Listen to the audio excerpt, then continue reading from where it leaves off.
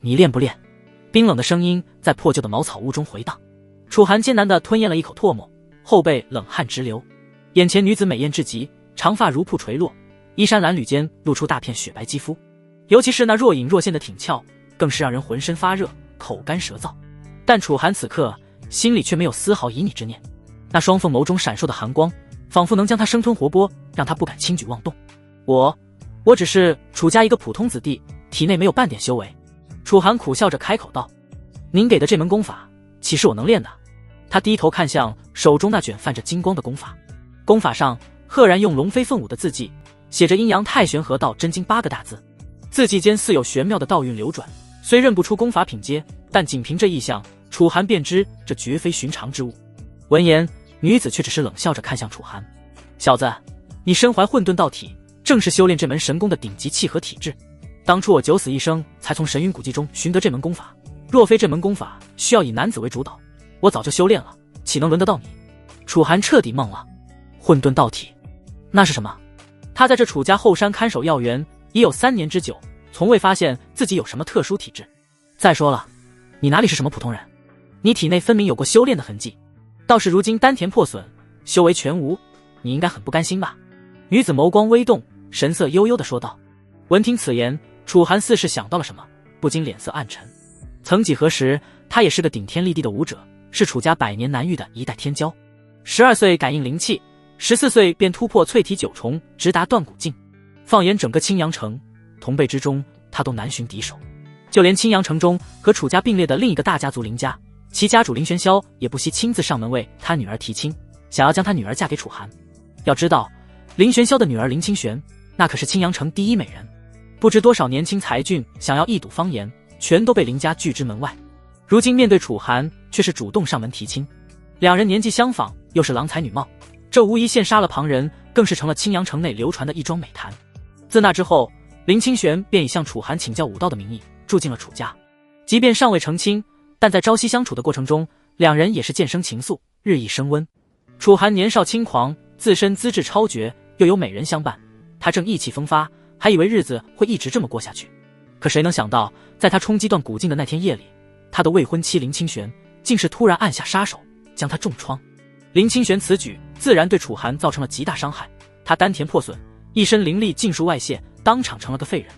那时的楚寒痛苦无比，他难以置信地看着面前那张熟悉的美丽脸庞，最终只咬牙切齿地吐出了3个字：为什么？抱歉了，寒哥哥。林清玄神情冷漠，早已收起了平日里那副楚楚可怜的姿态。星罗神殿的收徒大典召开在即，我们青阳城只有1个名额，而那个名额只能是天傲哥哥的。你是说徐天傲？楚寒死死地看着林清玄。不错，不瞒你说，我其实早已委身于天傲哥哥，我一直都是他的人。林清玄的脸上流露出了一丝笑意。楚寒的脑海顿时轰的一声炸开。徐天傲，青阳城城主府少主，在楚寒开始修习之前，他一直号称是青阳城第一天才。楚寒虽然修炼时间比他晚，却后来居上，甚至超越了他。而这段时间以来，他对林清玄未曾有丝毫染指，他打算等着成婚之日再同房。不成想，原来自己的未婚妻早已成了别人的女人。原来从林家上门提亲时起，这一切便是个阴谋。楚寒惨烈一笑：想报仇吗？你已经没机会了。林清玄冷漠地看着楚寒，眼神陌生的吓人。等天傲哥哥加入星罗神殿后，他从此和你便不再是一个世界的人了。我们林家也会在他的提携下成为青阳城第一家族，而你只是一个再也无法修行武道的废人。那冷酷的话语，楚寒至今难以忘怀，每每想起都痛彻心扉。后来一切都如林清玄所说，徐天傲被星罗神殿收下，林家也因此沾光，节节攀升，成了青阳城第一大族。唯有楚寒就此一蹶不振，他从一介天骄成了个废人，从此自暴自弃，自甘堕落。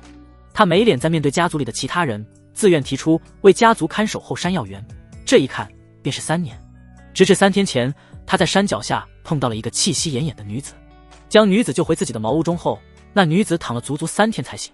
醒来后，他就像是见到了什么稀世珍宝一般，死死地打量着他，还自称是来自9天神朝的女帝，对他提出了一连串莫名其妙的要求。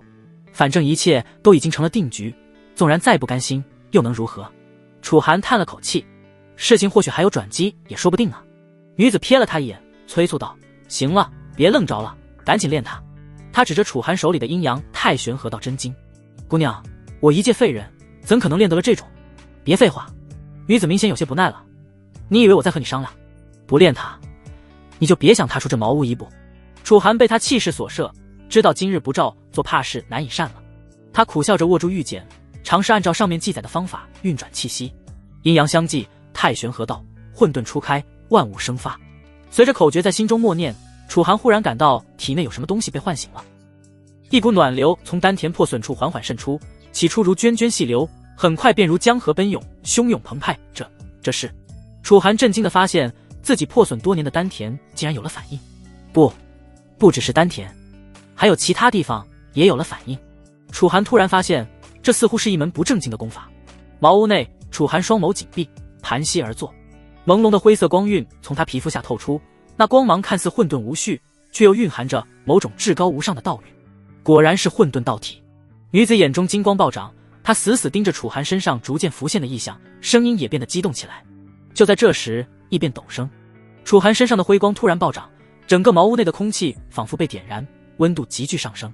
一缕粉红色的雾气不知从何处涌现，在房间内弥漫开来，带着甜腻的让人头晕的异香。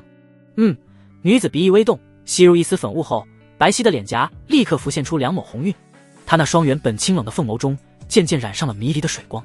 当然，楚寒眼下的情况也丝毫不容乐观，他根本无暇理会身体的变化，只感到有一股前所未有的燥热从小腹处升起，而后瞬间席卷全身，似乎有某种古老而原始的欲望在他心底苏醒了。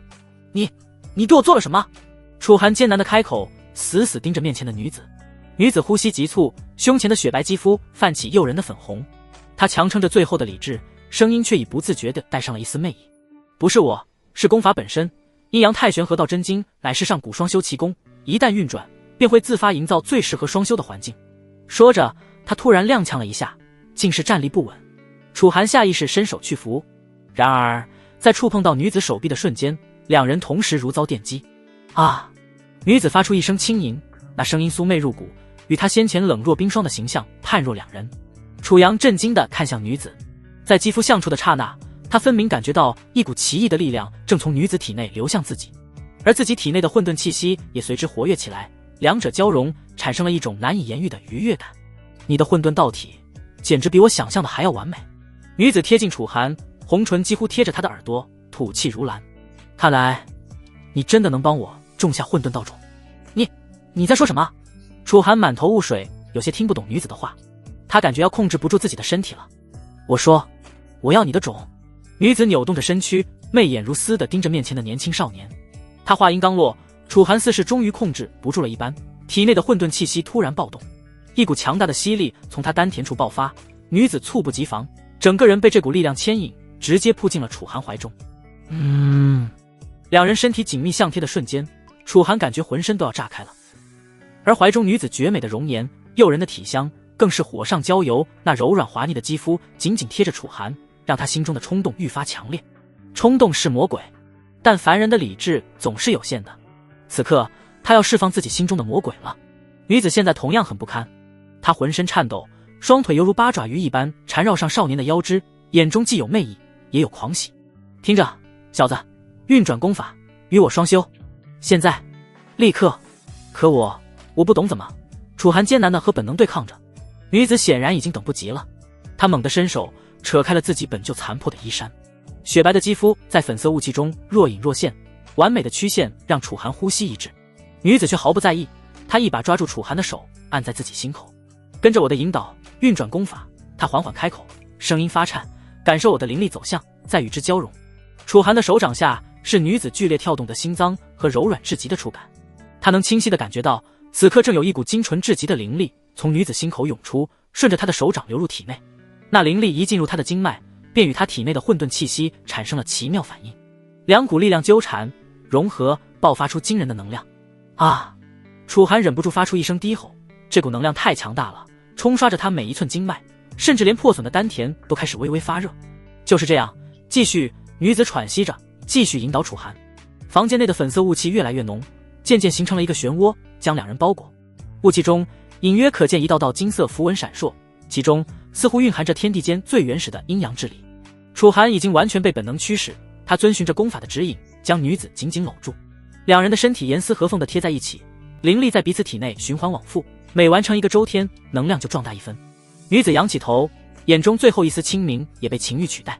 她红唇微起，吐出一句让楚寒彻底失控的话：“给我你的混沌本源。”这句话像是一把钥匙，打开了楚寒体内最深处的枷锁。一股古老而浩瀚的力量从他灵魂深处苏醒，灰色的混沌之气如火山喷发般从他全身毛孔涌出，瞬间将两人包裹成一个光茧。光茧内，女子的身体绽放出耀眼的金光，与楚寒的辉光交织，形成一幅绝美的阴阳图景。她的表情既痛苦又愉悦，她能感受到混沌之气正在她的体内肆意蔓延，孕育道种。而楚寒已经无法思考，他只知道遵从功法的指引，将自己的一切都献给怀中这个绝色女子。但下一秒，更强烈的快感便淹没了所有感官。就在两人达到极乐的瞬间，楚寒那破损的丹田处沉寂了3年之久的灵力，就如决堤洪水般奔涌而出。灵力和混沌之力相融，似乎形成了一种新的力量，而他的气息也在这一刻飞速飙升。破旧的茅屋在两人的翻来覆去中不断震荡，摇摇欲坠。此刻的楚寒几乎已经完全没了意识。极乐过后，他迷迷糊糊的，只感觉自己浑身被包裹在灵力的洪流中，不断浮沉，就像是置身于惊涛骇浪中的一叶扁舟。每一次灵力的冲刷都带来撕裂般的痛楚，却又伴随着难以言喻的舒畅。破碎的丹田此刻如同干涸已久却突逢甘霖的沙漠一般，贪婪地吸收着每一滴灵力。淬体一重，沉寂多年的经脉终于重新焕发生机。楚寒清晰地感知到自己体内的第一道关隘已然被冲破，而这仅仅是个开始。淬体2重，淬体3重，灵力在经脉中奔腾，势如破竹地冲破一个又一个屏障。女子此刻已经从他怀中脱离，盘坐在一旁，美眸中闪烁着震惊的光芒。她原本只是想借楚寒的混沌道体种下道种，治愈自己的伤势，却没想到这个少年的潜力比他想象中的还要更加惊人。淬体5重6重，这速度，女子红唇微张，心中震动。楚寒身上急速攀升的气息，连他这位见多识广的存在都感到不可思议。武道修炼，每个境界都如天堑，寻常武者从淬体1重到巅峰，至少需要数年苦修。当然，那些世家大族的天才子弟有无数灵丹妙药栽培，自然可以大大缩短这个时间。他当年被誉为9天神朝1000年一遇的天才，横跨淬体境也用了3个月。但眼前的少年在不久之前还只是一个丹田破损的普通人而已，而现在他却在短短几个时辰内走完了别人可能要走好几年的路。楚寒的突破还在继续。淬体7重，淬体8重。当他体内灵力运转到极致时，所有气息突然内敛，仿佛暴风雨前的宁静。下一刻，轰！一声只有楚寒自己能听到的巨响在体内炸开，最后一道屏障被冲破了。他猛地睁开双眼，眸中辉光流转，仿佛有混沌初开的景象在其中演化。淬体巅峰。楚寒长舒一口气，他低头看着自己的双手，感受到体内奔涌的力量，一时间竟有些恍惚。这数年来，他做梦都想恢复修为，每天煎熬度日，万万没想到自己竟会以这种方式实现，而且速度远超从前。感觉如何？女子清冷的声音传来。楚寒这才注意到，不知何时，女子已经换了一身素白长裙。虽然样式简单，却掩不住她那绝世容颜和雍容气度，与之前衣衫褴褛、气息奄奄的样子判若两人。我感觉自己很强大。楚寒目光复杂地看向女子，这似乎不是一般淬体境武者能拥有的力量。废话。女子闻言不禁笑道，混沌灵力的质量远超普通灵力，你现在的实力足以碾压任何淬体境，甚至能与断骨境武者一战。闻言，楚寒顿时被震撼到了武道境界，分为淬体、断骨、凝元、灵海、宗师、气符等诸多大境界，每个境界之间的差距都如同天堑，难以逾越。也就是说，越阶战斗几乎是不可能的事，除非是那些大势力培养出来的绝世天才。而现在，楚寒竟然也能做到这一点，多谢前辈成全。楚寒真诚的道谢，虽然过程有些难以启齿，但这份恩情确实改变了他的命运。女子摆摆手，你倒也无需客气，我们无非是各取所需罢了。你助我种下混沌道种疗伤，我借你功法激活混沌道体，两不相欠。他顿了顿，又道，这次双修带给你的好处很大，以你现在的状态，若再双修一次，突破断骨境，可谓是易如反掌。再双修一次。楚寒闻言，下意识看向女子，月光透过茅屋的缝隙洒在她身上，勾勒出惊心动魄的曲线。想起方才的旖旎情景，他不由得呼吸一滞。你女子察觉到他的目光，俏脸微红，嗔怒道：“你可别想打什么歪主意！若非我先前身负无解道伤，急需混沌道种疗伤，又岂会？”他背齿紧咬，剩下的话却怎么都说不出口了。身为一代顶天立地的女帝，世间从没有哪个男子能入她法眼。自9天神朝一统天玄界后，来自各方圣地大族的青年才俊曾经蜂拥而至，只为一睹他的芳颜。可在见到他后，却被他的威压震慑得连大气都不敢喘，甚至没人敢直视他。他固然傲视天下，地位卓绝，但从未体验过凡人的洞房花烛之乐。因此，在和楚寒双修之后，他还是第一次品尝到了女人的滋味。楚寒正值年少，虽修为平平，但身怀顶尖道体，模样俊朗，那方面的能力更是一绝。细细回想先前思，实在是让人有些回味无穷。女子不敢再想下去了，她担心自己堂堂女帝会在一介凡俗少年面前失态。看着女子摆出一副欲迎还拒的模样，楚寒不禁有些无语，一时间也不知道说什么好。哼！女子轻哼一声，神色也恢复了清冷。总之，你既已恢复修为，还觉醒了万古难见的混沌道体，日后成就自是不可限量。不过，你体内灵力虽然雄厚，但境界提升太快，根基不稳，接下来需还勤加修炼，巩固境界才行。楚寒郑重点头，这个道理他自然明白。武道修行如筑高楼，地基不牢，再高的楼阁也会倾塌。前辈教诲，晚辈铭记于心。楚寒犹豫片刻，还是问道：“不知前辈接下来有何打算？”女子眸光骤然转冷，整个茅屋内的温度似乎都下降了几分。自然是去讨债。那些偷袭我的鼠辈，真以为一倒酒，幽氏心咒就能要我的命？他说话间，一股无形的威压自然流露，让楚寒的呼吸为之医治。这一刻，楚寒才真切感受到眼前这个绝色女子是何等存在，那是真正站在武道巅峰的强者，一个轻飘飘的念头就能决定无数人的生死。不待楚寒回过神来，只见女子突然抬手，一枚古朴的青铜戒指浮现在掌心。这个给你。楚寒接过戒指，只觉入手冰凉，戒面上刻着繁复的纹路，看起来相当不凡。储物戒指。楚寒惊讶道：“这种宝物在青阳城可是稀罕物，哪怕是他父亲身为楚家当代家主，也只有一枚最低级的而已。”女子点头：“借用了你身体一夜，我自不会亏待于你。里面有我留下的一些小玩意，对你现阶段应该有所帮助。你滴血认住即可。”楚寒心中触动，他正欲道谢，却见女子已经转身走向门口。月光下，女子的背影显得格外孤高。“前辈！”楚寒忍不住喊道，还未请教前辈名讳。女子脚步微顿，沉默片刻，轻声道：“本地名讳洛霓裳。”话音未落，她的身影已经化作一道流光冲天而起，转瞬消失在夜空中。只有余音袅袅在楚寒耳边回荡：“好好修炼，我们或许还有再见之日。”楚寒怔怔地望着夜空，心中莫名怅然。以后真的还会再见吗？他听得出来，洛霓裳的语气中充满了不确定。这也正常，毕竟一个是刚刚恢复修为的淬体劲武者，一个是高高在上的女帝，两者之间的差距比蚂蚁与巨龙的差距还要大。不过，楚寒握紧手中的戒指，眼中燃起斗志。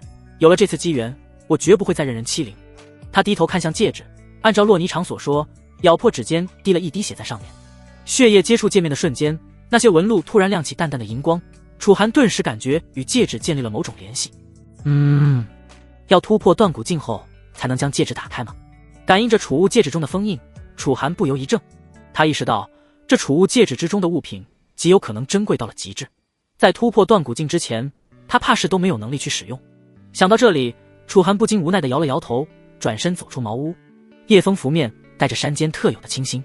他深吸一口气，感受着体内奔涌的混沌灵力，一种前所未有的自信油然而生。林清玄、徐天傲，楚寒眼中寒光闪烁。你们恐怕想不到，我楚寒还有东山再起的一天吧？他抬头望向青阳城方向，那里灯火依稀。3年前的背叛，数年来的屈辱，是时候该讨回来了。不过，楚寒并没有被仇恨冲昏头脑。他很清楚，徐天傲如今已是星罗神殿弟子，背后有庞大势力支撑。要报仇，必须先有足够的实力，必须尽快突破到断骨境，才能真正开启储物戒指。楚寒心中暗暗思索着，是时候回楚家看看了。他转身回到茅屋，盘膝而坐，开始调息运功。楚寒决定，等天色一亮，他便离开后山，离开这处自己固守了好几年，用以逃避现实的地方。次日清晨，楚家大殿上，天色只是隐隐破晓，还没完全亮堂起来，大殿内却已经人影绰绰。殿内烛火摇曳，映照出众人阴沉的面容。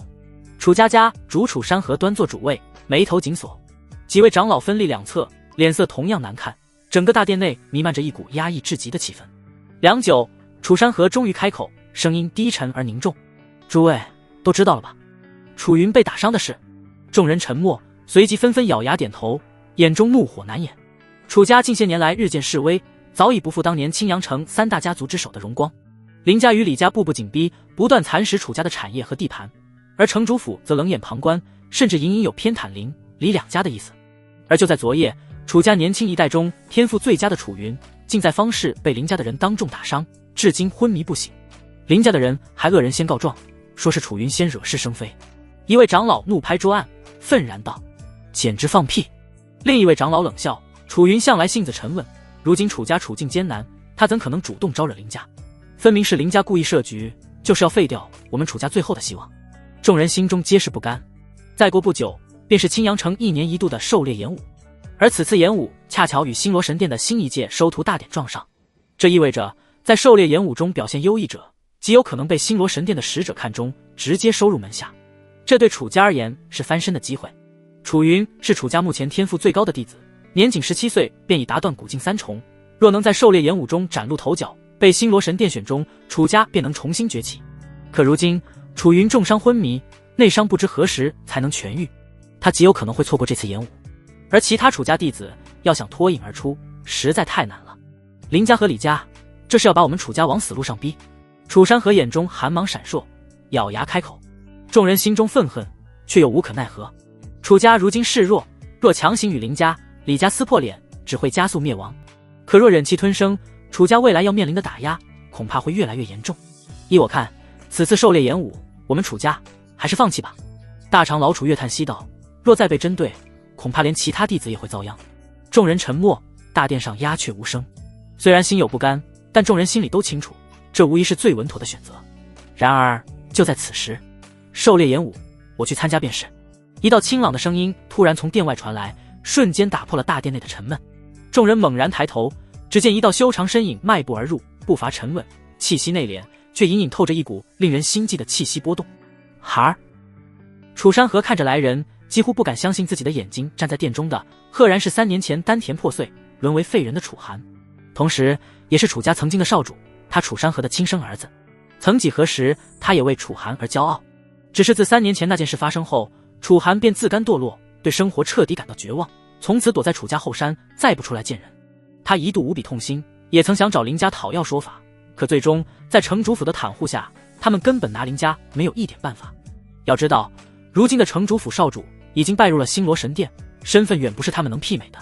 孩儿，你……楚山河死死地看着楚寒，此刻的楚寒哪里还有半点废人的模样？他身姿挺拔，眸光如电，周身凌厉内敛，却又隐隐透出一股难以形容的压迫感。楚山河心中震撼，他分明感知到楚寒的身上又有了修为，虽然还没有恢复到巅峰，但楚寒的灵力波动极为特殊，似乎比寻常淬体境武者要强横数倍不止。你的丹田恢复了？一位长老震惊道。楚寒淡淡的笑了笑，不仅恢复了，而且更强了。他目光扫过众人，最终落在楚山河身上，一字一顿道：“父亲，狩猎演武，就让我来替楚家出战吧。”大殿内一片死寂，所有人都怔怔地看着他，心中掀起惊涛骇浪。难道楚家当年的那个武道天才终于回来了？楚寒！大长老楚月最先反应过来，目光灼灼地盯着楚寒。你刚刚说你要参加狩猎演武？楚寒淡笑着点了点头。大长老，你没有听错。楚山河猛地站起身，眼中既有惊喜，又有深深的担忧。孩儿，你现在的修为才刚恢复一点，狩猎演武7天后就要开始。爹不是不相信你的天赋，可7天时间，你怎么可能恢复到巅峰？更别说和其他家族的天才争锋了。他快步来到楚寒面前，双手紧紧抓住楚寒的肩膀，声音低沉而急切。楚寒看着父亲眼中的关切，心中一暖，但随即目光坚定地看向楚山河，沉声道：“父亲，请相信孩儿，孩儿此番出山绝不是无的放矢，当初被夺走的一切，孩儿会亲手夺回来。”楚山河怔怔地看着自己的儿子，恍惚间，他仿佛又看到了3年前那个意气风发的少年天才。那时的楚寒锋芒毕露，傲视青阳城年轻一代，无人能及。而现在，楚寒的眼中似乎又重新燃起了那抹炽烈的战意。大殿内，众人面面相觑，虽然心中仍有疑虑，但此刻的楚家确实没有更合适的人选了。楚云重伤昏迷，其他年轻弟子天赋平平，若强行派他们出战，恐怕只会沦为李两家天才的踏脚石。好，楚山河深吸一口气，重重拍了拍楚寒的肩膀，沉声道：既然你有此决心，爹自然会全力支持你。他顿了顿，眼中闪过一丝柔和。若有什么需要，尽管来找爹，楚家上下都会全力助你。闻言，楚寒深感触动，他点头道：多谢父亲。孩儿，那你之后有何打算？楚山河问道。这些天我会留在府邸修炼，后山的药园，父亲怕是又要找别人去照看了。楚寒微微沉吟，开口道：臭小子，尽管回去就是。楚山河闻言，刚毅的面庞上也不禁露出了一丝久违的笑容。你的府邸这些年可每天都有人打扫？见楚寒重新振作起来，楚山河心中既欣慰又感慨，他的儿子终于回来了。楚家作为青阳城3大家族之一，府邸占地极广，而楚寒作为曾经的少主，自然也有自己的独立院落。穿过熟悉的青石小径，楚寒站在了自己的府邸前。庭院依旧整洁，花木扶疏，显然一直有人精心照料。他刚踏入院门，一道娇俏的身影便从屋内飞奔而出，惊喜的声音如银铃般响起：少主，你总算回来了，小翠想死你了。少女约莫16、17岁，身姿纤细，肌肤如雪，一双杏眼灵动清澈，此刻正泛着微微的红晕。她穿着一袭淡青色衣裙，乌黑的长发用一根简单的丝带束起，显得娇俏可人。小翠，楚寒看着眼前这个出落得越发水灵的少女，眼中浮现出一抹柔和。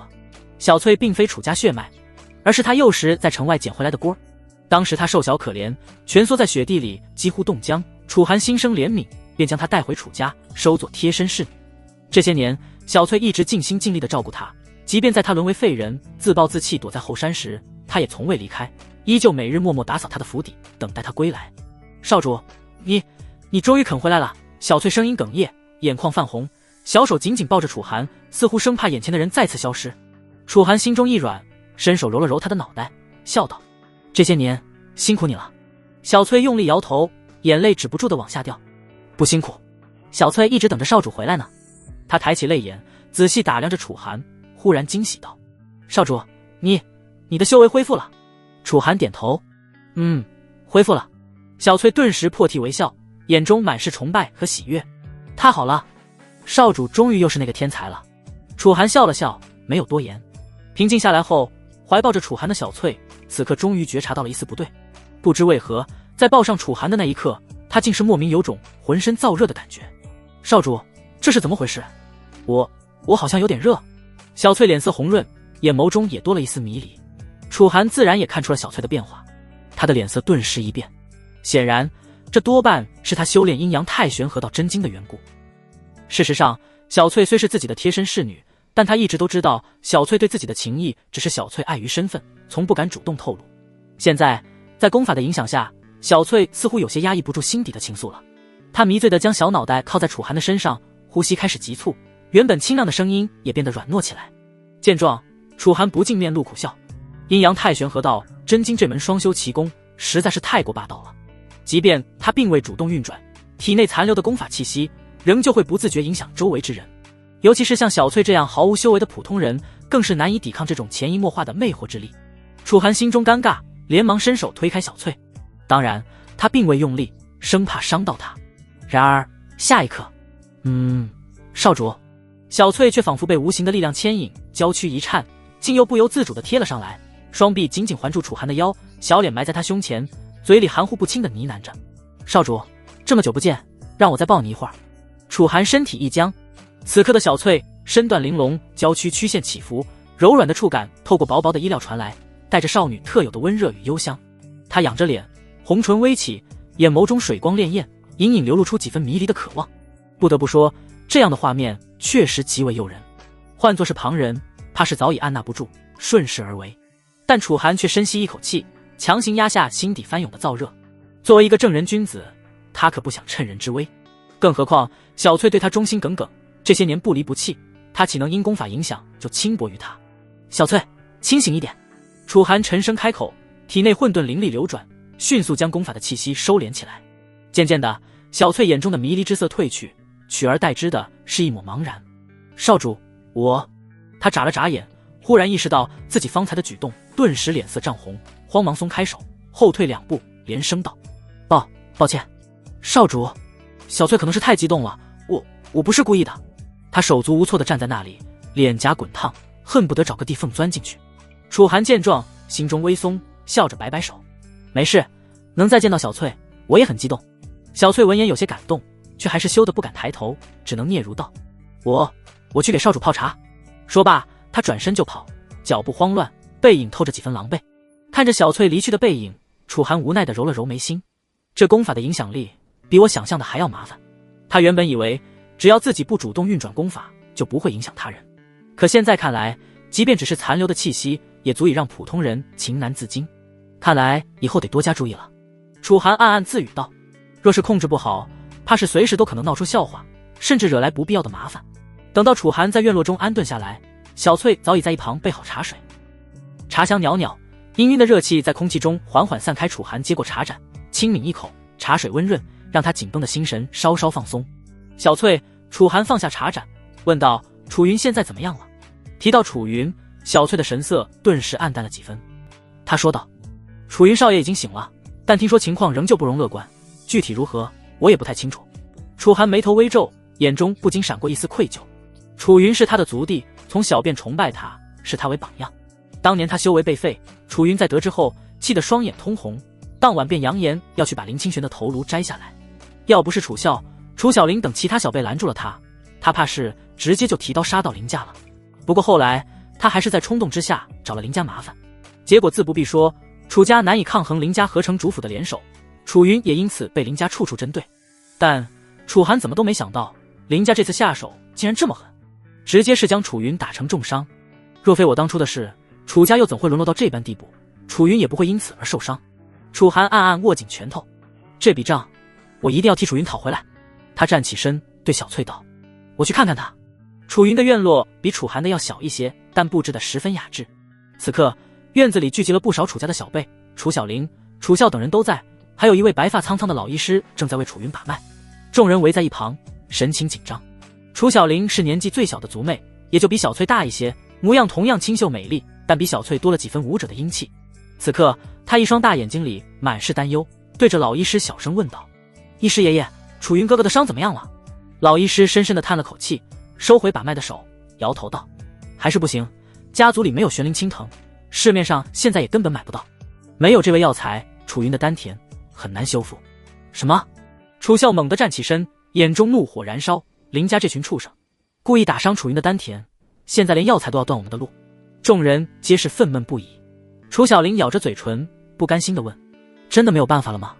老医师无奈道：“市面上的玄灵青藤都被李两家搜刮干净了，现在估计只有李家的药铺还有存货。”说到这里，他突然沉默了，但众人都明白他的意思。虽然李家药铺上有存货，但李家显然不可能会把药材卖给他们。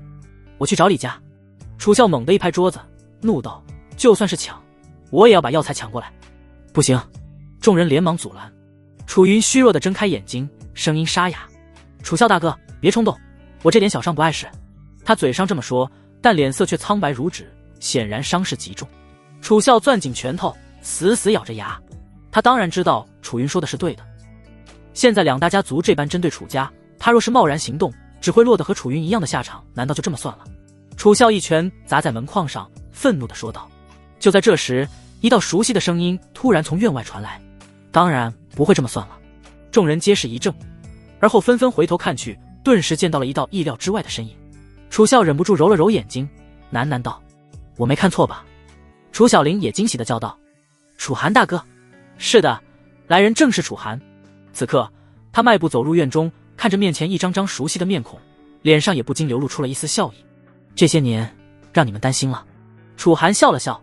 院中众人纷纷围上前来，眼中满是欣喜。要知道，楚寒作为曾经的楚家少主，向来对这些族弟族妹照顾有加。在修为被废之前，他可还是整个青阳城的第一天才。那时他意气风发，常常在演武场指点家族小辈修炼，有时甚至还会亲自为他们演示武技。整个楚家上下无不对这位天赋卓绝又平易近人的少主充满敬仰。即便这么多年过去，在众人心中，楚寒仍旧是那位最值得尊重的大哥。楚寒大哥，楚云虚弱的声音传来，只见他强撑着想要起身：“抱歉，我怕是没法下来迎接你了。”楚寒连忙上前按住他的肩膀，失笑道：“都这个样子了，你小子就别逞强了。楚寒大哥，你是特地来看望楚云的吗？”楚小玲眨着大眼睛问道。提到楚云的伤势，院中欢快的气氛顿时沉寂了下来。楚云这笔账不会就这么算了的。楚寒瞥了床上的楚云一眼，淡然道：“不过你们放心吧，我会去把药材带回来的。”什么？此话一出，众人皆是震惊的瞪大了双眼。楚寒大哥，你难道要去李家药铺买药？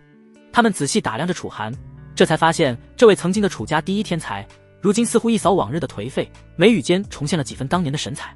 等等，楚笑最先反应过来，惊讶道：“楚寒大哥，你的修为难道？”这时大家才注意到，楚寒周身竟隐隐散发出了灵气的波动。不错，楚寒微微一笑，我的修为已经恢复的差不多了，以后我不会再让楚家被欺负。他看向老医师，问道：“现在还需要什么药材？我去取回来。”老医师见状，叹了口气，缺少的是玄灵青藤，可是现在只有李家药铺能买到。玄灵青藤，我明白了。楚寒点了点头，便要离开。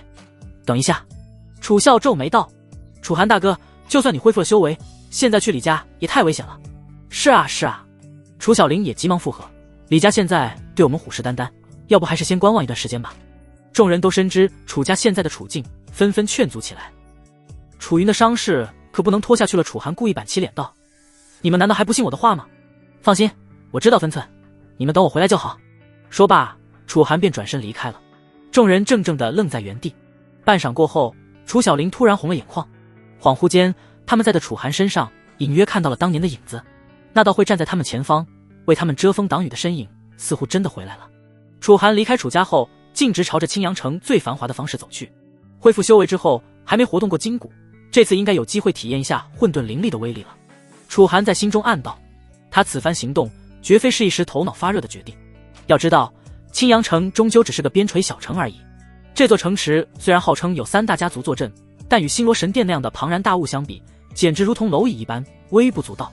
即便是3大家族的长老级人物，大多也不过是断骨境修为，能突破到凝元境的寥寥无几。当年我不过17岁就能冲击凝元境，楚寒眼中闪过一丝冷意。正是这份惊人的天赋，才让他当年被称为青阳城第一天才，千百年难得一见的武道苗子，也让城主府不惜与林家勾结，在他突破的关键时刻痛下毒手。现在的他虽然只有淬体境巅峰，但混沌灵力绝非寻常，这种源自混沌道体的力量，在质量上远超普通灵力，完全能够越阶而战。至于极限在哪里，楚寒自己也说不准，但对付一个药铺的守卫绰绰有余。思索着，楚寒转过街角，李家药铺的金字招牌已经遥遥在望，3层高的楼阁金碧辉煌，门前人来人往，生意兴隆。楚寒放慢脚步，仔细感知着药铺周围的气息，一个断骨境6重，一个断骨境2重，剩下的都是淬体境。这样的守卫力量在青阳城已经算是相当不错，但对现在的楚寒来说并非不可战胜。药铺毕竟不是家族重地，不可能有太多高手坐镇。楚寒淡淡的笑了笑，踏入药铺大门，浓郁的药香扑面而来。柜台后，一名管事模样的中年男子正懒洋洋地拨弄着算盘，见有人进来，头也不抬得道：“要买什么？”“玄灵青藤。”楚寒平静道。那管事闻言终于抬起头来，待看清楚寒的面容后，他先是一愣，随即露出讥讽的笑容：“哟，这不是楚家那位大天才吗？怎么不在后山种药，跑我们李家来要饭了？”药铺内的几名伙计闻言顿时哄笑起来，其中一名伙计阴阳怪气地说道：“王管事，人家可是曾经的楚家少主呢，您说话客气点。”王管事大笑起来：“对对对，倒是我失礼了，楚大少爷，您要的玄灵青藤我们确实有，不过……”他的眼神突然变得戏谑起来，“就怕你买不起啊！”楚寒面色不变：“多少钱？”王管事眯起眼睛，伸出5根手指，500灵石。周围顿时响起一片道吸冷气的声音。玄灵青藤虽然珍贵，但市价最多不过100灵石，这分明是赤裸裸的刁难。怎么嫌贵？王管事得意洋洋地说道：“那就请回吧，我们李家不做穷鬼的生意。”楚寒眼中寒光一闪，但很快又恢复了平静。他缓缓从怀中取出一个布袋，倒出5枚晶莹剔透的中品灵石，500下品灵石折合5枚中品灵石，够了吗？王管事的笑容僵在脸上，他没想到楚寒真能拿出这么多灵石，但很快他又冷笑道：“抱歉，我突然想起来，玄灵青藤涨价了，现在要1000灵石。”楚寒终于失去了耐心，他迟迟没有发作，不过是想看看李家如今的态度而已。他不禁笑了起来，看来李家是不打算做这笔生意了。是又怎样？王管事嚣张地拍案而起，我们就是不做你楚家的生意，你能奈我何？闻言，药铺众人又是一阵哄笑，看向楚寒的目光也都充满了嘲讽。他们笃信此刻的楚家绝不敢和他们撕破脸皮，而楚寒这个没有半点修为的废人，更是让他们感受不到半点威胁。能奈你何吗？楚寒脸上笑意不减，看向王管事的目光中猛地翻涌出了一丝杀意。轰！楚寒周身灵力涌动，淬体巅峰的气息毫无保留地释放而开，霎时间一股恐怖的威压扑面而来。王管事只感觉自己仿佛坠入了冰窖之中，刺骨的寒意瞬间将他吞噬殆尽。怎么可能？你的修为！王管事惊恐的后退，撞翻了身后的药架。来人，快来人！他尖声叫道。7、8名护卫闻声冲了进来，为首的是一个身材魁梧的壮汉，断骨境2重的修为。楚家的小杂种，敢来我李家撒野！壮汉狞笑着挥拳砸来，老子今天就废了你！楚寒眼中寒光暴涨，找死！他身形一闪，竟以淬体境的修为避开了断骨境强者的一击，随即右拳裹挟着混沌灵力，重重轰在壮汉胸口。砰！壮汉如遭雷击，整个人倒飞出去。他惊恐地发现自己的胸骨竟然凹陷了下去，5脏6腑都受到了剧烈的震荡。这不可能！壮汉喷出一口鲜血，你明明只是淬体境！其余护卫见状纷纷怒吼着扑上来。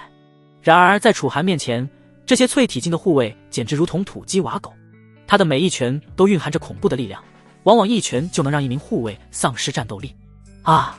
惨叫声接连不断，不到半盏茶时间，所有护卫都躺在了地上，哀嚎不已。就在楚寒准备取药时，一道凌厉的掌风突然从背后袭来。小畜生，休得猖狂！楚寒早有预料，他豁然转身，双臂交叉格挡。轰的一声，楚寒被震退3步，手臂传来阵阵刺痛。来人是个灰袍老者，面容阴鸷，赫然是药铺里那位断骨境6重的高手。3长老！王管事如见救星，连滚带爬地躲到老者身后。这楚家的小子来闹事，还打伤了我们的人。3长老眯起眼睛，楚寒，没想到你修为恢复了，不过敢来我李家撒野，今日就别想活着走出去，是吗？你大可来试试。楚寒淡淡的笑了笑。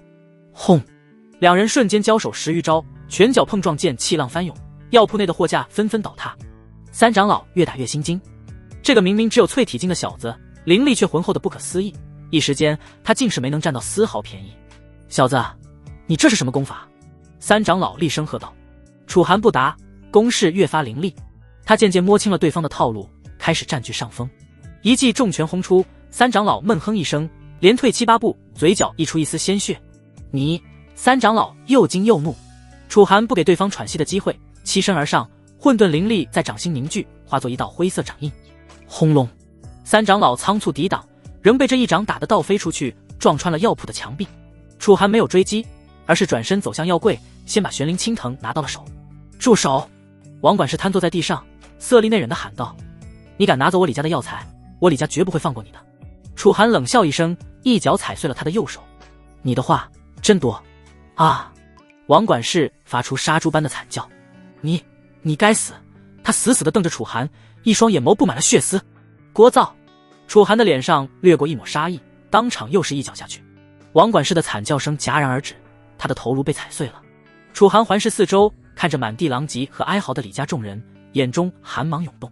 这只是开始，楚家失去的他会亲手一一讨回来。杀死王管事后，楚寒收好玄灵青藤，当即大步离开了药铺。居然有人敢在李家的地盘闹事，到底是谁？胆子这么大，不怕死吗？等等，那不是楚寒吗？他的修为难道恢复了？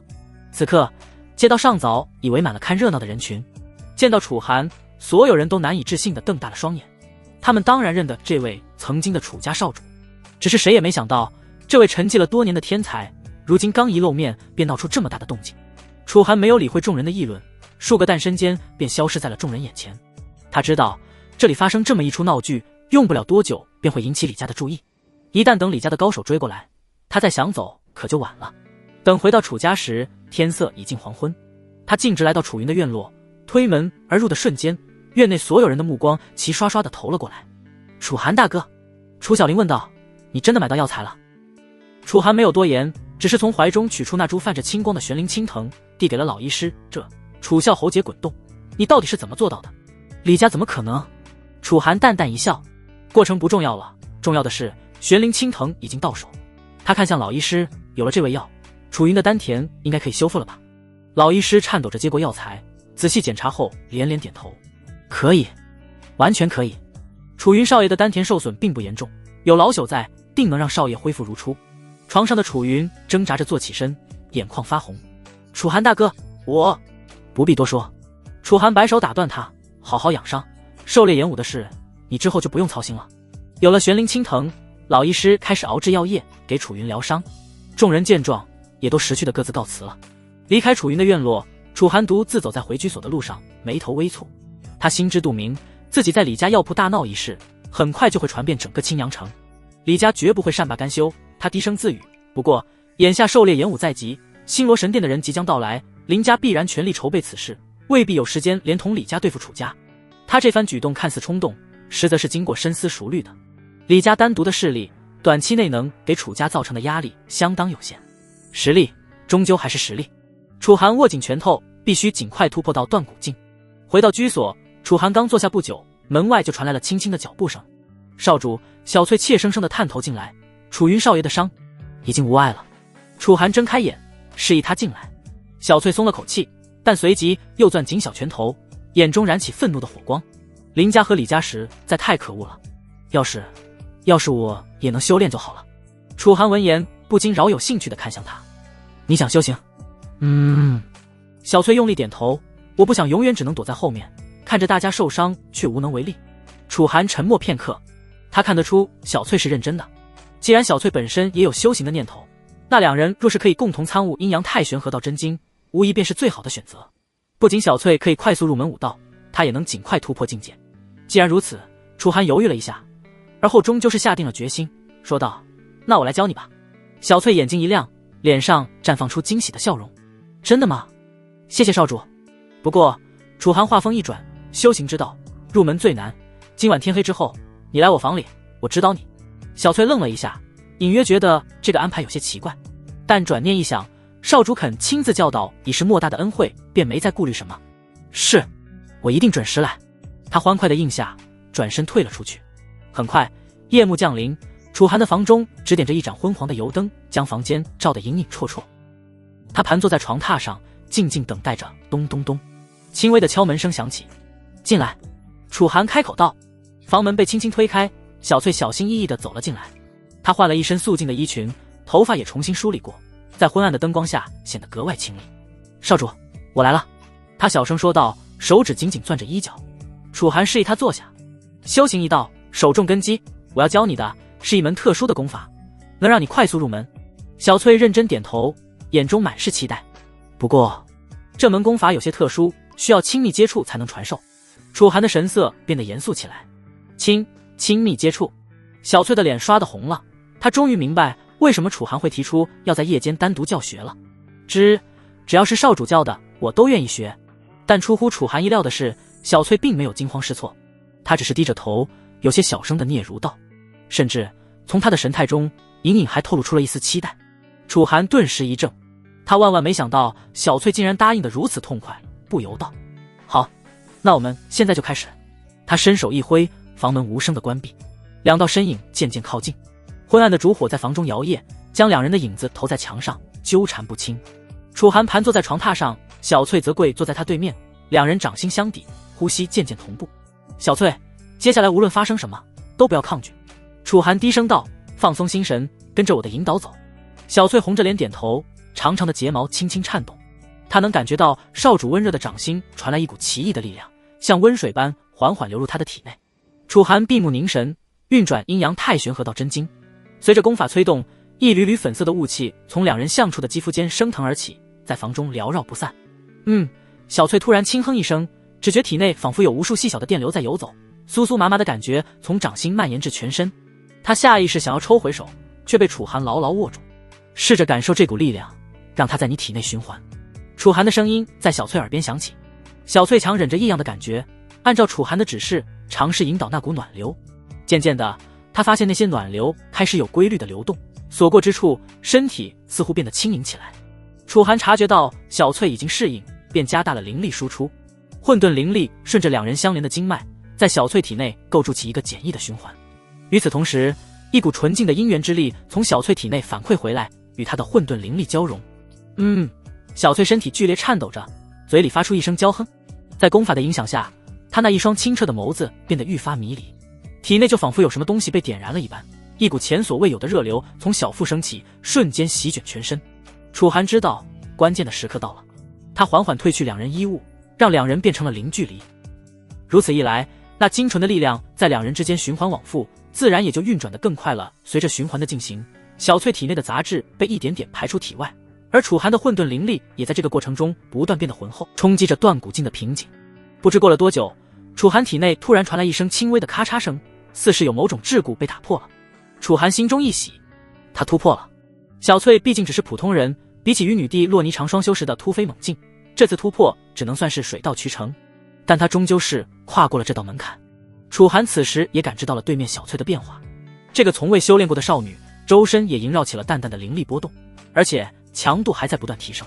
淬体一重、2重、3重，小翠的修为竟然一口气冲到了淬体3重，这简直匪夷所思。要知道，普通人修炼到这种程度，至少需要数月苦修，而小翠仅仅用了1夜不到的时间，这让楚寒不由惊叹阴阳太玄合道真经的强大。这门功法用在正途上，简直就是一门神功。功法运转渐渐停止，房中弥漫的粉色雾气也慢慢散去。小翠浑身香汗淋漓，脸颊绯红，眼神迷离，似乎仍未从那种奇妙的状态中恢复过来。感觉如何？楚寒轻声问道。小翠怔了怔，下意识回答：好舒服，就像飘在云上一样。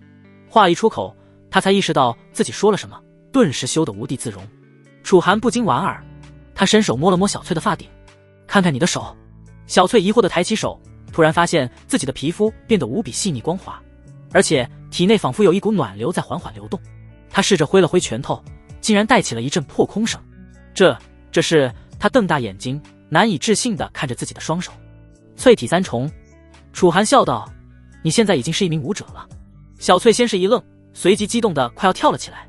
少主，我真的可以修炼了，谢谢少主，我一定会努力修炼，不辜负少主的栽培。他有些手忙脚乱地说道。楚寒点点头，从今晚开始，你以后便留在我房中修行吧，这对我们双方都有益处。小翠闻言，俏脸又红了起来，她自然明白这意味着什么，但她并没有扭捏作态，而是郑重地行了一礼。小翠遵命。烛光下，少女含羞带怯的模样格外动人。楚寒心中微动，但很快收敛心神。他知道这只是修炼的需要，不该有太多杂念。然而当小翠轻手轻脚地爬到跟前，依偎在她身上时，楚寒还是忍不住深吸了一口气。温香软玉在怀，即便没有功法的影响，这种诱惑仍旧是让人难以抗拒的。看来今后的每个夜晚，他都要在这种没羞没臊的修行中度过了。时间紧迫，我们接着修炼。李家大殿内，李家家主李振月端坐主位，烛火摇曳，映照出几张阴沉的面孔。消息确认了吗？那楚寒当真恢复了修为？李振月沉声问道。下方一位管事连忙躬身：千真万确。药铺那边不少人亲眼所见，那楚寒都能击败断骨境护卫了，就连3长老与他交手都落了下风。这怎么可能？李振月眉头紧锁，当年楚寒丹田破损，修为尽废之事，人尽皆知。且不提他如何修复丹田，这短短数年时间里，他竟然能修炼到如此地步，也不怪李振月会如此惊讶。要知道，楚寒可是从头重新修炼的，短短几年，就连3长老都快不是他对手了。这种速度简直比当初的巅峰时期还要恐怖。家主，大长老李清源猛地拍案而起，管他是怎么恢复的，这小子刚恢复就敢来我李家撒野，分明是没把我们放在眼里。另一位长老李焕也阴恻恻地接口道：正是，楚家这些年苟延残喘，如今竟敢骑到我们头上，不如直接打上门去，把那小子揪出来碎尸万段。殿内众人纷纷附和，杀气腾腾。糊涂！李振月一声厉喝，震得烛火摇曳不已。你们忘了楚家还有那位闭关的老祖，瘦死的骆驼比马大，真要撕破脸，还不是伤敌1000自损800的结果？我李家能讨到什么便宜？而我们2家生死相争，到头来只会便宜了林家。这话如同一盆冷水浇下，李清源有些不甘。家主，难道就这么算了？我们不能连同林家一起动手？暂时不能。李振月冷笑一声，眼中寒光闪烁。林家现在忙着筹备狩猎演武，恐怕无暇他顾。不过我们虽然得克制着不能撕破脸，但一些小打小闹还是没问题的。晨光透过窗纱洒落，楚寒缓缓收工，周身流转的混沌灵力如潮水般退回体内。断骨境3重了，他感受着体内澎湃的力量，骨骼在灵力的淬炼下泛着淡淡的金属光泽，强度比之前提升了数倍不止。短短1夜时间就从淬体境巅峰突破到断骨境3重，如此速度，别说是青阳城了，即便是在星罗神殿那种名门大派之中，都堪称惊世骇俗。不愧是连洛霓裳那等人物都如此重视的双修奇功，楚寒喃喃自语道。阴阳太玄合道真经其实也能单独修炼，但那样一来便发挥不出双修的优势了。虽然速度也远超普通功法，但绝对达不到现在这般1日千里的效果。身旁传来了一阵窸窣的声响，小翠揉着眼睛坐起身来。少女身上只覆盖着一层单薄的毛毯，目光顺着毛毯向上看去，能看到精致的锁骨以及一片雪白的肌肤。她俏脸上仍带着未散的红晕，眼波如水，娇艳欲滴。少主，她刚开口，突然轻咦一声，连忙闭目感应体内变化。片刻后，她惊喜地睁开双眼，我已是淬体境5重了，我真的可以修炼了。小翠激动的声音发颤，眼眶微微泛红。她从未想过自己有一天也能成为武者，更没想过进步会如此神速。楚寒伸手揉了揉她的发顶，你的天赋本就不差，只是缺少契机罢了。他顿了顿，意味深长道，我们今晚继续。小翠闻言，俏脸顿时红到了耳根，羞得低下头去。小翠离开之后，楚寒盘膝而坐，目光落在指尖那枚古朴的青铜戒指上，这是洛霓裳离去之前留给他的。由于之前实力不足，始终没法打开，而现在断骨境应该足够打开它了。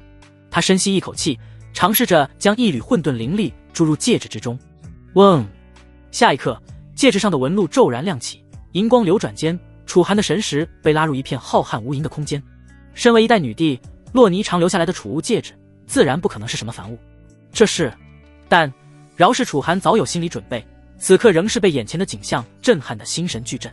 首先映入眼帘的是一堆灵石，灵石相当于是这方世界的通用货币。像楚家身为青阳城3大家族之一，每年盈利足有10数万下品灵石之多。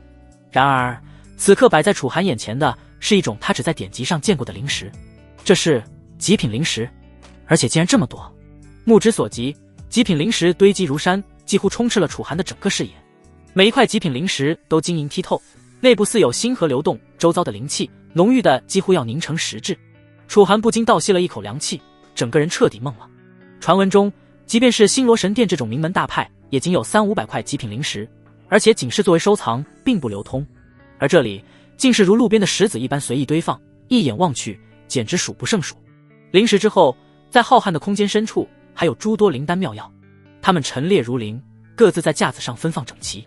那一个个盛放着丹药的盒子上，赫然写着诸多连典籍中都只闻其名的稀世珍宝，还有不少功法秘籍悬浮于空，封面上的文字流转着无穷的道韵，随便一本丢出去都足以让整个青阳城掀起腥风血雨。楚寒的神识在这片空间中游荡，心中掀起惊涛骇浪。这哪里是储物戒指，这简直就是一整个神朝宝库啊！他惊叹自己今天可真是大开眼界了，有这么一个宝库在身上，别说这青阳城了，即便是整个大洪王朝的国库摆在他面前，他都能视如敝履，懒得多看一眼。就在楚寒惊叹间，忽然他的神识一顿，注意到空间最深处竟静静摆放着一口漆黑的棺材。棺材材质非金非木，表面刻满晦涩的符文，仅仅是靠近，他便感受到了一股令人窒息的压迫感。这个地方怎么会摆有一具棺材？楚寒眉头微皱，心中疑惑，里面总不会摆放着一具尸体吧？储物戒指只能用来存放死物，活人的肉身自然是进不来的，但死人却可以。当下他强忍不适，神识探入棺中。枪！棺内只有2物，一把灰扑扑的古剑，剑身无锋，朴实无华；一块青铜令牌，上刻九霄2字，锈迹斑驳，却隐隐透出一股肃杀之气。九霄令。楚寒疑惑，虽不知此令有何用途，但能被如此珍重的存放，必定来历非凡。他又将注意力转向那把古剑，心念一动，试图将其取出。轰！刹那间，一股浩瀚如天威的恐怖压力轰然降临。楚寒的神魂如遭雷击，恍惚间，他仿佛置身于无尽星河之中，面对的是整个天道的镇压。他浑身骨骼咔咔作响，七窍渗血，若非身怀混沌道体，此刻怕是早已魂飞魄散。就在他即将支撑不住时，一段信息突然涌入脑海：太初神剑，天道神兵，承天地气运而生，掌乾坤法则，持之可斩因果，断轮回。楚寒急忙将神念从古剑上收回，威压顿时如潮水般退去，但他却全然无暇顾及其他，心神早已被那古剑的来历给深深地震惊到了。这居然是传说中的天道神兵。他倒吸了一口冷气。楚寒曾在一部残破古籍中见过相关的记载，上古时期有神朝立于大道之巅，统御万界，他们执掌大道，一念可定亿万生灵生死，而神朝的镇国至宝便是传说中的天道神兵。这些千古奇兵每一件都蕴含着天地法则，拥有毁天灭地之威。这等神物莫说是青阳城这种小地方，即便是星罗神殿的殿主亲至也未必有资格见上一眼。可洛霓裳竟将如此至宝留给了他，楚寒有些难以置信。他和洛霓裳本就只是萍水相逢的陌生人而已，虽然有过肌肤之亲，可对于他们这些修行者而言，这又算得了什么？不论怎么想，这都是不可能发生的事情。可这枚储物戒指确实是洛霓裳亲手交给他的。这一刻，一个可怕的念头浮现在楚寒心头，难道这真的是九天神朝的国库？洛霓裳自称女帝，却重伤流落至此，他将全部身家托付给他，甚至不惜留下天道神兵。如果猜测为真，那眼下便只有一个解释了：九天神朝已经覆灭了，而他此去复仇凶险万分，甚至很可能会陨落。正因如此，洛霓裳才会把这枚储物戒指交给他。反正神朝已经覆灭，他早已无家可归，一心只想复仇。与其让这些珍宝落入仇敌之手，倒不如把他们交给一个萍水相逢的自己。他可不想便宜了他的仇敌。念及此处，楚寒胸口如同压了一块巨石，呼吸都变得沉重起来。那个与他有过肌肤之亲的女子，那个改变他命运的女帝，此刻或许正孤身一人，面对着滔天强敌。他从来不是个穿上裤子就不认人的人，从一个自甘堕落的废物到如今重新崛起。除了双修之外，洛霓裳带给他的诸多改变都是真真实实存在的。想到这里，楚寒握紧拳头，眼中燃起了前所未有的炽烈战意。我要变强，终有一日我要踏足九天之上。亲口问他，这一切究竟是怎么回事？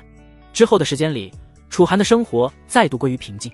白天他独自修行，到了晚上则会叫上小翠一起共度双修之乐。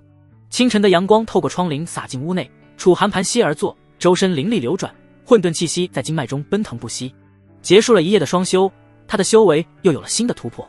此刻正是巩固自身境界的最好时机。呼，已经断骨境4重巅峰了。一口浊气吐出，楚寒缓缓睁开双眼，眸中金光一闪而逝。经过和小翠的初次双修之后，他的修炼速度终于放缓了下来。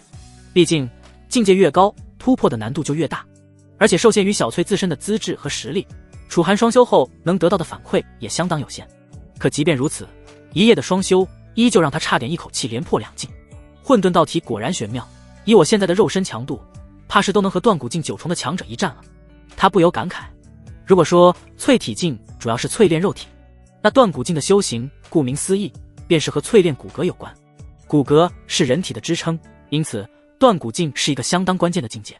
武者需要以灵力淬炼骨骼，使肉身强度大幅提升，为后续凝元境的突破打下坚实基础。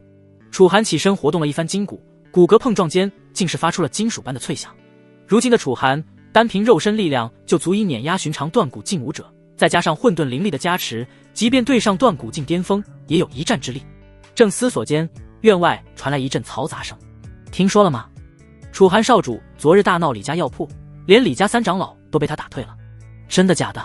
他不是3年前修为就被废了吗？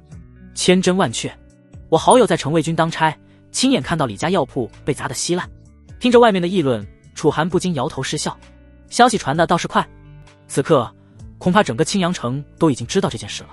这正是他想要的效果。楚家已经沉寂太久，是时候该让某些人重新记起，同为青阳城的3大家族之一，楚家可不是任谁都能揉捏的小猫小狗。若是敢对楚家下手，那就得做好被报复回来的准备。当然，这些都不过是小打小闹而已，目前还没法真正改变楚家现在的处境。想到这里，楚寒不禁想到了那枚储物戒指。有了这么一大批资源，楚家真正的底蕴，哪怕是星罗神殿都得望尘莫及。要想让楚家重新崛起，不过只是时间问题。孩儿！突然，一道沉稳的声音从院外传来。楚山河带着大长老楚月大步走进院子，脸上带着几分忧色。父亲，大长老。楚寒拱手行礼。楚山河上下打量儿子一番，眉头紧锁。你前天去李家药铺了？楚寒坦然承认。胡闹！楚山河忍不住呵斥：“你才刚恢复修为，就跑去李家闹事，万一碰上李家的强者怎么办？你现在终究只是个淬体境。”在他看来，李家药铺内多半是缺乏强者镇守，这才会让楚寒轻易得手。否则，随便来个断骨境的护卫，楚寒怕是都没法完好无缺的回到家族了。但话未说完，他便突然顿住，瞪大眼睛盯着楚寒：“等等，你的气息！”一旁的大长老也察觉到异常，震惊道：“断骨境？这怎么可能？”楚山河有些难以置信，明明前不久楚寒还只是淬体境而已，怎么这么快就断骨境4重了？楚寒摸了摸鼻子，轻描淡写道：“可能是因为我以前达到过这个境界，所以现在恢复起来比较快吧。”他自然不可能透露阴阳太玄合道真经的事情，有关洛霓裳和9天神朝的秘密，自然也得隐瞒下来，否则若是泄露出去，引起了洛霓裳那些仇敌的注意，楚家随时可能会面临灭顶之灾。好，好啊！闻言，楚山河也不疑有他，激动的浑身发颤。我儿果然是天纵之才，青阳城千百年难得一遇的武道苗子，岂是随便说说的？他儿子确实有这个惊人的潜力。大长老也抚掌大笑起来，真是天不亡我楚家！才刚打通了通往苍兰城的商路，少主又恢复了修为，这是要崛起的征兆啊！苍兰城商路，楚寒好奇地看向大长老。楚山河笑着解释道：“如今青阳城被凌，李两家把持，我们只能另谋出路。前几日刚与苍兰城的百宝堂达成合作，他们愿意收购我们的药材和特产。百宝堂势力庞大，若能长期合作，我楚家必定能稳定下来。李两家要再想压迫我们，也得掂量1、2了。”原来如此，楚寒有些惊讶，他万万没想到父亲居然能搭上百宝堂这条线。要知道，这百宝堂可不简单，整个大洪王朝被划分为9大洲，而百宝堂便是这全州36城最大的商业联盟，据说背后有灵海境甚至宗师境的大能坐镇。不论是楚家所在的青阳城，还是青阳城隔壁的苍兰城，都只是全州36城之一而已。虽说苍兰城的百宝堂只是一处分会，但它仍旧掌控着周边数城的灵材交易，即便是城主府都得给3分薄面，不敢轻易得罪。而且这条线对于楚寒来说也是极好的，虽然他身怀巨额灵石，但却无法光明正大的动用，得洗出来。这条线无疑就是洗出灵石的好路子。大长老楚月也笑着补充道：“百宝堂做生意最重信誉，对商业同伴也很友好。只要第一批货顺利送达，我们和百宝堂真正达成合作，日后便能慢慢打通去往其他城的商路。到那时，我们就能绕过青阳城，直接把药材卖到更远的城池去了。”楚寒目光闪动，暗暗点头。他自然明白这条商路对楚家意味着什么，不仅能打破邻里两家的经济封锁，更能为家族开辟新的财源。也难怪父亲会如此重视了。正说着，突然一阵急促的脚步声传来。家主，不好了！一名楚家护卫慌慌张张地冲进院子，脸色惨白。原本喜乐融融的气氛骤然凝固。慌什么？出什么事了？楚山河眉头紧锁，声音里带着不悦。但当他看清护卫惨白的脸色时，心头突然涌起不祥的预感。运送药材的车队，护卫大口喘着粗气，声音都在发抖，被人劫了。你说什么？楚山河只觉得一道惊雷在脑海中炸开，双腿一软，几乎要跌坐在地。这批药材可是要运往百宝堂的，这是楚家最后的希望。为了打通这条商路，他几乎押上了家族全部的流动资金。而眼下交付药材的期限已经快到了，却突然出现了这么一档子事，这顿时让楚山河备受打击，几乎要当场晕厥过去。运送药材的车队被劫了。听到这个消息，一旁的大长老同样是面如死灰，感到一阵天旋地转。和百宝堂的合作是他们熬了无数个通宵才谈成的，是楚家翻身的唯一机会。如果不能按时交付货物，百宝堂这样的大商会绝不会给他们第二次机会。楚家将被列入黑名单之中，从此再难有翻身之日。楚寒眼中寒光暴涨，冷声道：“什么时候的事？在哪被劫的？”就在青阳城外的黑风岭，除了几个逃回来的护卫，其他人全都。护卫哭丧着脸道：“父亲。”楚寒沉声道：“前日我大闹李家药铺，这恐怕是他们的报复。眼下这个消息对于楚家而言，无疑是彻彻底底的灾难。唯一有可能在这时候出手的，恐怕只有李家了。”呵，大长老声音嘶哑的开口：“这条商路是秘密进行的，连家族中知道的人都不多，李家怎么会？”砰！不用说了，家族里肯定有内鬼。楚山河猛地一拳砸在木桌上，他咬牙切齿地挤出这句话，眼中燃烧着愤怒的火焰。通商之事，即便是楚家，也只有少数族人知道。李家他们居然已经把楚家渗透到这种地步了吗？家主，我们现在该怎么办？对方有备而来，至少有3个断骨境巅峰的高手。我们的人已经拼了命在保护货物了，但还是无济于事。现在，那些人带着那批货物已经不知去向了。护卫战战兢兢地说道。楚山河深吸了一口气，强迫自己冷静下来。作为家主，他是家族里的主心骨，绝对不能乱。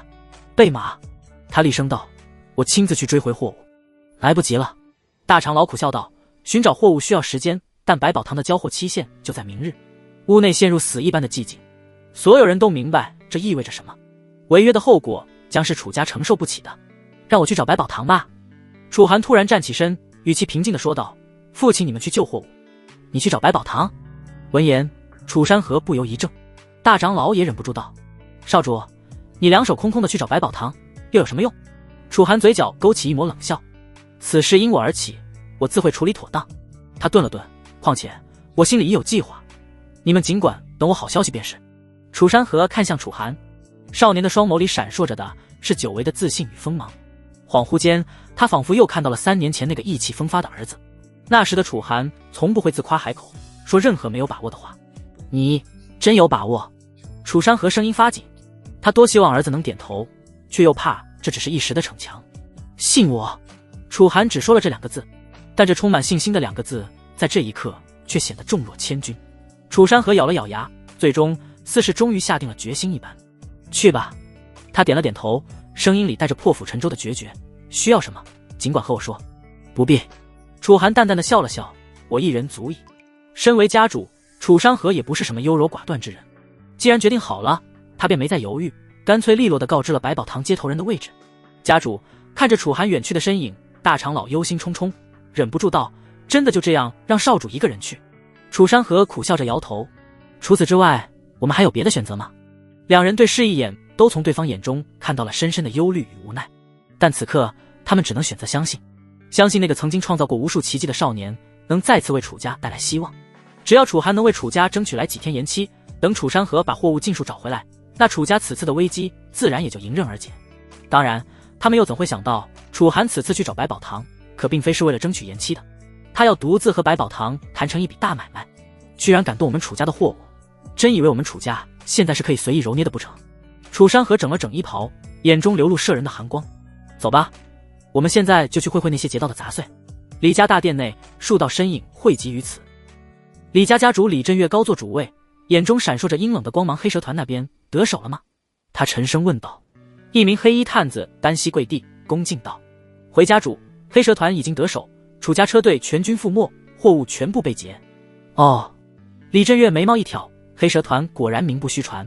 一旁的大长老李清源冷笑道：“那可是我们花重金请来的专业人士，据说团长黑蝎子已经达到半步宁元境了，手下的3个副团长也都是断骨境8重以上的好手。楚家那边什么反应？”李振岳继续问道。探子低头道：“楚山河亲自出动了，带着大长老和几位族中好手，正往黑风岭赶去。”李振岳不禁大笑起来，笑声中充满得意，连楚山河都坐不住了。看来那家伙给的消息没错，这批货物对楚家来说确实性命攸关啊。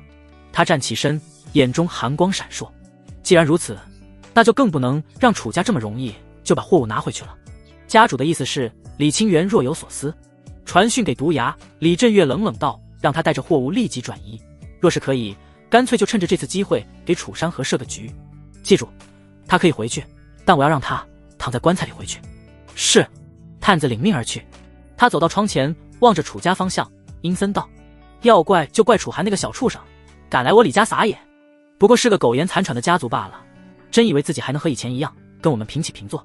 这次我要让楚家知道得罪我李家的代价。”青阳城醉仙楼，这座3层高的客栈是城中最为奢华的场所，平日里往来皆是达官显贵。而今日3楼最里间的雅阁却被一位神秘客人包下，门外站着2名气息沉稳的护卫，眼神锐利如鹰。楚寒踏入醉仙楼时，跑堂的小二刚要上前招呼，但在看清来人面容之后，他却猛地一怔。楚少主。小二结结巴巴的行礼。身为青阳城的人，他当然认得楚寒这位楚家少爷。3年前对方可是个意气风发的天才少主，如今虽然低调了许多，但那一身气度仍是让人一眼难忘。楚寒微微颔首：“百宝堂的贵客可在？”小二连忙点头：“在的在的，就在3楼听雨轩，小的这就带您。”不必。楚寒摆手，径直朝楼上走去。来到3楼，那2名护卫立刻警觉地拦住去路，其中一人冷声道：“此处已被包下，闲人免进。”楚寒神色不变：“楚家楚寒，特来拜会百宝堂执事。”2名护卫对视一眼，显然听说过楚家与百宝堂的合作。其中一人转身进屋通报，片刻后出来，侧身让开了一条路。请。雅阁内檀香袅袅，一位身着锦袍的老者正坐在窗边品茶，见楚寒进来，只是抬了抬眼皮，并未起身。老朽百宝堂执事周末，不知楚少主大驾光临，有何贵干？老者声音平淡，得知楚寒到来，他却连眼皮都没抬，只是轻轻转动着手中的茶盏。楚寒不卑不亢的拱手：“周老，晚辈此来是为商谈合作之事。”周末眉头微跳：“哦，楚家的货物这么快就到了？”他语气中带着几分讶异，但更多的是敷衍。作为百宝堂在苍兰城分会的执事，这种小家族的少主他见得多了，大多都是来攀关系的。不，楚寒淡然一笑：“我此番前来是想告知周老，楚家原本答应运送的那批货物被劫了。”啪！周末一把将手中的茶盏重重地拍在桌上，他的眼中闪过一丝怒意，轻蔑地瞥了楚寒一眼，冷哼道：“第一次合作就出这等岔子，楚少主此来，莫非是想求老朽宽限几日？”他的态度已经冷了下来。百宝堂最重信誉，这等失误在他们看来简直不可饶恕。若非看在楚家还有些底蕴的份上，他早就拂袖而去了。楚寒却依旧只是从容不迫地说道：“不，我是来谈另一笔合作的。”周末嗤笑一声：“楚少主，恕老朽直言，以楚家如今的境况，还有什么值得我百宝堂合作的？他已经在心里给楚家判了死刑，这样不靠谱的合作伙伴不要也罢。”楚寒不慌不忙地从储物戒中取出一方玉盒，轻轻推至周末面前：“周老不如先看看这个。”周末漫不经心地接过玉盒，随手打开。他原本以为不过是些寻常药材，可当他看到盒中那株通体碧绿、叶脉如金的灵药时，他的瞳孔顿时猛然收缩。这竟然是4品灵药金脉碧灵草！周末有些难以置信地开口，声音中不自觉地多了一丝颤抖。作为百宝堂资深执事，他自然清楚4品灵药的价值，那可是适合灵海境强者使用的珍品。楚家承诺的那批货物中，最好的也不过是3品灵药，而且数量稀少。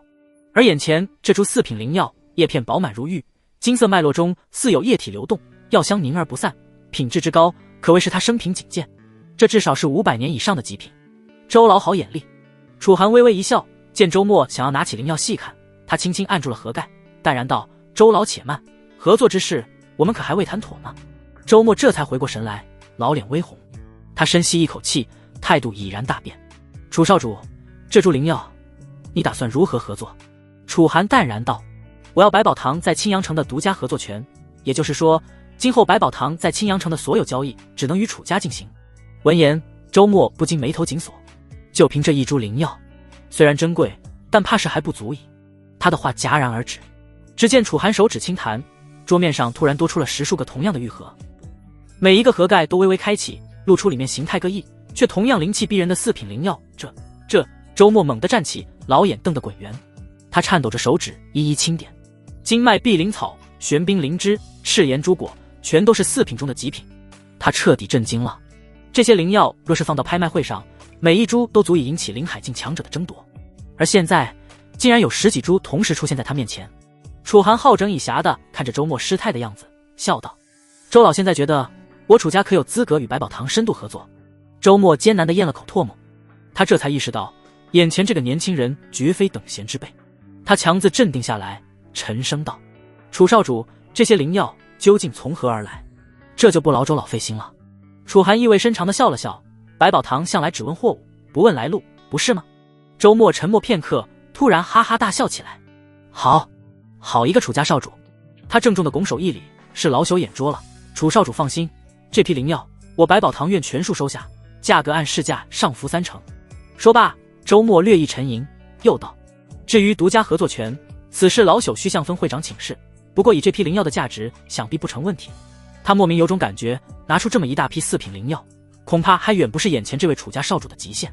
但他识趣的没有多问什么，只要楚家日后能持续产出这种高价值货物，百宝堂又怎可能放过这个香饽饽？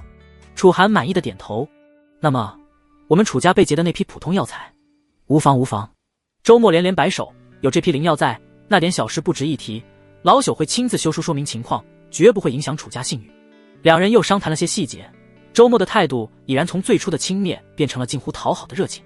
临走时，他亲自将楚寒送到门口，压低声音道：“楚少主，数日之后，我百宝堂在苍兰城有一场私人拍卖会，来的都是周边大城的顶尖人物，楚少主可有兴趣？”楚寒淡淡的笑了笑：“若有闲暇，届时必当前往。若如此，那老朽可就恭候楚少主的光临了。”周末大笑道。离开醉仙楼，楚寒走在熙攘的街道上，不禁摇头失笑。先前的这些灵药，自然是从洛霓裳留下的储物戒中取出的，对那个层次的存在而言，不过是些微不足道的小玩意，但用在此时此地，却足以扭转楚家的颓势。事实上，楚寒一开始并没打算拿出4品灵药来换取百宝堂的合作，毕竟财不露白这个道理，他还是很明白的。楚家只是青阳城的一方小家族，他一旦显露出太多让人眼热和疯狂的宝物，随时可能会给楚家招惹来难以想象的祸患。别看百宝堂很注重商誉，要是楚寒直接拿出6品甚至7品的灵药，周末怕是直接就把百宝堂分会长叫来，一起动手对他实施镇压，但楚寒实在是找不到更低层次的灵药了。储物戒指里最低级别的灵药竟然都是4品，所幸的是4品灵药虽然珍贵，但还没到能让百宝堂撕破脸皮的地步。有了百宝堂的独家合作权，也就相当于获得了百宝堂的支持。日后其他家族即便想对楚家下手，怕是也会束手束脚，诸多顾忌了。楚寒目光闪烁，心里暗暗思索道：百宝堂执掌着全州最大的商业联盟，整个青阳城的势力全部联合到一起，都撼动不了百宝堂分毫。与此同时，醉仙楼顶层，周末恭敬地站在一位中年男子面前，将今日之事详细汇报。10几株4品极品灵药。中年男子也就是百宝堂苍兰城分会会长赵无极，同时也是百宝堂总部的副堂主，此刻眉头微皱道：查清楚来历了吗？楚寒怎么都不会想到，百宝堂分会会长赵无极竟然亲自出现在了青阳城。闻言，周末只是摇头。那楚寒口风极紧，不过他手上戴的那枚戒指，老朽总觉得有些眼熟。赵无极眼中金光一闪，继续说：那戒指似乎通体由青铜铸造，上面雕刻着云纹，那形状很是熟悉。周末回忆着，将云纹的形状大致描述了一遍。老朽年轻时曾随总堂使者去过一次中州，在那里的拍卖会上似乎见过类似的。你说的莫不是九霄云纹戒？赵无极猛地站起，脸色大变。你确定没看错？周末被会长的反应吓了一跳。不敢确定，只是觉得相似。赵无极来回踱步，良久过后，他突然停下，立刻传令满足楚家一切要求。另外，准备一份厚礼，我要亲自拜访这位楚少主。什么？会长，这……周末一脸震惊地看向赵无极。别问这么多，听我的。赵无极神色淡漠，沉声开口道：属下遵命。周末连忙退去，他还从未见过赵无极显露出这种神色。那楚家到底是什么来历？待周末退下后，赵无极望着窗外的青阳城，喃喃自语：神朝遗物竟然出现在了这种地方。黑风岭深处一座隐蔽的山洞中，摇曳的火光映照出10几张凶悍的面孔，为首之人身披黑色鳞甲，脸上有一道狰狞的刀疤从额头贯穿至下巴。他正是黑蛇团团长毒牙厉无痕，一个半步凝元境的狠角色。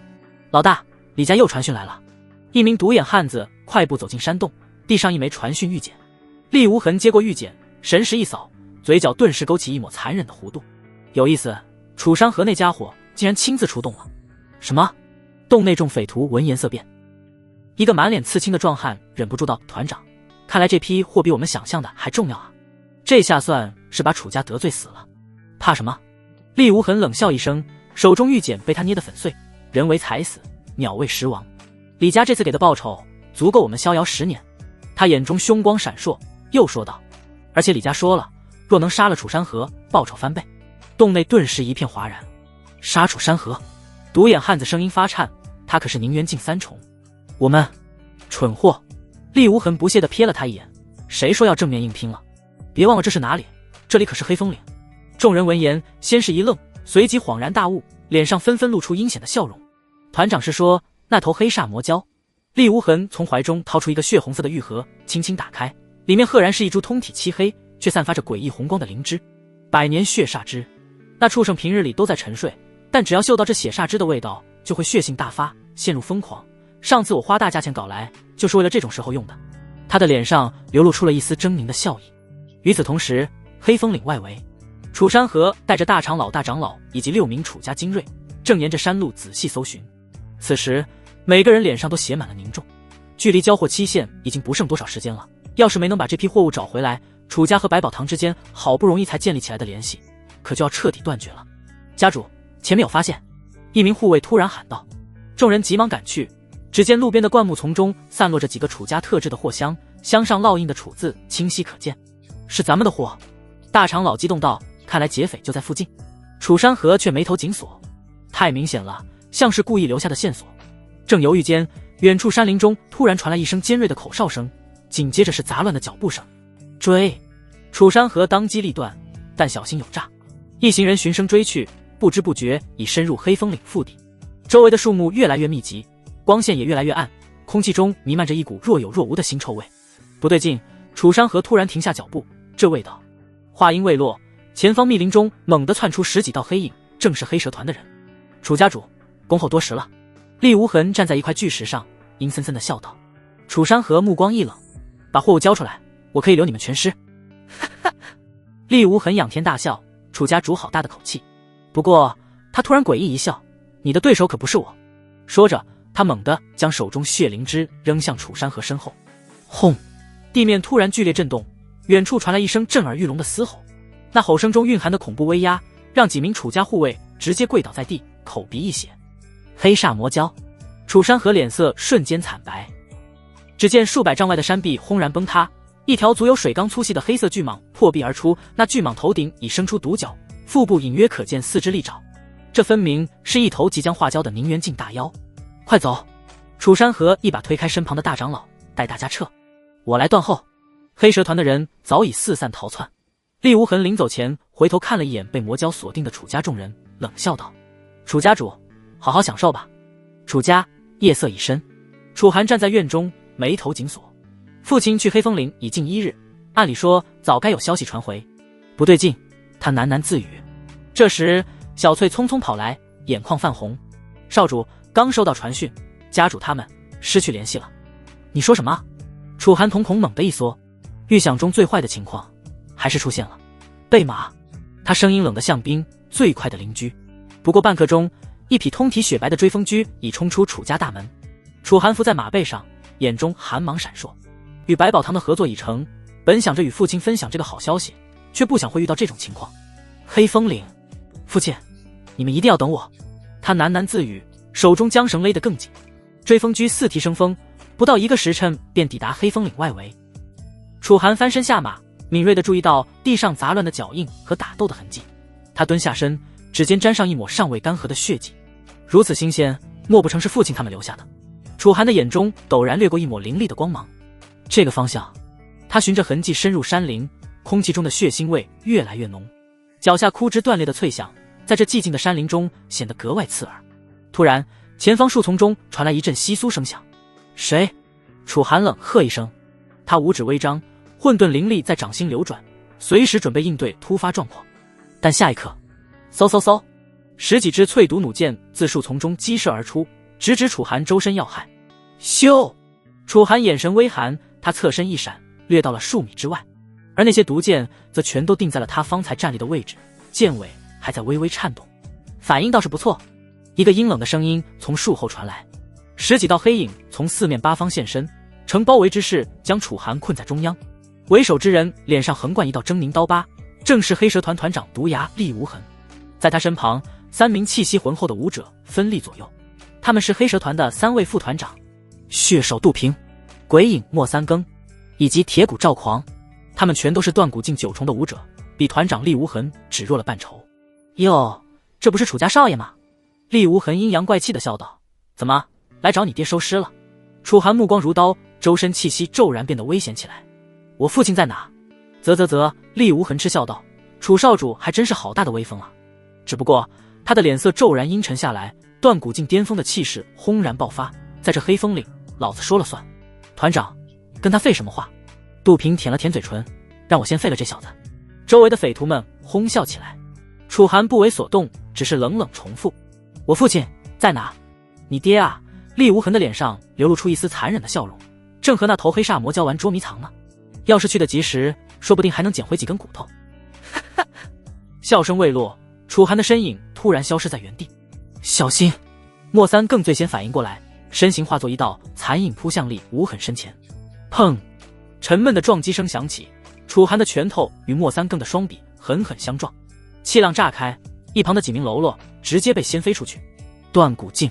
厉无痕瞳孔骤缩，你不是废了吗？楚寒根本不答，右腿如鞭横扫，将2名扑来的匪徒拦腰踢断，鲜血混着内脏喷洒而出，染红了地面。找死！杜平怒吼一声，双手泛起猩红光芒，一掌拍向楚寒后心。楚寒头也不回，反手一记肘击，咔嚓一声脆响，杜平的腕骨直接粉碎。啊！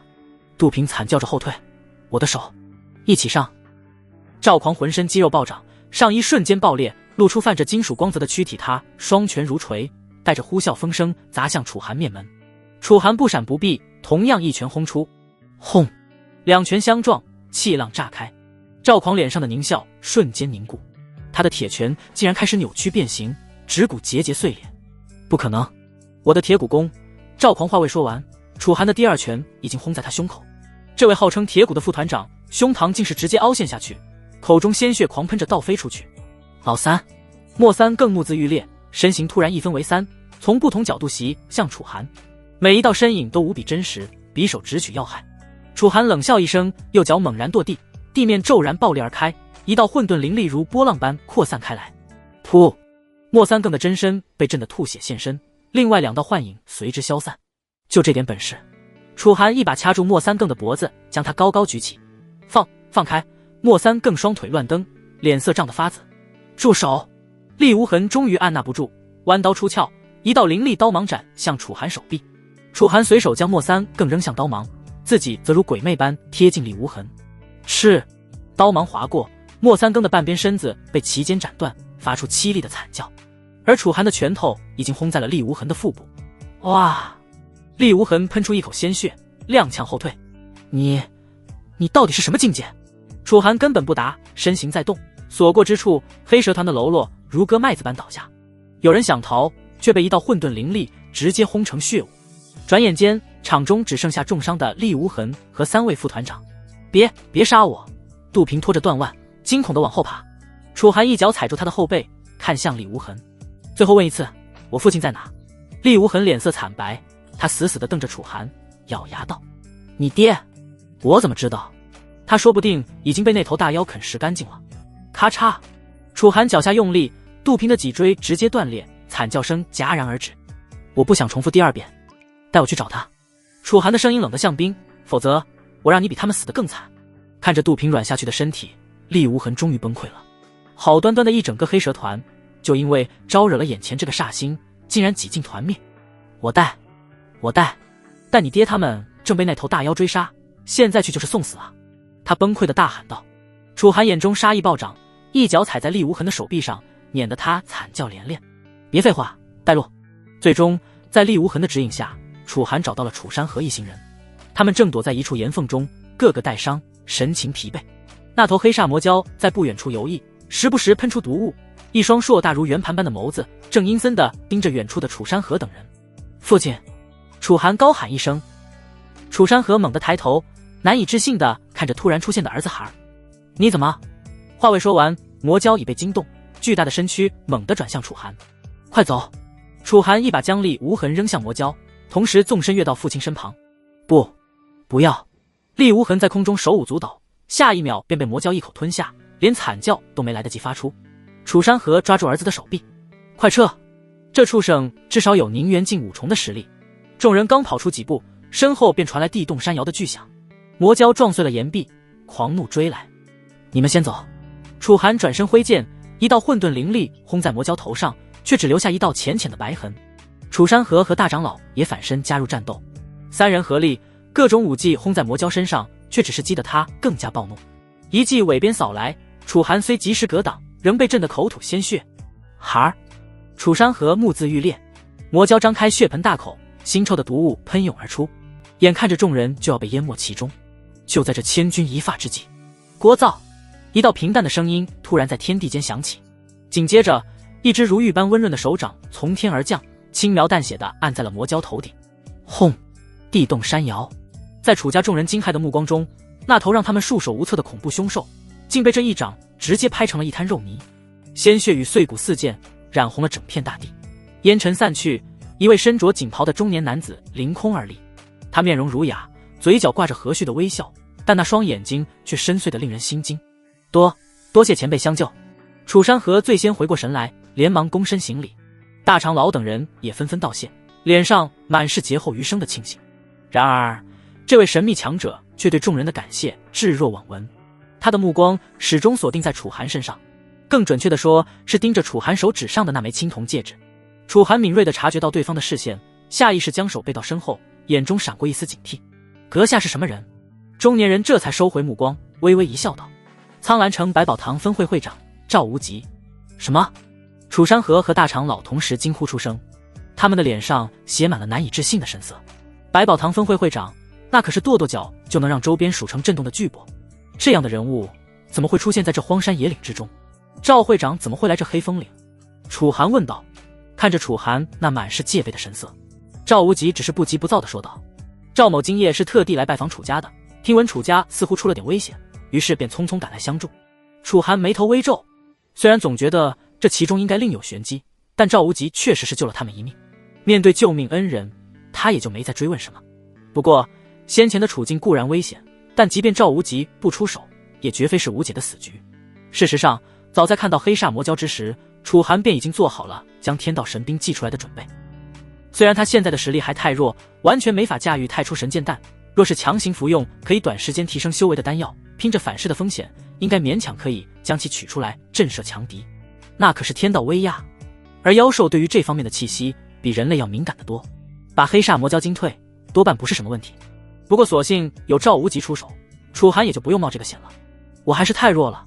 少年暗自握紧拳头，眼中燃起了汹涌的斗志。今日之事让他深刻意识到自己的实力还是不够强，若非赵无极及时出现，后果简直不堪设想。这里不是交谈的地方。楚山河适时开口说道：不如我们先离开吧。众人闻言也都纷纷点头，开始在附近收拾起了楚家的货物。经过一番清点，楚寒发现这批货物只遗失了一小部分，大部分都完好无损，还好损失不大。楚山河松了口气，但随即又皱起眉头，只是不知道那些劫匪去了哪里。父亲不必担心，楚寒淡淡道，黑蛇团的人已经永远留在这黑风岭了。闻言，楚山河顿时一惊，他仔细打量了楚寒一番，这才发现楚寒的衣袍上虽然沾满了血迹，但那些血迹却萦绕着淡淡的煞气，似乎并非是楚寒自身的，是孩儿把他们杀了。想到儿子如今的实力，楚山河心中是既欣慰又复杂。要知道那黑蛇团的团长可是断骨境巅峰的实力啊！怀揣着难以言说的激动，楚山河带着楚家一行人离开了黑风岭。回到楚家时，天色已晚。让楚寒意外的是，府中竟然还有一位客人。百宝堂执事周末。楚少主。周末见到众人安全归来，明显松了口气。你们没事真是太好了。原来周末是和赵无极一起来的，只是留在了楚家等候消息。楚山河连忙吩咐下人准备宴席，招待这两位贵客。宴席上，楚山河举起酒杯，对着赵无极郑重道：这些货物本就是要运送给百宝堂的，怎料途中被歹人劫掠，闹出了这样一起风波。所幸此番得会长出手相助，货物损失不大，楚某在此先谢过会长的救命之恩。闻言，赵无极只是微微一笑，却说出了一句让所有人都愣住的话：这批货物你们还是自己留着吧，我们百宝堂不要了。什么？此话一出，楚山河手掌猛地一颤，差点让手中的酒杯跌落在地。一旁的大长老脸色同样变得煞白一片。众人怔怔地看着赵无极，心中只感到一片冰凉。赵无极这番话是什么意思？他打算反悔吗？也是，第一次合作就出了这么大的纰漏，换作是谁都会觉得楚家不靠谱。都怪我们没能保住这批货物。楚山河苦笑着摇头，还要劳烦会长亲自出手相救。既然会长决定终止此次合作，那我们楚家主误会了。然而就在这时，赵无极却突然话锋一转，笑着打断了楚山河的话：我的意思是，从今往后，你们楚家就是我们百宝堂在青阳城唯一的合作对象。不仅如此，以后不需要你们运货给我们，而是由我们百宝堂运货给你们在青阳城贩卖。他环视着楚家众人，继续道：我打算以青阳城为根基，与周边各城建立新的商业网络，而你们楚家便是这个商业网络的主导者。你说什么？楚山河整个人都懵了，他张大着嘴，半天说不出话来。整个宴席鸦雀无声，所有人都被这突如其来的惊喜震得头晕目眩。谁都没想到，赵无极竟会如此看重他们楚家，就连楚寒都不禁感到一阵愕然。他今天让周末传达的诉求，也只是让百宝堂把楚家当成是青阳城的独家合作对象而已。至于之后的发展，他自己都还没决定。不曾想，赵无极这么快便给出了一个他难以抗拒的答复。莫非是因为这枚戒指？楚寒蹙起双眉，他总觉得赵无极表现得有些太热情了。千里迢迢赶去支援楚家不说，眼下还摆明了要用百宝堂的势力来提携楚家，这其中恐怕大有玄机。当晚，赵无极一行人决定在楚家落脚。楚山河自然是无比高兴，命令下人好生招待这位大人物。他带着几位长老和赵无极彻夜畅谈，谋划楚家未来的发展布局。楚寒已经很久没见过父亲这般高兴的模样了。夜深人静，月凉似水，楚寒独自站在庭院中，望着手中的青铜戒指出神。今日发生的一切太过蹊跷，这实在由不得他不多想。突然，身后传来轻微的脚步声。楚少主好雅兴。赵无极不知何时出现在院中，月光下的身影飘然若仙。楚寒不动声色地将戒指收起。赵会长深夜来访，有何指教？指教不敢当。赵无极微微一笑，只是有些话想与楚少主单独谈谈。闻言，楚寒似是早就预料到了会有这个时刻，当下他只是淡淡的点了点头，道：赵会长有这个兴致，那我自当奉陪。只是不知道赵会长想谈些什么，自然是和你手中这枚戒指有关的事情。赵无极毫不避讳，他瞥了眼楚寒手里的戒指，淡笑道：不知这枚储物戒指有何特殊之处，竟能引来赵会长这种大人物的注意。楚寒不动声色地笑道：楚少主，日后我们两家可就是最亲密的合作伙伴了，你我交谈就不必这般互相试探了吧。赵无极说道：也好。闻言，楚寒只是点了点头，笑道。月光如水，洒在楚家庭院的青石板上，楚寒与赵无极相对而坐，中间的石桌上摆着一壶清茶，茶香袅袅，却掩盖不住空气中弥漫的紧张气息。赵会长，你莫非接触过九天神朝的人？楚寒问道。不难看出，赵无极似乎认得这枚储物戒指的来历，这也是楚寒心中最大的疑惑。楚少主，我就开门见山的说了。赵无极轻抿一口茶，目光深邃地看向楚寒，你可知道九天神朝早在数十万年前就已经覆灭了？你说什么？闻言，楚寒的脸上顿时掠过一抹震惊，他瞪大眼睛，有些难以置信地看着赵无极。数十万年前？这怎么可能？数十万年那是什么概念？即便是临海境武者，寿元也不过1000年，就算是传说中的宗师境强者，在这漫长的岁月面前，也如同沧海一粟，转瞬即逝。赵无极叹了口气，确实如此，九天神朝早已湮灭在历史长河中，如今知道它存在的人都不多了。楚寒强迫自己冷静下来，那赵会长为何？我本人与九天神朝并无瓜葛。赵无极放下茶盏，神色变得郑重起来。但百宝堂总堂的老祖曾受过一位神秘人的大恩，据老祖所言，那人自称是九天神朝唯一的后裔。唯一的后裔？楚寒敏锐地抓住了关键。赵无极点头，具体情况我也不清楚，但老祖曾严令我们这些高层，若遇到与九天神朝有关联的人，必须以最高规格对待，视如救命恩人。楚寒若有所思道，所以赵会长才会认得这枚戒指。不错，赵无极说道，九霄云纹戒，这是九天神朝地族的信物，我曾在老祖那里见过图录，所以一眼就认出来了。那这位神朝后裔又是谁？楚寒追问道。赵无极摇了摇头道，老祖从未提及姓名，只说是个男子。男子？楚寒眉头一皱，除了他之外，九天神朝就没有其他人存活下来吗？比如女帝？女帝？赵无极不由失笑。据传九天神朝覆灭时，女帝为守护神朝，与敌人同归于尽，葬身于神朝故土，除了那位后裔，世间应该再无活口。他叹了口气，缓缓道，甚至连那位后裔说不定都已经不在人世了。闻言，楚寒如遭雷击，脑中一片空白。九天神朝的女帝在数十万年前就已经死了，这怎么可能？他明明不久前才与她双修过，这怎么可能是幻觉？还是说洛霓裳根本就不是九天神朝的女帝？楚少主，赵无极察觉到楚寒的异常，你怎么了？楚寒勉强回过神来，说道，没什么。赵无极点点头，意味深长地看着那枚戒指，你既然拥有九霄云纹戒，又是否接触过九天神朝的人？还是说你本身就是神朝后裔？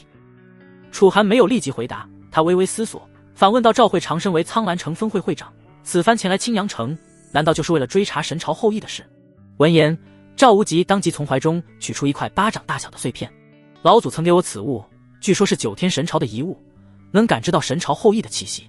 前些日子，我模糊地感应到了一丝波动，源头就在青阳城，所以才特地前来查探，可不知为何又消失了。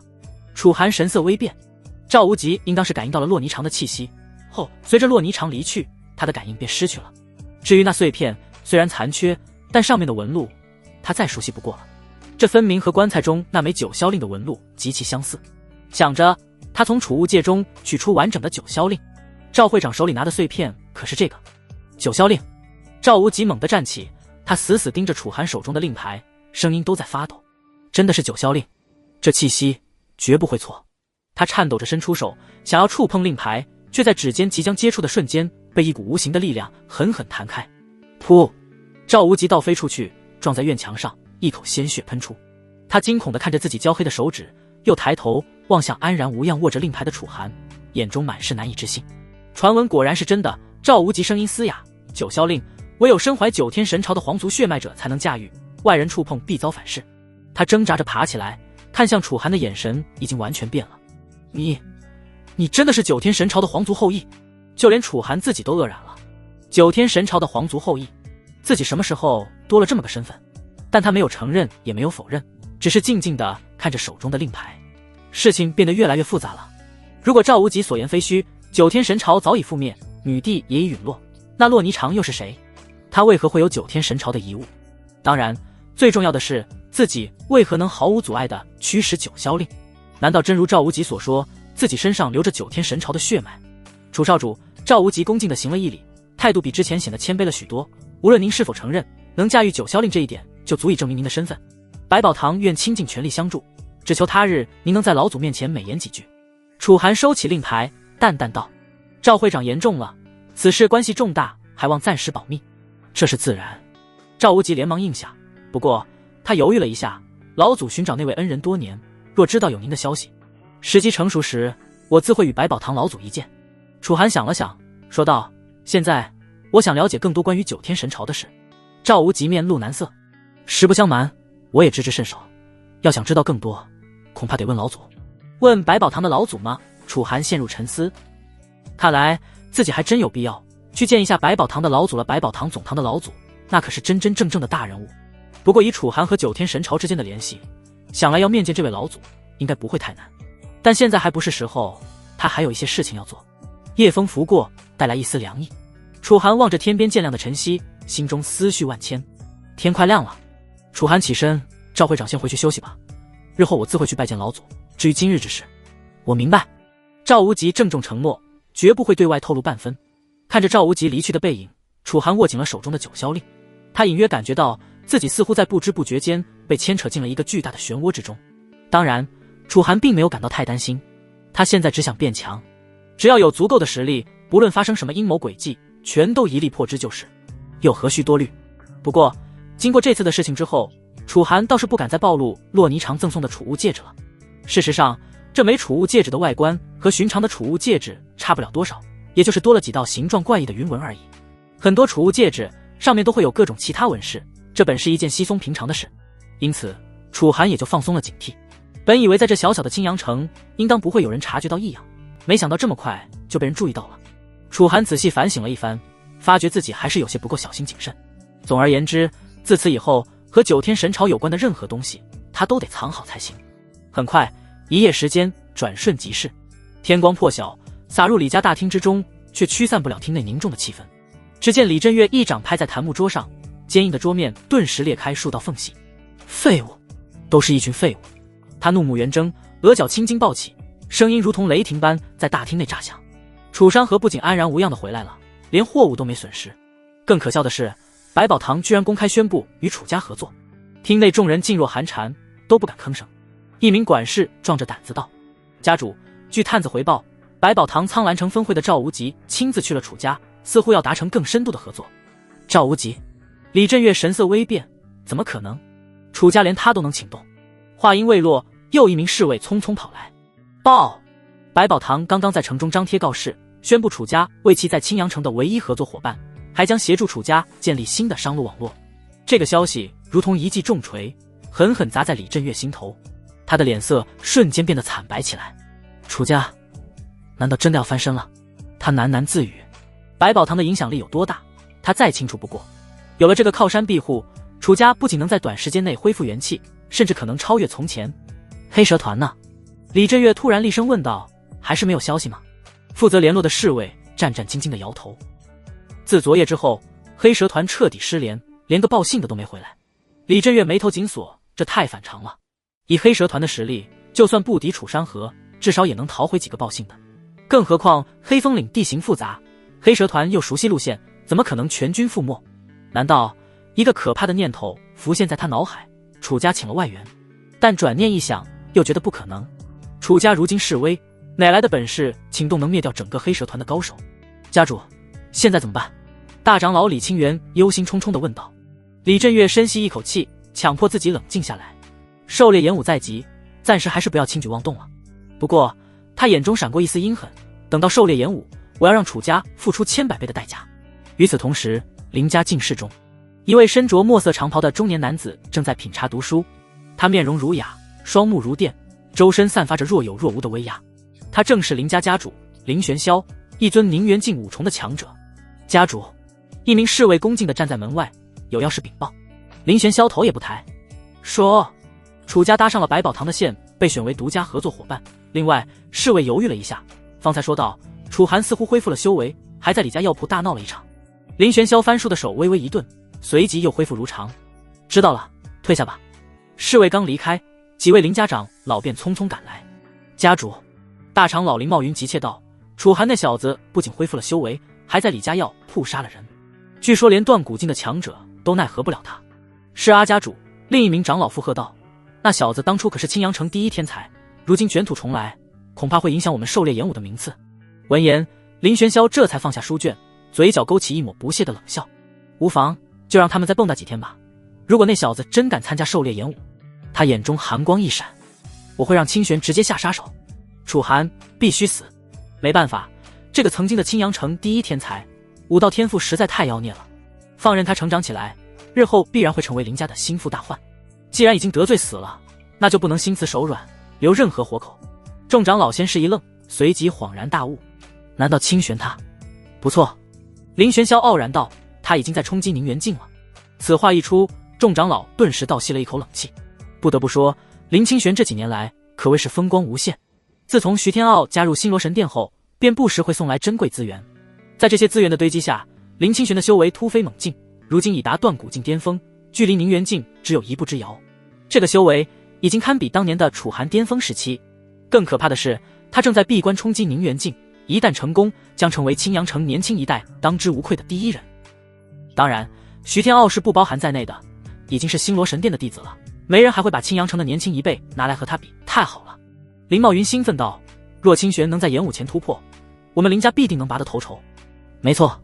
另一名长老附和：以宁元境的修为参加狩猎演武，清玄肯定会被星罗神殿看中的。林玄霄满意的点点头。天傲已经安排好了，只要清玄表现出色，就能直接进入星罗神殿内门，成为核心弟子。众人闻言无不面露喜色。星罗神殿内门弟子，那可是连城主府都要礼让3分的存在。至于楚寒，林玄霄冷笑道：就让他成为清玄进入星罗神殿的垫脚石吧。黑风岭一战过后，楚家重新崛起的消息传遍了整个青阳城。李家没有再动什么小手脚，林家也没有任何反应，青阳城重新归于平静。当然，这只是表面上的而已，唯有心思缜密之人，方才能窥探到暗地里那一丝涌动的暗流。楚家府邸内，楚寒站在院中，抬头望天，眉头紧锁。如果真如赵无极所说，9天神朝早已覆灭，女帝也已陨落，那洛霓裳又是谁？更让他困惑的是，自己为何能毫无阻碍地使用九霄令？难道自己真与这神秘的9天神朝有什么联系？孩儿，楚山河的声音从身后传来。楚寒转身行礼。父亲，在想什么？楚山河关切地问道。自从楚寒恢复修为之后，他对这个儿子是越发感到看不透了。没什么。楚寒摇摇头，只是在想狩猎演武的事。楚山河拍拍他的肩膀，别太有压力，百宝堂的合作已经让我们站稳脚跟，演武成绩如何都无所谓。楚寒却目光坚定道：不，父亲，这次演武我一定要参加。他望向远方，眼中闪烁着战意。有些账是时候清算了。闻言，楚山河负手而立，眉宇间透露着凝重。明媚的天光洒落而下，将父子2人的影子拉得很长。孩儿，我明白你的决心，但你也别怪我泼冷水，为父有些话必须叮嘱你。楚山河目光灼灼地看着儿子，楚寒微微颔首，父亲请讲。此次演武，林家和李家必定会联手针对你。楚山河沉声道，尤其是林家那位第一天才林清玄。他说出这个名字时，刻意放慢了语速，目光紧盯着儿子的表情。然而出乎意料的是，楚寒神色如常，眼中甚至没有泛起一丝波澜，仿佛听到的只是一个无关紧要的陌生人。楚山河暗自松了口气，看来儿子真的已经从那段痛苦往事中走出来了。此女心性狠毒，这些年又得了徐天傲从星罗神殿送来的大量资源。楚山河继续道，有传闻说他已经在冲击宁元境了。父亲放心。闻言，楚寒的神色依旧没有多大变化，他只是淡淡道，孩儿心中有数。楚山河眉头微皱，孩儿，你可千万莫要轻敌，若他真到了宁元境，此次狩猎演武，你怕是会置身于危险之中，即便你恢复到当年的巅峰实力，也远远不够。楚寒没再开口，他理解楚山河的担忧，毕竟自己沉沦了这么些年，好不容易才恢复过来，楚山河作为父亲，自然会有种患得患失的感觉。很快，楚山河便开始提到了李家。李家那位天才李玄风，如今是断骨境7重，虽然也算天赋异禀，但比起林清玄威胁小得多，以你的实力，应该不难应付。楚寒点点头，这些所谓的天才，在他眼中已经不值一提。自从获得混沌道体和阴阳太玄合道真经后，他的眼界早已不会再局限在青阳城这个小地方。就在他以为谈话即将结束时，楚山河的脸色突然变得异常严肃。还有一个人，你必须格外小心。楚山河声音低沉，城主府的徐天策，徐天傲的族弟。徐天傲的族弟？楚寒眉头微挑。徐天策这个名字他并不陌生，但印象中此人一直低调神秘，很少露面。此子在徐天傲的扶持下，实力深不可测。楚山河缓缓说道，有传言说他也已经触摸到了宁元境的门槛，甚至可能比林清玄都要强上几分。狩猎演武是青阳城的传统，往年一般只有3大家族与城主府共同参与，但今年情况特殊。楚山河继续道，星罗神殿的使者会亲临观摩，表现优异者可能会直接被选入宗门。说到这里，他意味深长地看着儿子，徐天策必定会不惜一切代价阻止你出头，以你和徐天傲的恩怨，他无论如何都不可能让你加入星罗神殿。楚寒淡然一笑，父亲不必担忧，若是不可为，孩儿不会逞强。楚山河深深看了儿子一眼，最终只是重重地拍了拍他的肩膀。无论如何，性命为重，楚家可以不要这个虚名，但不能没有你。孩儿明白。听完楚山河所说，楚寒心中已有计较。林清玄、李玄风、徐天策，他很快就会让这些所谓的天才知道，他们和自己之间究竟隔着怎样的天堑。自那日与父亲谈话后，楚寒便闭门不出，全身心地投入到了修炼之中。他将与百宝堂的合作事宜全权交给父亲处理，自己则完全沉浸在提升实力的世界里。赵无极早就已经回了苍兰城处理事务，但他特地让周末留了下来，辅助楚家开展商业上的行动。时间流逝，距离狩猎演武还有1天。清晨的露珠还未散去，楚寒已经在院中演练了3个时辰的拳法。混沌灵力在经脉中奔涌，每一次出拳都带着隐隐的破空之声。断骨境6重巅峰，感受着体内澎湃的力量，楚寒满意的点了点头。自从突破到断骨境后，他的修炼速度丝毫没有减缓。阴阳太玄合道真经的双修，再配合上混沌道体，让他的修为几乎1日千里。短短数日，他便从淬体境巅峰一路突破到断骨境6重这等速度。若是传出去，别说青阳城了，怕是整个泉州都要震动。马上就要狩猎演武了，虽然我已经很有把握，但在这紧要关头，若是可以让实力再进一步，自然是再好不过。楚寒在心中思索着。少主，忽然轻柔的声音从身后传来。小翠端着一壶灵茶，俏脸微红地站在廊下。自从那夜双修过后，少女的气质便发生了微妙的变化，她肌肤更加晶莹剔透，眼中灵光流转，如今已然有了淬体境7重的修为。楚寒招手示意她过来，正好我有些修炼上的心得要与你分享。闻言，小翠的脸顿时更红了。她当然明白分享心得意味着什么。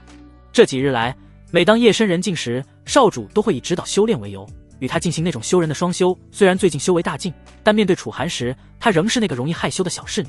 少主，他低着头，声音细如蚊呐，现在还是白天呢。楚寒一笑，拉住他的手腕，轻轻一带，少女便跌入他的怀中。没事，无人会听到。他在小翠耳边低语，温热的气息让少女浑身发软。很快，两人便沉浸在了修炼之中。浓浓的春意在楚寒的房间中弥漫，时间也伴随着两人的动作一分一秒的流逝。就是现在，突然，楚寒低喝一声，体内灵力如江河奔涌，断骨境7重的屏障在澎湃的混沌灵力冲击下轰然破碎。刹那间，他全身骨骼绽放出璀璨光泽，举手投足间力量暴涨。成功了！缓缓收功，楚寒感受着体内翻天覆地的变化。断骨境7重，放在青阳城年轻一辈中已属顶尖，而这还只是表面的境界而已。或许是为了冲击断骨境7重的缘故，这次楚寒表现得相当强悍。足足过了7、8个时辰，两人此刻才停下修炼。小翠那娇小温软的身躯直接就累得倒在了楚寒怀中，似是连手指都没力气抬起来了。倒是辛苦你了。楚寒心情大好，他笑着揉了揉小翠的脑袋。小翠没有说话，只是安静地把脸埋在楚寒的胸膛上。粉色雾气萦绕在两人身侧，双修的余韵似乎仍未从小翠身上褪去。他深深地嗅了一口楚寒的气息，一张小脸红彤彤的，让人忍不住想亲上一口。你就先好好休息吧。楚寒没再运转功法，他将阴阳太玄合道真经的气息收起后，便暂时把小翠安顿在了自己床上。至于他，则是独自一人走出了房间。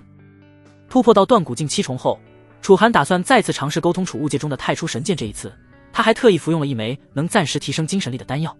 嗡！当他的神识触及剑身时，那股浩瀚如天威的压迫感依旧令人窒息。但与之前不同的是，这次他至少坚持了10息时间，才被迫退出。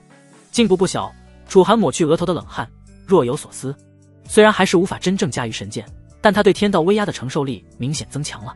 若是生死关头拼命一搏，或许能勉强发挥出神剑1/1000的威力，而这估计也足以应付绝大多数敌人了。在无数人的期盼中，终于狩猎演武这一天来临了。清晨的第一缕阳光穿透云层，洒在青阳城的街道上，整座城池早已沸腾，无数百姓涌上街头，争相目睹这场数年一度的盛事。楚家大门前，楚山河一身锦袍，腰佩家主玉令，神情肃穆。在他身后，大长老楚跃领着10余名楚家年轻子弟列队而立，个个精神抖擞。而站在最前方的，正是身着一身白衣的楚寒。出发！随着楚山河一声令下，楚家队伍浩浩荡荡地向城外进发。沿途百姓纷纷让路，窃窃私语声不绝于耳。那就是楚家少主，听说他恢复了修为，可不是吗？前些日子还在李家药铺大闹了一场。嘘，小声点，李家的人就在后面呢。队伍刚出城门，一队人马便迎了上来。为首的正是百宝堂苍兰城分会会长赵无极，身后跟着周末等一众执事。楚家主赵某不请自来，还望见谅。听闻今天是青阳城狩猎演武的日子，赵某便想着过来凑个热闹。赵无极拱手笑道，目光却不时瞥向楚寒。楚山河连忙回礼，赵会长亲临，是我楚家的荣幸。这一幕落在围观众人眼中，顿时引发一阵骚动。百宝堂会长亲自为楚家站台，这可是前所未有的待遇。楚寒注意到赵无极眼中暗藏的深意，只是淡淡点头致意。他知道这位会长看重的不是楚家，而是自己身上与9天神朝之间的关联。狩猎场位于青阳城东30里外的苍云山脉外围，这片区域被各大家族联手清理过多次，最强的妖兽也不过相当于人类断骨境巅峰，正适合作为年轻一辈的试炼之地。记住规则。路上，楚山河对楚家子弟们叮嘱道，每人领取1枚记录玉简，每猎杀一头妖兽，取出它的妖核，玉简便会自动记录妖核气息，而最终会以妖核数量来确定你们的排名。既然是比试，那自然便会有奖励。由于这是青阳城的古老传统，狩猎演武的奖励一般是由城主府带头，各大家族一同自愿捐赠的。当然，现在的楚寒早已看不上狩猎演武的这点奖励了，但这次狩猎演武他还是要参加。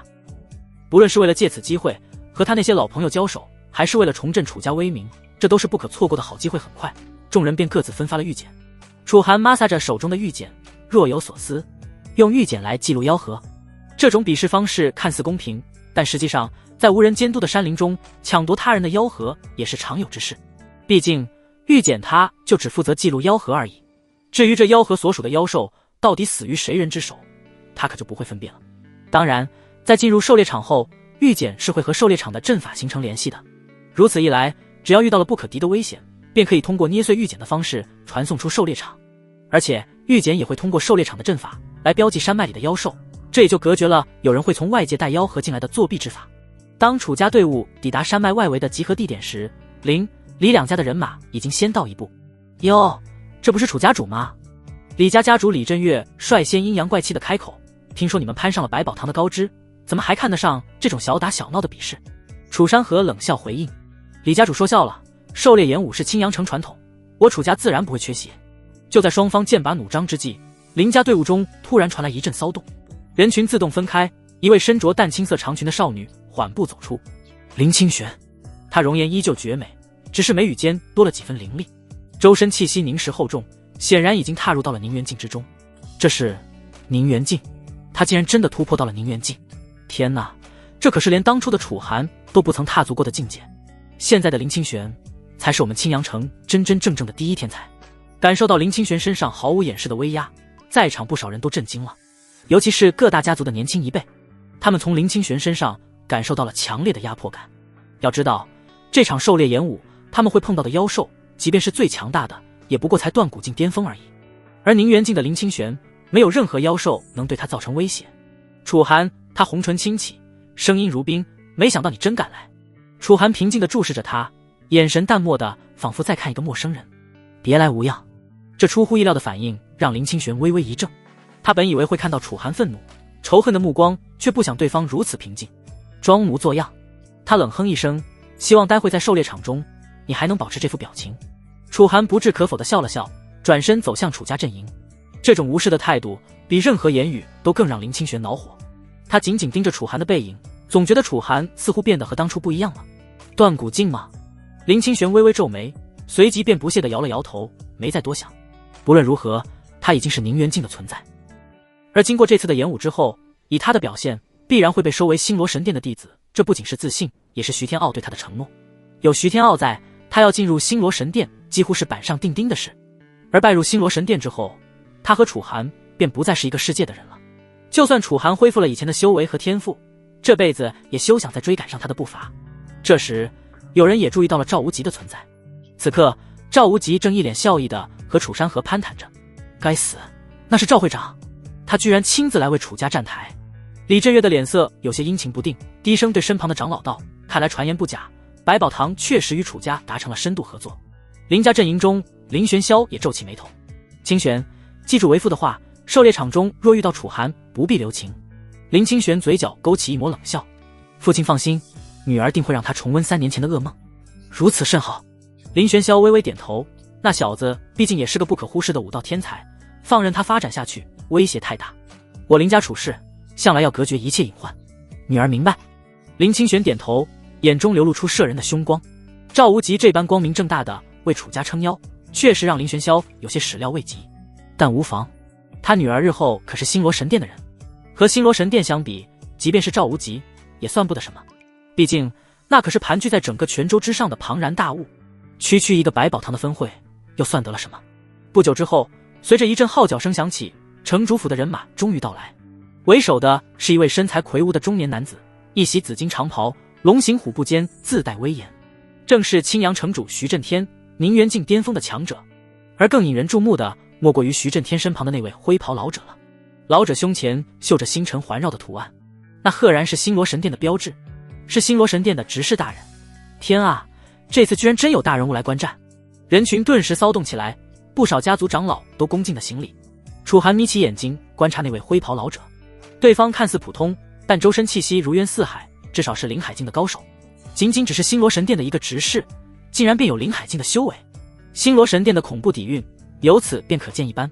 赵无极此时走到楚寒身边，低声道：“那是星罗神殿的外门执事莫云，据说已经触摸到了灵海境5重的门槛，是个不容小觑的家伙。”楚寒微微点头，他注意到，当莫云的目光扫过各大家族时，在楚家这边多停留了一瞬，似乎对什么产生了兴趣。再一看，莫云的目光早已移开，先前所见似乎只是错觉。另一边，徐震天正恭敬地向莫云介绍各大家族的情况。当提到楚家时，莫云突然问道：“那位年轻人就是3年前被废的楚寒？”“正是。”徐震天点头，不知为何最近突然恢复了修为。闻言，莫云眼中闪过一丝异色，若有所思地点了点头。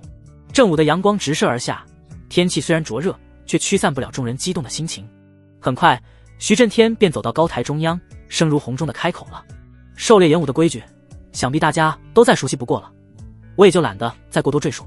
从现在起，狩猎演武正式开始。所有参赛者凭预检进入山脉，天黑之前，所有人都得离开苍云山脉，最终以妖核价值定胜负。随着号角声再次响起，各大家族的年轻一辈纷纷冲向山林。楚寒不急不缓地整理了夏衣袖，这才对父亲和赵无极点头示意，而后带着一众楚家小辈迈步向苍云山脉走去。在踏入山林前，他回头看了眼高台上的墨云，恰好对上了对方探究的目光。见楚寒看过来，墨云只是微笑地对他点了点头，看上去像极了一个和蔼的老爷爷。楚寒没有多想，他的身影很快便消失在了郁郁葱葱的山林之中，狩猎演武也就此正式拉开了序幕。当楚寒踏入山脉入口的瞬间，一股古老而浩瀚的阵法之力瞬间将他包裹，眼前景象扭曲变幻，耳边仿佛有万千符文在嗡鸣，这感觉就像是被投入到了湍急的河流之中，身体正不受控制的随波逐流。空间传送阵，楚寒心中暗惊，这种能够随机传送数百人的大型阵法，至少需要宗师境巅峰的修为才能布置。据传青阳城首任城主乃是超越宗师境的存在，而这阵法正是在他担任城主一职后修建的，狩猎演武的传统也是自那时流传下来。如今楚寒亲眼见到了这历经漫长岁月之后却依旧运转如常的阵法，他不禁在心里暗叹，这位首任城主果然名不虚传。眼前刺目的白光渐渐消散，楚寒只觉周身一凉，已然置身于一片幽暗的密林深处。参天古木拔地而起，无数树根四处缠绕，犹如巨蟒般盘踞在地。浓密的树冠将天光遮蔽得严严实实，只有零星的光斑透过枝叶间隙，在地上投下斑驳的光影。空气中弥漫着潮湿的腐叶气息，远处隐约传来妖兽的低吼，在幽静的密林中显得格外瘆人。随机传送吗？楚寒眸光微闪，灵石如水波般向四周扩散。原本紧随其后的楚啸、楚云等人此刻却不见踪影，方圆100丈之内感受不到任何人族修士的气息。但愿他们能照顾好自己吧。他轻叹一声，整了整衣袖，正要迈步向密林深处走去。突然右侧的灌木丛剧烈晃动，一道灰影如闪电般扑出，带起凌厉的劲风直袭楚寒咽喉。那赫然是一头成年的铁背苍狼，灰褐色的皮毛上泛着金属般的光泽，锋利的獠牙在昏暗的光线下泛着寒光。这是一头相当于人类淬体境7重的凶悍妖兽。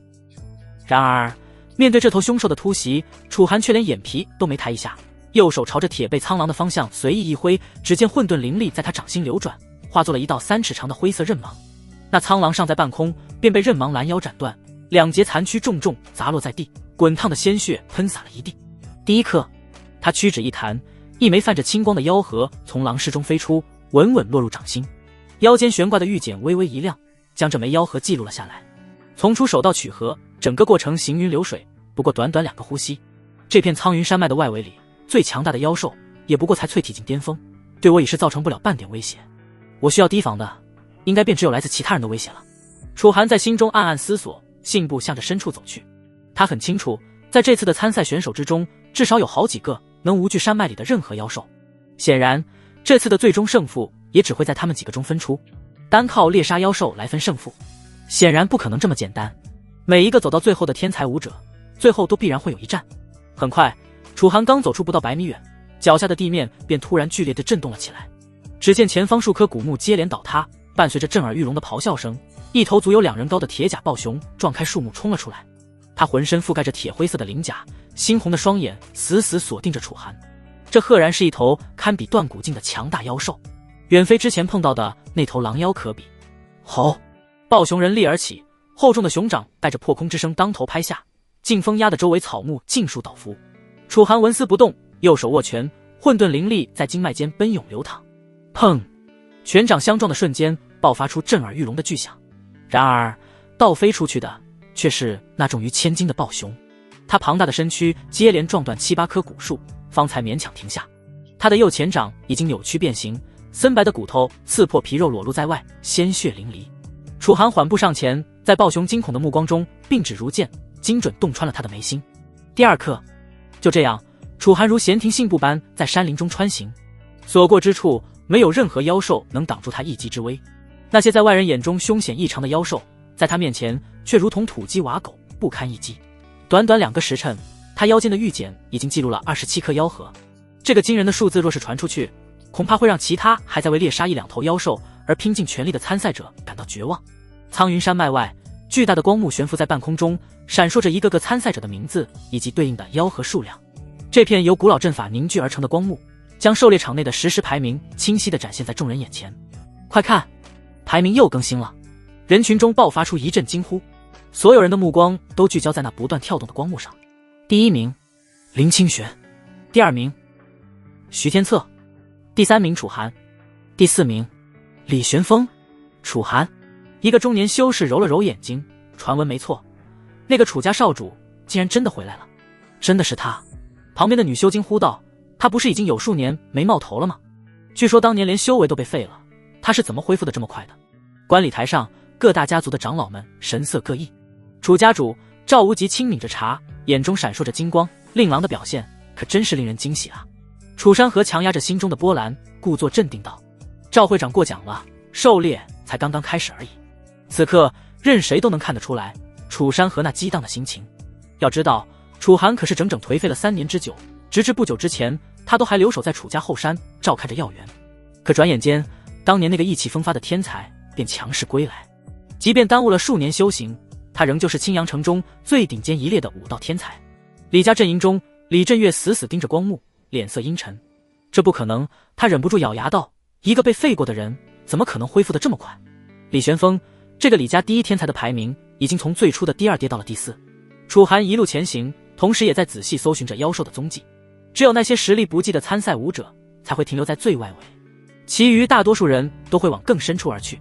毕竟越是深入，碰到的妖兽便越是强大，其身上的妖核价值也就越高。当楚寒穿过一片茂密的古林，来到一处幽谷中时，他突然停下了脚步。谷中弥漫着淡淡的药香，清幽雅致，与狩猎场中无处不在的血腥气息格格不入。这股药香若有若无，若非楚寒这些年一直在后山照看药园，对药草气息格外敏感，恐怕还真难以察觉。这是玄阴草的气息。他眉头微挑，循着药香深入谷中。越往里走，空气中的药香越发浓郁。在转过一块突出的山岩后，楚寒的目光骤然一凝，眼前那一处隐蔽的石缝间，几株通体幽蓝的灵草正随风轻摆，叶片上还凝结着晶莹的露珠。果然是玄阴草。楚寒眼中闪过一丝喜色。玄阴草是炼制4品丹药玄阴丹的主材，而玄阴丹对于修炼阴属性功法的修士来说，可是千金难求的至宝。在青阳城中，这等灵草可谓是有价无市，无比珍贵。看来这狩猎场里除了妖兽之外，还能有些别的收获。他正要俯身采摘，身后却突然传来了一阵杂乱的脚步声。那脚步声由远及近，显然不止一人，而且行进间毫无遮掩之意，显然来者不善。楚寒动作一顿，缓缓转身，快看，是玄阴草。7、8个身着李家服饰的年轻人从谷口鱼贯而入，为首的是个面容英质的青年，李元昊。楚寒认出了对方，这是个拥有断骨境5重修为的李家天才，在李家年轻一辈中仅次于李玄风哟，这不是楚家少主吗？李元昊嘴角扯出一个阴冷的笑容，没想到在这荒山野岭还能遇见故人。其他人此刻也注意到了楚寒，眼中顿时掠过一丝忌惮。近期城内关于楚寒恢复修为的传闻甚嚣尘上，再加上对方在李家药铺的表现太过惊人，确实让人不得不防。楚寒神色淡漠，目光在众人身上一扫而过。这些李家子弟大多在淬体境7、8重，唯有李元昊达到了断骨境，根本不足为惧。楚寒没有理会他们，转身继续采摘灵药。站住！李元昊脸色一沉，这玄阴草是我们先发现的。楚寒动作不停，写你名字了。你！李元昊气得脸色发青，却不敢贸然动手。就在此时，谷口又传来一道淡漠的声音。不曾想这处偏僻山谷竟然如此热闹。一名身着锦袍的青年缓步而来，他面容冷峻，胸前绣着城主府的徽记。他是徐灵，城主府年轻一辈中排名前3的天才，拥有断骨境6重修为。玄阴草。徐灵也瞥见了远处的玄阴草，眼中不禁流露出了贪婪的光芒，倒是个意外收获呢。3方势力在这狭小的山谷中相遇，气氛顿时剑拔弩张了起来。徐兄来得正好。李元昊眼珠一转，立刻换上一副笑脸。这楚寒仗着恢复了点修为，就想独占玄阴草，未免太不把我们放在眼里了。徐灵目光在玄阴草上停留片刻，又看向楚寒，眉头微皱。作为城主府的人，他自然知道徐天傲与楚寒的恩怨。楚寒，徐灵冷冷开口，识相的就自己离开，这些玄阴草不是你能染指的。楚寒终于采下最后一株灵药，慢条斯理地收入储物戒中，这才抬眼看向2人。说完了。这轻描淡写的态度彻底激怒了李元昊。废物，你以为恢复点修为就了不起了？他厉声喝道，别忘了3年前你是怎么像条狗一样躲在楚家不敢出来的。山谷中的温度似乎骤然降低，楚寒缓缓转身，眼神冰冷的可怕。当年连李玄风都是我的手下败将，就凭你也敢这么跟我说话？看着楚寒的眼神，李元昊竟是不自觉地打了个寒战。他下意识后退半步，但随即便有些恼羞成怒起来。楚寒，你以为现在还是3年前？你觉得我会怕你？换作是以前的楚寒，他确实会忌惮几分，但现在不一样了。经过3年的修行，他和当初早已不可同日而语。更别说此刻李家子弟人数众多，对比楚寒这个孤家寡人占了绝对的优势。当然，即便如此，李元昊仍旧没有轻举妄动。他眼中闪动着狠毒的光芒，对着徐灵说道：徐兄，不如我们联手把这废物赶出去。别忘了，他也是你们城主府的敌人。徐灵拥有断骨境6重的修为，比他都要强上几分。徐灵点头，周身灵力开始涌动。可以，动手！李元昊暴喝一声，声音在山谷中回荡。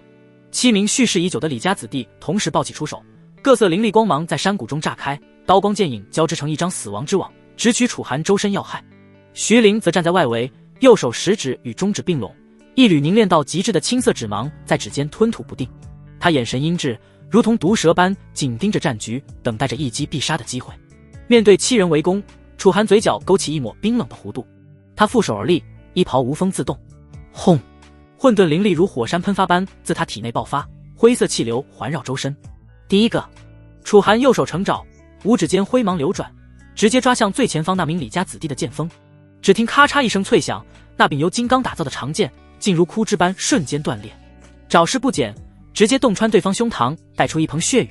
其余6人见状大惊，但他们箭在弦上，不得不发。6道灵力的攻势从不同角度袭来，封锁了楚寒所有退路。砰！楚寒身形如鬼魅般闪动，在刀光剑影中穿梭。一个李家子弟被他一掌拍中后背，整个人如断线风筝般飞出，重撞在山壁上，当场昏死过去。另一人持刀劈来，但下一刻他便被楚寒反手扣住了手腕。你放开！那弟子脸色大变，拼了命想要挣脱楚寒的手，但他骇然地发现楚寒的手掌就好似铁钳一般，任凭他如何使劲，竟然都撼动不了分毫。别急，我这就放开你。楚寒对着他微微一笑，而后轻轻一扭，那弟子的手臂顿时传出一阵骨骼碎裂的脆响。啊啊！那弟子发出凄厉的惨叫，痛得几乎当场昏死过去。李元昊脸色巨变，他虽知楚寒恢复了修为，却万万没想到会强横至此。他甚至有种错觉，楚寒的实力似乎都已经超出了断骨境的范畴了。徐兄，还不出手！他惊恐大叫，声音都变了调。徐灵终于动了，一身衣袍猎猎作响，断骨境6重的灵力全部爆发。只见他双指并拢，青色指芒暴涨3尺，空气顿时被撕裂出尖锐的笑声。这一指凝聚了他毕生功力，正是城主府不传之秘破空指。指芒所过之处，恐怖的余波竟是将地面都离出了一道深深的沟壑。楚寒不闪不避，同样并指如剑，灰色灵力在指尖凝聚，朝着徐灵刺去。两指相撞的瞬间，噗的一声轻响，徐灵的青色指芒如冰雪遇烈火，瞬间消融殆尽。狂暴的反震力让他整条右臂发麻，他整个人踉跄着后退数步，差点摔倒在地。怎么可能？徐灵满脸震惊，眼中尽是难以置信。他可是断骨境6重，这一指更是城主府绝学中的绝学，可竟然被对方这般轻描淡写的化解了，不给徐灵喘息之机。楚寒身形一闪，已至面前，右拳裹挟着灰色灵力轰向其胸口。砰！徐灵仓促架起双臂格挡，却听咔嚓一声脆响，他的臂骨应声而断。只见他当场喷出一大口鲜血，身体如破麻袋般倒飞出去，重重地撞在了一旁的石壁上。另一边，李元昊见势不妙，转身就逃。他全力催动灵力，身形如离弦之箭般向谷口窜去。想走？楚寒冷哼一声，右手凌空一拍，一道灰色掌印破空而出，如影随形地追上李元昊，重重印在其后心之上。啊！李元昊发出一声凄厉的惨叫，扑倒在地。他挣扎着翻过身，看到楚寒缓步走来的身影，顿时吓得面无人色。不要杀我！他颤抖着求饶，声音带着哭腔：我认输，我这就退出。晚了！楚寒冷笑一声，将李元昊等人一一斩杀。眨眼间，山谷中就只剩下了楚寒和重伤的徐灵。徐灵捂着断臂，脸色惨白如纸。你到底是什么修为？他声音嘶哑，眼中满是惊惧。你很想知道吗？可惜你这辈子都没机会了。楚寒淡淡的笑了笑，然而他的笑容看在徐灵眼中却仿若魔鬼一般恐怖。不想，我一点都不想知道。徐灵疯狂摇头，然而楚寒却直接下了杀手。而随着李元昊和徐灵一行人的离开，他们在山脉之中猎杀到的妖核也都纷纷洒落一地，成了无主之物。楚寒抬手一招，把地上的妖核尽数拿到手中，他腰间的玉简也很快便记录下了这些妖核的气息。居然有40颗吗？这还真不是一个小数目。楚寒淡淡的笑了笑，不得不说，这笔收获当真不小。果然，劫掠他人的妖核比自己一个人猎杀妖兽夺取妖核效率要高得太多太多了。苍云山脉之外，一面巨大的光幕悬浮在半空中，上面显示着所有参赛者的排名。各大家族的长老和围观群众都紧盯着光幕，议论纷纷。但很快，原本还算平和的人群却是突然爆发出一阵哗然。看，楚寒的排名突然飙升了！天啊，他怎么直接到第1名了？这怎么可能？连林清玄和徐天策那2个宁渊境天才都被他超越了吗？他是怎么做到的？是的，此刻的光幕上，楚寒的名字赫然位列榜首，这无疑相当出人意料。在此之前，徐天策和林清玄一直都好似2座不可逾越的大山一般，横亘在最前方。所有人都认为这次演武的冠军必将在他们2人之间产生，但现在楚寒却突飞猛进，将2人一举超越，这自然是在人群中引起了极大的震动。难道说昔日青阳城的第一天才真的强势归来了吗？楚山河同样瞪大了眼睛，一时间有些难以置信。孩儿居然第1了！他转头看向身旁的赵无极，却见这位百宝堂会长的脸上正涌现出一抹意味深长的笑容。楚家主赵无极笑道：“看来令郎这次是要一鸣惊人了。”事实上，对于这个排名，他并不惊讶，反而觉得很正常。毕竟楚寒可是拥有9天神朝血脉的人，他夺得头筹本就是理所应当之事。青阳城的其他小辈怎可能和他媲美？反倒是其余几家静默无声，显得一片寂静。李家家主李振岳眉头紧锁，他看着眼前的排名，眼中满是不可置信之色。楚寒怎么可能？他咬牙自语道：“这小子难道真的完全恢复了？”在他身旁，几位李家长老同样脸色难看。这次狩猎演武，李家投入了大量资源，就是想让李玄风一鸣惊人。可现在，李玄风却是连前3都挤不进去。事实上，一直以来，每一届的狩猎演武，李家都是垫底的，前3席往往会被城主府、林家以及楚家占据。自从楚寒修为被废，萎靡不振后，这种情况才有了好转。而现在，楚寒的归来似乎再度预示着李家将成为垫底的家族，这自然让李振岳有些无法忍受。家主，大长老李清源凑近低语，情况有些不对啊，难道连玄风都不是那楚寒的对手？李振岳抬手制止了他继续说下去，阴沉的目光扫向不远处的林家阵营。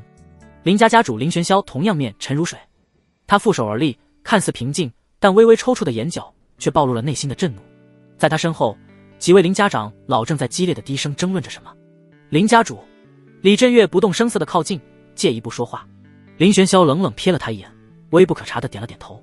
2人装作若无其事地走向观礼台边缘的一处僻静角落，确认四周无人后，李振岳再也压抑不住怒火。这到底怎么回事？楚寒是怎么恢复的？你当初不是确定他丹田彻底破裂，无法治愈的吗？闭嘴！林玄霄厉声喝止，警惕地环顾四周，这么大声，你想让所有人都听见吗？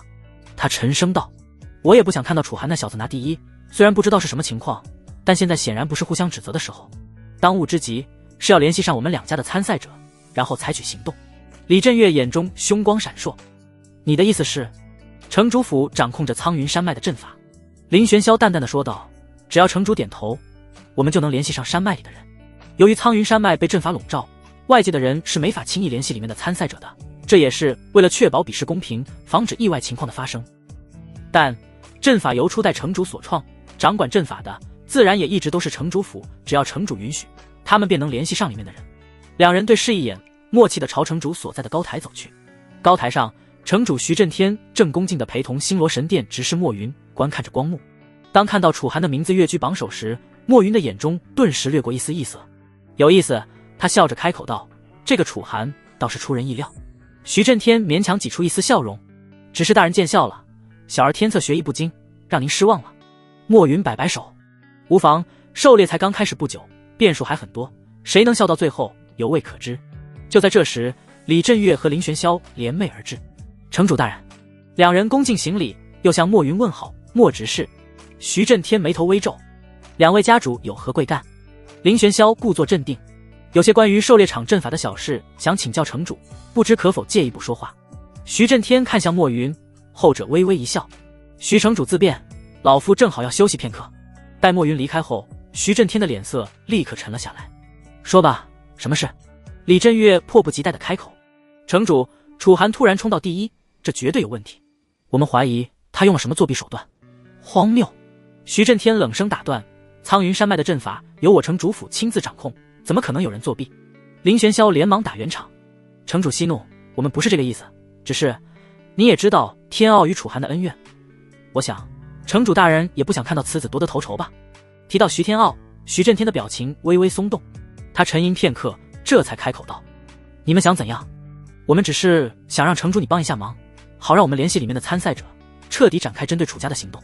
林玄霄眼中闪过狠毒的光芒。这一次狩猎演武，我们要让楚家全员垫底，成为青阳城的笑柄。如此一来，被楚家视作靠山的万宝堂恐怕也会因此轻视楚家。总而言之，这可是一次难得的打击楚家的好机会。徐震天目光闪烁，他自然明白这两人打的什么主意。楚寒的突然崛起，确实也让他感受到了一丝威胁。要是让这种天赋妖孽的天才成长起来，日后必将成为他城主府的巨大隐患。行，我希望你们这一次可以真正把楚寒打击下去，让他再无翻身之日。徐震天淡然道：当然，那小子现在不过是侥幸占据了头名而已，只要我们联手，不论他现在收集了多少妖核，迟早得乖乖吐出来。李振岳冷笑道。徐震天点了点头。在获得了徐震天的许可之后，他们要采取行动，自然也就更加容易了。苍云山脉之中，此刻李玄风正看着手里的玉简，若有所思。就在前不久，他突然收到了徐震天的传讯。此刻在排行榜上名列第一的是楚寒，为了对付楚家，李家和林家已经达成了全面合作，在争夺名次之前，首先要将楚家全面打压下去。也就是说，他们现在的任务是将所有楚家参赛者身上的妖核掠夺过来，他们要让楚家全员垫底，包括楚寒在内。有意思，可我现在又该去哪找楚家的人呢？李玄风双眸微眯，正当他思索间，忽然他手里的玉简流转出一阵奇异的波动。他有些疑惑，当即将神识渗入到玉简之中。下一刻，他的神识似乎和周遭的阵法紧密相连在了一起。在他的脑海中，苍云山脉的轮廓缓缓浮现。很快，轮廓逐渐清晰，一个个闪烁的光点出现在了山脉各处。这些是楚家参赛者的位置。李玄风很快便反应过来，脸上顿时流露出一丝阴狠的笑意。原来如此，他意识到除了楚家之外，他们其他人身上的玉简都受到了改造，可以轻易感应到楚家子弟的位置。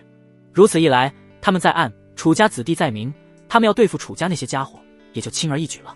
不过李玄风还是有件事没想明白，那便是楚寒的名次到底是如何冲到第一的。前面不是还有两个宁渊境的存在吗？他们猎杀妖兽的速度可远非断古境的武者能比，可他们居然也没能冲到楚寒前头，这实在有些不可思议。不管了，即便他现在暂时领先又如何？只要把那家伙手里的妖核通通抢过来，他迟早还是会垫底。李玄风没有多想，当即展开了行动。在他的脑海中，那一个个光点正在四处奔走，向着苍云山脉的深处进发。要是能赶在其他人之前把这些光点全部拿下，那可同样是一笔不少的妖核。除他之外，其他人也都收到了相同的讯息，包括林家林清玄、城主府的徐天策这些顶尖天骄。针对楚家，尤其是楚寒，我早便有此打算了。另一边，一道窈窕的身影缓缓自一片幽暗的山洞中走出，他正是林清玄。在他那身后，一头足足有5米高的巨熊倒在一片血泊之中，身上的妖核已经被夺走。那赫然是一头修为达到了断骨境5重以上的大妖，可林清玄的身上竟是连半点血迹都没有沾染，而且还一副云淡风轻的模样，似乎先前只是随手做了件微不足道的小事而已。这些光点是楚家子弟的位置吗？很好，既然他们位置已经暴露，那剩下的便只是一场针对楚家的猎杀游戏了。就是不知道这上面这么多光点，哪个代表楚寒呢？轰！徐天策此刻正同时和数头妖兽激斗，只见他反手一拍，浩荡的灵力犹如潮水一般镇压而下，那数头断骨境6重的大妖相继被震成了肉泥，居然被几头畜生偷袭了。徐天策稳稳地落在地面上，看着眼前这一地尸首，不禁眉头微皱。断骨境6重的大妖，他本没有放在眼里，但先前他却中了这几头妖兽的偷袭，以至于一开始有些狼狈。当然，在他稳定下来之后，他还是很轻松的便解决了他们。从刚才开始，这玉简便一直有讯息传来。徐天策拿起玉简，仔细感应了一番其中的讯息，他很快便明白过来，全面对付楚家吗？看着眼前这一道道光点，徐天策双眸微眯，眼底掠过一抹不耐。他对楚家可没什么兴趣，他只想尽快赶到这片狩猎场的最深处，因为在那里才是决定这次狩猎演武首席归属的地方。毕竟整个狩猎场只有一头断骨境巅峰的大妖，而这头大妖便在狩猎场的最深处。谁能拿到这头大妖的妖核，谁才最有可能拿下这次狩猎演武的第一。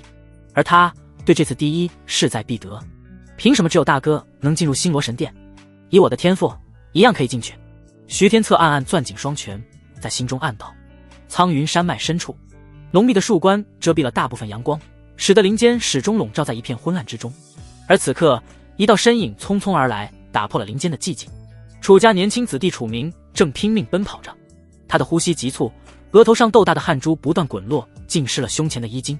呼呼，楚明的右臂有一道深可见骨的伤口，鲜血不断滴落，在他身后的枯叶上留下了一串暗红的痕迹。跑啊，怎么不继续跑了？一个戏谑的声音从后方传来，如同复古之驹般紧追不舍。楚明惊恐地回头，只见一道身影正悠闲地跟在他身后10余丈处。那人一袭墨绿色劲装，脸上满是讥讽的神色。林洛，在林家足以名列前3的天才。此刻，林洛的嘴角挂着残忍的笑意，手中正把玩着几颗刚从其他楚家子弟那里抢来的妖核。他明明可以轻易追上楚明，却故意保持着距离，就像猫戏弄垂死的老鼠一般。林洛，楚明终于跑不动了，靠在一棵古树上喘息。你到底想怎样？楚明死死看向林洛，咬牙道：狩猎演武的规矩可没说过允许参赛者抢夺他人妖核。规矩？林洛像是听到了什么笑话，仰头大笑起来。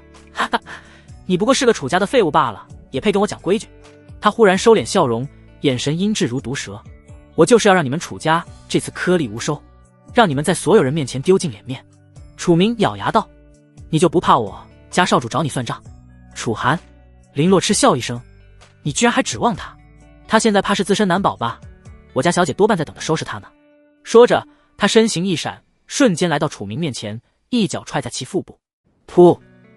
楚明喷出一口鲜血，整个人蜷缩着倒在地上。林洛已经是第3个找上他的人了，前2个实力一般，在激烈的交手过后，他成功脱身。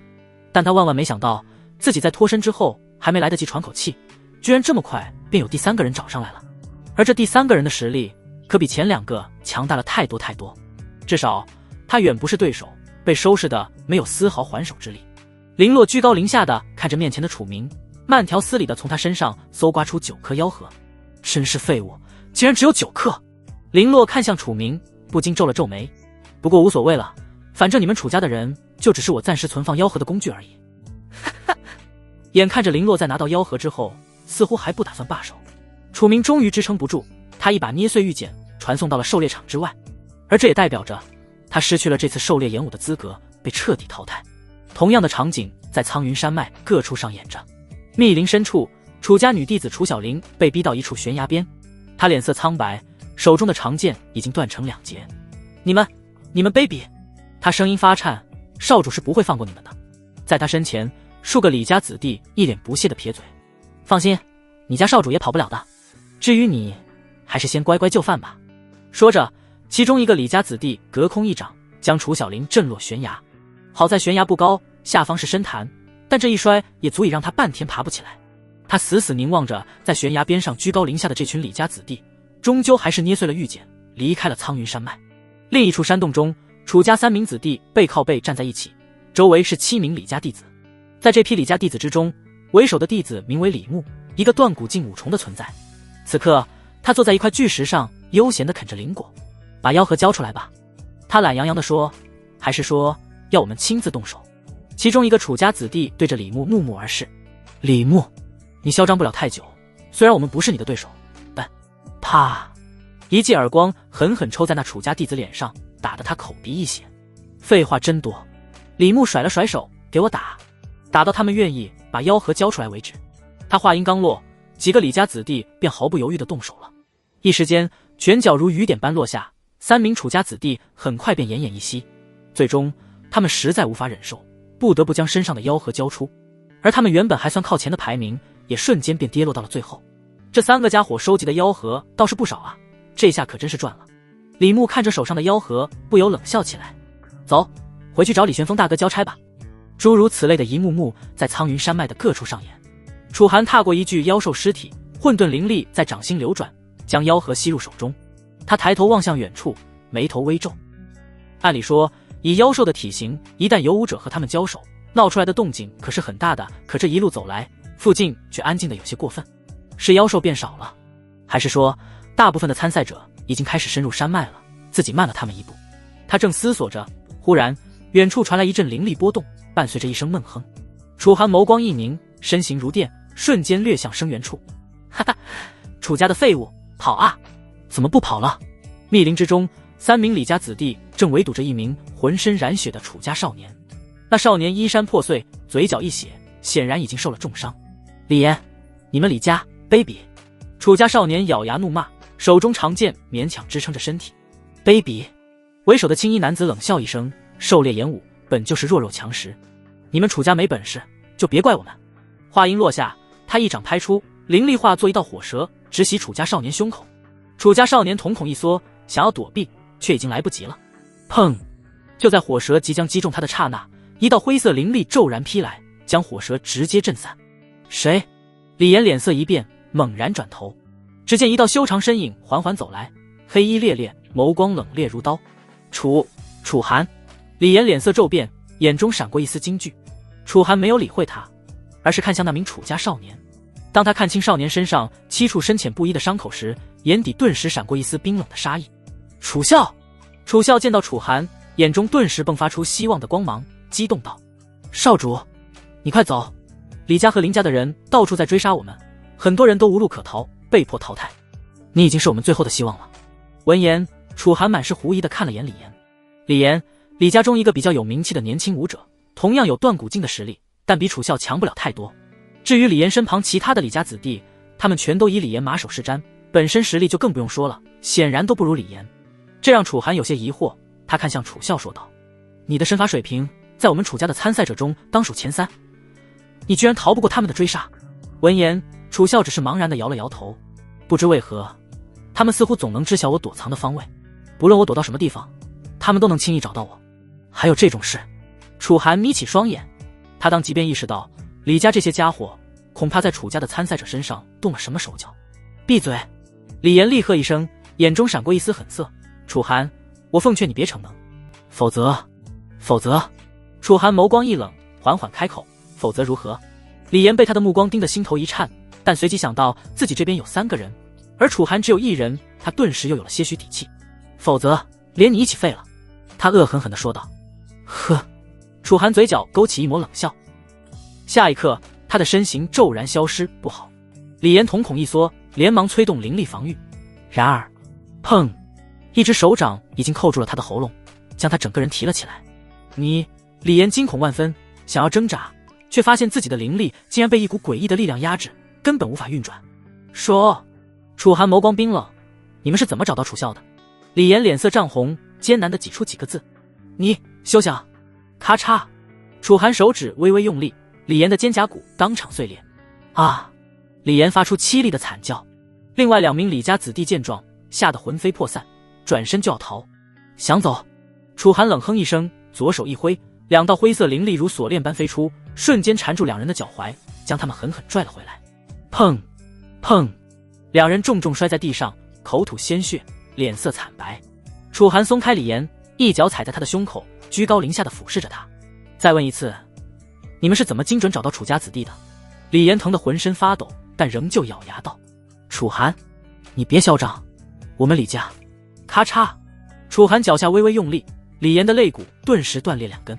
啊！李岩痛得面容扭曲，终于崩溃了。我说，是玉简被改造了，我们可以通过玉简感应到楚家人的位置。什么？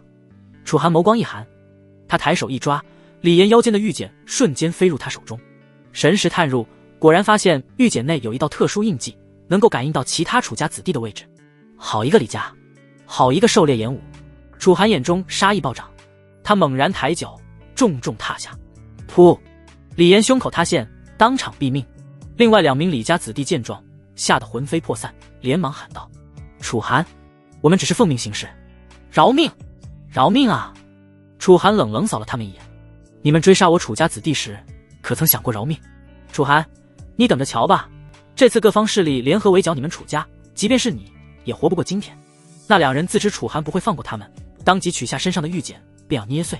可他们话音刚落下，便见楚寒抬手一挥，两道灵力如利刃般划过，噗噗，两颗头颅飞起，鲜血喷溅，而他们的手掌也无力地松开，手里的玉简随之掉在了地上，被鲜血染红。楚啸在一旁看得目瞪口呆，他从未见过楚寒如此狠辣的一面。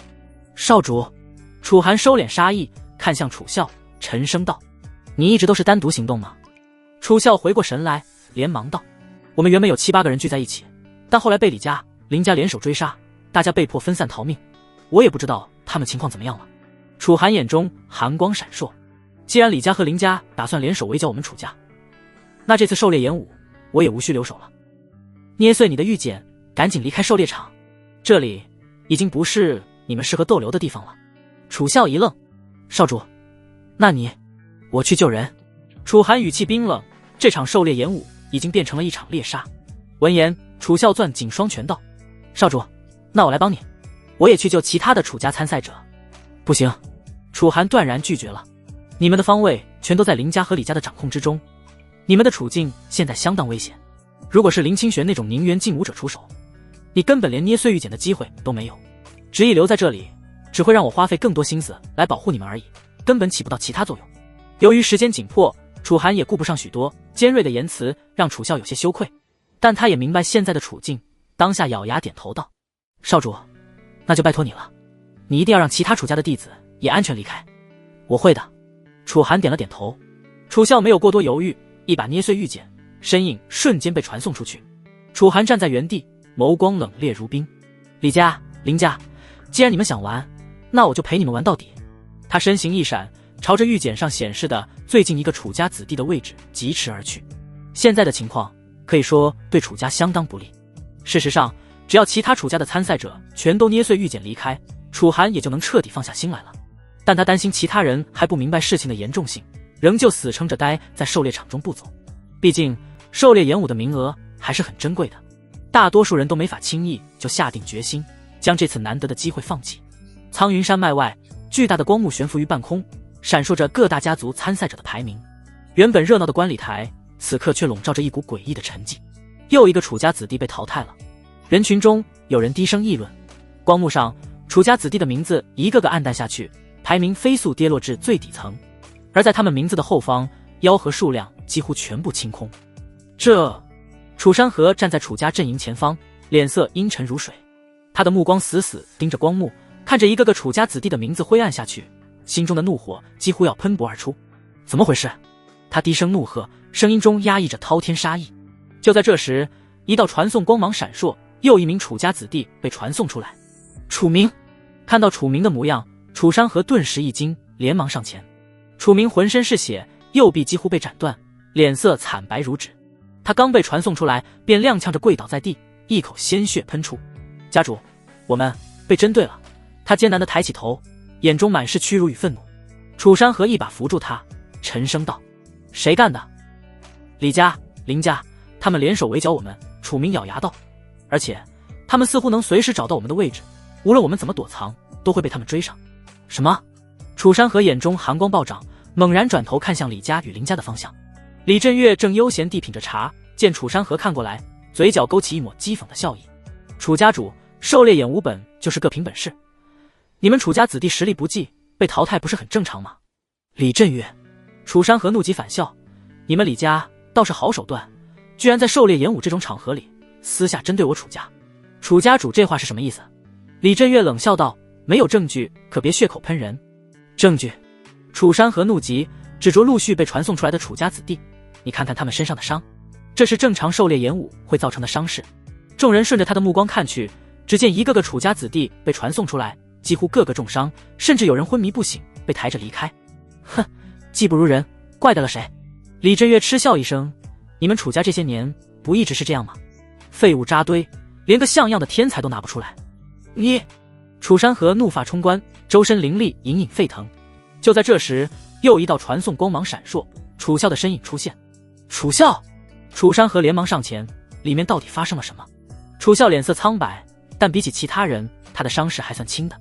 他深吸一口气，沉声道：“家主，李家、林家、城主府的人联手围剿我们，而且他们能通过预检定位我们的位置。”什么？楚山河瞳孔骤缩。我们无论躲到哪里，都会被他们找到。楚笑咬牙道：“若不是少主及时赶到，我恐怕也……”楚寒、楚山河心头一震。楚笑点头：“少主让我先出来，他说要去救其他人。”楚山河沉默片刻，随即猛然抬头，目光如刀般刺向李振岳和林玄霄：“你们竟敢在狩猎演武中作弊！”作弊！李振岳哈哈大笑：“楚山河，你疯了吧？没有证据就敢污蔑我们？就是，你们楚家自己废物，还怪别人。”就连一直不开口的林玄霄，此刻也忍不住讥讽起来：“要我说，你们楚家这些年，也就楚寒还算个人物，可惜啊，当场自己修炼走火入魔，行了歪路。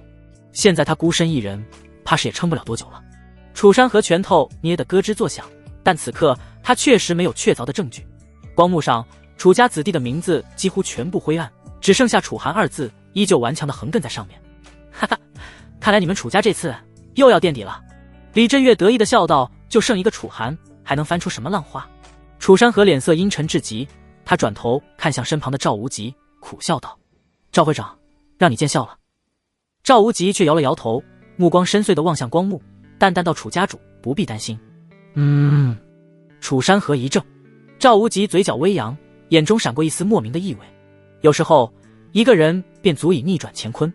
楚山河心头一震，顺着他的目光看向光幕。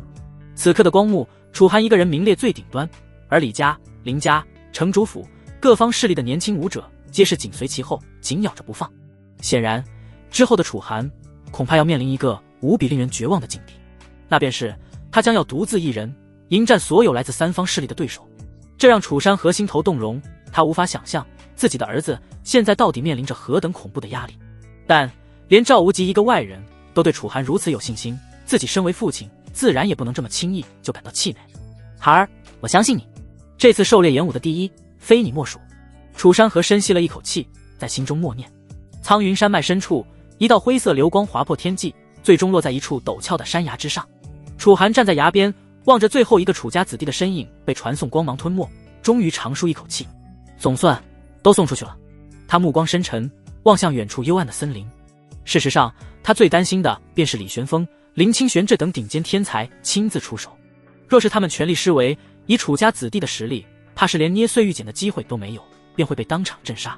幸好他们还不知道我杀人的事。楚寒嘴角微扬，眼中闪过一丝冷意。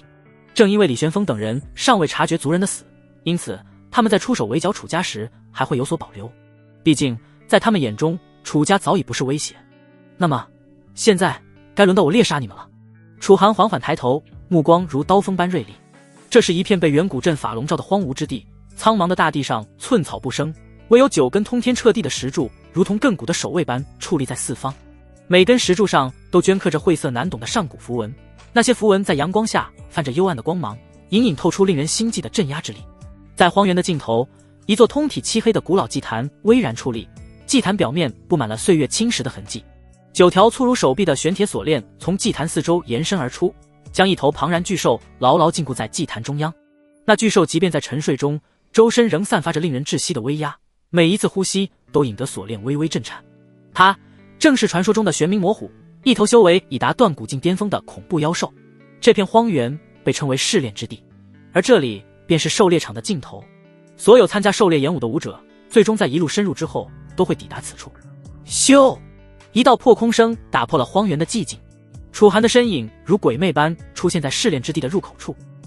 这一路上，他在未出手猎杀任何妖兽，而是将全部精力都放在了赶路上，因为他清楚，在即将到来的最终对决面前，那些零散的妖核已经毫无意义。楚寒没有贸然闯入试炼之地，他在唯一的入口处盘膝而坐，双目微闭，周身灰色灵力如雾气般流转不息，竟是直接进入了修炼状态。他深知，无论其他参赛者此刻是否还在追杀楚家子弟，最终他们都会来到此处。而现在，他只需要守株待兔。时间流逝，夕阳西沉，如血的残阳将连绵群山浸染成一片赤红，仿佛给整片天地披上了一层猩红的薄纱。山峰呜咽，卷起几片枯叶在空中打着旋儿。突然，远处幽暗的密林中传来一阵窸窸窣窣的响动。嗖嗖嗖数道矫健的身影如鬼魅般从林间窜出，稳稳落在试炼之地外围的巨石之上。他们腰间悬挂的玉简在暮色中闪烁着莹莹微光，赫然是李家、林家合城主府的精英子弟。那是楚寒。有人惊呼出声，众人顺着他的目光看去，只见一道黑衣身影静坐于试炼之地的入口处，仿佛一尊雕塑，纹丝不动。原本看那光点突然停在了试炼之地的入口，我还有一些疑惑，以为这功能出问题了，没想到他居然真的在这里。他该不会是想以一人之力阻挡我们所有人吧？简直是疯了！人群中爆发出一阵骚动，但诡异的是，竟无一人敢贸然上前。楚寒这个名字在年轻一辈中犹如梦魇般存在，即便沉寂3年，但他近日强势回归的种种传闻，早已在各大世家间传得沸沸扬扬。更何况对方此刻的姿态，分明就是在等他们。怕什么？他再强也不过是一个人。一名李家子弟壮着胆子喊道，但脚步却迟迟未动。就在众人犹豫之际，一道凌厉的破空声骤然响起，唰！一柄通体赤红的长枪如流星般破空而至，裹挟着凌厉的罡风，狠狠插在众人前方的地面上。枪身剧烈震颤，激荡起的气浪卷起漫天尘土，逼得众人不得不抬手遮面。一群废物，楚寒孤身一人就把你们给吓住了。冷傲的声音传来，众人回头，只见一道挺拔身影踏空而来，周身凌厉如火焰般燃烧，气势逼人。李玄风！李家众人顿时精神一振，连忙让开一条路。李玄风落地，伸手一招，赤红长枪飞回手中。他目光冷冽，直视楚寒。楚寒，你守在这里是想找死吗？楚寒缓缓睁眼，嘴角勾起一抹讥讽的弧度。李玄风，你终于来了。哼！李玄风长枪一指，少装神弄鬼，让开，否则别怪我不客气。他没有贸然对楚寒出手，他也知道楚寒最近的一些战绩，心里清楚，这次的狩猎演武上，恐怕只有林清玄和徐天策能稳稳拿下楚寒。闻言，楚寒纹丝不动，有我守在这，你们今天谁也别想过去。狂妄！李玄风怒极反笑，你以为你还是3年前的青阳城第一天才？现在的你，在我眼里不过是个跳梁小丑。楚寒不以为意，只是淡淡道：是吗？那你可以试试。李玄风眼中杀意暴涨，正欲出手，突然远处又传来2道破空声，咻咻，一青一白2道身影几乎同时抵达，落在众人前方。林清玄、徐天策，众人惊呼，连忙行礼。林清玄一袭白衣，容颜绝美，但眉宇间的冷傲却让人不敢直视。他淡淡扫了楚寒一眼，眼中满是不屑。楚寒，你在这里做什么？楚寒终于站起身，拍了拍衣袍上的灰尘，笑道：等你们，等我们。林清玄仿佛听到了什么笑话，看你这副模样，你莫不是想一个人把我们通通拦下？一旁的徐天策也冷声道：楚寒，别不自量力了，若是从前的你，我还会出手，但现在你连让我出手的资格都没有。他和林清玄不同，和楚寒之间还没到非要争个你死我活的地步。他现在只想赶在林清玄出手之前，把里面那头断骨境大妖拿下。只要拿下那头大妖，获得唯一的一枚断骨境巅峰妖核，那这次狩猎演武的第一便多半是属于他的了。楚寒摇了摇头，眼中战意渐浓。人终于到齐了，正好可以一次性解决。狂妄！李玄风再也按捺不住，赤红长枪骤然爆发出刺目火光。只见李玄风眼中寒光暴涨，手中赤焰长枪猛然一震，枪尖迸发出刺目的火光，周围的空气都因高温而扭曲。楚寒，今日我便来领教一下，你尚有当年的几分实力。他一步踏出，地面皲裂，身形如电，长枪直刺楚寒咽喉。枪势凌厉，火焰缠绕，所过之处，连空气似乎都被灼烧出焦糊的味道，赤焰破空。这一枪乃是李家绝学断骨境7重的灵力完全爆发，枪尖所向，连寻常断骨境巅峰的武者都不敢应接。然而楚寒只是微微侧身，右手抬起，混沌灵力在掌心流转，竟直接抓向那燃烧着烈焰的枪尖。找死！李玄风狞笑，枪势更猛。砰！枪尖与手掌相撞，火焰炸裂，气浪翻滚。可下一刻，李玄风瞳孔骤缩，他的枪竟被楚寒单手握住，纹丝不动。那足以熔金断铁的烈焰，竟在灰色灵力的包裹下迅速熄灭。什么？李玄风心头骇然，急忙抽枪后撤，却发现枪身如同被山岳镇压，根本抽不动。楚寒五指一收，咔嚓一声，枪尖竟被生生捏碎。你！李玄风脸色大变，还未反应过来，楚寒已经一步跨出，朴实无华的一拳轰向他的胸口。这一拳没有花哨的招式，没有华丽的灵力外放，只是简简单单的一记直拳，却快得让人根本来不及反应。轰！拳头结结实实砸在李玄风胸口，他整个人如断线风筝般倒飞出去，重重撞在远处的石壁上，一口鲜血喷出。全场死寂，所有人都瞪大了眼睛，难以置信地看着这一幕。李玄风断骨境7重，李家年轻一辈的顶尖天才，竟然被楚寒一拳轰飞，这怎么可能？一名李家子弟声音发颤，李玄风居然连一招都接不住。众人哗然，而更让他们心惊的是，楚寒从始至终连脚步都没挪动一下。林清玄眸光微冷，终于正眼看向楚寒，红唇轻启，看来你恢复的还不错。他缓步走出，白衣如雪，气质清冷如仙，可眼底的杀意却毫不掩饰。如此一来，才值得我出手。他话音落下，周身灵力骤然爆发，一股远超断骨境的威压席卷全场。宁元境一重，司众人倒吸一口凉气，纷纷后退。林清玄在狩猎演武前恰好突破至宁元境，这本是他最大的底牌，也是他自信能碾压楚寒的资本。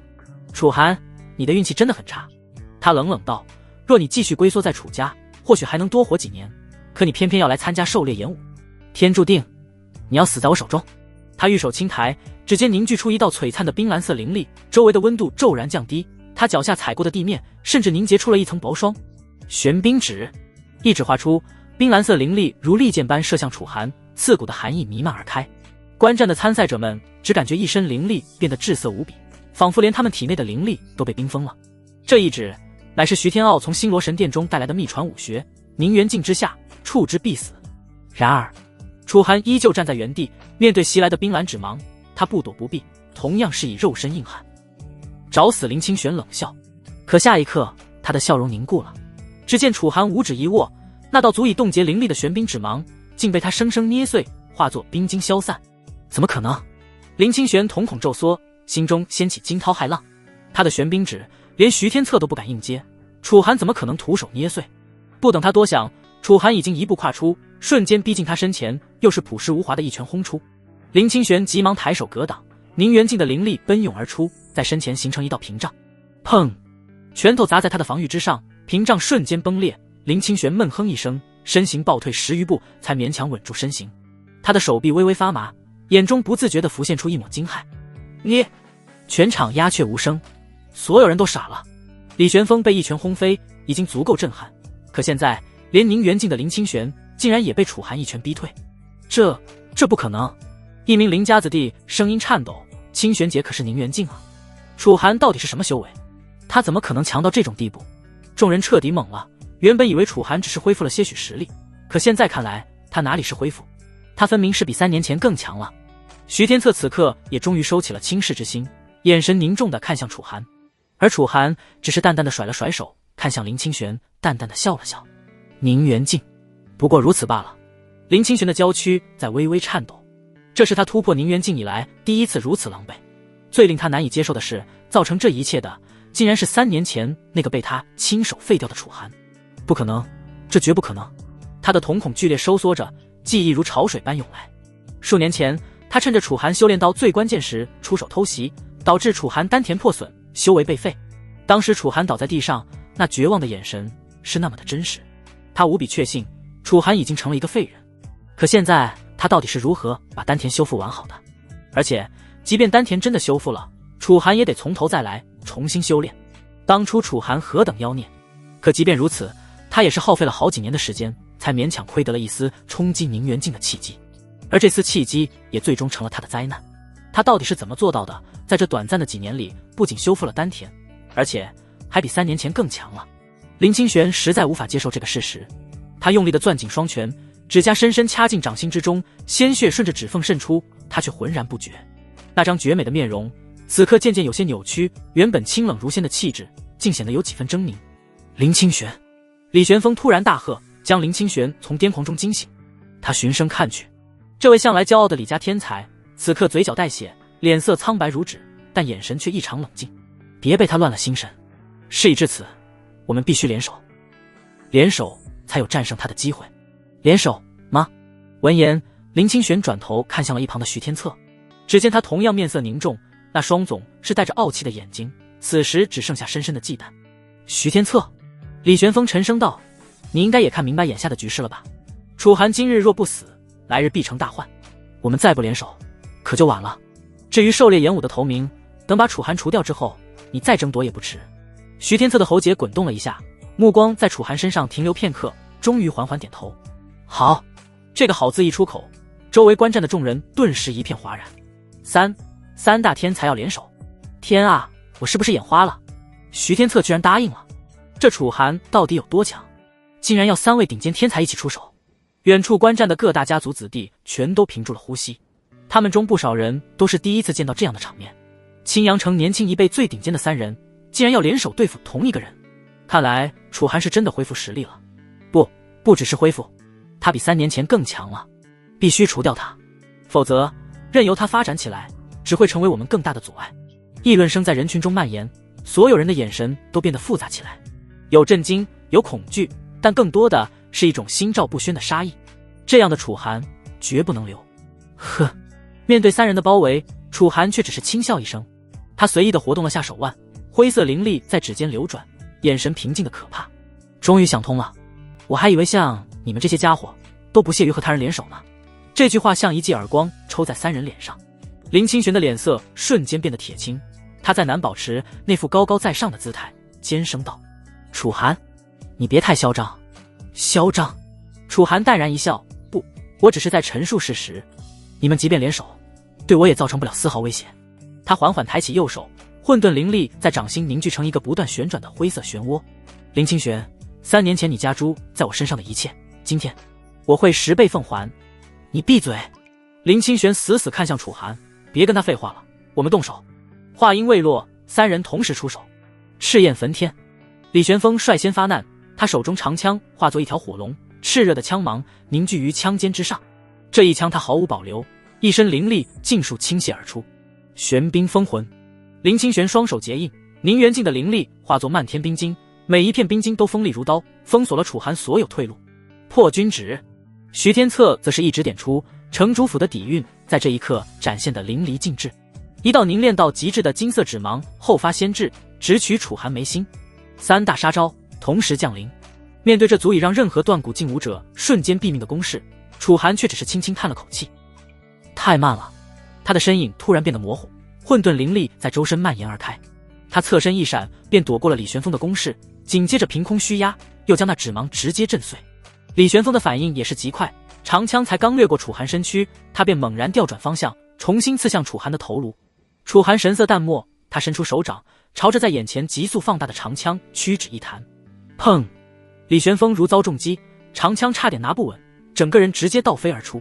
就在这时，那漫天冰晶席卷而至，仿佛化作了一场瑰丽的风暴，将楚寒包裹其中。楚寒，这一次我倒要看看你该如何破局。林清玄一句话还没说完，楚寒的身影早已鬼魅般出现在李玄风面前。什么？林清玄顿时变色，但他收手不及，已经没法立即去支援李玄风了。没有过多华丽的招式，楚寒朝着李玄风便是一拳轰出。砰！李玄风仓促横枪格挡，却听咔嚓一声，陪伴他多年的赤焰枪竟被这一拳生生轰断。于是不减的拳劲重重砸在他胸口，将他再次轰飞。第一个，楚寒头也不回，反手一掌拍向身后，正好迎上林清玄偷袭而来的一记掌印。两掌相碰，林清玄只觉一股无法抵挡的巨力传来，整条手臂瞬间麻木，身形不受控制的倒飞出去。第二个，最后是徐天策。这位城主府的天才见势不妙，已经萌生退意，可还没等他后撤，楚寒的身影已经如出现在他的面前。你！徐天策刚要开口，一只缠绕着灰色灵力的手掌已经按在了他的身上。第三个，轰！狂暴的混沌灵力透体而入，徐天策喷出一口鲜血，如断线风筝般摔出数十丈远。静！死一般的寂静，所有人都呆若木鸡地看着这一幕，仿佛见到了世间最不可思议的事情。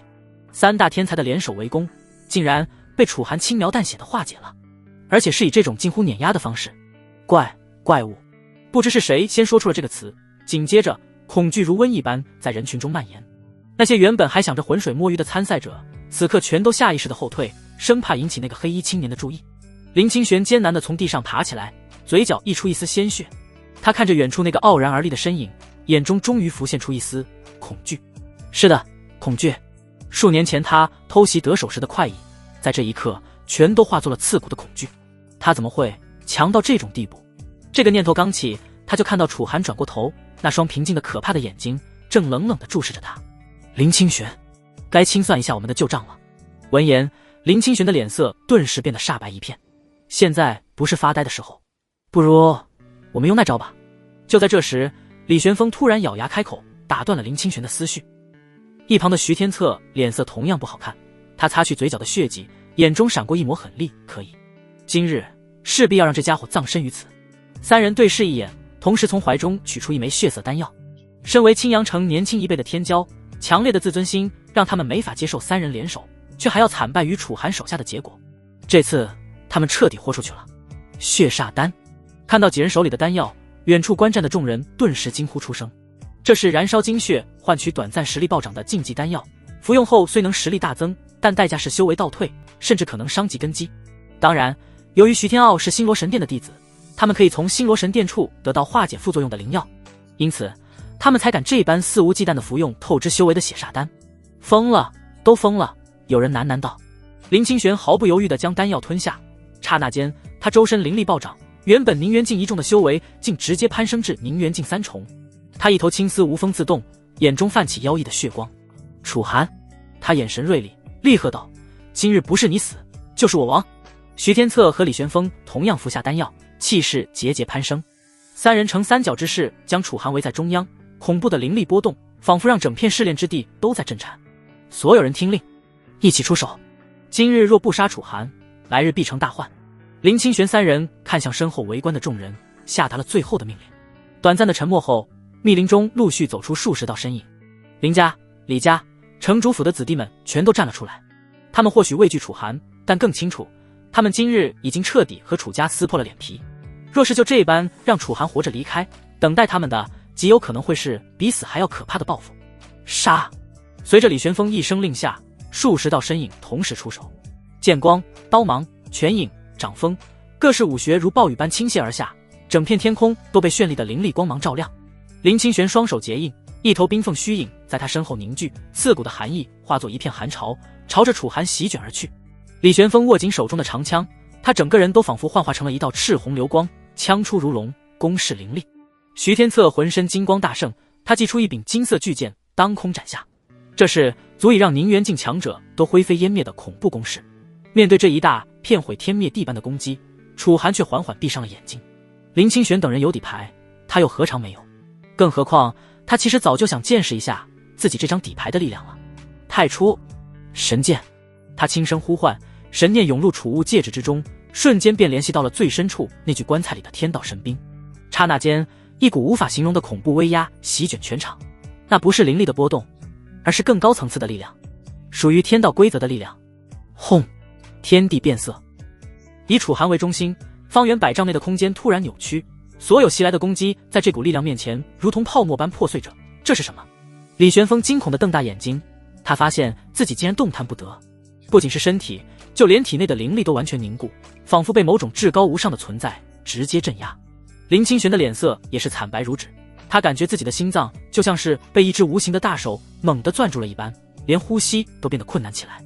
那种力量，那种凌驾于万物之上的力量，让他从灵魂深处感到战栗。天道威压。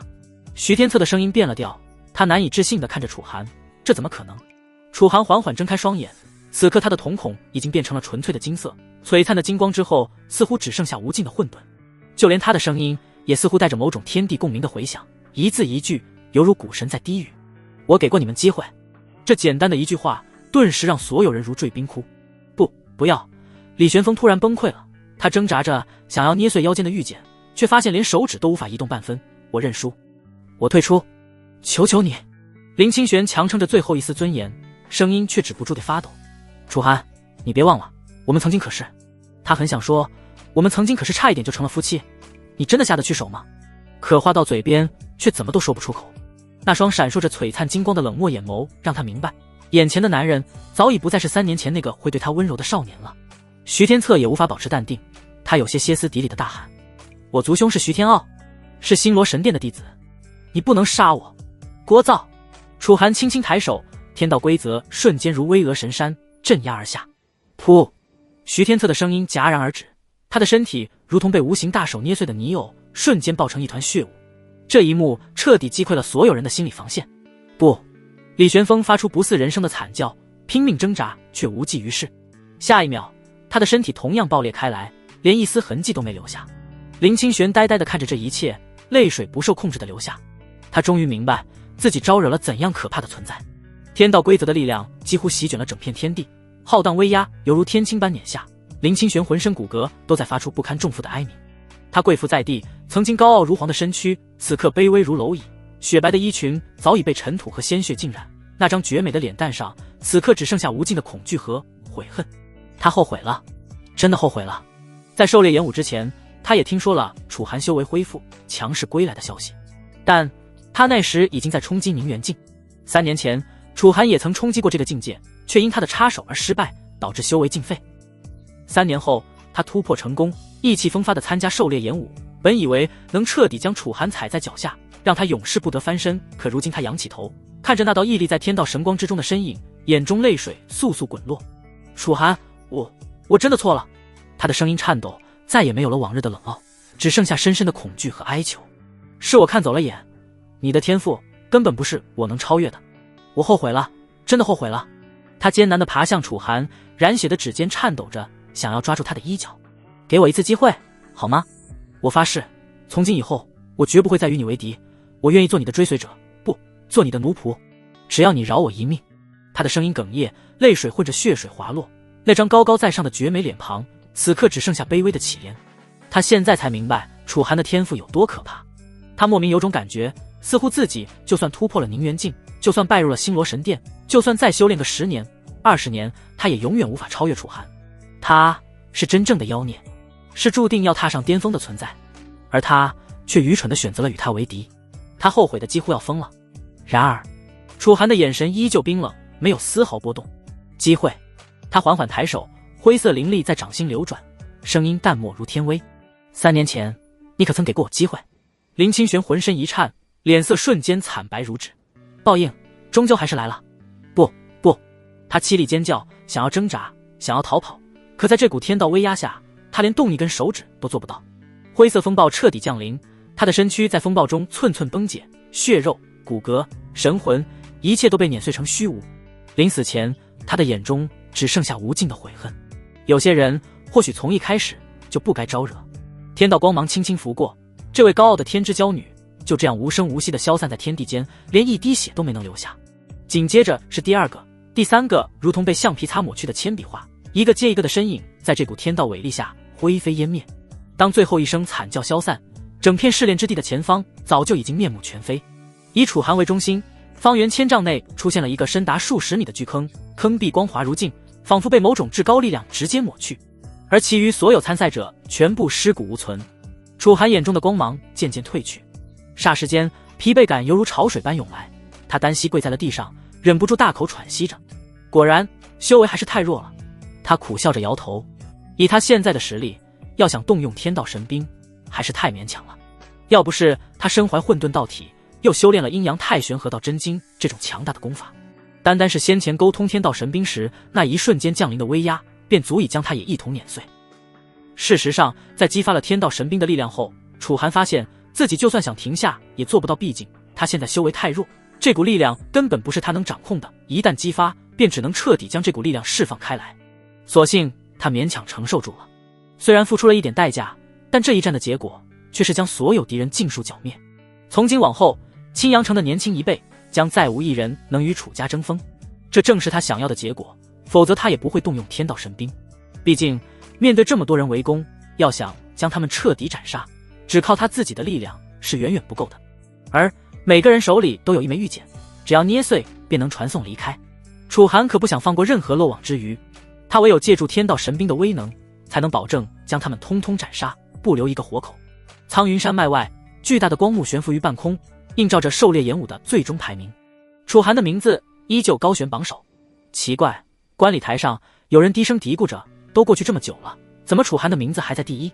是啊，按理说李家、林家那些人早该把他解决掉了才对。众人窃窃私语，目光不时地瞥向光幕的最上方，那里显现出来的正是试炼之地的影像。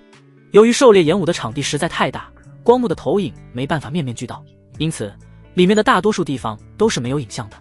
唯有最终的试炼之地除外。试炼之地是狩猎演武的终点，狩猎场中最强大的妖兽便被镇压于此。能踏足此地和妖兽争斗的，无一不是青阳城当代最杰出的年轻武者。正因如此，试炼之地的最后比试将会是整个狩猎演武中的重头戏。也只有试炼之地的景象能通过阵法投映而出，所有人都能亲眼看见。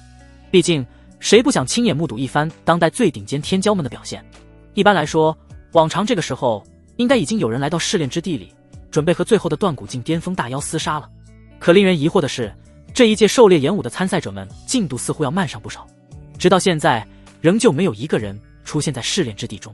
楚家阵营里，楚山河紧握双拳，目光死死盯着光幕上那个孤零零的名字，心中既担忧又隐隐有一丝期待。孩儿，你一定要平安无事，楚家主不必忧心。一旁的赵无极淡笑道，令郎能撑到现在已经证明了他的不凡。楚山河苦笑一声，没有说话。他知道赵无极是在安慰他，毕竟现在光幕上只剩下楚寒一个楚家人，其他势力的人却还有数十个，这局面怎么看都凶多吉少。另一边，李振岳不耐烦地敲击着扶手，玄风他们在搞什么？就剩一个楚寒，怎么拖到现在还没解决？林玄霄同样眉头紧锁，清玄那丫头向来雷厉风行，不应该啊。两人对视一眼，都从对方眼中看到了一丝不安。就在这时，城主徐震天突然起身，目光凝重地望向光幕最上方，那里正显示着试炼之地的实时影像。有人来了！这一声顿时吸引了所有人的注意，众人齐刷刷抬头，屏息凝神地盯着那片影像。试炼之地中，那头被锁链禁锢的玄冥魔虎似乎也感应到了什么，缓缓睁开了猩红的双眼。踏踏踏，清晰的脚步声从影像中传来，一道修长的身影逐渐出现在画面中。当看清来人面容的刹那，轰！整个观礼台炸开了锅。楚寒，怎么可能？他怎么会第一个到试炼之地？楚山河猛地站起身，眼中满是难以置信。李振岳和林玄霄则脸色巨变，几乎同时拍案而起。影像中，楚寒一袭黑衣，神色平静地走向远处那头断骨境巅峰的妖兽。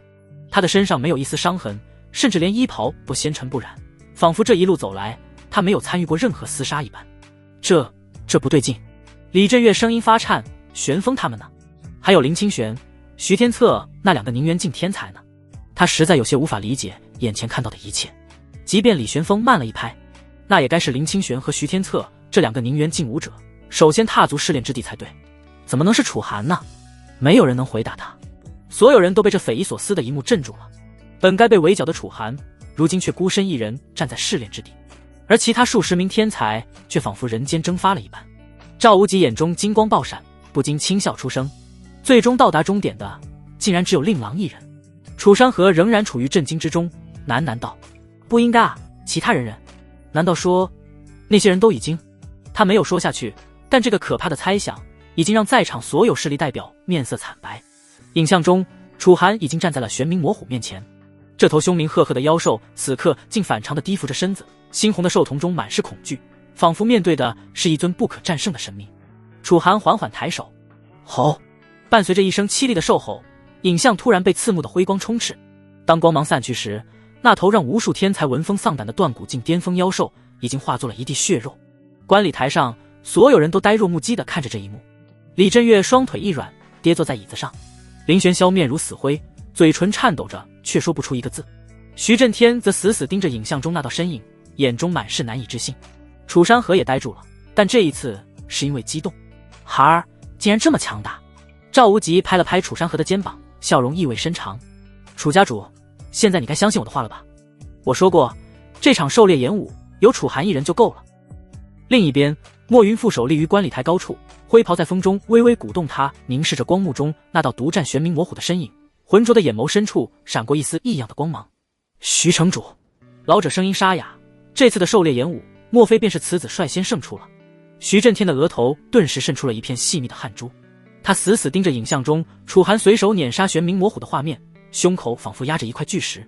徐天策呢？他精心培养的次子，被他寄予厚望的天才，怎么可能就这样无声无息地消失了？只是大人说笑了。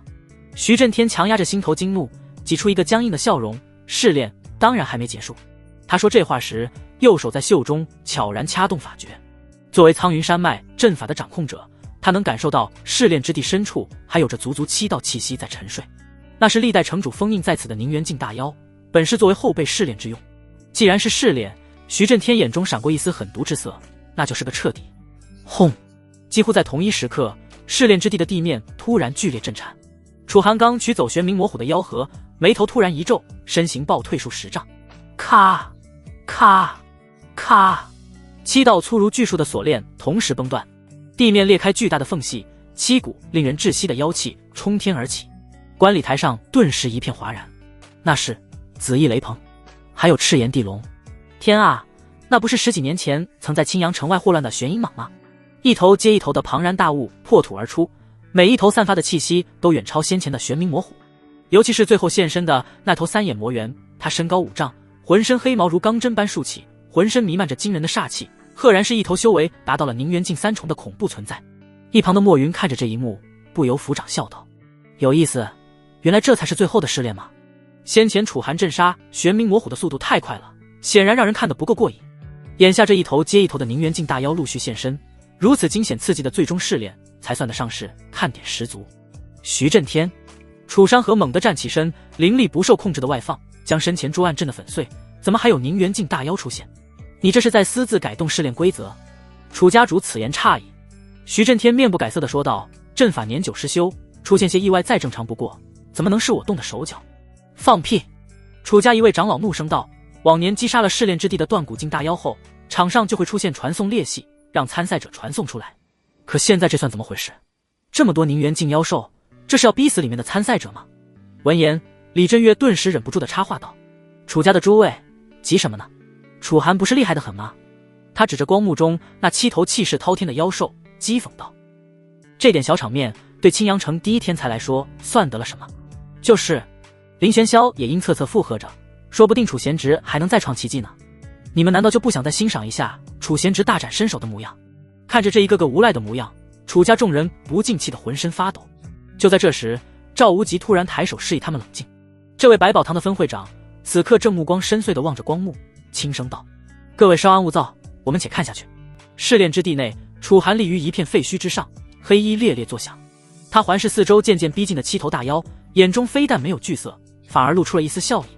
有意思，对于楚家的针对，直到现在还没有停下吗？他可不是什么第一次参加狩猎演武的新人。看着眼前这突如其来的异变，楚寒当即明白过来，这是有人做了手脚。正好，我也觉得先前的试炼不够有挑战性，眼下我倒是可以再活动活动筋骨了。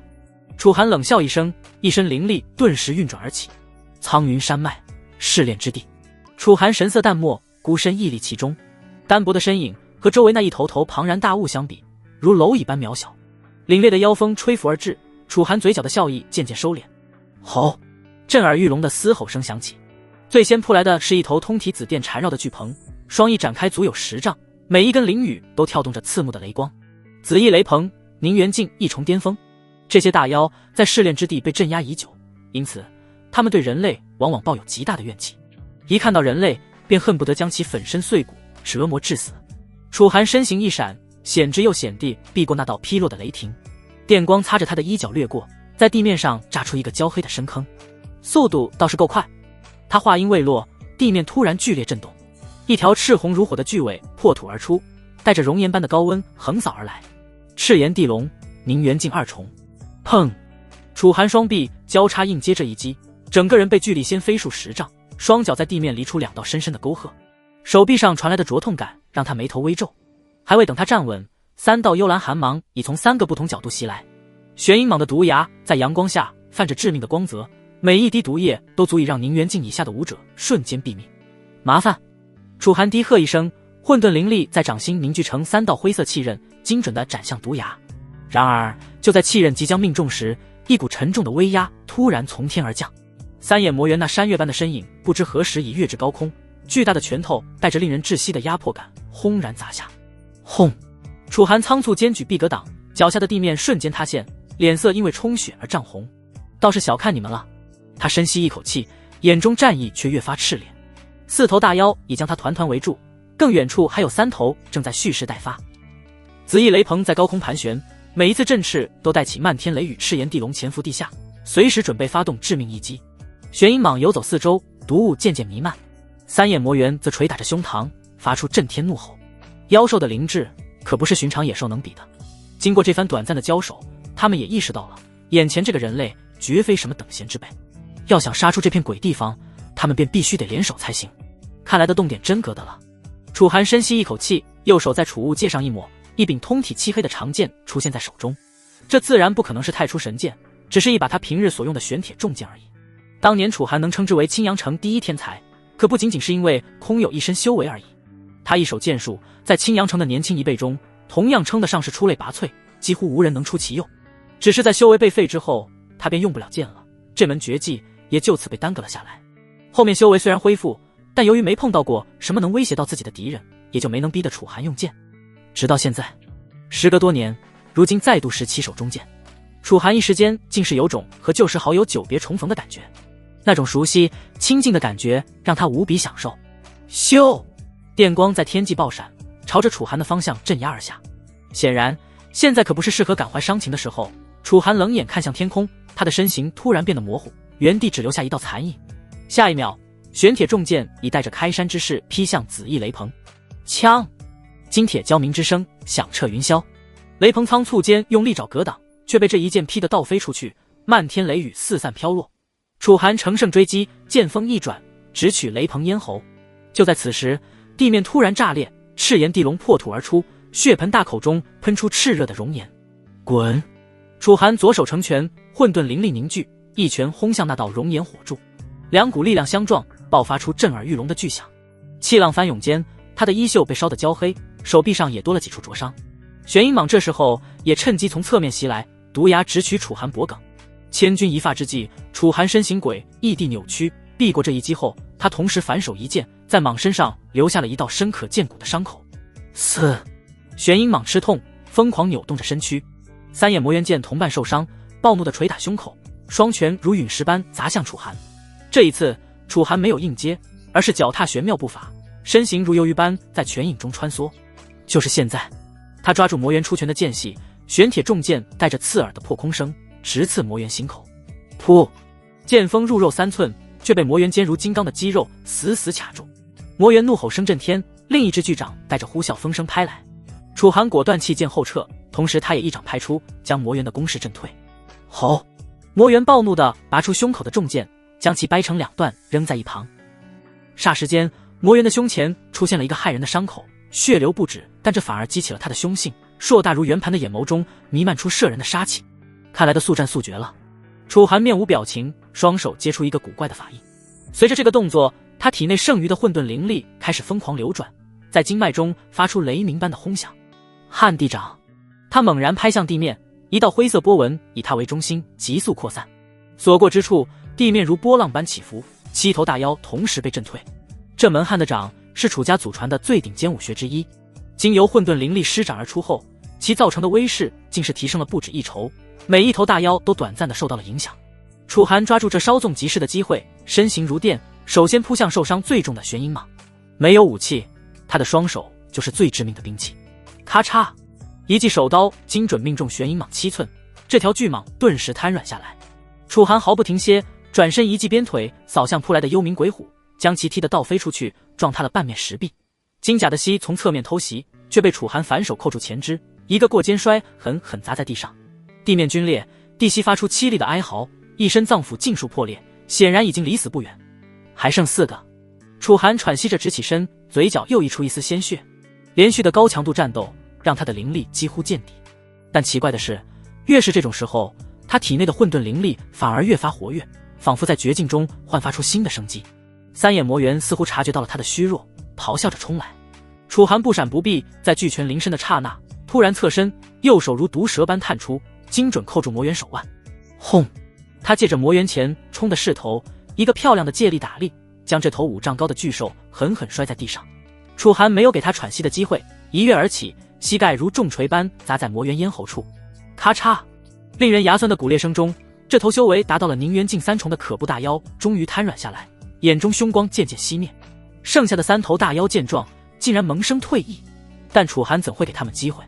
他咬破舌尖，强行催动体内最后一丝灵力，身形如鬼魅般在3头大妖之间穿梭，每一次出手都精准命中要害。当最后一头妖兽轰然倒地时，楚寒顿时重重地松了口气。就连他也差点支撑不住，要倒在地上了。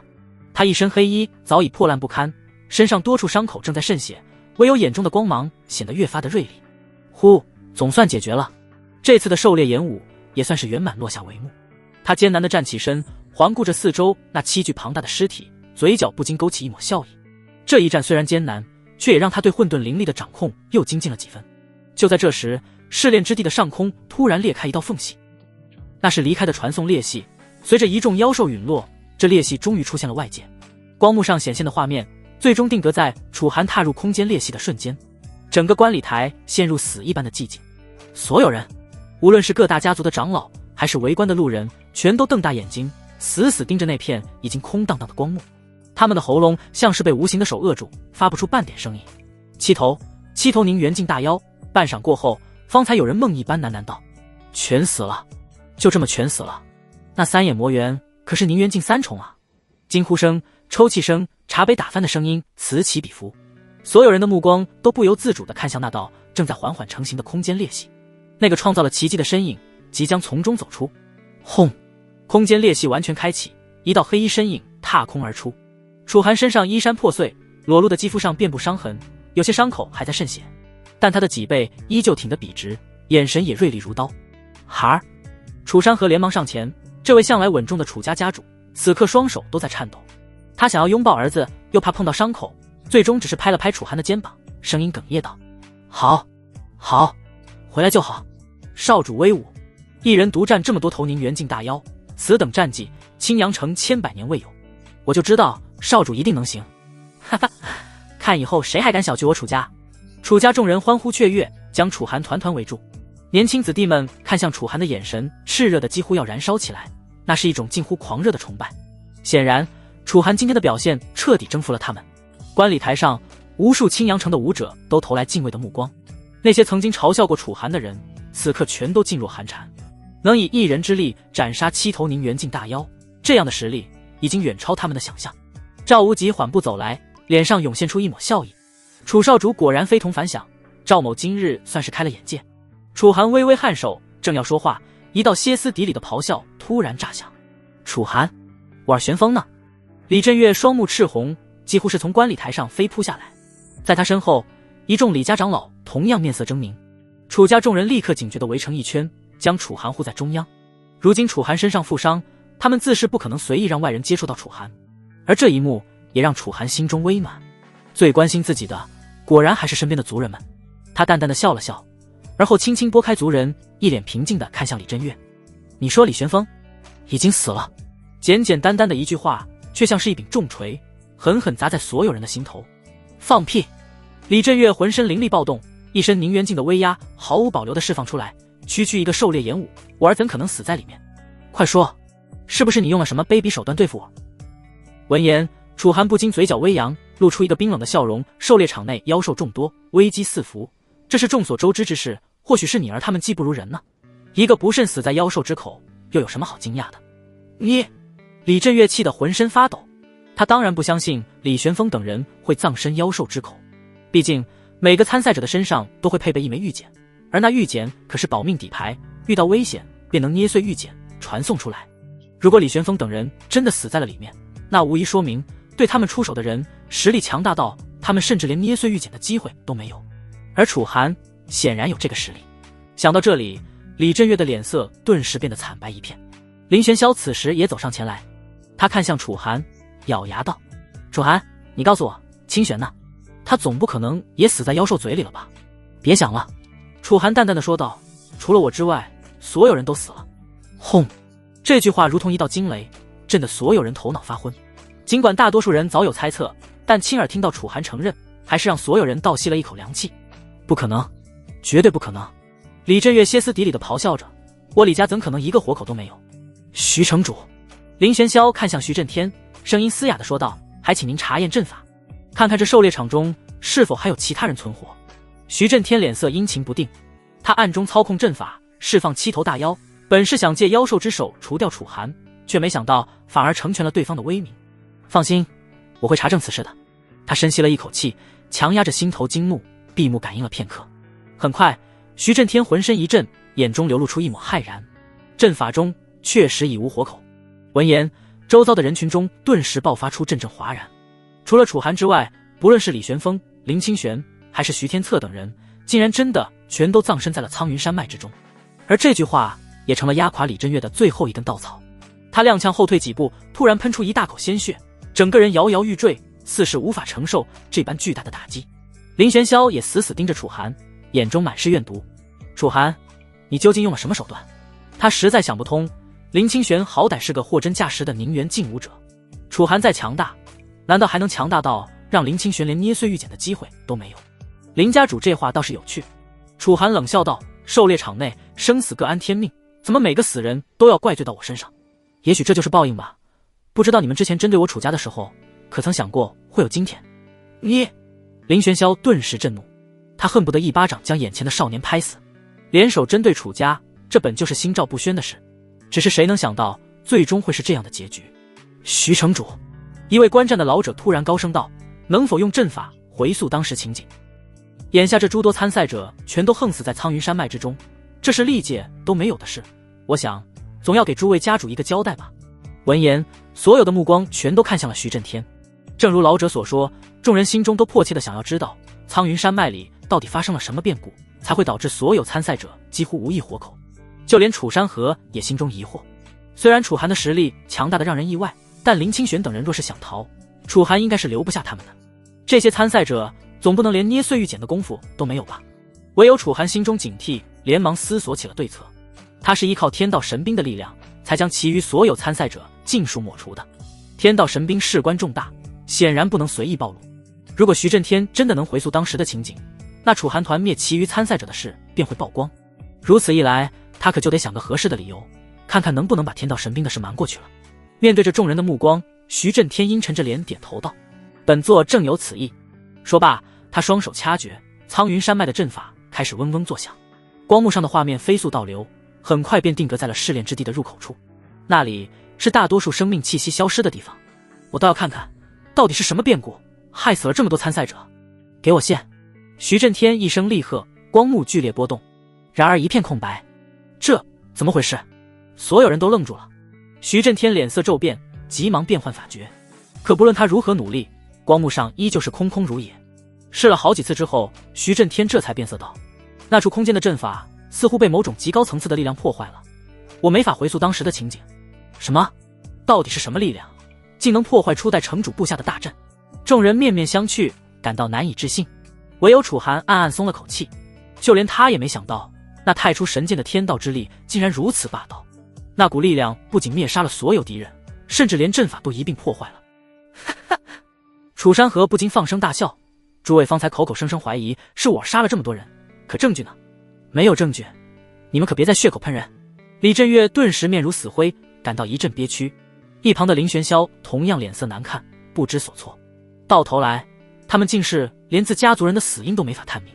谁都知道楚寒有问题，这么多人死了，凭什么就他一个活着出来了？可楚寒到底是怎么做到的？那股强大到能毁坏阵法的力量，又是否出自楚寒之手？没人能回答，一切都成了悬案。经过这次狩猎演武之后，林家、李家以及城主府全都成了青阳城的小丑。他们几大势力中比较有资质的年轻武者，全都不明不白地死在了苍云山脉里。唯有楚家毫无损失地笑到了最后。楚山河笑着看向徐震天：“徐城主，如今名次已定，是不是该把狩猎演武的头名奖励赐予我儿了？”徐震天的脸色阴沉的可怕，他死死盯着楚寒，眼中的怒火几乎要化为实质。楚山河，你们难道觉得这事就这么算了？楚山河眸光闪烁，他毫不畏惧地反问道：“不然呢？按照流程，我儿获得了最多吆喝，而其他参赛者要么提前淘汰，要么就是葬身在里面，这事还不结束，岂有此理？”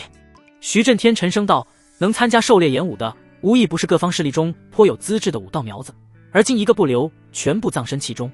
反观你楚家，虽然受伤的人不少，却一个死的都没有。”他厉声喝道：“楚寒是最后一个离开狩猎场的，今天无论如何，你们楚家都要给我们一个满意的答复，否则就把楚寒关押审问。”随着他的话音落下，一众城主府高手纷纷站起，气势凛然。李振岳和林玄霄也立刻带着族人围了上来，眼中满是怨毒。楚山河笑了，笑声中带着几分讥讽：“怎么，终于是彻底要和我楚家撕破脸皮了？无妨，我也忍你们很久了。他猛地踏前一步，周身灵力涌动。要想碰我儿，先跨过我的尸体。誓死护卫少主！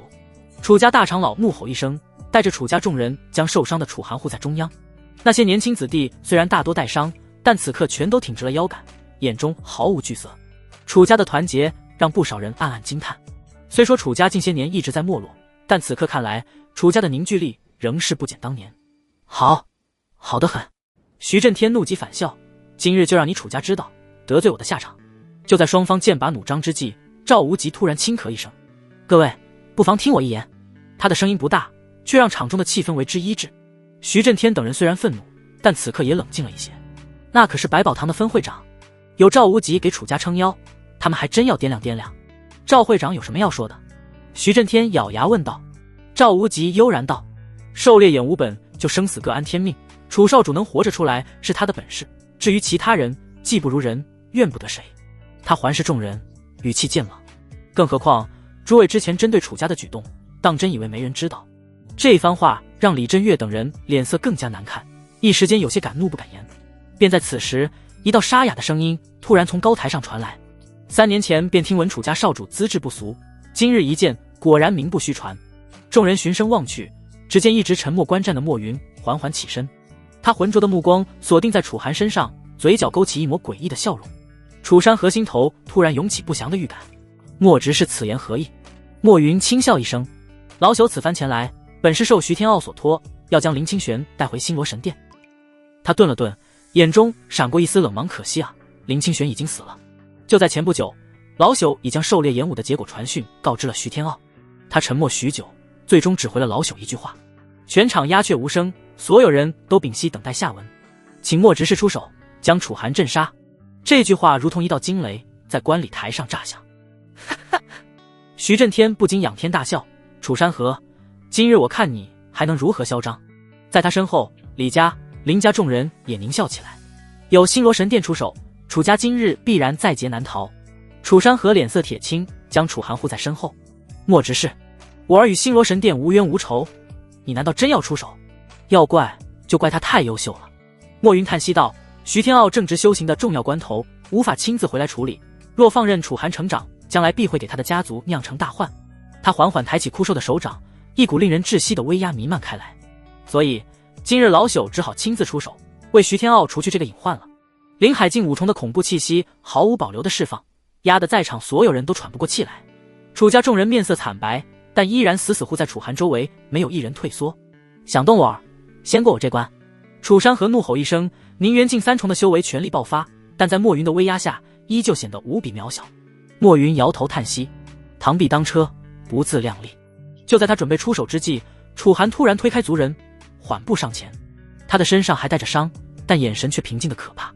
莫执事，你确定要为了一个徐天傲与我不死不休？莫云闻言一怔，随即失笑。你的资质确实惊人，但你可知，如今徐天傲在星罗神殿之中，又是处于何等地位？若非你和徐天傲有仇，我早就将你拉拢入我星罗神殿了。只可惜他的请求，老朽不得不答应。没想到有一天，老朽我竟然要亲自手刃一个资质如此妖孽的天才，还真是有些舍不得呢。莫云无奈开口，语气中满是叹惋。楚寒的资质确实惊人，即便放在星罗神殿之中，也当属前列。但没办法，谁叫徐天傲发了话，要置楚寒于死地呢？他只能选择照做。毕竟徐天傲身后的靠山实在太过强大，而他只是星罗神殿中一位小小的执事。要是可以通过这次出手来换取徐天傲的人情，那他这一趟倒也不算白来了。众人听到莫云的话后，很快也都明白了过来。显然和徐天傲相比，楚寒的价值还是太小了，这也让众人忍不住心中惊疑。3年前徐天傲才刚拜入星罗神殿之中，如今经过了3年的修行，他到底成长到了什么地步？只需一个请求，便能让星罗神殿放弃楚寒这种资质逆天的武道妖孽。滔天威压犹如巍峨神山，镇压而下。林海境的气息实在太恐怖了，楚家一行人即便铁了心要护住楚寒，可在那股浩瀚的威压下，他们浑身仿佛僵住了一般，几乎动弹不得。要想杀我，你恐怕也会付出惨痛的代价。楚寒看着莫云，淡然开口，他的眼中闪过了一丝决然。虽然再次催动太初神剑会让他元气大伤，但此刻他已别无选择。虽说赵无极先前愿意为他出头，但眼下连莫云都站了出来，赵无极可未必愿意承受来自星罗神殿的压力。当然，最主要的原因还是赵无极的修为只有灵海境3重，也就是说，如果莫云执意要出手，赵无极可保不住他。哦，看来你的身上似乎有什么强大的底牌。莫云饶有兴趣地看着楚寒，只不过在绝对的实力差距面前，你的底牌恐怕没你想的那么有用。有没有用，试试便知道了。就在楚寒即将催动太初神剑的刹那，天地间骤然响起一声苍老而浑厚的叹息。唉，这一声叹息仿佛穿越了无尽岁月，带着某种亘古的沧桑感。莫云愕然抬眸看向远处，轰！只见一道青色光柱自楚家祖地方向冲天而起，眨眼间横跨数十里，落在众人上空。光柱散去，显露出一道佝偻却挺拔的身影。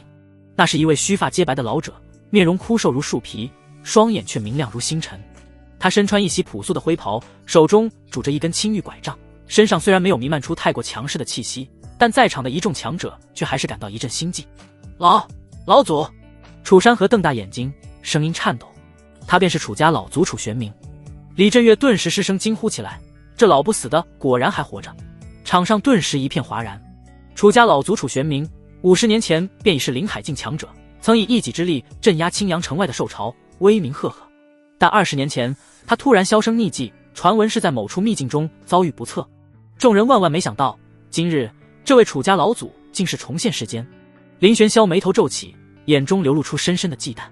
事实上，自从楚寒遭到林清玄偷袭，导致修为被废之后，楚家和其他家族之间的关系早已处于一个决裂的状态。这也是为何楚家近些年频被打压的缘故。可其他家族虽然孤立楚家，却始终没有彻底和楚家撕破脸皮，就好像在顾忌着什么一样。是的，他们顾忌的自然便是楚家老祖楚玄冥。也正因如此，楚家这些年虽然举步维艰，但也勉强能维持稳定。楚玄冥缓步走来，他先是看了眼重伤的楚寒，浑浊的眼中掠过一丝心疼，随即转向莫云，声音沙哑的开口道：莫道友，欺负小辈，有失身份吧？随着他的话语，一股灵海境的威压缓缓释放，虽然比不上莫云，却自有一股历经沧桑的厚重感。莫云有些讶异的看了眼前这位楚家老祖一眼，他很快恢复平静，笑道：原来楚家也有灵海境强者，只不过看你这副行将就木的状态，怕是拦不住我。嗨嗨！闻言，楚玄冥神色不变，他轻咳2声，淡然道：不试试又怎么知道呢？就在气氛有些剑拔弩张之际，赵无极突然轻笑一声：两位，我可从没说过我要置身事外。话落，一股灵海境3重的强大气息从他身上爆发，而随着他展露出自身气息，下一刻百宝堂的阵营中又有3人迈步而出，浩荡的灵力波动自他们身上扩散开来，一个灵海境1重，2个半步灵海境。这几人是百宝堂的供奉。徐震天脸色微变，在场众人也都不禁倒吸了一口凉气。要知道，百宝堂作为横跨整个泉州的顶级商会，其供奉之位绝非寻常灵海境能够担任。每一位供奉，要么是曾经名震一方的豪强，要么是身怀特殊传承的隐士，最次也得是能越阶而战的武道天才。也就是说，这2个半步灵海境的供奉，论真实战力，极有可能可以和真正的灵海境大能相比。莫云动容了，楚玄冥加上赵无极等人，3个灵海境，2个半步灵海境部，准确来说，那2个半步灵海境武者也能当作真正的灵海境大能来看待。也就是说，他面对的灵海境强者足足有5个之多，再加上百宝堂一方的武者，多半还会一些合击之术。这样的阵容，即便是他这个灵海境5重，也未必能讨到太多好处。赵无极，莫云沉声道：你百宝堂非要掺和进来？赵无极负手而立，语气坚定：楚寒，我百宝堂保定了。莫云眼中寒光闪烁，心中在不断权衡着利弊。若强行出手，即便能杀楚寒，自己也必定要付出不少代价。更何况百宝堂掌管着泉州最大的商业联盟，即便是星罗神殿，也绝不愿轻易将其得罪。好，很好。莫云突然笑了，只是那笑容冰冷的可怕。赵无极，今日之事，星罗神殿记下了。说完，他竟直接转身，化作一道辉光破空而去。徐震天顿时面如死灰，他怎么也没想到，堂堂星罗神殿的执事，竟然如此轻易便选择了退让。楚玄冥见状，冷哼一声，目光转向徐震天等人：现在该算算我们的账了。徐震天强自镇定：楚老祖，此事少废话。楚玄冥厉声打断：你们联手针对我楚家，真当老夫不知道？今日若非老夫及时出关，我楚家子弟岂不是要葬送在你们手中？他每说一句，气势就强盛一分，那凌厉的杀意让徐震天等人不寒而栗。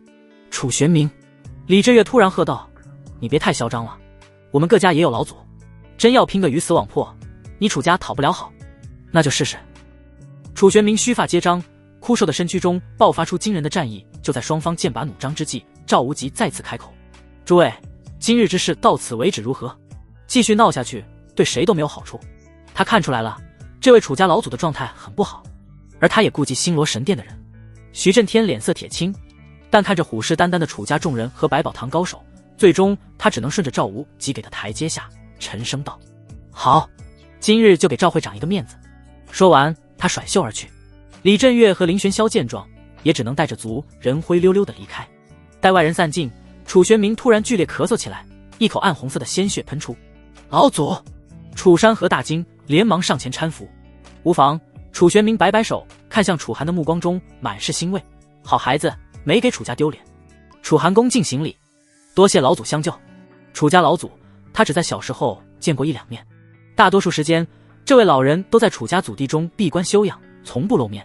楚玄冥温和地笑了笑，他又看向赵无极，郑重抱拳道：“今日多谢赵会长相助，楚家铭记于心。”赵无极笑着还礼：“楚老祖客气了，楚少主天纵之才，我百宝堂也很是欣赏。”一番寒暄过后，楚山河环顾四周，看着族人身上或多或少的伤势，沉声道：“老祖，这里不是说话的地方，既然狩猎演武已经结束，我们还是先回楚家休养为好。”楚玄冥微微颔首，点头道：“也好，那我们回去吧。”在楚玄冥的带领下，一行人踏上归程，向楚家走去。楚家子弟虽大多带伤，但此刻却个个昂首挺胸，精神十足。毕竟今日过后，楚寒的表现足以让楚家威名重振青阳城。身为楚家族人，他们自然也感到扬眉吐气。嗨！行至半途，楚玄冥突然剧烈咳嗽起来，一口暗红色的血沫溢出嘴角。楚寒连忙上前搀扶：“老祖，您的伤势无妨。”楚玄冥摆摆手，用袖口擦去血迹，脸上挤出一丝笑意：“不过是旧疾发作，调养些时日便好。”楚寒眉头微蹙，他能感觉到老祖体内似乎有一股阴寒至极的气息在经脉中流窜，所过之处灵力运转都变得滞涩起来。这寒气之强，恐怕连灵海境强者都难以压制。老祖，你的旧疾几10年前的事了。楚玄冥摇摇头，显然不愿多谈。老夫强行出关，牵动旧伤，回去后恐怕要闭关数年。你们年轻一辈的好好修炼，未来的楚家得靠你们了。看着老祖佝偻的背影，楚寒心中暗叹。这些年老祖虽然一直在闭关休养，但他身上的伤势却似乎半点不见好转。想到这里，楚寒很快便有了决定。他现在随身携带着9天神朝的国库，里面资源丰富，或许就有能帮到老祖的东西。回去之后，他得好好看看才行。就在楚家众人离开后，关于狩猎演武的消息如同风暴般席卷整个青阳城。听说了吗？楚家少主一人大战7头宁元境大妖。何止？听说李玄风、林清玄那些天才全都死在他手里了，就连星罗神殿的执事亲自出手都没能奈何楚寒。茶楼酒肆中，到处都在议论这场惊天变故。楚寒的名字再次成为青阳城最炙手可热的话题，而此刻城主府内却是一片愁云惨淡。砰！徐震天一拳砸碎面前的玉案，面目狰狞：“楚寒，楚家，此仇不报，我誓不为人。”下方，李振岳和林玄霄同样脸色阴沉，他们两家的天才子弟全军覆没，这等损失足以让家族元气大伤。徐城主，林玄霄咬牙道：“我们难道就这么算了？”算了。徐震天冷笑：“莫执事虽然退走，但我已传讯给天傲，以他的性子，绝不会善罢甘休。”提到徐天傲，李振岳的眼中闪过一丝希冀。天傲贤侄如今在星罗神殿地位如何？他现在可是真传弟子。徐震天傲然道：“而且还深受殿主器重，只要他出关，捏死楚寒就如同捏死一只蚂蚁一般容易。”闻言，其余2人顿时面露喜色。还好，虽然楚家现在的崛起之势难以阻挡，但他们有星罗神殿做靠山，要对付楚家应该不难。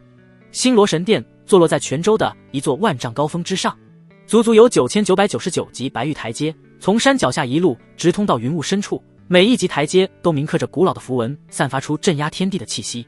殿宇连绵，金碧辉煌，云雾缭绕间，隐约可见一道道身影御空而行，气息强大的令人窒息。这里是真正的修炼圣地，是凌驾于整个泉州之上的庞然大物。轰！一座被七彩霞光笼罩的山峰深处，突然传来一声震响。密室之中，一名青年缓缓睁开双眼，眸中似有星辰流转，深邃而凌厉。他身着一袭星纹长袍，黑发如墨，面容俊朗，眉宇间透着一股与生俱来的傲意。正是徐天傲。他眉头微皱，感应到储物戒指中的传讯玉简在震动，神识一扫，他的脸色顿时沉了下来。莫云这个废物，居然没能杀掉楚寒。徐天傲眼中闪过一丝冷意。很快，他又收到了父亲徐震天的传讯，楚寒这家伙的修为居然真的恢复了。他双眸微眯，眼底掠过一抹不屑。3年前，楚寒是青阳城第一天才，而他徐天傲只能屈居第2。可3年后的今天，他早已不是当年的徐天傲了。呵，青阳城第一天才，徐天傲的嘴角勾起了一抹讥讽的弧度。这种头衔对他来说早已毫无意义。3年前，他出入星罗神殿时还只是一个普通的外门弟子，但很快他就在一次秘境试炼中觉醒了9星玄体，这是一种极为罕见的体质，可引动9天星辰之力淬炼己身，修炼速度远超常人。正因如此，他被星罗神殿殿主看中，收为亲传弟子，地位一路飙升。如今的他早已突破至灵海境3重，放眼整个星罗神殿的年轻一辈，能与他比肩者寥寥无几。他一心沉浸在修行之中，他的目标只有更高的武道境界。区区青阳城，区区楚寒早已不在他的眼中。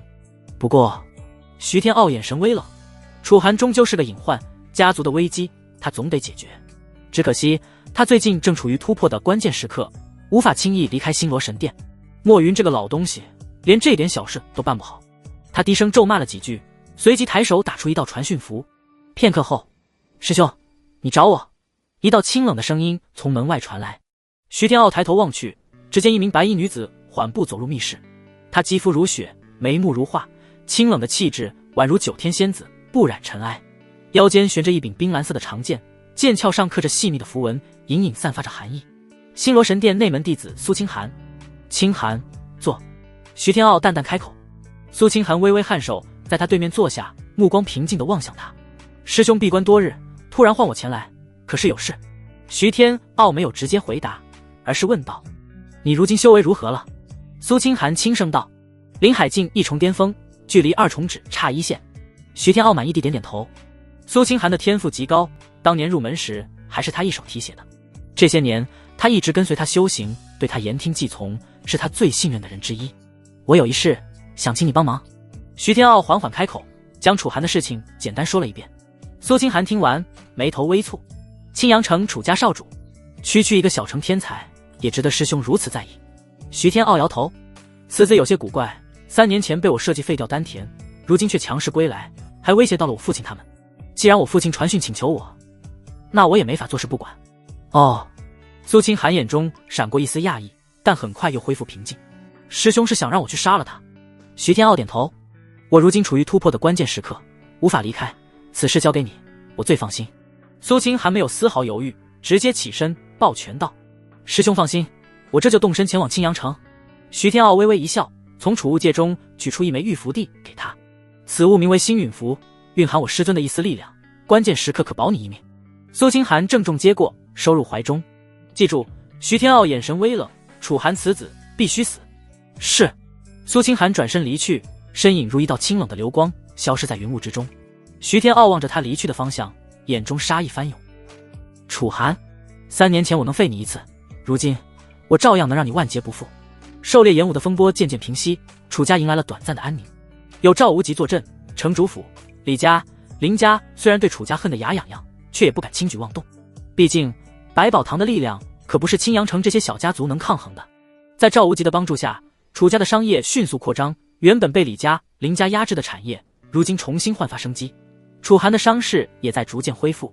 这一日，他来到赵无极暂居的院落之中。如今已经是狩猎演武结束后的第3天了。赵无极正坐在石亭中品茶，见楚寒到来，笑着抬手示意他坐下。楚少主，伤势恢复得如何了？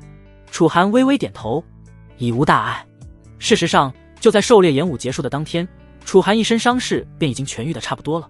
毕竟他身怀混沌道体，手上还掌握着大量资源，再加上他又没受什么太重的伤，治愈起来简直轻而易举。楚寒顿了顿，看向赵无极，问道：赵会长打算何时离开青阳城？赵无极轻抿一口茶，笑道：苍兰城的拍卖会即将开启，届时我得回去主持事务。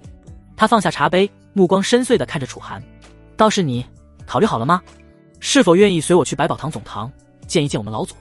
楚寒沉默片刻，摇了摇头。现在还不是时候。哦。赵无极挑眉。青阳城的风波虽然暂时平息，但楚家的危机并未解除。楚寒目光微沉，星罗神殿不会善罢甘休，徐天傲迟早会再出手，我不能在这个时候离开。赵无极叹了口气，无奈道：楚少主，我能帮的也只有这么多了。他语气凝重了几分。涉及到星罗神殿，即便是百宝堂也没办法正面抗衡。星罗神殿，泉州4大顶尖武道势力之一，凌驾于整个泉州之上。泉州浩瀚无垠，城池无数，宗门林立，但真正站在巅峰的只有那4座庞然大物：星罗神殿、青云剑宗、玄冥谷、天火宫。这4大势力底蕴深厚，强者如云，随便派出一位长老都足以横扫一方。而星罗神殿更是其中底蕴最深的存在之一。泉州境内不知多少武者梦寐以求拜入其中，哪怕只是成为一名外门弟子，都足以光宗耀祖。徐天傲能成为星罗神殿的真传弟子，地位之高可想而知。楚寒若是与星罗神殿正面冲突，无异于以卵击石。赵无极能帮楚家稳住青阳城的局势，已经是极限了。我明白。楚寒淡淡一笑，赵会长已经帮了我很多，这份恩情楚寒铭记于心。赵无极摇头苦笑：楚少主，你天赋绝伦，未来成就不可限量，若是因一时意气折在星罗神殿手里，实在可惜。闻言，楚寒只是淡淡的笑了笑，平静的语气透露出强烈的自信，我会用自己的力量解决楚家的危机。赵无极深深看了他一眼，不由笑道：楚少主的能耐我倒是信得过，不过虽然你无暇去见我百宝堂老祖，但苍兰城的这场拍卖会你倒是可以去上一趟。苍兰城就在青阳城隔壁，往返比较方便，若你实在不放心，大不了我倒是给楚家留几个强者看守便是。若有闲暇，我会去看看的。楚寒微微思索，而后点头道：这当然只是客气话，这种级别的拍卖会对于现在的楚寒而言其实并没有太多的吸引力。他手头上随意拿一件灵物出去，怕是都比拍卖会上压轴的物品要珍贵得多。眼下在得知赵无极准备离开后，楚寒的心中顿时升起了一抹急切感。楚家目前的隐患还很严重，而他现在的实力仍是远远不够，他必须变得更强才行。离开赵无极的院落后，楚寒径直向着楚家祖地的方向走去。青石小径两侧古树参天，斑驳的树影洒落在他的肩头。狩猎演武已过去3日，但老族楚玄冥的伤势却让他始终放心不下。自当天回到楚家后，楚玄冥由于伤势实在不容乐观，当即便回到了族地之中修行，没来得及和他们说哪怕一句话。寒毒，楚寒低声自语。在这几天里，他已经向父亲打听过了。30年前，老祖楚玄冥在探索一处上古秘境时，遭遇一头罕见的玄冥寒蛟。那寒蛟已修炼至灵海境巅峰，一口寒息可冻结山河。老祖最终虽逃出升天，却还是不慎被寒毒侵入心脉。此毒阴狠至极，连灵海境的灵力都无法彻底化解，只能靠老祖常年闭关，以火属性的灵药勉强压制。而这3日来，他翻阅了无数典籍，终于在9天神朝的浩瀚国库中找到了几种可能有效的灵药。7品赤阳火灵丹，以万年火灵芝为主要，专克寒毒。他本打算多取几种，但转念一想，这些灵药随便一种放在青阳城都是惊世骇俗之物，若一次性拿出太多，反倒引人猜疑。因此，楚寒只准备了其中一种灵药，顺便看看成效如何。祖地深处，一座古朴的石室静静矗立，石壁上爬满青苔，门前2盏长明灯摇曳着微弱的光芒。老祖，楚寒求见。楚寒轻叩石门，声音在幽静的祖地中远远传开。没有回应。老祖，楚寒眉头一皱，神识悄然探出。石室内确实有一道气息，但那气息微弱的如同风中残烛，而且对他的呼唤竟是毫无反应。不好，难道老祖出事了？楚寒掌心灵力喷涌，一掌震开石门，刺骨的寒气瞬间扑面而来。石室内的景象让楚寒神色微变，只见楚玄冥盘坐在一张石床上，整个人已经被厚厚的冰层所包裹。冰晶中，老祖面色青紫，眉须结霜，仿佛一尊冰雕。更可怕的是，那冰层竟在缓缓增厚，隐约间似有丝丝黑气在冰中游走。见状，楚寒顿时明白过来，当天老祖不顾伤势强行出关，这终究是引起了体内寒毒的反扑。顾不上犹豫，楚寒连忙上前，混沌灵力在掌心凝聚，猛地按在冰层上。咔嚓，冰层裂开一道缝隙，但转瞬间又有新的寒气涌来，裂缝以肉眼可见的速度愈合。该死！楚寒咬牙，灵力疯狂输出，灰色气流如火焰般灼烧着冰层，终于融出了一个巴掌大的缺口。趁着冰层还没愈合的间隙，他一把地将赤阳火灵丹塞入了老祖口中。轰！丹药在老祖口中炸开，炽热的药力如火山喷发。楚寒被气浪先退数步，只见老祖体表的冰层瞬间变得通红一片，那些缠绕在老祖经脉中的寒毒黑气，就如同积雪遇到烈阳一般，以肉眼可见的速度消融退散。楚寒稳住身形，有些惊讶地盯着老祖身上的变化。这丹药的药效似乎比他想象中的还要好上许多。没过多久，楚玄冥体表的冰层便彻底融化了，他那青紫的面色迅速恢复红润，连眉须上的冰霜都化作丝丝缕缕的白雾蒸腾而起。而楚玄冥体内原本紊乱的灵力，此刻也好似江河奔涌，林海境的气息再无阻滞。呼！楚玄冥长舒一口气，缓缓睁开双眼，那双浑浊的眼眸此刻竟是金光湛然，仿佛年轻了数十岁。老祖，感觉如何？楚寒上前一步问道。楚玄冥活动了下筋骨，脸上浮现出难以置信的神色。这丹药竟有如此神效？寒毒已被完全压制，老夫感觉仿佛回到了全盛时期。他仔细内视己身，又皱眉道：不过寒毒并未根除，只是被某种强大的药力封印在了经脉深处。楚寒点点头，此丹只能压制，无法根治。哈哈，无妨。楚玄冥大笑起来，声若洪钟，震荡四方。我能感觉到这药效至少能压制个10数年，这已是天大的幸事。如此一来，老夫便有足够的时间寻找根治寒毒之法了。他激动地站起身，枯瘦的手掌重重拍在楚寒肩上。孩儿，这次多亏了你。楚寒微微一笑道：老祖言重了，这是孙儿应该做的。楚玄冥目光灼灼地盯着他。孩儿，这丹药你是从何而来的？老夫活了这么多年，还从未见过如此神异的火属性灵药，是百宝堂所赠。楚寒心中早有准备，他面不改色地说道：赵会长听说老祖身患寒毒，特意从总堂调来一枚珍藏的丹药让我试试。百宝堂？楚玄冥面露亚色，这种丹药怕是连百宝堂也不多见吧？楚寒点头，据说是仅此一枚。闻言，楚玄冥顿时感慨万千，这份人情我楚家记下了。他舒展了下筋骨，脸上洋溢着久违的活力。从今日起，老夫终于不用终日闭关了。楚寒也露出了笑容。老祖恢复自由，意味着楚家又多了一位灵海境强者坐镇。不过老祖，此事不宜声张。楚寒说道，除了父亲，暂时还是不要让其他人知晓你已恢复为好。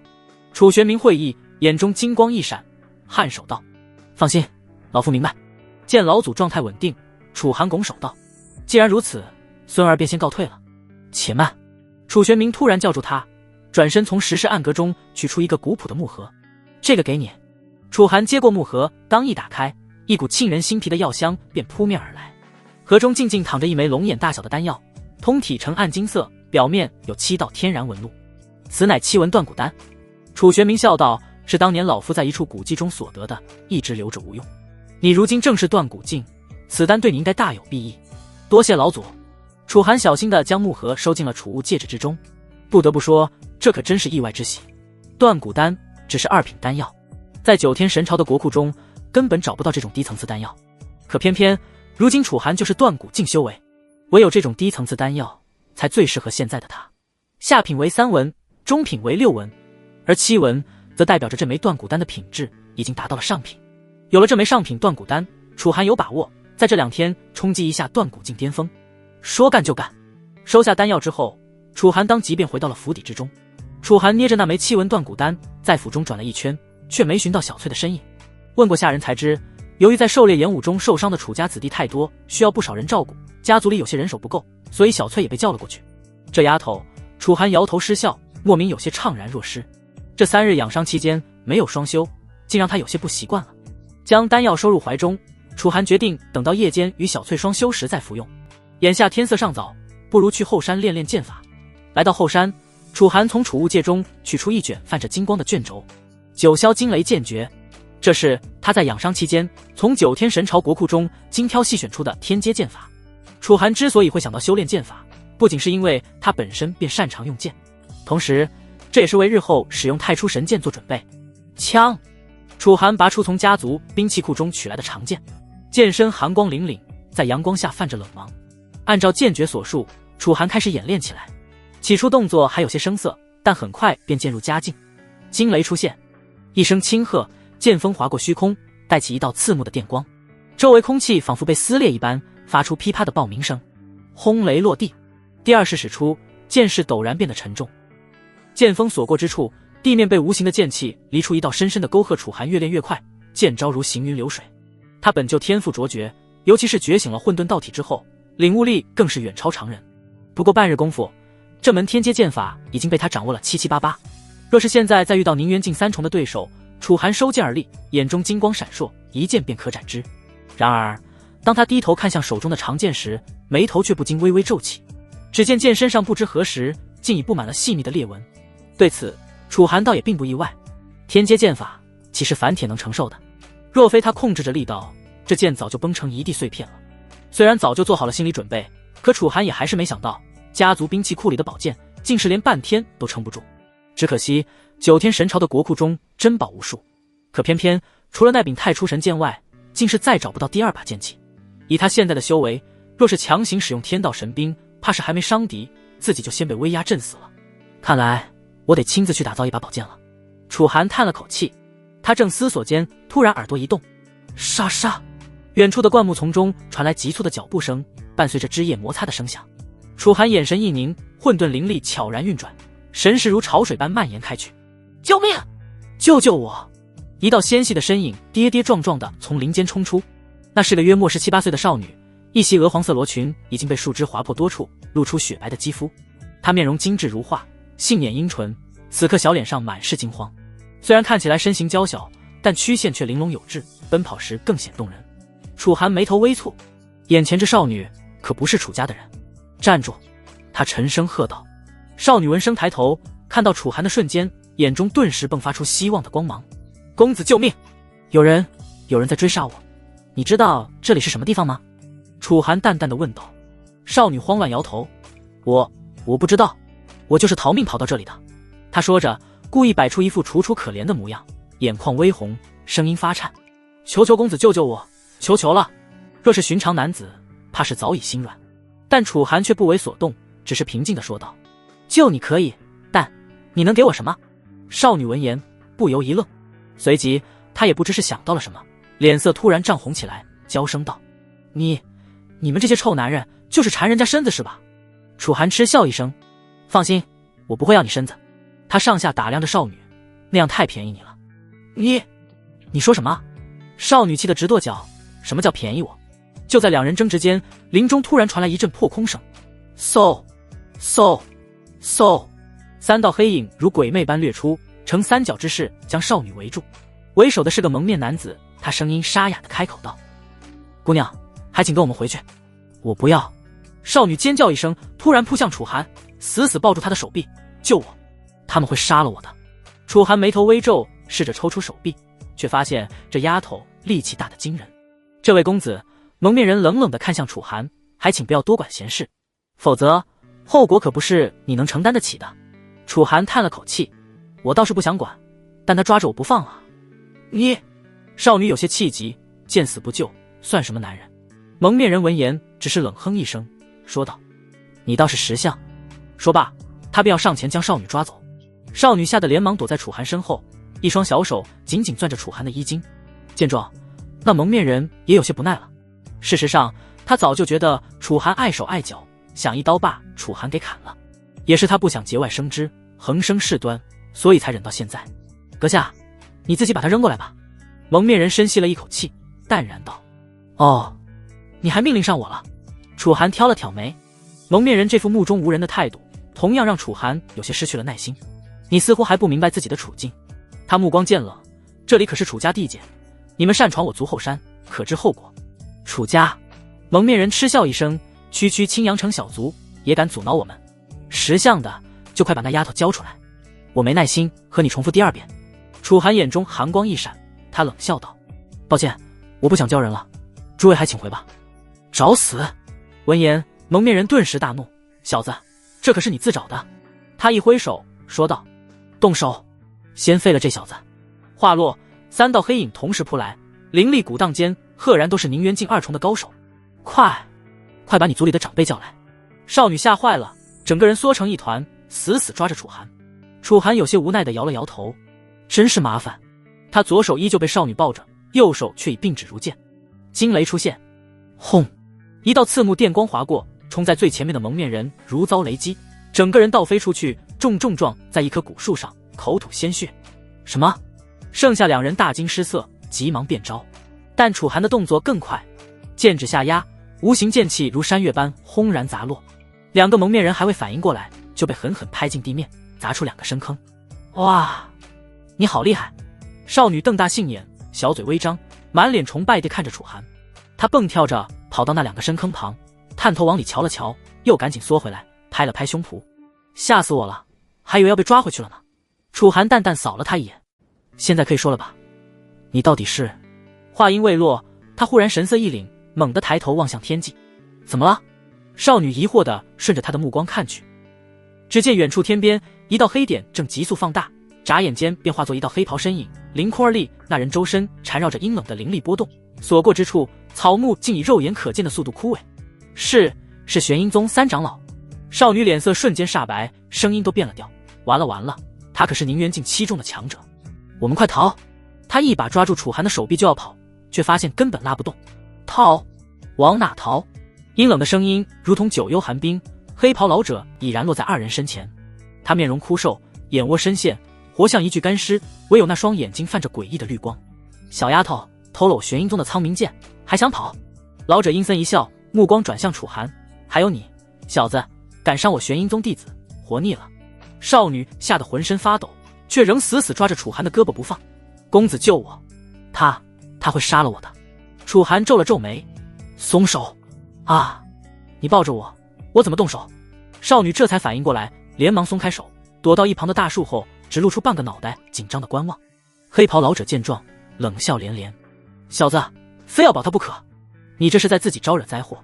楚寒活动了下手腕，眼中流露出一抹冷意。你们真把这里当成是想来就来，想走就走的地方了？老者双眸微眯，所以你这是不打算放人的意思？是又如何？楚寒淡淡的笑了笑。狂妄！老者怒喝一声，袖袍一挥，3道幽绿色的毒箭破空而出，直取楚寒面门、咽喉和心口。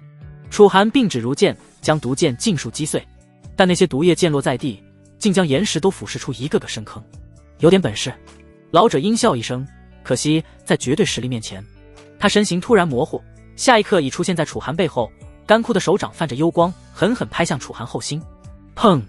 千钧一发之际，楚寒反手一掌，混沌灵力与老者的毒掌硬汉一击，气浪翻涌间，楚寒连退7步，嘴角溢出一丝鲜血，而老者只是身形晃了晃，显然占了上风。公子！少女惊呼。闭嘴，躲好！楚寒擦去血迹，眼神越发凌厉。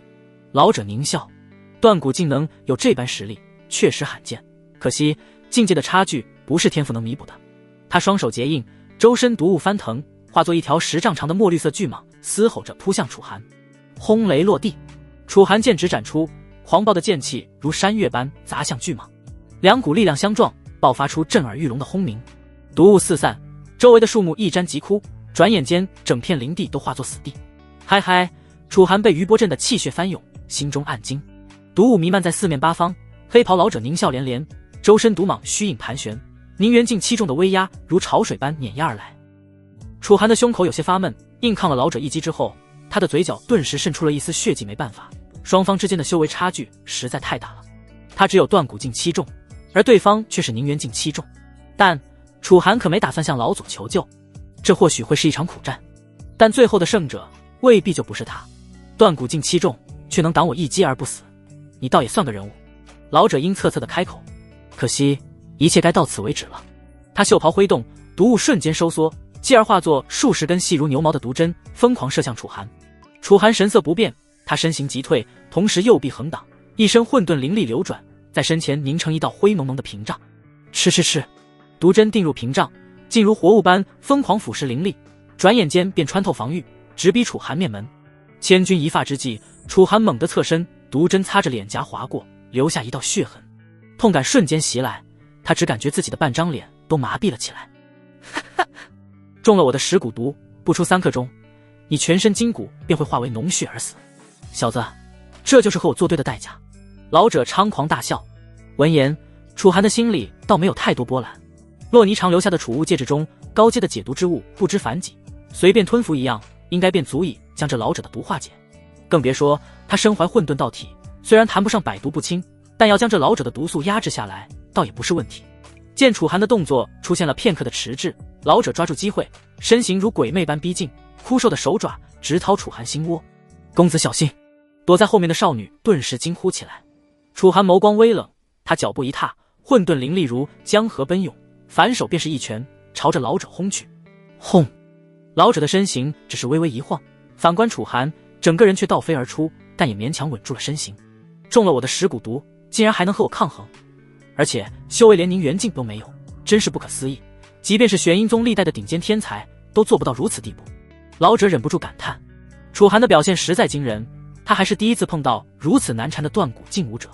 换作是一般的断骨劲武者，早就死得不能再死了。正面交手要打败一个宁元境7重的存在，属实有些不易。主要是我没有一把合适的剑，空有一身天阶剑法，却难以尽情施展，实在太憋屈了。楚寒有些无奈，除了动用太初神剑这个底牌之外，他其实是有能力将老者击败的。九霄惊雷剑诀可是一门天阶剑法，以自己现在的能耐，若是全力施为，应该有机会干掉对方。只可惜他没有一把合适的剑，这才是最大的弊端。空手驱使剑法，威力简直削减了不知多少，又怎可能伤得了眼前这个老者？想到这里，楚寒当即看向了身后的少女。没记错的话，刚刚那老者说过，少女从玄阴宗中偷走了一把剑。能让玄阴宗如此大动干戈的前来抓人，那把剑多半不是什么凡物。喂！楚寒对着少女喝道，他说，你偷了玄阴宗的剑，是不是真的？少女一愣，随即警惕地问道，你要干嘛？他以为楚寒支撑不住，打算将他交出去换命，眼中瞬间浮起了一层水雾。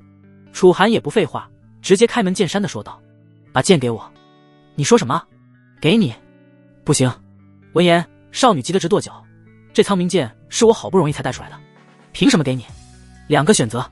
楚寒语气森然，要么给我剑，我宰了这老狗，要么我把你交出去，换我活命。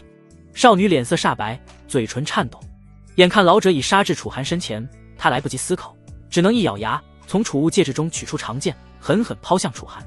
接着，你要是敢骗我，我做鬼也不放过你。争！长剑入手，楚寒只觉掌心一沉，剑鞘触感冰凉，通体漆黑，即便尚未出鞘，也能感受到其中蕴含的森然剑意。好剑！楚寒心中暗赞。对面老者见状，却是嗤笑起来，蠢货！苍冥剑乃我玄阴宗镇宗之宝，怎是你区区一个断骨劲武者能驱使的？强行使用必遭反噬，小子，你这是在自寻死路。楚寒淡淡的瞥了老者一眼，他没有说话，而是随手把剑鞘一推，枪！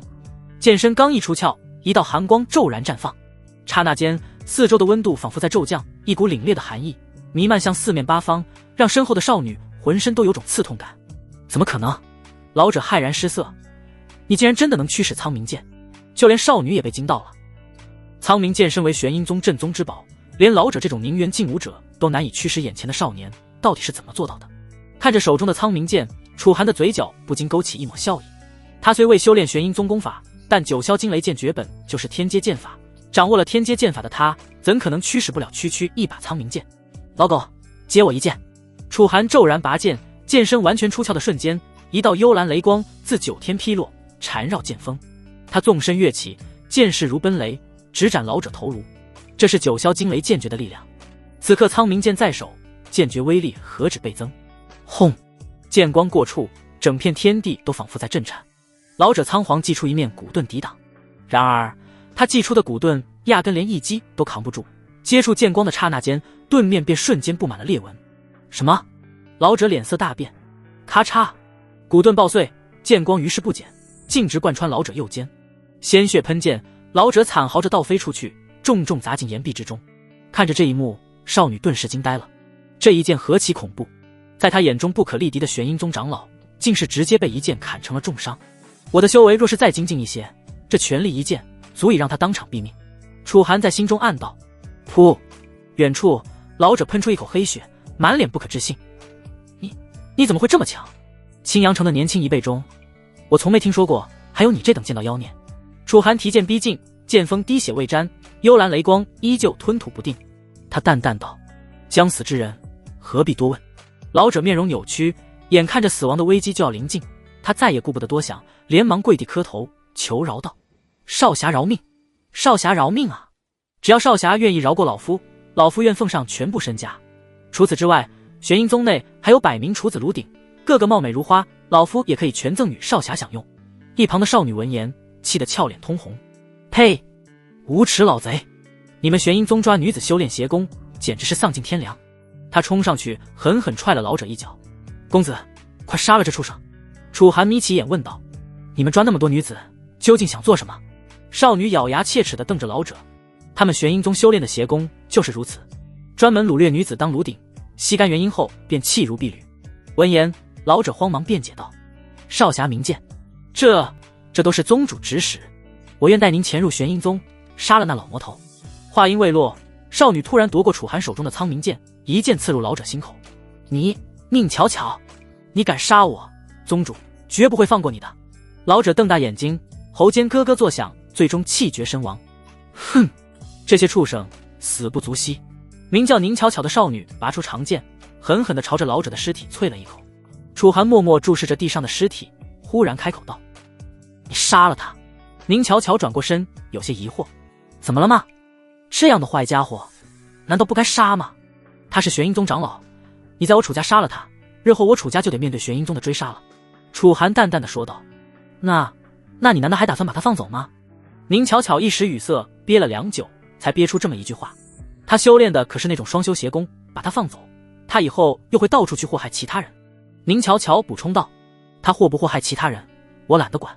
即便是替天行道，那也得量力而为。”楚寒不为所动，只是淡然道：“我虽然不了解玄阴宗，但一个长老能有宁元境7重的修为，想来那必然不是我楚家能抗衡的势力。我和你素不相识，却被你卷进了这一场纷争之中，我保住你的小命，你却为我楚家招惹来了这么一个祸患。你说，你打算如何报答我？你想怎么样？”宁巧巧艰难地吞咽了一口唾沫，她突然感觉自己才刚逃脱了狼群的追杀，眼下似乎又误闯到了虎穴之中。她的心脏此刻砰砰直跳，甚至有些不敢看向楚寒。这样吧，把苍冥剑留下，我姑且可以既往不咎。楚寒看向了宁巧巧手中的剑，先前用过一次之后，他发现这苍冥剑当真适合自己，也能完美发挥九霄惊雷剑诀的威力。他眼下正好缺少一把能用的剑，主意自然是打到了苍冥剑的身上。我就知道你们这些臭男人。等等，你说什么？苍冥剑？闻言，宁巧巧似是没听到自己预料之中的回答，她恍惚了一下，这才回过神来，满脸戒备地看向楚寒。不行，你别想打苍冥剑的主意。他暗自有些羞恼，怪自己胡思乱想。怎么？我救了你的命，索要一把剑，很过分。楚寒淡淡的说道。你这是挟恩图报。宁巧巧握紧苍冥剑，警惕地盯着楚寒。是又如何？我承受了这么大的代价，你难道不该有所报答？楚寒平静地看着宁巧巧。宁巧巧咬了咬唇，她自然知道楚寒所言不差，可苍冥剑是他历经生死才从玄阴宗带出来的，实在不愿轻易交出去。他犹豫了一下，可怜巴巴地说道：我可以用其他东西补偿你。楚寒挑眉：哦，那你打算用什么？宁巧巧连忙从怀中掏出一个破旧的储物袋，倒出几块下品灵石，捧在手心里递向楚寒。这是我的全部身家了。看着眼前那几块磕磕巴巴的灵石，楚寒顿时冷笑一声：你在打发谁？你的命就值这几块下品灵石？宁巧巧被他的目光刺得一缩，眼眶有些发红，嗫嚅道：可我真的没有别的东西了。他确实身无长物，除了苍冥剑，再无可拿得出手的宝物。就在气氛僵持之际，楚寒突然眉头一皱，身形微微晃了一下。你怎么了？宁巧巧一惊，下意识伸手扶住他。楚寒脸色苍白，额头渗出细密的冷汗，低声道：那老狗的毒有点麻烦。他虽然凭借混沌道体压制了毒素，但毕竟修为差距摆在那里，短时间内难以彻底化解。宁巧巧慌了，连忙扶他坐下。你有解药吗？楚寒摇头：没有。那该怎么办？他看起来急得手足无措，但一双眼珠子却灵活地转动着，眼底深处有一丝狡诈的光芒掠过。放心，暂时还死不了。楚寒深吸一口气，他盘膝坐下，开始闭目调息。你还撑得住吧？宁巧巧打量着楚寒。此刻的楚寒至少从外表来看是相当的不堪，有些勉强。你帮我护法，我得运功把毒素压下去。楚寒虚弱地说道。闻言，宁巧巧乖乖在一旁等了一会儿，见楚寒一直没有动静，他的眼底顿时掠过了一抹挣扎之色。很快，他咬了咬牙，像是下定了某种决心。公子，这样不是办法，我还是去附近找找有没有解毒的灵草好了。他突然站起身，语气真诚地说道。楚寒没有回应，难道他中毒太深，已经彻底没有意识了？宁巧巧眼睛一亮，他悄悄把苍冥剑收起来，而后开始往身后挪去。见楚寒自始至终没有半点动作，他这才放下心来，施展起身法向远处掠去。傻子，真以为我会乖乖帮你护法？等你伤势一好，我岂不是就走不了了？宁巧巧在心中暗自窃喜，先前楚寒和玄阴宗长老的一战，实在是深深地震撼到了他。他很清楚自己完全不是眼前这个少年的对手，想走唯有趁现在。虽然觉得有些对不起他，但宁巧巧也没办法，他也只是想活命而已。等日后他有了能力，自会回来报答楚家。现在他只能选择趴。不等宁巧巧多想，突然他像是撞到了什么东西，整个人身形一滞，有些吃痛的往后倒去。哎呦，谁啊？宁巧巧捂着脑袋站起身，有些恼怒的向前看去，但很快他便傻眼了。他看到了一道熟悉的身影。此刻楚寒正站在他面前，面无表情地看着他。你怎么会在这里？你不是中毒了，在调养吗？宁巧巧浑身一僵，她愣了好半晌才反应过来，有些结结巴巴地说道。那你呢？我不是让你帮我护卫吗？你怎么都快跑出楚家了？楚寒淡淡地说道。此刻他们的位置就在楚家后山的边缘处，再往外走便是青阳城之外了。我看你伤得严重，就是想帮你找一下解毒的灵药。宁巧巧小声道。找灵药？那你是不是找错地方了？我楚家便是这青阳城大族，麾下有好几家药铺，你不往我楚家跑，这是要跑哪去？面对着楚寒那咄咄逼人的质问，宁巧巧只感觉整个头都大了，他根本没法回答。难道他要说自己丢下他这个中毒的救命恩人不管，就是想要自己偷偷溜走吗？那你想怎么样吗？我错了还不行吗？但苍冥剑我是不可能给你的。宁巧巧小声道。闻言，楚寒不禁冷笑出声。我若是非要不可呢？看着楚寒那冰冷的眼神，宁巧巧知道对方恐怕是不会轻易放过自己了。虽然眼前这少年强得可怕，但他毕竟刚刚中了玄阴宗的剧毒，一时半会儿必然实力骤降。眼下若是要逃，对方未必就拦得下自己。想到此处，宁巧巧竟是身形一闪，便要掠过楚寒向远处逃去。他在赌楚寒中毒太深，拦不住自己，但显然他赌错了。只见他才刚飞掠至楚寒身旁，便被楚寒一把抓住他的手腕，直接将他重重地甩到了地上。他摔得屁股生疼，有些幽怨地看向楚寒，说道：你这人怎么这么野蛮？真是一点都不懂得莲花西域，还搁着跟我莲花西域呢。闻言，楚寒不由得怒极反笑，他终于有些忍无可忍了。今天他要好好惩罚一下这个无法无天的少女。我给过你机会，既然你不识好歹，那就别怪我了。看着楚寒一步步向自己逼近，宁巧巧只感觉浑身都在发颤。你想做什么？苍冥剑我给你就是了。他有些慌了。然而楚寒已经来到了宁巧巧身前，正居高临下的看着眼前的少女。在少女惊恐的眼神中，他压根不理会宁巧巧在说什么，好似一头粗鲁的野兽般，直接一把按住了宁巧巧的双肩。帮我解毒。楚寒恶狠狠地看着宁巧巧，开口道。解毒？怎么解？宁巧巧下意识地反问。吸出来。吸出来。宁巧巧愕然，她眸光惊颤，就像只受惊的兔子。吸哪里？这里。说罢，宁巧巧见到了她不该见到的东西。宁巧巧顿时涨红了脸，可还不等她说些什么，一阵振粉金色的雾气便弥漫而开，将两人笼罩在其中。在这阵雾气的作用之下，宁巧巧整个人都感觉精神有些恍惚起来。与此同时，一股原始的欲望在她心中滋生萌芽，她开始渴求某些东西，而那些东西此刻就在她的面前。给我吸！楚寒又大喝了一声。尽管宁巧巧心里还是10万个不愿意，但在那种朦胧的渴望之下，她显得不再抗拒。半推半就之间，她顺从地低下了高傲的头颅。不知过了多久，终于在宁巧巧不懈的努力下，楚寒只感觉身心一阵愉悦，他体内的毒素终于被吸了出来。此刻宁巧巧俏脸涨红，她早已累得香汗淋漓，正趴在楚寒的身上微微喘着气。累吗？楚寒突然问道。有点，宁巧巧小声回答道：“那接下来换我来吧。”听着楚寒那直言不讳的话语，宁巧巧羞涩地叮咛了一声。又是一阵翻云覆雨后，楚寒长舒了一口气，从宁巧巧身上站起。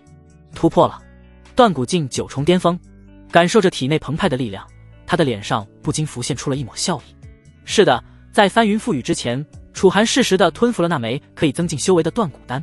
在丹药和双修的作用下，他一举冲破了2层阻碍，从断骨境7重一连突破到了断骨境9重巅峰。我居然也突破了！宁巧巧此刻也是一脸震惊，感受着体内奔涌澎湃的灵力，她也顾不上穿好衣服，整个人都沉浸在激动之中。她原本只是一个淬体境巅峰的武者，经过这一轮和楚寒的双修之后，她不仅突破了断骨境大关，还连破3境，直达断骨境3重。如此惊人的修行速度，是她此前从未想过的。她这才明白，原来楚寒之前说的会便宜了她，并没有在骗她。早知这双修有如此奇效，她恨不得楚寒能多缠一点自己的身子呢。愣着干嘛？还在陶醉呢？楚寒瞥了一眼发呆的宁巧巧，不由说道：“我。”闻言，宁巧巧抬眸看向楚寒，只是这一次，她的眼神中再没有半点抗拒和戒备。我真没想到你这么厉害。她穿好衣服，熟练地拖住了楚寒的手臂，一副羞答答的模样。你干嘛呢？整得我好像跟你很熟一样。楚寒没好气地甩开宁巧巧的手臂，虽然和宁巧巧云雨了一番，但他本意可不是要拉近和宁巧巧之间的关系，而是要惩罚他之前的所作所为。只可惜结果还是让宁巧巧占尽了便宜。没办法，楚寒拥有混沌道体，而且修为也比宁巧巧高，两人初次双修，宁巧巧的收益自然会比楚寒更高。想到这里，楚寒还是不够解气，他淡漠地看着身前少女，冷声道：“你可别以为我会这么放过你，你难道打算要把我囚禁在楚家吗？”宁巧巧缩了缩身子，小声道：“你觉得呢？”楚寒冷笑一声：“那好吧。”说罢，宁巧巧突然从储物戒指中取出苍冥剑，扔给了楚寒。楚寒接过苍冥剑，有些疑惑地看着宁巧巧：“你什么情况？你不是想要苍冥剑吗？”“是啊，但你不是不想给吗？”“那是之前，现在连我都是你的人了，我的剑自然也是你的。”楚寒有些愕然，他现在明明已经没有运转阴阳太玄河道真经了啊！感情这一次双修让这丫头吃到了甜头，所以不舍得走了是吧？事实也确实如楚寒所想，以往的修炼都是枯燥而乏味的，宁巧巧还从未有过如此美妙的修行体验，而且一次双修的成果远比之前数个月甚至1年的修炼成果加起来都要多，宁巧巧自然舍不得走。再者，楚寒毕竟也是个年轻少爷，长相英俊，武道实力也强大的吓人，从了他又有何不可？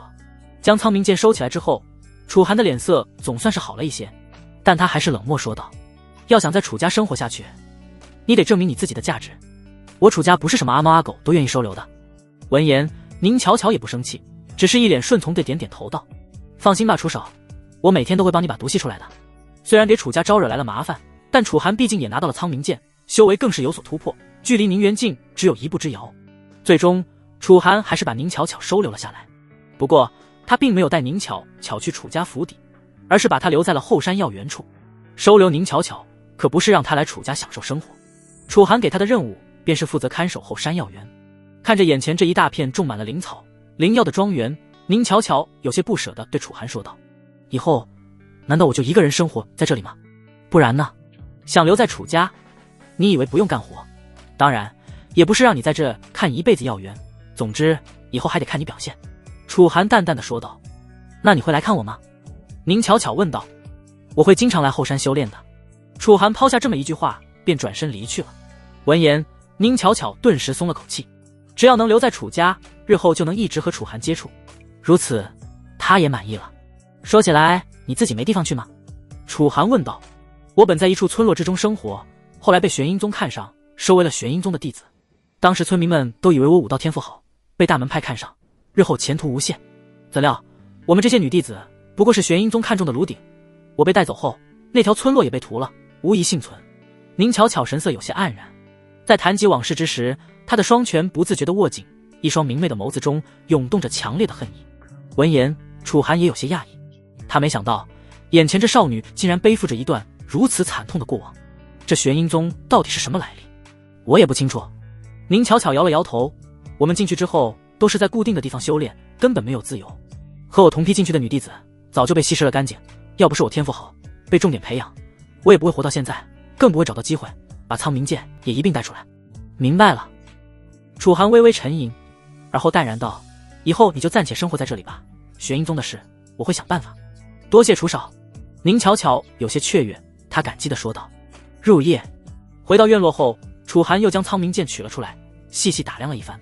不得不说，这把玄阴宗的镇宗之宝当真不凡。武者使用的武器一般被称为灵兵，灵兵分为不入流、下品、中品、上品、极品，共5个层次。据说灵兵之上还有圣器，但那种东西实在太罕有了，小小的青阳城根本不可能有圣器这种东西。而楚家最高品阶的一把灵兵，品级勉强才达到了中品，一直被收藏在楚家的禁地之中。据说那是老祖楚玄冥留下的灵兵，连老祖的灵兵都才只是上品。而这把苍冥剑，根据楚寒猜想，不仅达到了极品的层次，而且还远不是一般的极品灵兵能媲美的。虽说苍冥剑应该也没到圣器的地步，但能比一般的极品灵兵要强大，这已经让楚寒很满意了。宁巧巧这人确实不够厚道，不过要不是他的到来，自己也不会得到这样一把神兵利器。因此楚寒也不想太欺负他，就先让他在后山药园待一阵子得了。眼下需要防备的还是玄阴宗的报复。玄阴宗的长老可就死在楚家的后山之中，虽说这事没传出去，但谁也不知道玄阴宗有没有办法查询到长老尸身的下落。楚寒少爷。就在这时，一个下人小心翼翼地在门外喊道：进来吧，玄阴宗的事你查得怎么样了？楚寒看了眼下人，说道：我已经查清楚了，玄阴宗其实是星罗神殿的一个下属势力。那下人说道：星罗神殿。楚寒一怔，他万万没想到玄阴宗这种一看便是修炼邪法的阴暗势力，居然也会和星罗神殿扯上关系。不错，据说早在上百年前，玄阴宗便投靠到了星罗神殿的麾下，他们的任务是帮星罗神殿看守一处秘境。秘境？楚寒狐疑地问道：什么秘境？此事属下暂且没有查清楚，因为那秘境似乎已有数百年不曾开启过，所以这方面的消息少之又少。下人说道。两人又交谈了一番，楚寒这才点头道：行，你先下去吧。待下人离去，楚寒独自盘坐在房间之中，眉头微微蹙起。玄阴宗他还不算很担心，但若是涉及到星罗神殿，那可就有些麻烦了。星罗神殿那可是泉州4大顶尖势力之一，动动手指的事便能把楚家给荡平。即便是赵无极那种背靠着百宝堂的临海劲武者，都对星罗神殿忌惮有加，由此可见星罗神殿的威势有多么惊人。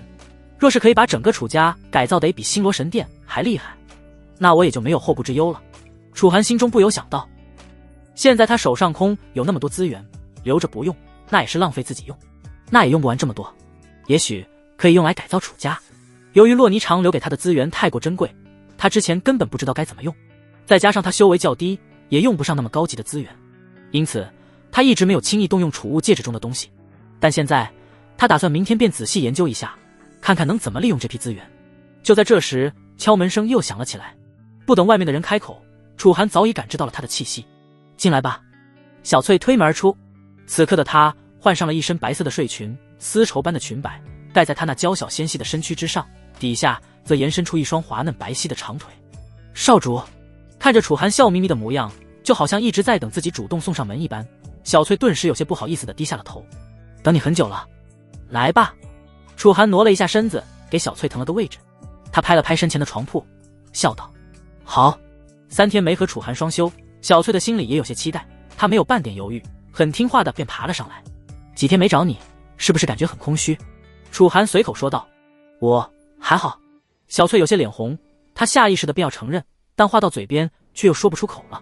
都坦诚相待这么多次了，小翠，你怎么还是这般放不开？楚寒摇头失笑。我。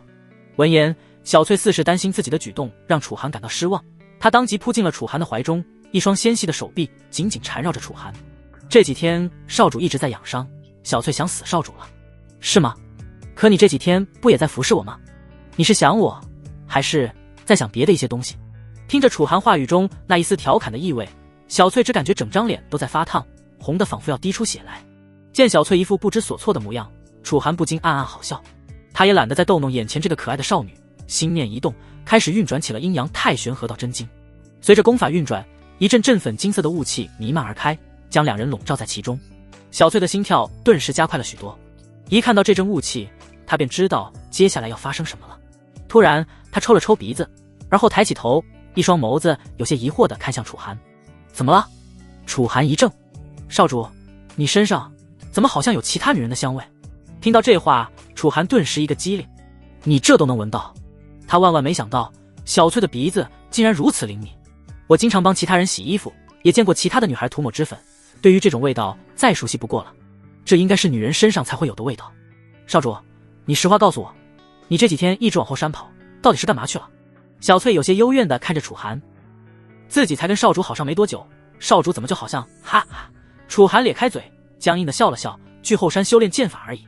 他也不知道自己在心虚什么，但对待小翠和对待宁巧巧不同，他可不想让小翠有半点伤心和难过。真的吗？小翠狐疑地看了眼楚寒，而后他突然低下头，不说话了。你怎么了？楚寒有些疑惑，是我没能让少主满足吗？小翠突然抬眸，轻咬着唇道：傻丫头，怎么会呢？楚寒一怔，失笑道。他一把将小翠搂进了怀中。放心，没人能取代得了你的地位。他在小翠耳边温柔地开口。小翠整个人都仿佛酥软了下来，直似要化作一滩水融进楚寒的身体一般。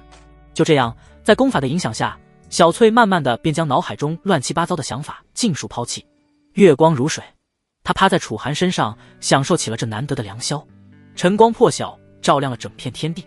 青阳城一间普通的客栈之中，一个身形窈窕的少女来到2层，随手点了杯酒，靠在窗边自顾自地喝了起来。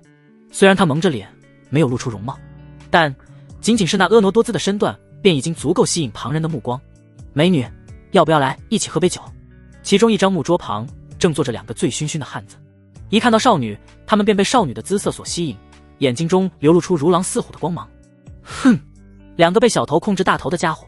少女冷冷地瞥了他们一眼，不屑地说了句：啥？美女，你在说什么？我们听得不是很清，要不你坐过来点，我们凑近些交流。见少女回应了自己，那2个汉子的脸上顿时露出了猥琐的笑容。他们现在的意识并不是很清醒，因此并没听懂少女说的话，但这不重要。少女显然没有要躲开他们的意思，这就够了。2人就好像牛皮糖一般粘了上来，直接坐到了少女的身旁。少女身上那悠悠的香气窜入鼻端，惹得2人一阵心痒难耐，浑身血液都在上冲。嘿嘿，这位美女好像很听话嘛。见少女没有半点抗拒，2人顿时更兴奋了。少女蹙着眉瞥了2人一眼，她冷笑一声，突然开口道：不如这样吧，你们回答我一个问题，然后我可以给你们一点奖励。奖励？2人舔了舔嘴唇，目光愈发火热，在少女身上不断游走。美女，你要奖励我们什么？先别急嘛，问题都还没回答我呢，这么猴急做什么？少女淡淡的说道。好好，美女可真有情调，你赶紧问吧。其中一个赤裸着上半身的汉子有些急不可耐的说道。你们认识楚寒吗？少女问出了第一个问题。楚寒？听到这个名字，2个汉子的脸色明显变化了一些。这个名字最近在青阳城之中实在是太响亮了，即便是醉酒状态，他们也还是瞬间提起了精神。你是说那个楚家少爷？当然知道，他可是我们青阳城的年轻武者中天赋最高的，上次狩猎演武，他一人团灭了其余所有参赛者，这等手段简直不可思议。那赤着上半身的汉子连声说道。是吗？那你们知道楚家的方向怎么走吗？少女又问道。这我清楚，楚家就在那边。这一次回答少女的是另外一个汉子。闻言，少女若有所思地点了点头。嘿嘿，美女，现在我们2人都各自回答了你一个问题，你是不是可以告诉我们你的奖励是什么了？2个汉子皆是目露期盼地看着少女，他们搓着手，一副迫不及待的模样。少女有些厌恶地蹙了蹙眉，但很快她展颜一笑，即便隔着面纱，那若隐若现的笑容仍是勾得2人心神一荡。既然你们这么想知道，那我就告诉你们吧，这个奖励便是给你们留一具全尸。话落，不等2人反应过来，少女早已拔出了手中剑。咻咻，2道剑光闪过，鲜血喷洒间，2颗人头已然滚落地面。他们打死都想不到少女的手段竟会如此干净利落，2人甚至连一声惨叫都来不及发出，便已经死在了少女的剑下。连小头都控制不住，留你们在这世上也是祸害人，还是为民除害好了。少女连看都懒得看地上那2具尸身一眼，她神情淡漠如初，仿佛早已对这种场面司空见惯。楚寒，我遵循师兄的吩咐来取你性命了，洗干净脖子，乖乖等着吧。待少女喝干净杯中的最后一点酒水后，他缓缓起身，眸光锐利地向着楚家的方向看了过去。他正是星罗神殿的内门弟子苏清寒。楚家后山，楚寒倚靠在一块岩石旁，翻看着手里的典籍。书页上密密麻麻的符文如游蛇般蜿蜒，散发着淡淡的灵光。这是他从洛霓裳留下的储物戒中翻出的阵法秘籍之一。这几天在养伤之余，他也没少花功夫在这上面钻研。以灵文为引，借地势之变，聚八方灵气。他低声念诵，眼中闪烁着思索的光芒。短短3日，他已将这阵法秘籍参悟大半。混沌道体赋予他近乎恐怖的悟性，寻常人需数月甚至数年才能理解的阵文结构，他只需片刻便能推演出其中玄机。因此经过一夜和小翠的双修后，楚寒一大早便来到这楚家后山，打算大动干戈一番。一株高阶灵药可以让武者的修行效率大幅提升，节省不少时间。若是要改造楚家，提升楚家的整体实力，首先应当先把这后山的药园给改造了。对于楚家药园，楚寒心里还是有些感情的。自己修为被废之后，足足3年都在后山看守楚家的药园，最落魄的一段时光都是在此处度过。转眼间3年过去，再想想自己如今的成就，之前的一切简直就像做梦一般，让人感到无比的不真实。楚寒目光扫过这片略显贫瘠的土地，这里其实是楚家后山的一处封闭山谷，一直以来都只是种植着一些普通的一品灵药，供给家族修炼或是售卖所用。但此刻在楚寒眼中，这里将成为楚家崛起的根基之地。楚少，你怎么这么早就来了？见到楚寒，宁巧巧一脸欣喜地从药园中跑出来。你一整晚都守在这里？楚寒有些讶异地看了宁巧巧一眼。是的，楚少安排给我看守药园的任务，我当然不敢怠慢。倒也不必如此，这里寻常时候基本没人会来，而且旁边就有茅屋，你夜间在那边休息即可。楚寒随口说道。好。宁巧巧看着楚寒，神色有些雀跃。在他看来，楚寒这分明是在关心自己，而且态度也缓和了这么多，想必已经没有再生他的气了。那楚少此番前来可是为了找我？楚少。楚寒闻言，他沉吟半晌，突然说道：你以后还是别这么叫我了。宁巧巧一呆，那我该怎么叫？直接叫我主人吧。楚寒意味深长地笑了笑。楚少，这么叫实在太生分了，还是主人好听一点。在得知楚寒此番前来的目的并非是自己后，宁巧巧有些失望地走开了。楚寒说了要对药园进行一点改造，宁巧巧也很听话，没有打扰楚寒，暂时去茅屋里休息了。看着面前的药园，楚寒深吸了一口气，脑海里回忆着自己这些天在阵法典籍上参悟到的知识。他抬手一挥，储物界光芒闪烁，数十块晶莹剔透的灵石飞射而出，按照特定方位嵌入地面。这些灵石并非是普通的灵石，每一块都达到了上品的层次。灵石中蕴含着精纯的灵力，放在青阳城足以让各大家族争抢。当然，洛霓裳留下的储物戒指中还是极品灵石占多数，这上品灵石反倒是个稀罕物。只是极品灵石，楚寒暂时还用不上，他现在修为有限，布设的阵法还用不到那么珍贵的资源。聚灵为阵，隔绝天机。楚寒低喝一声，双手结印，混沌灵力如丝线般缠绕而出，在虚空中勾勒出一道道玄奥的阵纹。阵纹落地，瞬间与灵石共鸣，整座药园的地面微微震颤，一层淡青色的光幕缓缓升起，将整个山谷笼罩。这便是青木玄灵阵。此阵并非单纯的聚灵阵，而是兼具聚灵、隐秘、防御3重功效的复合阵法。一旦成型，不仅能加速灵药生长，还能隔绝外界窥探。若有外人闯入，阵法会立刻示警，甚至能短暂困住灵海境之下的武者。楚寒满意的点了点头，随即又从储物戒中接连不断的取出一样样宝物。首先便是玄土息壤，这是一种能改善灵土品质的奇物，只需一小撮便能将普通土壤转化为适合灵药生长的灵田。楚寒动作不停，将玄土息壤均匀撒在药园各处，土壤瞬间泛起淡淡的灵光，原本贫瘠的土地变得肥沃无比，甚至隐隐有灵气蒸腾。他又取出了一瓶银色的液体，液体之上弥漫着淡淡的银光，乍一看去就仿佛月华流转，美得动人心魄。这是月华灵露，是一种采集月光精华凝炼而成的灵液，每日滴入土壤之中，可助灵药加速生长。楚寒指尖轻弹，灵液化作细雨洒落，药园内的灵药顿时以肉眼可见的速度舒展枝叶，药香瞬间浓郁了数倍。事实上，这些宝物在9天神朝的国库并不算顶级，但放在青阳城甚至整个泉州都足以引起巨大轰动。接下来就该布置天青石了。楚寒将瓶子里的月华灵露捣干净之后，又取出了一大块青色的矿石，这种矿石名为天青石。它具有稳定、提纯灵气的功效，埋入地底，可让药园内的灵气浓度以及质量提升不少。楚寒依照阵法的阵基所在，将天青石埋入药园四角，霎时间，整座药园的灵气骤然一凝，不再逸散，而后又在阵法的作用下不断循环提纯。成了！楚寒的眼中闪过一丝喜色。然而，这还不是他最期待的环节。他深吸一口气，从储物戒中翻出了一只晶莹剔透的玉瓶，这是他在储物戒指的角落处发现的宝物。它名为生命之泉，蕴含着浓郁的生命力，只需一滴便能救活濒死的灵药，甚至能让普通灵药进阶。楚寒小心翼翼地倒出一滴生命之泉，泉水落入药园中央的灵池，瞬间化作一缕缕翠绿色的灵雾，弥漫整片药园。哗！药园内的灵药疯狂生长，原本只是一品灵药的青灵草，叶片上飞快地浮现出一道道银色纹路，竟是直接进阶成了2品的银纹青灵草。而几株本就接近2品的赤血参，更是直接突破至3品，参体赤红如血，散发出浓郁的药香。果然有效！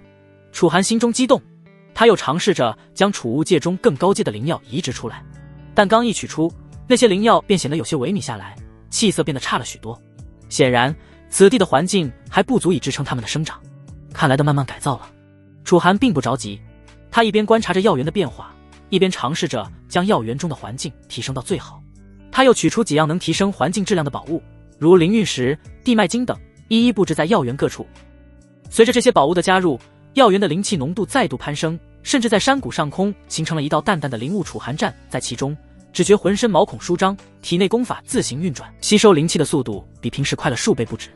这里不仅可以培养灵药，以后在此修炼效率也会大增。楚寒眼中金光闪烁，他最后检查了一遍阵法，确认无误后，指尖一点，阵法彻底闭合。从外界看去，药园依旧普通，但若有灵海境之下的武者贸然闯入，必会触发阵法，轻则被困，重则被阵法反噬。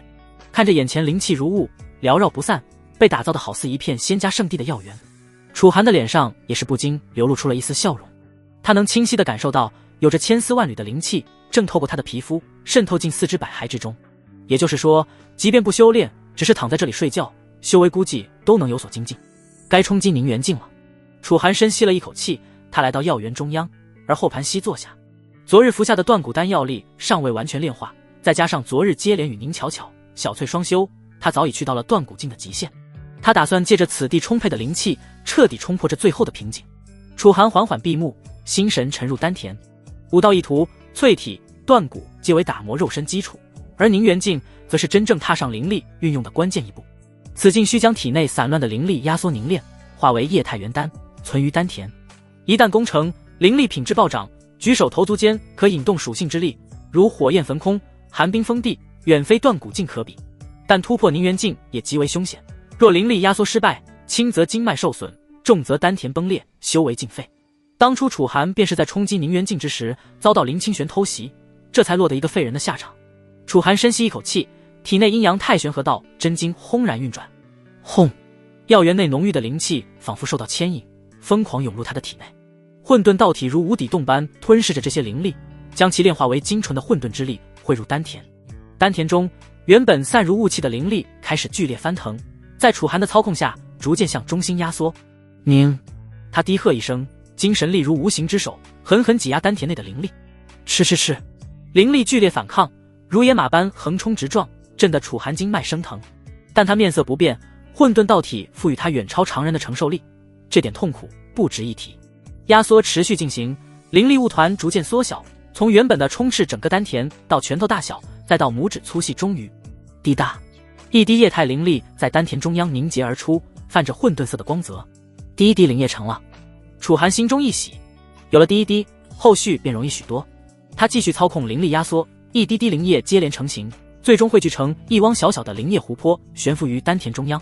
灵液化湖只是第一步，接下来需将灵液进一步凝练，化为真正的元丹。楚寒心念一动，丹田内的灵液湖泊开始旋转，速度越来越快，逐渐形成一个灵力漩涡。漩涡中心压力暴增，灵液被疯狂压缩，密度不断提升。嗡嗡嗡，楚寒体表开始泛起混沌色的光芒，周身的空气都因灵力震荡而有些微微扭曲起来。药园内大量灵气被楚寒吸入体内，阵法此刻开始疯狂运转起来。方圆100米的灵气铺天盖地般灌注而来，甚至在药园附近形成了一道道细小的灵气旋风。这这是怎么回事？主人到底在做什么？如此巨大的动静，自然吸引了宁巧巧的注意。他心底一惊，连忙向着药园的方向看了过去。可由于四周灵气实在太过密集，药园内部的景象完全被遮掩，他根本看不到里面发生了什么。尽管心底好奇，但没有楚寒的允许，宁巧巧也不敢轻举妄动，只能乖乖待在房子里，有些担心地看着。时间一分一秒的流逝，很快，约莫半个时辰后，轰！丹田内灵液漩涡骤然一滞，随即猛地收缩，一颗浑圆的混沌色元丹静静悬浮于丹田中央，散发着令人心悸的波动。成功了！楚寒猛然睁眼，眸中金光爆射。此刻的他终于正式踏入宁元境。在突破宁元境之后，楚寒顿时感觉自己浑身上下都充满了力量，数之不尽的澎湃灵力犹如滔滔江河般在他的体内奔涌流淌，仿佛随手一拳便能爆发出之前不敢想象的力量。仅仅只用了半个时辰，便突破了宁元境的瓶颈。这片药园简直是我楚家的修炼圣地。楚寒的眸中不由掠过一抹惊叹之色。当初他冲击宁元境之时，足足花了1周时间才勉强把元丹凝聚成型。也是在最后一天，他遭到了林清玄的袭击，导致他前功尽弃。不得不说，林清玄的想法还真是有够阴狠的。他前面一直无动于衷，非要等到楚寒即将攻城之时才按下毒手。楚寒期盼了足足7天，最后满腹希望尽数化作绝望。哼，林家死不足惜。楚寒冷哼一声，眼神中流露出刻骨的杀意。虽然林清玄已死，但林家根基尚存，这笔账还没有清算干净。如今成功突破到宁元境，距离铲除这些仇敌的日子怕是不远了。之后，楚寒又尝试着在药田里移植了一些4品灵药，见4品灵药似乎能适应这里的环境，他这才松了口气，转身离开了药园。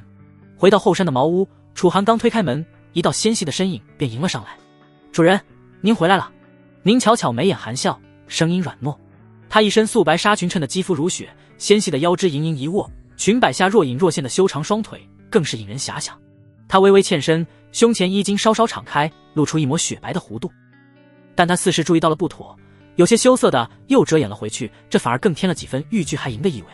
楚寒目光一滞，这宁巧巧怎地突然打扮成了这副模样？她体内的混沌灵力这时候竟也隐隐有些躁动起来。没办法，她本就刚突破不久，气血正旺盛着，再加上阴阳太玄合道真经的影响，此刻看着眼前娇俏可人的宁巧巧，心头自然是没来由的一阵燥热。她淡淡应了一声，压下心中异样，道：药园的阵法已成，日后你无需再去守着了。宁巧巧眨了眨眼，似有些失落。主人是嫌巧巧无用了吗？不是。楚寒摇头道：那里灵气充沛，阵法已能自行运转，你去了也是多余。那巧巧以后该做什么？他微微低头，指尖轻轻搅着衣角，声音带着几分委屈。楚寒看着他这副模样，心中微动，沉吟片刻道：你就在这茅屋中修炼吧，这里离药园不远，若真有异动，你也能察觉。宁巧巧闻言，眼中闪过一丝狡黠，随即又恢复乖巧模样，轻声道：主人对巧巧真好。他莲步轻移，靠近楚寒，身上淡淡的幽香萦绕而来，似有若无地撩拨着他的心神。楚寒眉头微挑，察觉到他的靠近，却并未退开。主人，宁巧巧仰起脸，眸中水光潋滟，红唇轻启，您是不是忘了什么？楚寒一怔。宁巧巧踮起脚尖，在他耳边轻吐热气，声音酥软：您答应过每天都要让巧巧帮您把毒吸出来的。温热的气息避过耳畔，楚寒呼吸微滞，他垂眸看向宁巧巧，说道：你想现在？宁巧巧脸颊微红，却不退缩，反而伸手轻轻拽住他的衣袖，小声道：阳光潋滟，天色正好，主人也刚忙活完，此时不放松一番，更待何时？他话未说完，楚寒已一把扣住他的手腕，将他一拉。下一刻，宁巧巧惊呼一声，整个人已扑入了楚寒的怀中。你倒是会找理由。楚寒冷笑道。宁巧巧下意识搂住楚寒的脖颈，感受着楚寒身上的气息，心跳如泪，却仍强装镇定。眼波流转间，他带着几分挑衅地说道：主人，该不会是不行吧？哼！楚寒眸光一沉，再不废话，直接按着宁巧巧的双肩，把她压了下去。青阳城楚家府邸外，一道纤细的身影立于街角阴影处，眸光冷冽地打量着这座府邸。少女一袭素白长裙，头遮面纱，腰间束着一条银丝软带，勾勒出盈盈一握的腰肢。她面容清冷如霜，眉若远山，眸似寒星，肌肤如雪般剔透，整个人透着一股不食人间烟火的出尘气质，正是苏清寒。经过多方打听，她终于站在了楚家府邸的门前。虽然只是一个小家族，但族中却有一位林海境的老祖坐镇。看来要杀楚寒，不能靠硬闯。苏清寒在心中暗道，在来之前，他便已经了解过了楚家的情况。虽说楚家老祖身体状况并不好，但对方在林海境经营了不知多少年，而他才堪堪达到林海境一众而已。若是硬闯，即便对方年老体衰，自己也未必讨得了好。反正徐天傲只是拜托他刺杀楚寒一人而已。既然是一人，那自然是暗中行动，不要惊动其他人为好。想到这里，他身形一闪，如鬼魅般绕开楚家正门的守卫，悄然来到楚家后山。楚家后山本就有阵法遮掩，只是这阵法实在有些惨不忍睹。事实上，青阳城压根就没有阵法师的存在。楚家后山的这处阵法，也是漫长岁月以前某位楚家老祖布设而下。简单来说，它压根没有多少防御的作用，只是用来警告外人，此地是楚家的范围，外人免进。哼，如此破败不堪的阵法，也亏这楚家能保留到现在。苏清寒瞥了一眼眼前的阵法，心中感到一阵不屑。在星罗神殿，哪怕是最垃圾的阵法，都比这个要好上千百倍。这种小家族的少爷，让他这个星罗神殿的弟子来刺杀，实在是有些小题大做了。不过，毕竟是徐天傲的吩咐，他也只能选择接受。毕竟，徐天傲不仅是他的师兄，还是他的未婚夫。当然，青阳城目前还没人知道此事，谁都以为徐天傲和林清玄两人还是一对。这也是为何在得知了林清玄被楚寒所杀后，徐天傲却没有多大反应，只是担心楚寒会威胁到自己家族，这才让苏清寒来对付楚寒。很快，苏清寒轻而易举的便越过了阵法，来到楚家后山之中。然而，刚踏入后山地界，他眉头便是一皱。这灵气，四周的灵气竟比外界浓郁数倍，甚至隐隐形成了一层薄雾。他眸光微凝，心中忍不住暗惊：此地难道有聚灵大阵？楚家竟有这等手笔了。苏清寒按捺住心底的疑惑，他收敛气息，沿着山间小径前行，很快便发现了一座被阵法笼罩的药园。那阵法无比精妙，若非他修为已达临海境，恐怕也难以察觉。果然有古怪。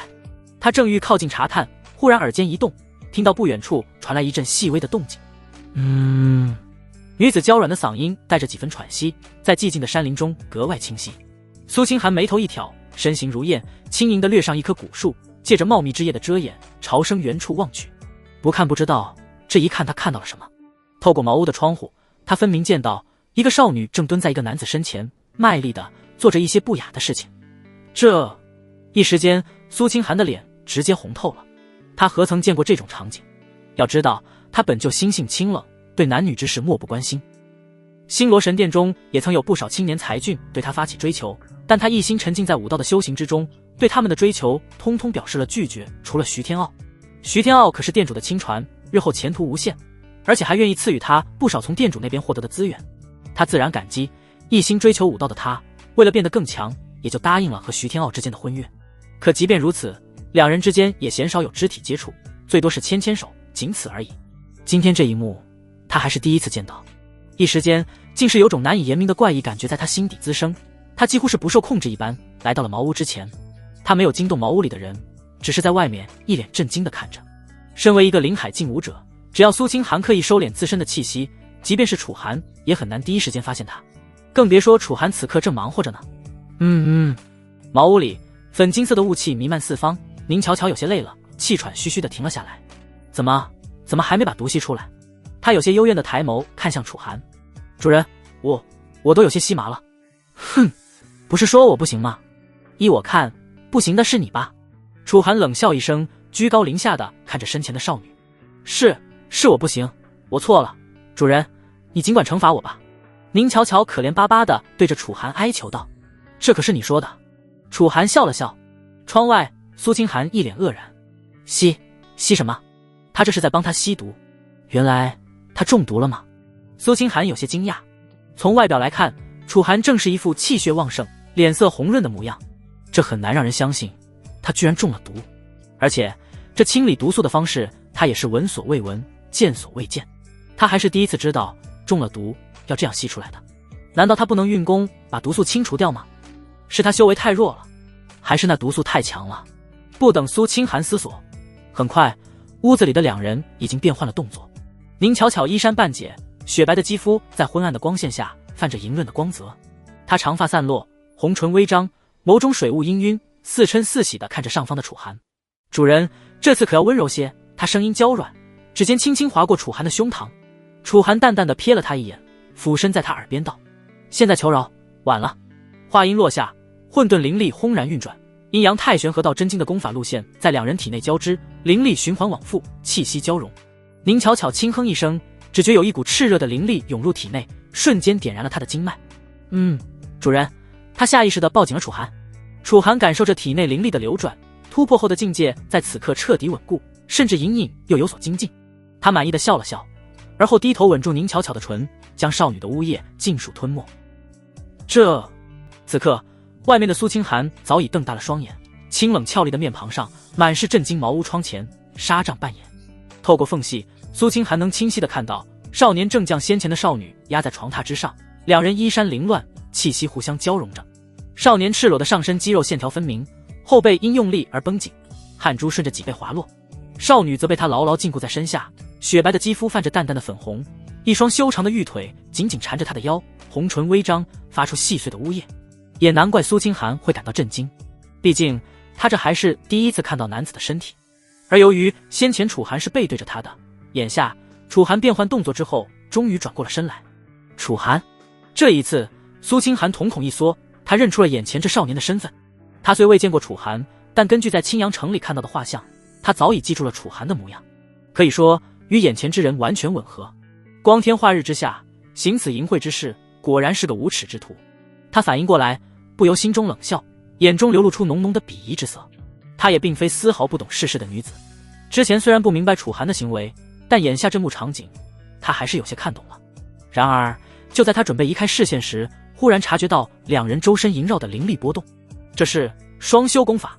身为星罗神殿弟子，苏清寒见识广博，一眼便看出楚寒和那少女运转的绝非普通心法，而是一门极为高深的双修秘术。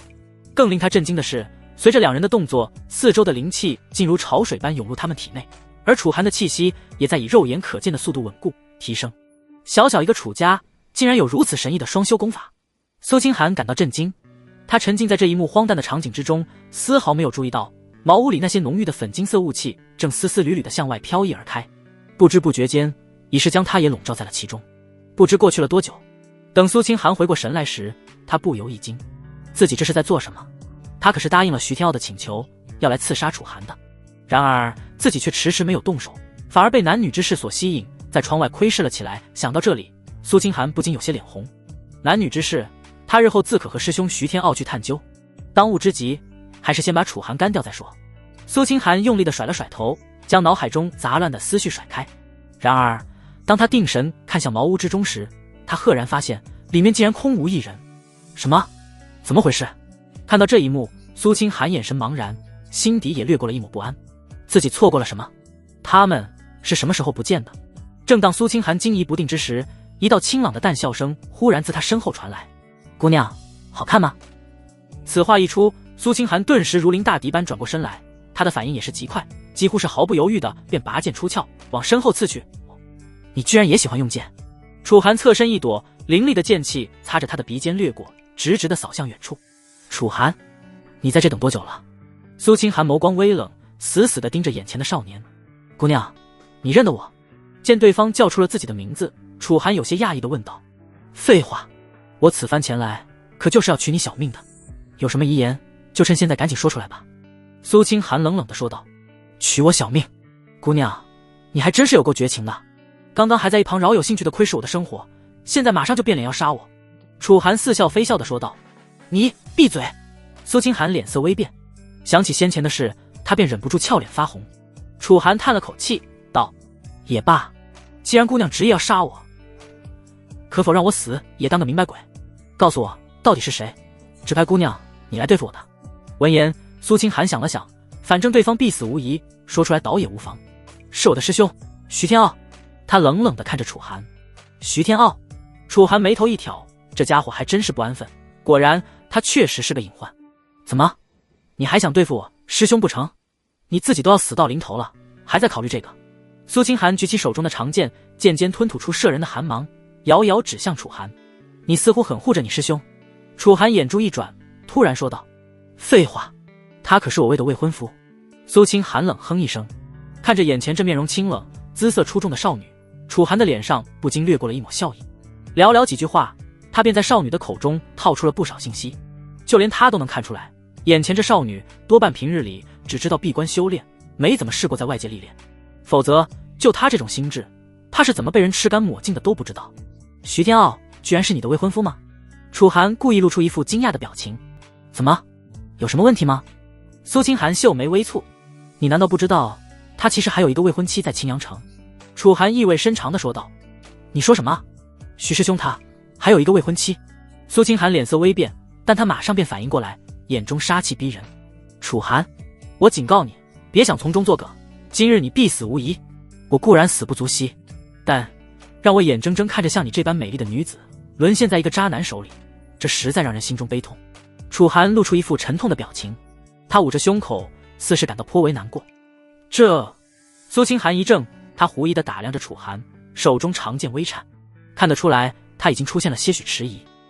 但很快，这抹迟疑便被他驱散，他的眼神重新变得凌厉起来，花言巧语。你平日里怕不是就用这种手段去蒙骗其他女子的吧？苏清寒冷笑道。还敢说我师兄是渣男，想要离间我和师兄之间的关系，你简直可笑至极。我说的话是不是真的？你自己去调查一番不就知道了吗？徐天傲的未婚妻名为林清玄，这种事在城里应该很容易就能查到。要不是我出手，那林清玄怕是已经加入星罗神殿，和你的徐师兄双宿双栖了。楚寒淡淡的说道。你出手？苏清寒的眼神中流露出一丝不解。不错，他已经被我杀了。楚寒笑道。你……苏清寒愕然，他正神半晌，忽然有些气愤的喝道。楚寒，感情你是在耍我？不，我只是想看看你和你那位徐师兄之间的感情有多么牢固而已。现在看来，你们似乎并没有那么亲密。楚寒摊了摊手。你找死！看着楚寒那一副肆无忌惮的模样，苏清寒便忍不住心中来气。他再也忍无可忍，林海境的气息轰然爆发，恐怖的灵力波动顿时好似一座山岳一般镇压向楚寒。与此同时，他也提起手中长剑，剑光闪烁间，瞬间覆盖了楚寒周身的区域，让楚寒避无可避。苏清寒乍一出手，林海境的威势便展露无遗。见状，楚寒的眼神也终于变得凝重。这还是他第一次直面一尊林海境武者的攻势。不得不说，对方的实力确实可怕，即便是他也感受到了巨大的压力。只可惜他对此早有准备。这位来自星罗神殿的少女，今日怕是没法安然离去了。眼看着苏清寒的攻势就要落在楚寒身上，就在这时，一声厉喝骤然自远处响彻而起，一道更加的恐怖的气息犹如江河翻涌，顷刻间便将苏清寒的威势尽数冲散。何方女娃，竟敢在我楚家撒野！下一刻，一道苍老的身影浮现在楚寒身前，他一巴掌拍出，苏清寒的攻势便好似纸糊的一般纷纷爆碎开来，而苏清寒本人也被那股强大的余波冲击得倒飞而出。他口中咳血，一身衣裙被鲜血染红，柔弱的娇躯好似沙袋一般跌落在远处的石堆中，气息迅速萎靡了下去。老祖！看着眼前的老者，楚寒当即微微一笑，上前拱手行礼。是的，早在发现了外界的窥视者时，楚寒便意识到这位窥视者自己恐怕不好应付。尽管对方只是林海境一众，真要拼杀起来，孰胜孰负还未可知，但由于对方来历不明，也不知道有什么底牌，为了以防万一，楚寒还是暗中呼叫了老祖过来支援。楚玄明早在数十年前便是林海境武者了，只是后来被寒毒缠身，这才导致修为几乎十不存一。可最近楚寒赐予他的灵丹已经将他身上的寒毒彻底压制了下来，经过一番前修后，楚玄明的修为也彻底恢复到了巅峰状态。林海境三重，有这样一尊强者在，仅仅是林海境一众的苏清寒自然不足为惧。哼，星罗神殿那种庞然大物居然也会派人来对付我楚家，还真是看得起我们。楚玄明冷冷地说道。看着被楚玄明一巴掌拍成重伤的少女，楚寒心中也是忍不住暗暗庆幸。事实上，一个林海境武者要真是刻意隐匿气息，对自己暗下杀手，楚寒还真未必能察觉到。可幸运的是，当时楚寒恰好在和宁巧巧进行双修，而茅屋之外，和他们仅有一墙之隔的苏清寒似乎也受到了阴阳太玄合道真经的影响，他心神荡漾，一身气息也出现了泄露，这才导致被楚寒发觉。楚寒也意识到了对方的状况，于是一边不动声色地继续双修，一边则是暗中联系老祖，这才化解了这场危机。实在是太危险了，如果星罗神殿下次继续派人来对付你，即便是我也未必能防得了。楚玄明有些担忧地看着楚寒，他寒毒压制，修为恢复之事尚未泄露，是楚家最大的一张底牌，但星罗神殿那是何等势力？若真是执意要对付楚寒，他这种底牌可应付不了多久。老祖放心，只要将这件事压下去就好。楚寒笑了笑，说道：压下去？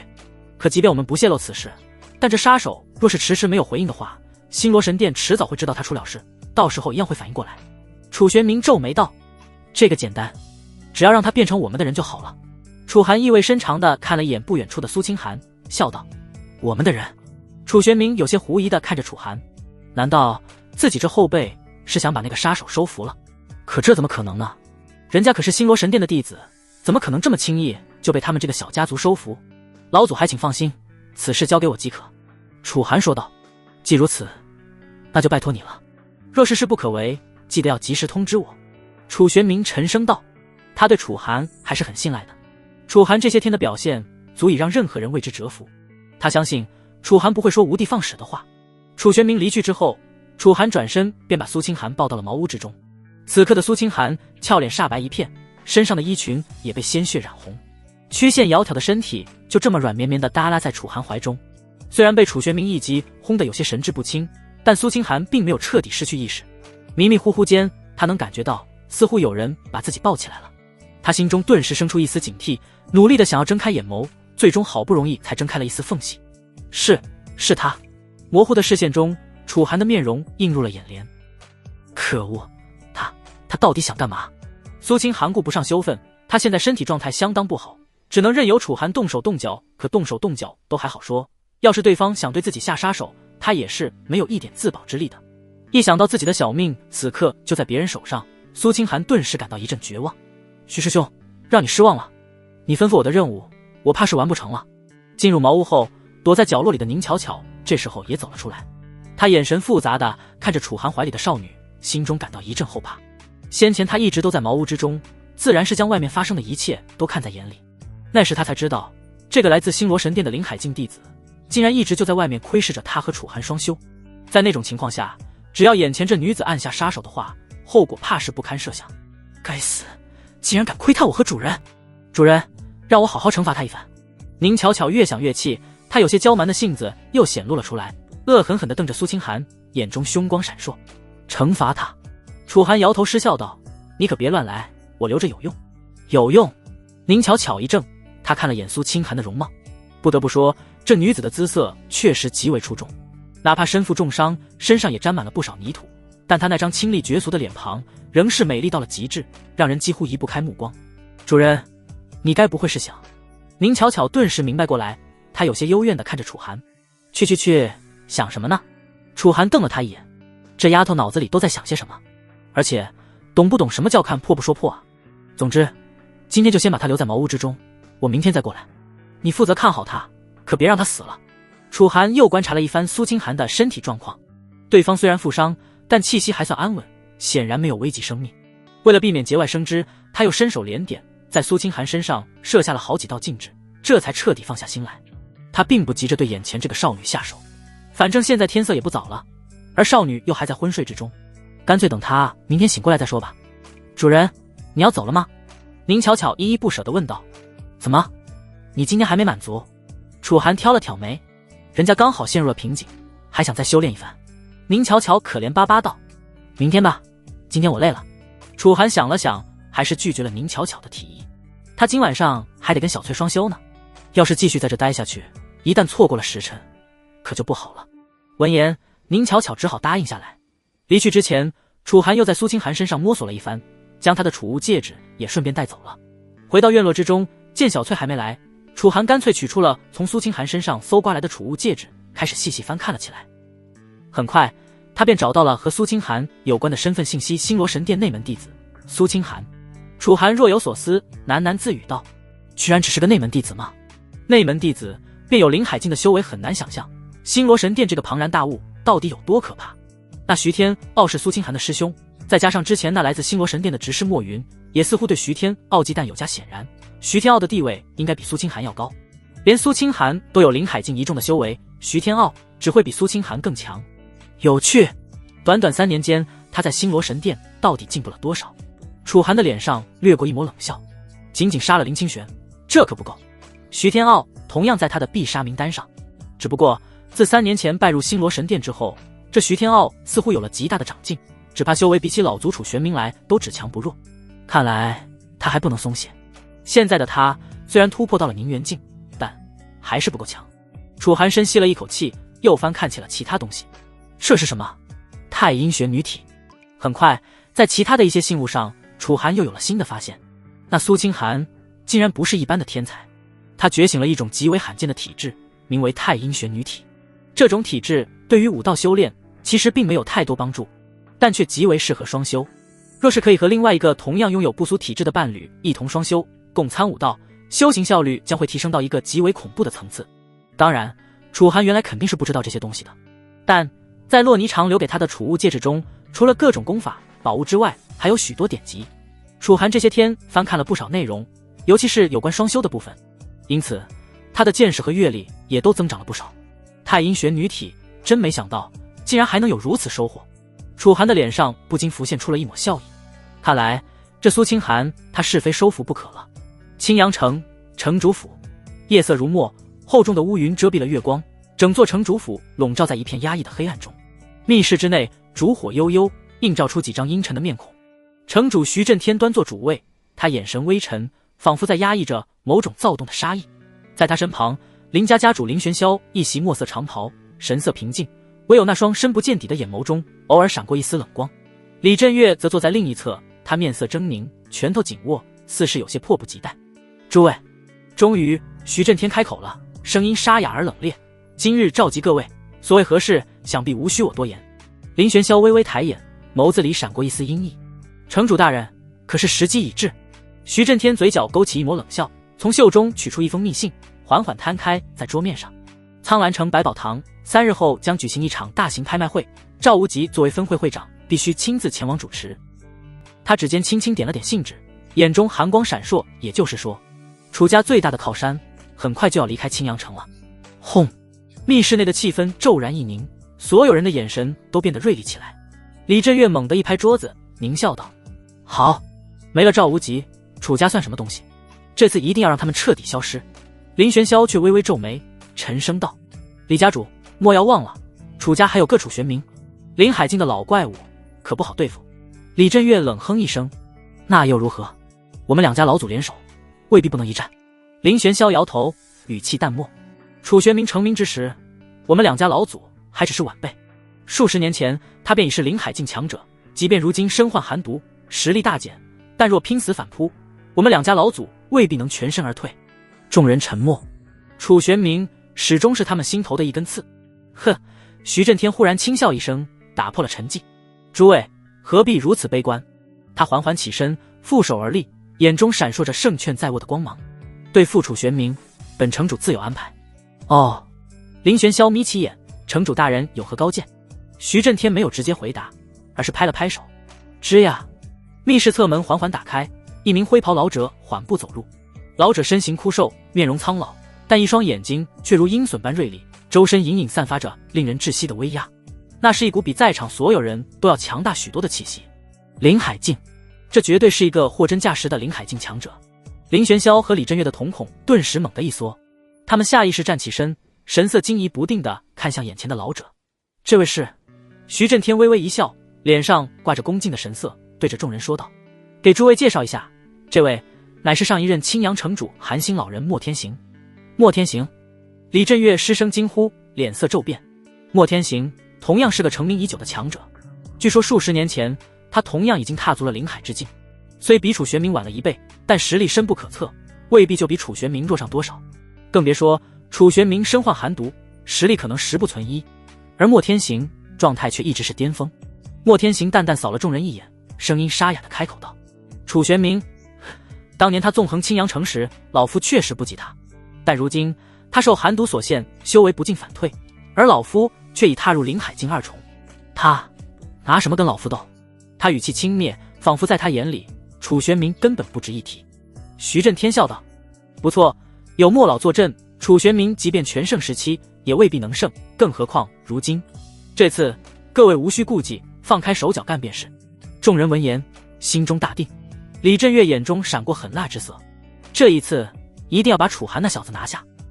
听到楚寒这个名字，在场众人纷纷面露凶光，变了脸色。楚寒这个名字，这些天来简直好似梦魇一般，横亘在他们几大家族的头上。经过这些天的调查，他们现在已经完全确信了，他们所有参加狩猎演武的年轻天才，几乎不用怀疑，全都是死在了楚寒一人的手上。林清玄、徐天策、李玄风，这些可都是他们当作未来家族支柱来培养的天骄，也是他们这些家主级人物的亲生骨肉。可最终他们甚至连最后一面都见不到，便和自己的骨头阴阳两隔。试问谁能不为之感到震怒？而这一切全都拜楚寒一人所赐。但同样的，他们也感到无比憋屈。楚寒现在早已成长到了一个惊人的程度，实力丝毫不在他们之下，即便他们联起手来，也不敢说一定能把楚寒拿下。看着众人满脸不甘的模样，徐震天眼中寒光一闪，笑道：诸位大可放心，楚寒那小子怕是活不过这2天。什么？此话一出，众人皆是一怔，有些不可思议地看向徐震天。只见徐震天的嘴角勾起一抹残忍的笑意，说道：这楚寒现在同样是一个巨大的隐患，战斗力怕是连我们各家长老都比不上。但我儿天傲已传讯回来，他安排了一位林海境弟子专门去刺杀楚寒。林海境出手暗杀，试问那楚寒如何抵挡？只要楚寒一死，楚家年轻一代便彻底废了。届时我们再联手围剿楚家，楚玄冥独木难支，必死无疑。闻言，林玄霄不由抚掌大笑起来。好，好，清玄，你看到了吗？楚寒那小子马上就要下地府去了。放心，魏父会让整个楚家来给你陪葬。李振岳同样是一副迫不及待的样子。楚寒才是我们最大的隐患，只要杀了楚寒，楚家便再无翻身之日。不错。徐震天满意的点了点头，他环视着众人，声音冰冷而决绝，响彻整个密室。赵无极一走，我们立刻动手，待他离去之日，便是我们血洗楚家之时。第2天清晨，楚寒来到后山的茅屋之中，刚一进门，他的目光便落在一旁的床榻上，那里正躺着一个昏迷不醒的女子，她正是苏清寒。这位来自星罗神殿的内门弟子，昨日被楚玄冥重创后，此刻仍未苏醒。他静静地躺在那里，肌肤如雪，眉目如画，即便还处于昏迷之中，却仍是透着一股清冷孤傲的气质，仿佛一株不容亵渎的寒梅。翻看过苏清寒的储物戒指之后，楚寒对苏清寒的大致情况已经有所了解，而今天便是他收服苏清寒的日子。当初我和林清玄定下婚约，但我的未婚妻背地里却是你的女人，而现如今，若是让你的未婚妻成为我的女人，徐天傲，你又会作何感想？楚寒的脸上浮现出一抹冷笑，虽然苏清寒尚未醒转，但楚寒有的是手段，他打算亲自把苏清寒唤醒，顺便也能借着自身功法的影响，减少苏清寒对自己的戒备心。少主，要我帮忙叫醒他吗？一旁的宁巧巧问道。不必，我亲自来即可。你先出去吧，没有我的吩咐，别让任何人进来。楚寒淡淡的说道。哦，宁巧巧有些失望的答应了下来。关好房门之后，楚寒直接盘膝坐在床榻边，双手结印，体内阴阳太玄河道真经开始缓缓运转。随着功法催动，一缕缕粉金色雾气弥漫而出，瞬间便笼罩了整个房间。这是阴阳太玄河道真经的独有手段，可以营造出最适合双修的环境，不仅能加速灵力交融，更能潜移默化地影响其他人的心神，使其对施术者产生依赖与亲近。楚寒目光沉静，指尖轻点苏清寒的眉心，一缕混沌灵力悄然渡入他的神魂之中。昏迷中的苏清寒眉头微蹙，似有所觉，但很快又归于平静。楚寒闭目凝神，灵石顺着那缕灵力侵入他的识海，很快他看到了一片冰天雪地，这是苏清寒的神魂世界。漫天飞雪中，一道虚幻的身影静静伫立，正是他的神魂本体。果然，即便昏迷，神魂依旧本能的在戒备着。楚寒心念一动，混沌灵力化作丝丝缕缕的暖流，融入这片冰雪世界。起初，苏清寒的神魂极为排斥，寒气肆虐，试图驱散外来者。但楚寒并不硬碰，而是以柔克刚，让混沌灵力如春风化雨般渗透，一点一滴地侵蚀他的防线。外界，苏清寒的身体微微颤抖，苍白的脸颊渐渐泛起一抹红晕，呼吸也变得急促起来。苏清寒，醒来！楚寒在他的神魂之中发出一声大喝。受此影响，苏清寒顿时娇躯一颤，原本模糊的意识，此刻终于渐渐有了苏醒的迹象。他的神色看起来很疲惫，由于体内被楚寒下了禁制的关系，他没法运功疗伤，一整个晚上都拖着这负重伤之躯，浑身都酸痛不已。你醒了！见苏清寒睫毛微颤，缓缓睁开了双眸，楚寒的脸上不禁掠过了一抹笑意。你，楚寒！苏清寒眼神茫然，当他定睛看清楚楚寒的面容之后，他的神色顿时变得戒备起来。你想做什么？怎么？你想刺杀我，我却以德报怨，不仅没杀你，还把你从我家老祖的手中救了下来。你就是用这种语气和我说话的？楚寒淡漠地看着苏清寒，说道。是吗？是你救了我？苏清寒眼神微动，他努力回想着昨日发生的事情，但却感觉一阵头痛。看得出来，他虽然仍在提防着楚寒，但受到阴阳太玄和道真经的影响，他的态度明显已经好了许多。既然你醒了，那我也不跟你废话，我给你2个选择。楚寒直视着苏清寒的双眸，要么臣服我，我可以带你直达武道的巅峰，让你成为凌驾于星罗神殿的强者；要么死。少年那森然的语气让苏清寒不由心中一颤。臣服于你？苏清寒牙关紧咬，冷笑道：你觉得可能吗？况且你凭什么让我相信你？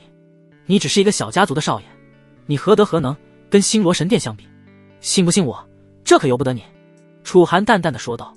除了死，你只有这条路可选。当然，如果你想知道，我现在也不是不能证实给你看。说罢，他缓缓褪去了上半身的衣物。你要做什么？苏清寒脸色微变，他似是预感到了什么，声音有些慌乱与不安。你觉得呢？楚寒似笑非笑地看着他。你住手！我绝不会臣服于你的，我宁可选择死。苏清寒瞪着楚寒，清冷的容颜上满是宁死不屈的倔强。就连楚寒都有些被苏清寒的顽强意志给惊到了。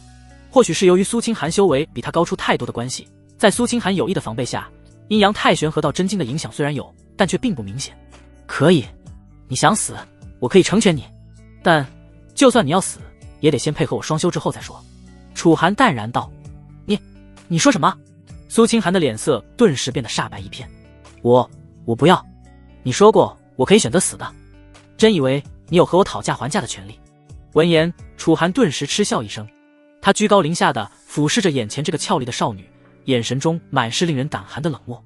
说难听点，你只是一个被我楚家收服的俘虏，你是死是活，全在我一念之间。你曾经动过杀我的念头，你觉得我凭什么会善待你？是的，在楚寒眼中，苏清寒只是一个可以让他提升修为的工具，对方毕竟是被委派来刺杀自己的杀手，对待这样一个杀手，他又怎可能有任何的怜悯之心？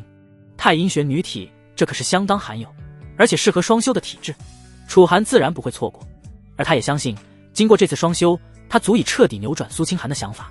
茅屋内，看着渐渐逼近自己的楚寒，苏清寒顿时感到一阵绝望。他努力的想要反抗，但他实在太虚弱了，身上的伤势还在隐隐作痛，他根本使不上劲。楚寒冷漠地看着眼前这个姿容堪称绝色的女子，对方的挣扎在他眼中毫无意义。身为徐天傲的仇敌，面对徐天傲的未婚妻，他可不会有半点怜香惜玉的打算。他开始更大幅度地运转起功法，粉金色雾气不断蔓延而开，将苏清寒的娇躯彻底淹没。与此同时，楚寒也微微俯下身子，开始向苏清寒逼近。苏清寒咬着唇，双手死死抵住楚寒的胸膛，指尖几乎要嵌入他的血肉之中，一双清冷的眸子里满是愤怒与屈辱。然而他的身体却无法抗拒阴阳太玄和道真经的影响。放开我！他声音发颤，仍在强撑着最后的倔强。楚寒冷笑一声，手指轻轻抚过他的脸颊，感受着他肌肤的细腻触感，嘴上说着不要，可你的身体似乎比你的嘴诚实多了。被楚寒这么一碰触，苏清寒顿时浑身一僵，浑身仿佛有电流窜过。他这才发现自己的肌肤竟不知何时泛起了一层淡淡的红晕，体内的灵力也在隐隐躁动，就像是渴望着什么一般。你对我做了什么？他惊怒交加。只是让你更清楚地认识自己罢了。楚寒淡淡道。他不再给他开口的机会，俯身压下，混沌灵力疯狂涌入。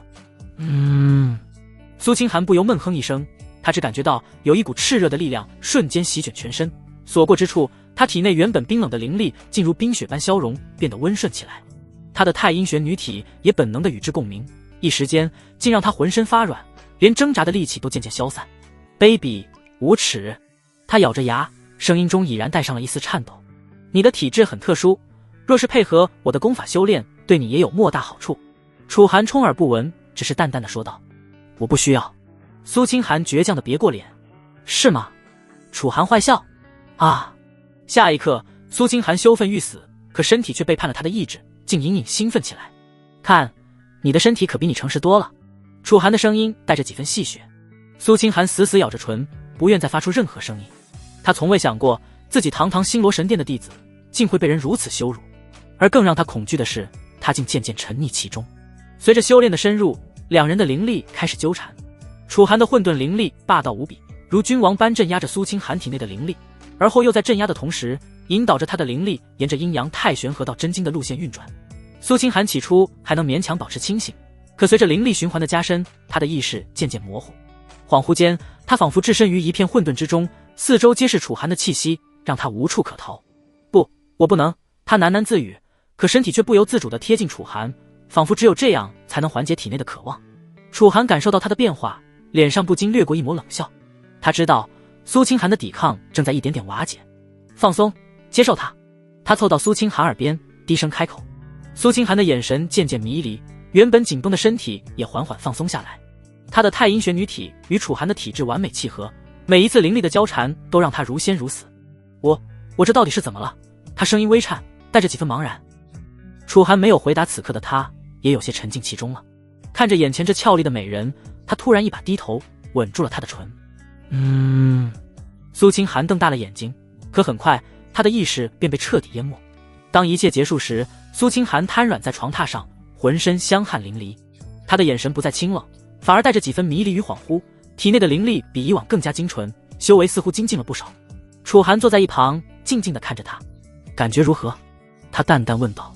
苏清寒眼神迷离地看向楚寒，他似乎仍旧沉浸在先前的状态之中，还没完全走出来。我不知道。楚寒伸手抬起他的下巴，强迫他与自己对视。那你现在还想死吗？他淡然道。苏清寒张了张嘴，却发现自己竟说不出想字。他的身体记住了刚才的感觉，他的灵力也与楚寒的混沌灵力产生了共鸣。即便他再不愿承认，他也清楚自己已经无法抗拒他了。他低下头，声音细若蚊蝇，我不想死。楚寒满意的笑了。很好。他松开手，站起身，从今以后你就是我的人了。苏清寒没有反驳，只是默默地攥紧了背角。就连他也没想到自己竟是如此轻易便沉沦了。等你恢复精神之后，便感受一下自身状态吧。你会知道我没有骗你。楚寒瞥了一眼苏清寒，而后便转身走出了茅屋，留下苏清寒一人呆呆地躺在床上。没有骗我。他似是意识到了什么，心中莫名地浮现出了一抹期盼。紧接着他连忙将意识沉入自身的丹田。什么？这丹田内一片闪烁着蒙蒙微光的灵海正悬浮其上。灵海是灵海境武者独有的标志。原本刚步入灵海境一众的他，灵海只有方圆数十米大小，在偌大的丹田空间之中显得如蝼蚁一般渺小。可经过这次双修之后，这片灵海竟是被扩建到了足方圆数千米之多，灵海的大小提升了几乎100倍有余。怎么会这样？我的实力！强烈的震撼让苏清寒脑袋一阵发昏，他又感应了一番现在的修为境界，灵海境5重。这一刻他彻底傻眼了。茅屋外，宁巧巧一直乖巧地守候着。在这过程中，他隐隐约约地听到屋里似乎传来了一些熟悉的声音。听到这些声音，宁巧巧很快便反应过来，脸上顿时浮现出一抹绯红。主人真是的，也太花心了。他忍不住啐了一口。在他看来，面对这个前来刺杀自己的星罗神殿弟子，楚寒之所以没舍得下杀手，就是因为对方太漂亮了。是的，苏清寒的美貌，即便是宁巧巧这个女子，也还是会感到一阵惊叹。也难怪能把主人迷得神魂颠倒了。他有些闷闷不乐地想着。不知过了多久，就在他等得快要睡着之时，楚寒终于推门走了出来。主人，已经结束了。宁巧巧一个机灵，他顿时清醒过来，看向楚寒问道：不错，修炼已经结束了。楚寒看了眼宁巧巧，笑道。宁巧巧一怔，看得出来此刻的主人似乎心情很好。很快宁巧巧也觉察出了一丝异样。经过这番双修之后，楚寒的气息变得更加内敛了，但他身上弥漫而来的压迫感却比之前更甚，给人感觉他就像是变了个人一般。主人，你这次双修似乎收获不小。他忍不住问道。不错，我已经突破到宁元境7重了。楚寒笑道。你说什么？宁元境7重？宁巧巧震惊了。他当然记得在此之前楚寒的修为只有宁元境1重，仅仅是一次双修，楚寒竟然接连突破了6个境界，这简直不可思议。是的，即便是楚寒也被这次双修的收获给震撼到了。不得不说，太阴玄女体无愧为极端适合双修的特殊体质之一。配合上楚寒的混沌道体，在双修的过程中展现出了极其完美的效果。经过此番修炼，苏清寒直接连破4境，达到了灵海境5重。而作为修炼了阴阳太玄河道真经的主导者，楚寒的收获自然是最大的。再加上苏清寒的修为本就比楚寒高，能反馈给楚寒的灵力也会更多，因此楚寒直接是从宁元境1重一举冲击到了宁元境7重，这般成果也是让楚寒感到相当满意。日后若是能持续和苏清寒双修，他的修行效率想来会比之前高出不少。很快，在震惊过后，宁巧巧的心里顿时涌现出了一阵危机感。主人和苏清寒的双修效果如此完美，那日后自己会不会就没有机会继续和主人双修了？似是看出了宁巧巧所想，楚寒不禁淡淡一笑，整天胡思乱想些什么？做好准备，晚些时候你来和我一同修炼。闻言，宁巧巧顿时大喜，遵命，主人。他雀跃地说道。楚寒当然也想和苏清寒继续修炼，想来苏清寒和他的想法也是一样的，但由于自己才刚把苏清寒收服，他得多吊着苏清寒一会儿，如此一来才能让苏清寒对自己产生更多的依赖感。就这样，楚寒沉浸在了愉快的修行时光中。没人知道，如今楚家的最强者其实早已不是楚玄冥了。以楚寒现在的战力，寻常的灵海境武者根本不是他的对手。终于，举办拍卖会的日子就要到了。这天早上，赵无极来到楚山河的书房之中，向他告辞。赵会长这边要回去苍兰城了。楚山河表面上满是笑意，实则心中却在暗暗忧虑。赵无极一走，楚家的靠山可就没了。以楚家现在4面皆敌的情况，谁也说不准接下来会遇到什么危险。不错，事务繁忙，我也不好继续在此逗留。赵无极无奈地叹了口气，原本还想向楚寒少主也说一声的，但这些天楚韩少主一直在后山潜修，我怕是没这个机会了，就烦请楚家主帮我通报一声吧。这是自然。楚山河客气地点了点头。待赵无极离去之后，楚山河脸上的笑意顿时消散一空，他紧皱着眉头，心中满是烦闷。快，召集各位长老，有重要事情宣布。一番命令下去后，楚家高层全都在大殿上汇聚。看着楚山河愁眉不展的模样，众人面面相觑，心里也隐约预料到了什么。就在刚才，赵会长已经带着百宝堂的人离开了。苍兰城那边拍卖会要持续好几天，当然就算拍卖会结束，赵会长恐怕也未必会第一时间赶回来。也就是说，接下来的这段时间里，我们已经没有了依仗，一切只能靠自己。楚山河沉声开口，语气无比凝重。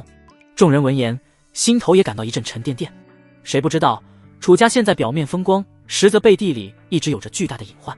林家、李家、城主府，自从上次狩猎演武结束之后，他们便几乎是彻底和楚家撕破了脸皮，一直在一旁虎视眈眈，随时要将楚家彻底击溃。赵无极离去的消息，恐怕瞒不了多久。但凡风声有丝毫走漏，其余几大势力都很有可能会对楚家采取行动。而楚家现在唯一能依仗的，只有老族楚玄冥。可楚玄冥身患寒毒，如今状态相当不堪，即便他愿意出手，可又能出手几次？更别说，由于徐天傲拜入了星罗神殿的关系，城主府还可能会有星罗神殿的高手支援。重重压力之下，此刻的楚家显然已经到了真正足以危及生死存亡的时刻。依我看，若是其他势力真的选择向我楚家发难，无论如何一定要让少主活下去。只要少主还在，我们楚家就有希望。大长老深吸了一口气，缓缓说道。他这番话倒是说出了场上许多人的心声。经过狩猎演武的表现，任谁都能看出楚寒现在的实力甚至比当年还要强。以他的天赋，日后的武道成就绝对会比他们所有人都高。不错，但还是希望我们担心的事情不会发生吧。楚山河叹了口气。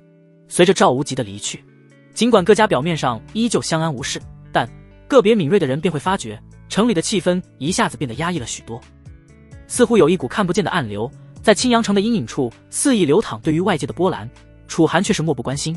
这些天他基本天天都往后山跑，既是在关注药源的变化，也是在潜心修炼提升实力。赵无极已经离开了，该我们动手了。就在赵无极离开的当天夜里，城主府的大殿上，林家和李家的高层尽数汇集于此。坐在主位的自然是城主徐震天，只是这一次在他身旁还多了个位置，那是给上一任城主莫天行坐的。这次对付楚家，莫天行肩负着拦下楚家老祖的重任。只要没了楚玄冥这个灵海禁武者的阻挠，楚家的其余族人都不过是些臭鱼烂虾罢了，怎可能抵御得了三方势力的联手冲击？迟则生变。虽说苍兰城的拍卖会似乎要持续数日之久，但谁知道那赵无极会不会中途折返回来？趁着他刚离开不久，眼下正是对付楚家的最好时机。主位上，徐震天朗声开口，声震全场。闻言，作为家主的林玄霄和李振岳自然是没有异议，他们代表着各自的家族，沉声道：“一切谨遵城主的旨意。”很好，由我们三方势力联手，区区楚家，算得了什么？徐震天冷哼一声，脸上掠过一抹凶光。对了，城主，你之前不是说星罗神殿派了个灵海境高手去刺杀楚寒吗？不知眼下可有结果了？就在这时，李振岳似是想到了什么，突然问道。此话一出，众人的目光纷纷落在了徐震天身上，他们也很好奇，那位来自星罗神殿的高手，如今到底刺杀成功了没有？然而，面对李振岳的疑问，徐震天却是皱起了眉头，有些迟疑地说道：“这个，说实话，我也不清楚。”不清楚。众人皆是一怔。不错，自我天傲那一次和我传讯过后，我便再没联系上他。他最近似乎正处在修行的紧要关头，一直在闭关修炼，极少理会外界的事情。所以，关于那个星罗神殿弟子的情况，我也是概不知情。徐震天有些无奈。事实上，这些天他也一直在等消息。虽说楚寒这些天好像确实没有在外界露过面，但如果楚寒真的被刺杀了，楚家不应该会这么安静才对。还是说，他们担心楚寒的死讯传出去后，会让楚家遭到他们肆无忌惮的针对，这才把消息压了下来。对此，徐震天的心里同样有很多疑惑。那在针对楚家动手之前，我们是否要查探一番，那楚寒是生是死？其中一个李家高层问道。没办法，楚寒在狩猎演武上的表现实在是给不少人留下了深刻的印象。要知道，即便是李振岳这种家主级人物，也不过才宁元境三重的修为而已，可楚寒却连宁元境三重的妖兽都能镇杀。也就是说，如今的楚寒已经不能当作小辈来看待了，他完全有着能和一代家主媲美的实力。不，甚至连李振岳这位家主都不敢说自己是楚寒的对手。整个楚家除了楚玄明之外，最让各方势力忌惮的便是那个楚寒了。因此，在刚开始听说星罗神殿会派出高手刺杀楚寒时，众人心里还是很激动的。他们真正担心的，其实就只有楚寒这个潜力无限的武道妖孽。只要能趁早抹除掉楚寒这个隐患，日后即便楚家没有被铲除，也多半是上不了台面的。如今楚寒生死不明，在得到确切的情报之前，众人还是有些担心，不敢轻举妄动。哼，你们这般模样，难道是觉得我儿在骗我，认为他没有派星罗神殿的高手帮我们对付楚寒？还是说，你们觉得堂堂灵海境的高手连一个楚寒都刺杀不了？徐震天冷哼一声，他眸光冷冽地扫视过下方众人，脸色显得很不好看。闻言，众人脸色顿时微变。有星罗神殿的高手出马，那楚寒即便不死也是重伤，这一点我们无需多虑。况且就算楚寒没死又如何？我们三方势力联手，难道还畏惧他一人不成？徐震天沉声道：“你们若是害怕，大不了让我来对付他便是。”他的声音铿锵有力，宛若雷鸣一般，在大殿之内震响。徐震天身为当代城主，他的修为凌驾于各家家主之上，他是一个实力达到了宁元境7重的武者。闻言，众人面面相觑，心底却暗暗松了口气，真是一群胆小怕事的家伙。莫天行冷眼看着这一幕，一脸不屑地摇了摇头。这些青阳城的大家族，平日里养尊处优，贪生怕死，如今这么多人聚在一起，竟是被一介小辈的名头给唬住了，实在令人不齿。我倒要看看那楚寒是个何方神圣，但愿他还没死在星罗神殿的刺杀之中吧。一时间，就连莫天行这位灵海境强者也不禁对楚寒生出了浓烈的好奇心。总而言之，事到如今，我们已经没有退路可言了。眼下正是向楚家发难的最好时机，若是还要瞻前顾后的，只会耽误了这次机会。不管那楚寒死没死，今夜我们都要将楚家彻底铲除。徐震天沉声开口，为这次的会议做了最后的总结。等到凌晨丑时，楚家的人多半都在沉睡之中，那时我们便攻入楚家，打他们一个措手不及。现在诸位还请各自回去准备，到时候来我城主府门前集合。徐震天眸光凌厉，扫射众人一圈。诸位意下如何？闻言，众人的眼神也都变得凶狠了起来。我们没有异议。很好。徐震天点了点头，此刻的他颇有一代领袖的风范，那就请诸位动身吧。看着林家和李家的人马各自离去的身影，徐震天屹立在大殿之上，脸上流露出了一个冰冷的笑容。月黑风高杀人夜，希望楚家在面对我们这份大礼时不要太惊讶了。他轻声自语，眼神中满是嗜血的杀意。楚家后山茅屋里，楚寒正在和苏青、韩双修，由于他马上就要突破到宁元境8重了，今晚也就没有回去自己的院落，而是留在了后山修炼。苏清寒毕竟拥有太阴玄女体，和苏清寒双修对于双方的提升都是最大的。不知过了多久，随着一声娇柔的音铃响起，这轮双修总算是结束了。我突破了，我突破到灵海境6重了。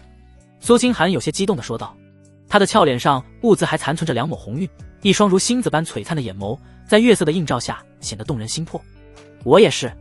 楚寒长出了一口气，脸上也流露出了笑容。在这轮双修过后，他也成功冲破了凝元境8重的瓶颈，估计用不了几天，他便可以开始准备凝聚灵海了。主人，你们已经结束了吗？门外宁巧巧的声音有些不满地响起。不是让你去看守药园吗？你怎么还在外面？楚寒有些讶异，他推门而出，顿时便见到了宁巧巧那一脸郁闷的模样。太无聊了，我就先回来了。宁巧巧眼神复杂地看着楚寒。自从收服了这个星罗神殿的大美人后，主人你日子倒是过得舒坦，每天乐此不疲的双修，反倒是我每天都被撵去看守药园。也难怪宁巧巧会感到不满。自从苏清寒来了之后，楚寒和他双修的次数便少了许多。原本他住的地方就只有这一间可怜的茅屋，现在连茅屋都不给他住了，直接把他撵去药园那边，他自然是有些闷闷不乐了。闻言，楚寒摸了摸鼻子，有些尴尬。至于屋里头的苏清寒，则更是羞得直接用被子蒙住了头。之前一直沉浸在双修之中，他完全没有心力去感知周围的动静，因此他现在才知道，原来双修的时候一直有人守在茅屋外头。岂不是说刚才不论他发出了什么动静，都被外头的宁巧巧给听到了？一想到这，苏清寒便羞得恨不得找条地缝钻进去。和宁巧巧不同，他性子向来清冷，也极少接触男女之事，对这方面一直不是很放得开。看着宁巧巧那幽怨的眼神，楚寒神色微动，突然说道，对了，你是不是还没进药园里面看过？药园里面进去干嘛呢？外面看和里面看难道有什么区别吗？宁巧巧不解地问道。闻言，楚寒顿时摇头失笑，自己花了这么大功夫将药园狠狠地改造了一番，感情这丫头每天就想着和自己双修，甚至都不知道里面到底发生了多大变化。外面看那只是表象，只有走进里面，你才能看到药园真正的景象。楚寒有些无奈地说道。是吗？宁巧巧蹙起一双秀眉，似信非信地喃喃道。也罢，我干脆带你们去看看吧。楚寒摇了摇头，他看向苏清寒说道，你也来吧。啊，我吗？苏清寒一怔，而后连忙爬起身。很快，在楚寒的带领下，3人一同来到药园之前。此地的灵气浓度似乎比之前要更加浓厚了。苏清寒的俏脸上满是金色。是吗？我怎么什么都没有感受到？宁巧巧一脸愕然。你修为太低了，自然是感知不到药园的变化。现在的药园有阵法看守，除非是灵海境的武者，否则都很难察觉到药园的异样。楚寒一边解释着，一边带着2人走进了药园。霎时间，2人就像是来到了另外一片空间之中，他们都被眼前的景象惊呆了。漫天灵气汇聚成云雾，飘洒在药园各处，一株诸品相极好的灵药在地里茁壮生长着。而在药园上方，能看到有无数道玄妙莫测的阵纹互相勾连流转，显然是有一道强大的阵法将整个山谷都笼罩在了其中。苏清寒惊叹不已，这哪是什么药园，简直就是一片修炼圣地。即便是在星罗神殿之中，也很难找到一处能和这片药园媲美的修炼场所。宁巧巧同样也看呆了，她艰难地吞咽了一口唾沫，喃喃道，原来这药园里面竟然别有洞天。不错，日后我若是无暇与你双修，你便可以来这药园之中修行。放心，我已经将你的气息记了下来，你若是要进来，此地的阵法是不会阻拦你的。在这药园之中修行，效率可抵外界100-100倍。楚寒淡淡的说道。说到底，主人就是嫌弃我了，不想和我双修了。闻言，宁巧巧顿时可怜巴巴的看向楚寒。见状，一旁的苏清寒不禁莞尔，他笑道，主人这个大色狼，我一个人可满足不了他，下次我要是被折腾的累了，就来药园修炼，到时候你便可以去多陪陪主人了。清寒姐姐，你人真好。宁巧巧一脸感动的看着苏清寒。嘿嘿，他不仅是我的主人，也是你的主人呀。苏清寒眨了眨眼，对着宁巧巧笑道，那绝美高贵的容颜上哪里还有半点高冷的模样。看着2个美女谈笑风生，楚寒只是安静地站在一旁，没有插话。他心里也是无比感慨，经过这些天的相处，现在的苏清寒似乎才算是真正接受了留在楚家的生活。没办法，谁叫当初苏清寒要来刺杀自己呢？楚寒自然是不可能轻易把他放回去，又恰好苏清寒的体质十分适合双修，楚寒这才下定决心要把他留在楚家。如今苏清寒和宁巧巧相处的倒是颇为融洽，或许我是不是应该把小翠也一起接过来了？楚寒在心中不由思索道。丑时将至，万籁俱寂，青阳城的街道上雾气弥漫，月光被厚重的云层遮蔽，整座城池仿佛被一层死亡的阴影笼罩。城主府前，肃杀之气如刀锋般凛冽。徐震天身披玄铁战甲，手握一柄暗红长刀，刀身隐隐泛着血芒，仿佛已迫不及待要吞饮鲜血。他站在台阶之上，目光冰冷地扫视着下方集结的众人。这一次，林家、李家、城主府的精锐尽数到场，黑压压一片，足有300余人。当然，其中要数林家的阵容最为豪华。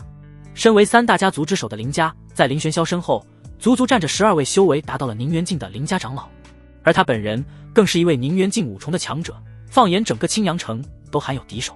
李振岳这边，他同样把李家的尖锐战力尽数带来了。除了几位长老之外，还有8位李家供奉，他们齐齐立于李家阵营的最前方，最弱的都是半步宁元境，那气势汇聚在一起，足以把普通武者吓得屁滚尿流。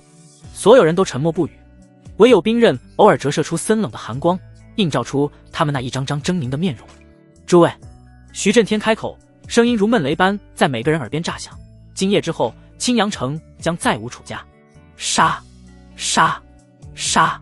压抑的低吼声此起彼伏，所有人的眼中都闪烁着嗜血的寒光。莫天行站在徐震天身旁，一袭灰袍无风自动，他双手背负在身后，脸上满是冰冷的神色。楚家老族楚玄冥，由我亲自对付。莫天行淡淡开口，语气中带着不容置疑的威严。至于其他人，就交给你们了。有莫老在，楚家老祖又有何惧？徐震天狞笑一声，长刀猛然一挥，刀锋划破空气，发出刺耳的尖笑。我们出发！刷！刷！刷！在徐震天的带领下，数百道身影如鬼魅般掠出，无声无息地朝着楚家府邸的方向疾驰而去。他们刻意收敛气息，脚步轻盈如猫，没有发出一丝声响。与此同时，楚家府邸内却是一片宁静祥和的景象。守夜的侍卫打着哈欠，倚靠在门柱旁，浑然不知危险正在逼近。楚山河的书房内，昏黄的烛火轻轻摇曳，照亮了他愁眉紧锁的面容。他正一边翻阅着家族账册，一边思索着该如何安然度过接下来的几天时间。家主。就在这时，房门被敲响，而后大长老楚月走了进来。大长老，你怎么来了？见到楚月，楚山河不由讶异地问道。我已经联系到赵会长了，根据赵会长所说，他短时间内怕是都无暇来青阳城。当然，他也说了，若是我们楚家有需要，他可以派出几个高手来我楚家坐镇，以免出现不测。楚月说到赵会长倒是有心了。闻言，楚山河的脸上顿时流露出一丝苦涩的笑容。赵无极愿意委派高手来楚家坐镇，这一点已是让楚山河无比感激。但他们楚家难道一辈子都要生活在他人的庇护之下？但凡他人有要是离去，楚家便每天都要过得心惊胆战的，这种日子未免太过煎熬。家主，你怎么看？我们要向赵会长请求人手支援吗？楚月问道。不急，还是等明天再决定吧。楚山河微微沉吟，而后摇头道，我们楚家也并非毫无依仗和底蕴，楚玄冥老祖的现身应该足以震慑住不少有歹心的家伙。等明天去看看老祖的状况再说，若老祖恢复的不错，我们便不必麻烦赵会长了。也好。楚月点了点头。唉，楚山河长叹一声，揉了揉眉心。赵会长一走，那些豺狼虎豹怕是早就坐不住了。他站起身，走到窗前，望着漆黑的夜色，心中隐隐有些不安。无论如何，只要有少主在，我们楚家就始终有希望。看着楚山河满面愁容的模样，楚月连忙安慰道。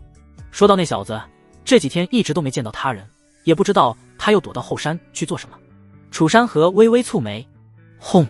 然而就在这时，一声巨响突然炸裂了夜空，楚家大门被一道狂暴的灵力直接轰碎，木屑纷飞，烟尘四起。敌袭！守门的侍卫刚刚发出警告，下一秒一道血色刀光闪过，他的头颅便高高飞起，鲜血喷溅。楚家大门外，徐震天手持长刀，踏着尸体大步走入，他的眼中流转着沸腾的杀意。三方势力的联军终于在没有惊动其他人的情况下，顺利来到了楚家。楚家之人一个不留。徐震天大喝，一个不留，一个不留。在他身后，千百道声音齐齐响彻，一时间楚家府邸的宁静被彻底撕裂。徐震天一刀斩碎楚家的院墙，身后数百名精锐武者如潮水般飞速涌入，他们不再隐藏气息，灵力爆发，刀光剑影在夜色中闪烁，肆意劈砍着楚家内的一切。杀！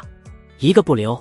喊杀声震天，楚家侍卫仓促应战，却瞬间被淹没在人潮之中。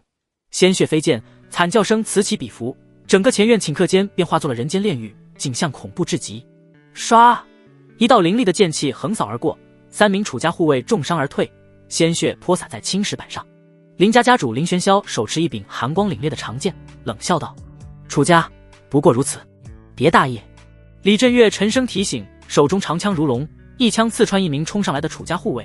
楚家底蕴不浅，小心他们临死反扑。哼，垂死挣扎罢了。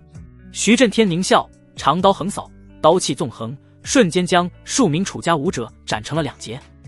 他大步向前，直奔楚家内院楚山河，滚出来受死！家主，不好了！3大势力的联军杀进来了，连城主徐震天都参与进了这场杀戮之中。我们的护卫损失惨重，根本抵挡不了分毫。一名浑身染血的武者冲进书房，声音颤抖地大喊道：“什么？”书房里，楚山河和楚月的脸色皆是一变。尽管早就料到这一天会到来，但他们也还是没想到，这一天竟然来得这么快。赵无极前脚刚走，3大势力后脚便联合到一起，开始对楚家发难。楚山河脸色铁青，猛地一拍桌案，怒喝道：“召集所有长老，开启护族大阵！”他一把抓起桌上的长剑，剑身嗡鸣，寒光四射。楚家儿郎，随我杀敌！轰！楚家府邸深处，一道璀璨的灵光冲天而起，护族大阵瞬间激活，一层淡金色的光幕笼罩整个府邸。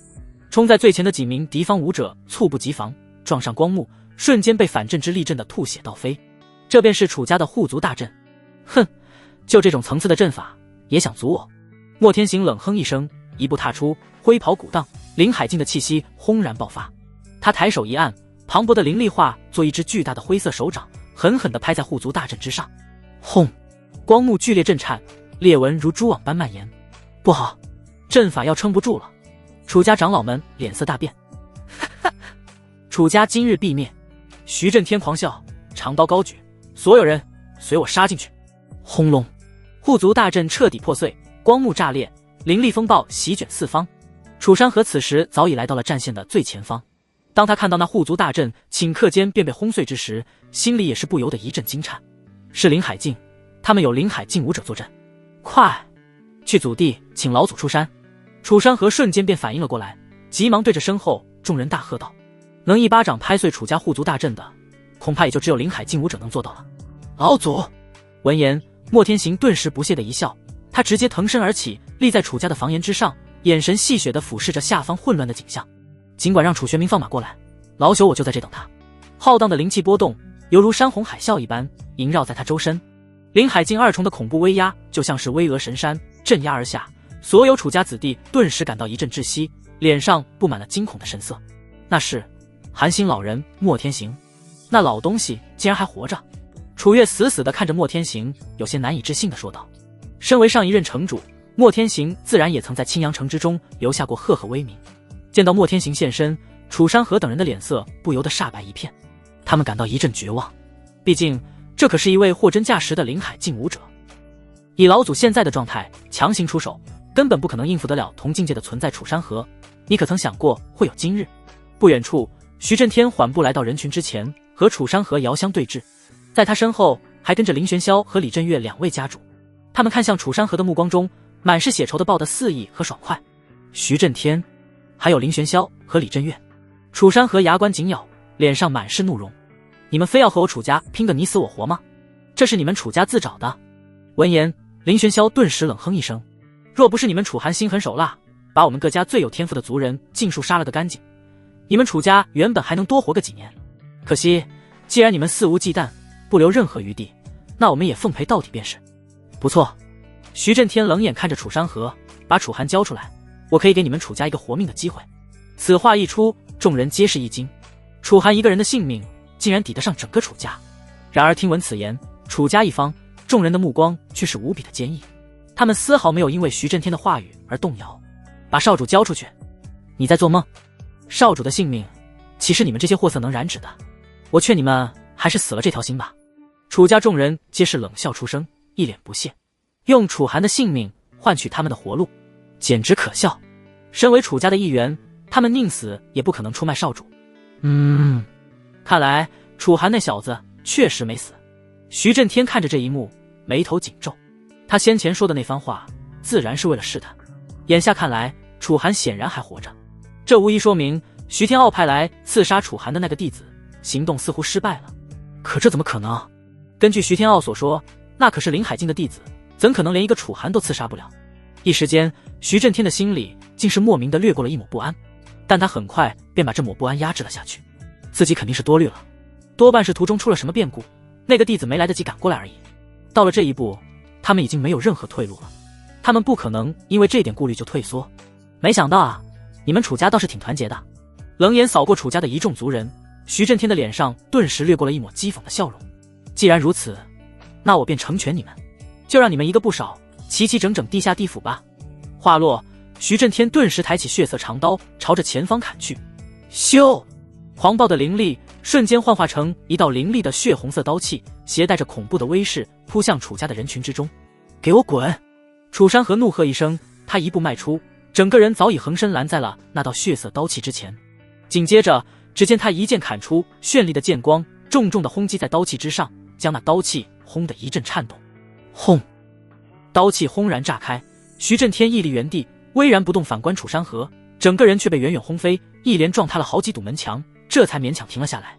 家主，楚家众人见状，顿时脸色大变。宁元境三重，这点修为也敢拦我？徐震天瞥了远处的楚山河一眼，不屑地开口道：家主。不少楚家子弟跑到楚山河身旁，将他小心翼翼地扶起。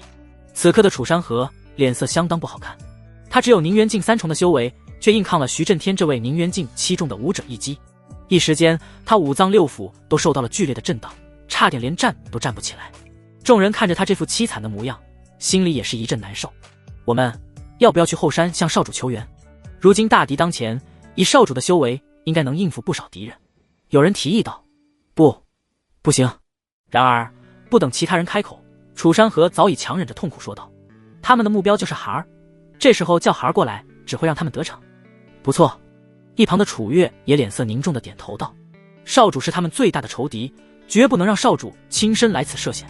闻言，众人也都没有反对，只是默默的点了点头。在上一次的狩猎演武中，众人都见识到了楚寒的强大，如今的楚寒确实称得上是楚家的顶梁柱之一。但这一次来犯楚家的诸位敌人中，不仅有徐震天这位宁元境七重的强者，还有林海境的莫天行一直在旁边虎视眈眈。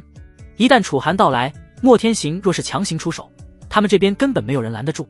到那时，他们想救都来不及，恐怕只能眼睁睁地看着楚寒落入敌人之手。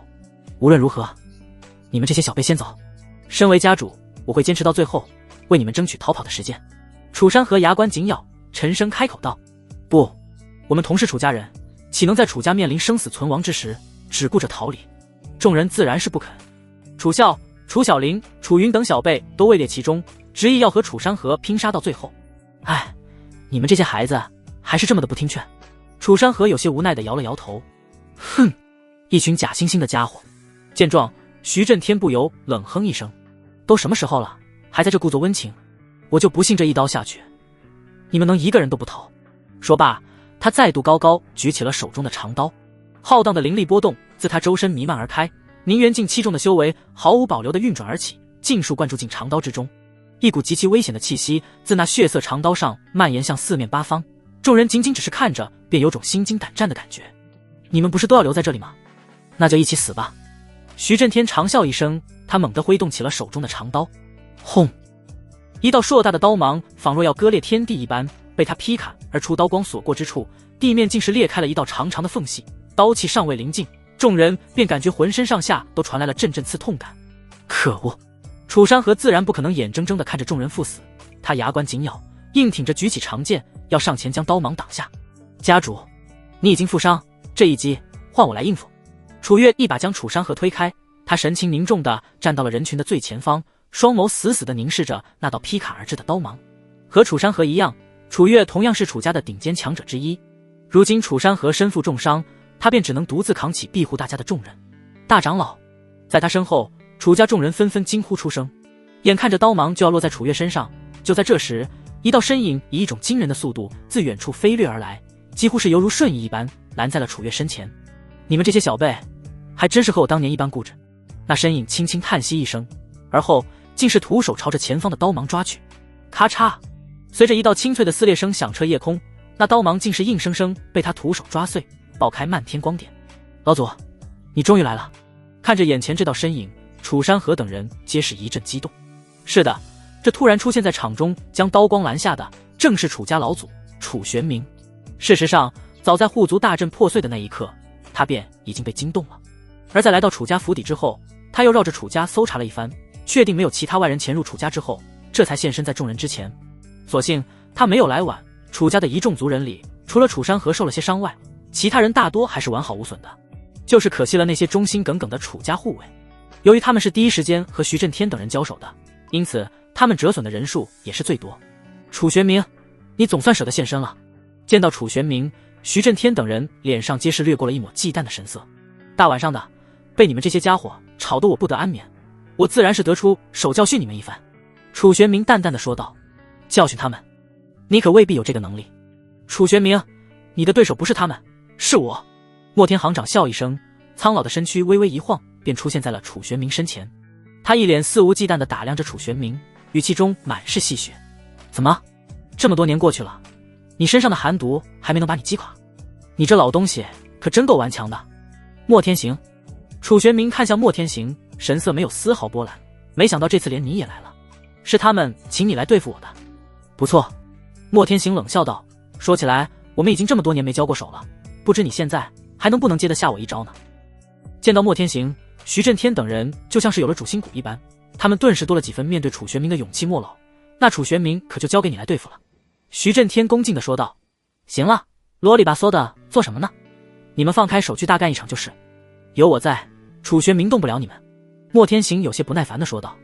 那就拜托莫老了。徐震天等人激动地说道。上，先把楚山河宰了。徐震天眼神阴狠地看向楚山河，楚山河神色凝重，一副如临大敌的模样。在他身旁，楚月等一众长老也都面容沉凝，纷纷摆好阵势，准备迎战。夜色如墨，楚家府邸内，徐震天等人气势汹汹，准备一拥而上，将楚家覆灭。楚山河等人也是一副如临大敌的凝重模样，唯独楚玄冥只是神色淡漠地看着这一幕，苍老而深邃的眸子中隐隐掠过一丝讥讽之色。楚玄冥，你我同为灵海境武者，我不想浪费精力和你搏杀。你也知道，你过不了我这关，不如我们都袖手旁观，在一旁看着他们交手，如何？至于孰胜孰负，那就听天由命了。莫天行背负着双手，淡淡的笑道。听到这话，楚玄冥再也按捺不住，脸上涌现出戏谑的笑意。莫天行，你会不会有些太看得起你自己了？你算什么东西，也敢在我面前大言不惭？此话一出，莫天行的脸色顿时变了。既然你冥顽不灵，那就休怪我心狠手辣了。莫天行眸光冷漠地看着楚玄冥，沉声道：别以为我不知道，你被寒毒缠身，距今已经有数十年。这数十年来，你修为不仅没有半点寸进，甚至有境界跌落的迹象，能保住性命已是颇为不易。而我在这数十年中，无时无刻不在潜修，无时无刻不在进步。试问现在的你，有资格当我的对手吗？闻言，楚玄冥仍旧淡笑道：莫天行，这么大年纪的人了，何须逞一时的口舌之快？我实力还剩多少？你来试试不就知道了吗？哼！莫天行冷哼一声，那就别怪我不客气了。话落，莫天行终于动了。霎时间，一股恐怖的灵力波动顿时自场上爆开，释放出一层无形的气浪，向着四面八方扫荡而出。他毕竟是灵海境的强者，乍一动身便展现出惊人的气势。原本准备交战的徐震天和楚山河等人顿时感受到了强大的压迫感，身形也随之迟缓了许多。谁都知道莫天行和楚玄冥这种顶尖强者之间的较量将会左右今夜这一战的胜负，因此他们也是将注意力放在了这两位灵海境强者的身上。所有人都在期盼着结果。轰！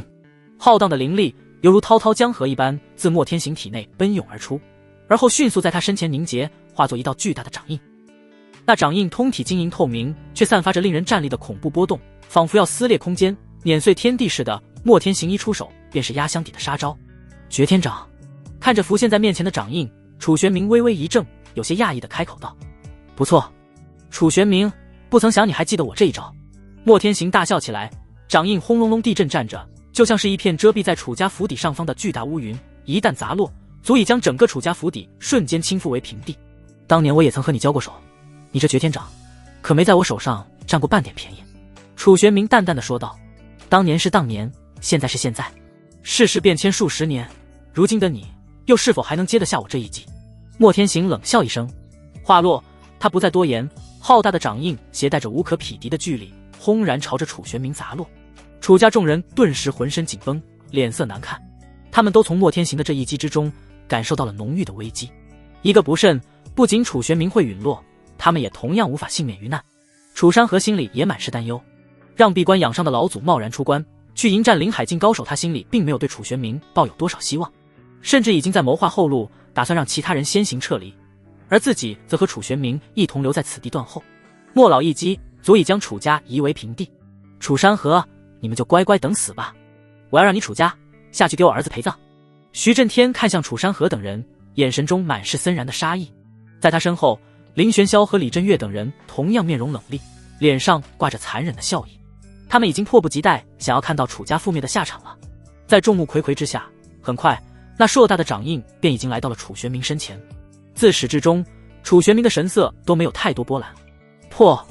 只见他轻喝一声，体内的灵力顿时如火山喷发般翻涌而起，震荡出滔天波动，恐怖的气势甚至比莫天行都要强上不止一筹。等等，这是林海境三重。感受到楚玄明身上的气息后，所有人都呆住了，尤其是莫天行。他瞪大双眸，难以置信地看向楚玄明，惊声道：这数十年的寒毒折磨，你的修为怎会不退反进？让你失望了。其实我身上的寒毒早就已经解决了。楚玄明对着莫天行淡然一笑，而后他猛然一拳轰出。轰！没有半点花里胡哨的招式，就是这么朴实无华的一拳，当场便将那绝天掌的掌印轰爆成无数碎片。霎时间，剧烈的气浪席卷而开，溢散的余波朝着徐震天等人逼近，让他们脸色连变，不断后退。林海境和前面的境界不同，到了这种境界，每一层小境界之间差距都不是一般的大。身为林海境三重的武者，楚玄明足以横推莫天行这个林海境二重的存在。此刻，莫天行脸色难看的驻足在原地，他失策了。谁也没想到楚玄明竟然藏得这么深。如果楚玄明真的早已痊愈，而且修为达到了林海境三重，那他绝无可能是楚玄明的对手。徐震天等人也呆住了，被他们寄予厚望，请来压制楚玄明的莫天行，怎么反而落入了下风？楚家后山茅屋之中，楚寒正在和宁巧巧双修。主人，城里有这么多家族来府上闹事，你真的不打算去看一下吗？宁巧巧问道。此刻，宁巧巧正乖巧地趴在楚寒怀里，她刚结束双修，体内气血翻涌不已，修为境界也渐渐在向断骨境五重逼近。在此之前，她从未想过自己在武道上的进展能如此神速，哪怕是玄阴宗内最天才的弟子，和她相比都显得黯然失色。一群小鱼小虾罢了，交给老祖应付便好。老祖伤势初愈，世人都还不知情，也该让他出手，扬我楚家威名，震慑一下青阳城里那些不怀好意的人了。楚寒轻轻抚摸着宁巧巧那一头柔顺的秀发，淡然笑道：是吗？可若是主人你出手，岂不是更能镇住他们？宁巧巧不禁问道。和楚寒相处这么久，他自然知道楚寒的真实战力早已经是比楚玄明还要强了。林海境三重在楚寒手上怕是走不过一招。林海境和宁渊境的差距固然大，但楚寒的混沌道体更是万中无一的恐怖体质。他体内的混沌灵力品质远胜寻常灵力，虽然楚寒现在只是宁渊境8重的修为，但放眼林海境之中也是强者。我的实力虽然已经超越了老祖，但我明面上终究只是一个宁渊境武者，让老祖出手，好歹能让外人知道我楚家有林海境强者坐镇，这个名头的震慑力会更有效果。楚寒似笑非笑地瞥了宁巧巧一眼，说道：况且我这不是还要陪你吗？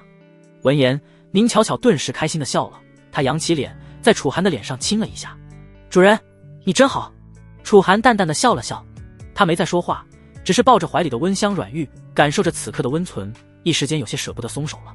事实上，楚寒当然不可能一心只想着双修，面对楚家的这次危机，他其实早已做好了万全的准备。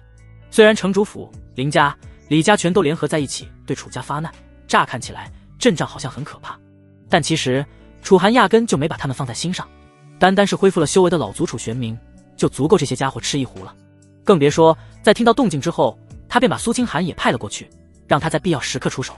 当然，楚寒实在想不到青阳城里的这些势力有什么能耐威胁得到楚玄明。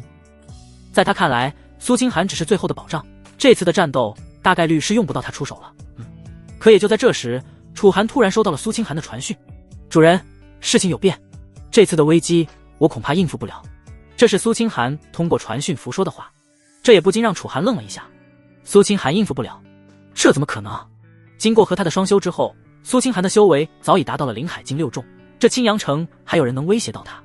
就在楚寒愣神之际，忽然他似有所觉地抬头看向远处，青阳城之外似乎有数道极为浑厚的气息正在急速接近，目标正是楚家的方向。这是来自青阳城之外的敌人吗？楚寒微微眯起双眸，看来这次他想不出手都不行了。楚家府上此刻一片混乱，看着展露出灵海境3重修为的楚玄明，莫天行一方的众人皆是神色凝固，心中震动。谁也没想到楚玄明竟然藏得这么深，原来他身上的伤势早就痊愈了，修为也早就恢复到了巅峰。该死！徐震天脸色难看，眼下事态的发展实在是有些超出了他的掌控。本以为让莫天行对付楚玄明是一件稳操胜券的事，而他们3家联手要铲除楚山河等人也是轻而易举。然而现在在尖端战力的交锋中，却是他们这一方落入了下风。一旦让楚玄明腾出手来，他们这些人别说对付楚山河了，怕是连自保都做不到。毕竟那可是一尊货真价实的灵海境强者，他们最强的不过才宁元境7重，打起来完全就是被碾压的份。林家主、李家主，还不赶紧请你们2家的老祖出手？徐震天看向身后的林玄霄和李振岳，脸色沉重地说道。闻言，林玄霄和李振岳面面相觑，皆是感到一阵为难。我们2家老祖也不过才宁元境巅峰，和楚玄明相比，完全不是一个级别的对手啊！他们苦笑不已，真是废物。徐震天忍不住在心里暗骂：徐震天，今晚等必死！楚山河冷眼看向徐震天，声音中满是肃杀之意。随着楚玄明占据了上风，楚家一方的阵营顿时士气高涨，一个个战意汹涌，要斩尽来犯之敌。徐震天等人脸色难看，他们也知道今晚已经彻底和楚家撕破了脸皮，他们已经没有退路了。莫老，徐震天将期盼的眼神投向莫天行。哼，放心，既然说了要拦下这楚玄明，我自然会说到做到。我固然会尽我所能，但一个灵海境3重的存在，我恐怕拦不下多久。趁着这个时间，楚家的其他人就交给你们了。记住，速战速决。莫天行深吸了一口气，眼神中闪烁着渗人的寒光。好！徐震天等人脸色一喜，心中也在暗暗发狠。他们已经没有任何退路了，老东西，你藏得好深。不过你真以为我拦不下你吗？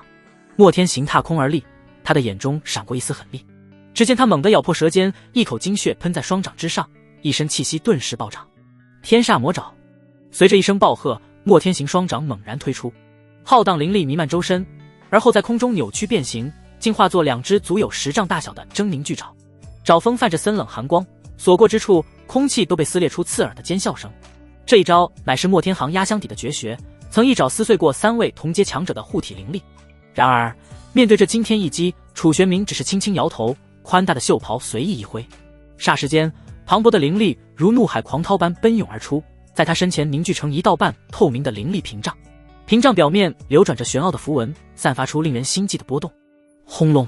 巨爪与屏障相撞的瞬间，整座楚家府邸都为之一震，恐怖的冲击波将方圆100丈内的建筑尽数夷为平地。然而那看似单薄的灵力屏障却纹丝不动，反倒是莫天行被反震之力震得接连倒退，嘴角溢出一缕鲜血。莫天行，几10年了，你还是这点本事？楚玄明负手而立，灰白的长发在灵力风暴中肆意飞扬，语气中带着淡淡的讥讽。莫天行脸色铁青，胸口剧烈起伏，眼前这个老对手的实力已经远超他的想象。但事已至此，箭在弦上不得不发，他猛地转头怒吼道：还愣着干什么？一起上，否则今日谁都别想活！徐震天闻言，眼中凶光暴涨，他猛地抽出腰间佩剑，剑锋直指楚家阵营。所有人听令，斩杀楚家1人，赏灵石100块；取楚山河首级者，赏1万块。杀！杀！林家、李家的武者如潮水般涌出。李振岳手持长枪，枪尖吞吐出3尺寒芒，杀向楚家众人。在他身旁，林玄霄同样不甘示弱，长剑出鞘，剑光扫荡四方。轰！轰！轰！震天的喊杀声中，双方便要战作一团。哼，该结束了。见状，楚玄明眼神一凝，双手在胸前接出一个复杂的手印。刹那间，天地温度骤降，他周身气势鼓荡，就好似一尊战神，屹立在楚家上方，散发出无尽的威势。玄冥掌，一掌推出，漫天灵力忽然急剧收缩，化作成一道10丈大小的掌印。掌印所过之处，空气被撕裂出刺耳的气爆声。莫天行仓促间凝聚全部灵力防御，却在接触的瞬间就被轰飞出去。噗！一口鲜血喷出，莫天行如断线风筝般坠落，将地面砸出一个深坑。他挣扎着想要起身，但楚玄冥的速度更快。咻！只是一个闪身间，楚玄冥便已经出现在了莫天行的身前。好好活着不好吗？一大把年纪了，非要上门来送死。楚玄冥眼神冷漠，缓缓开口：“给我滚！”莫天行双眸血红，他近乎发狂，双掌如幻影般挥舞，打出一道道恐怖的印法，向着楚玄冥轰击而去。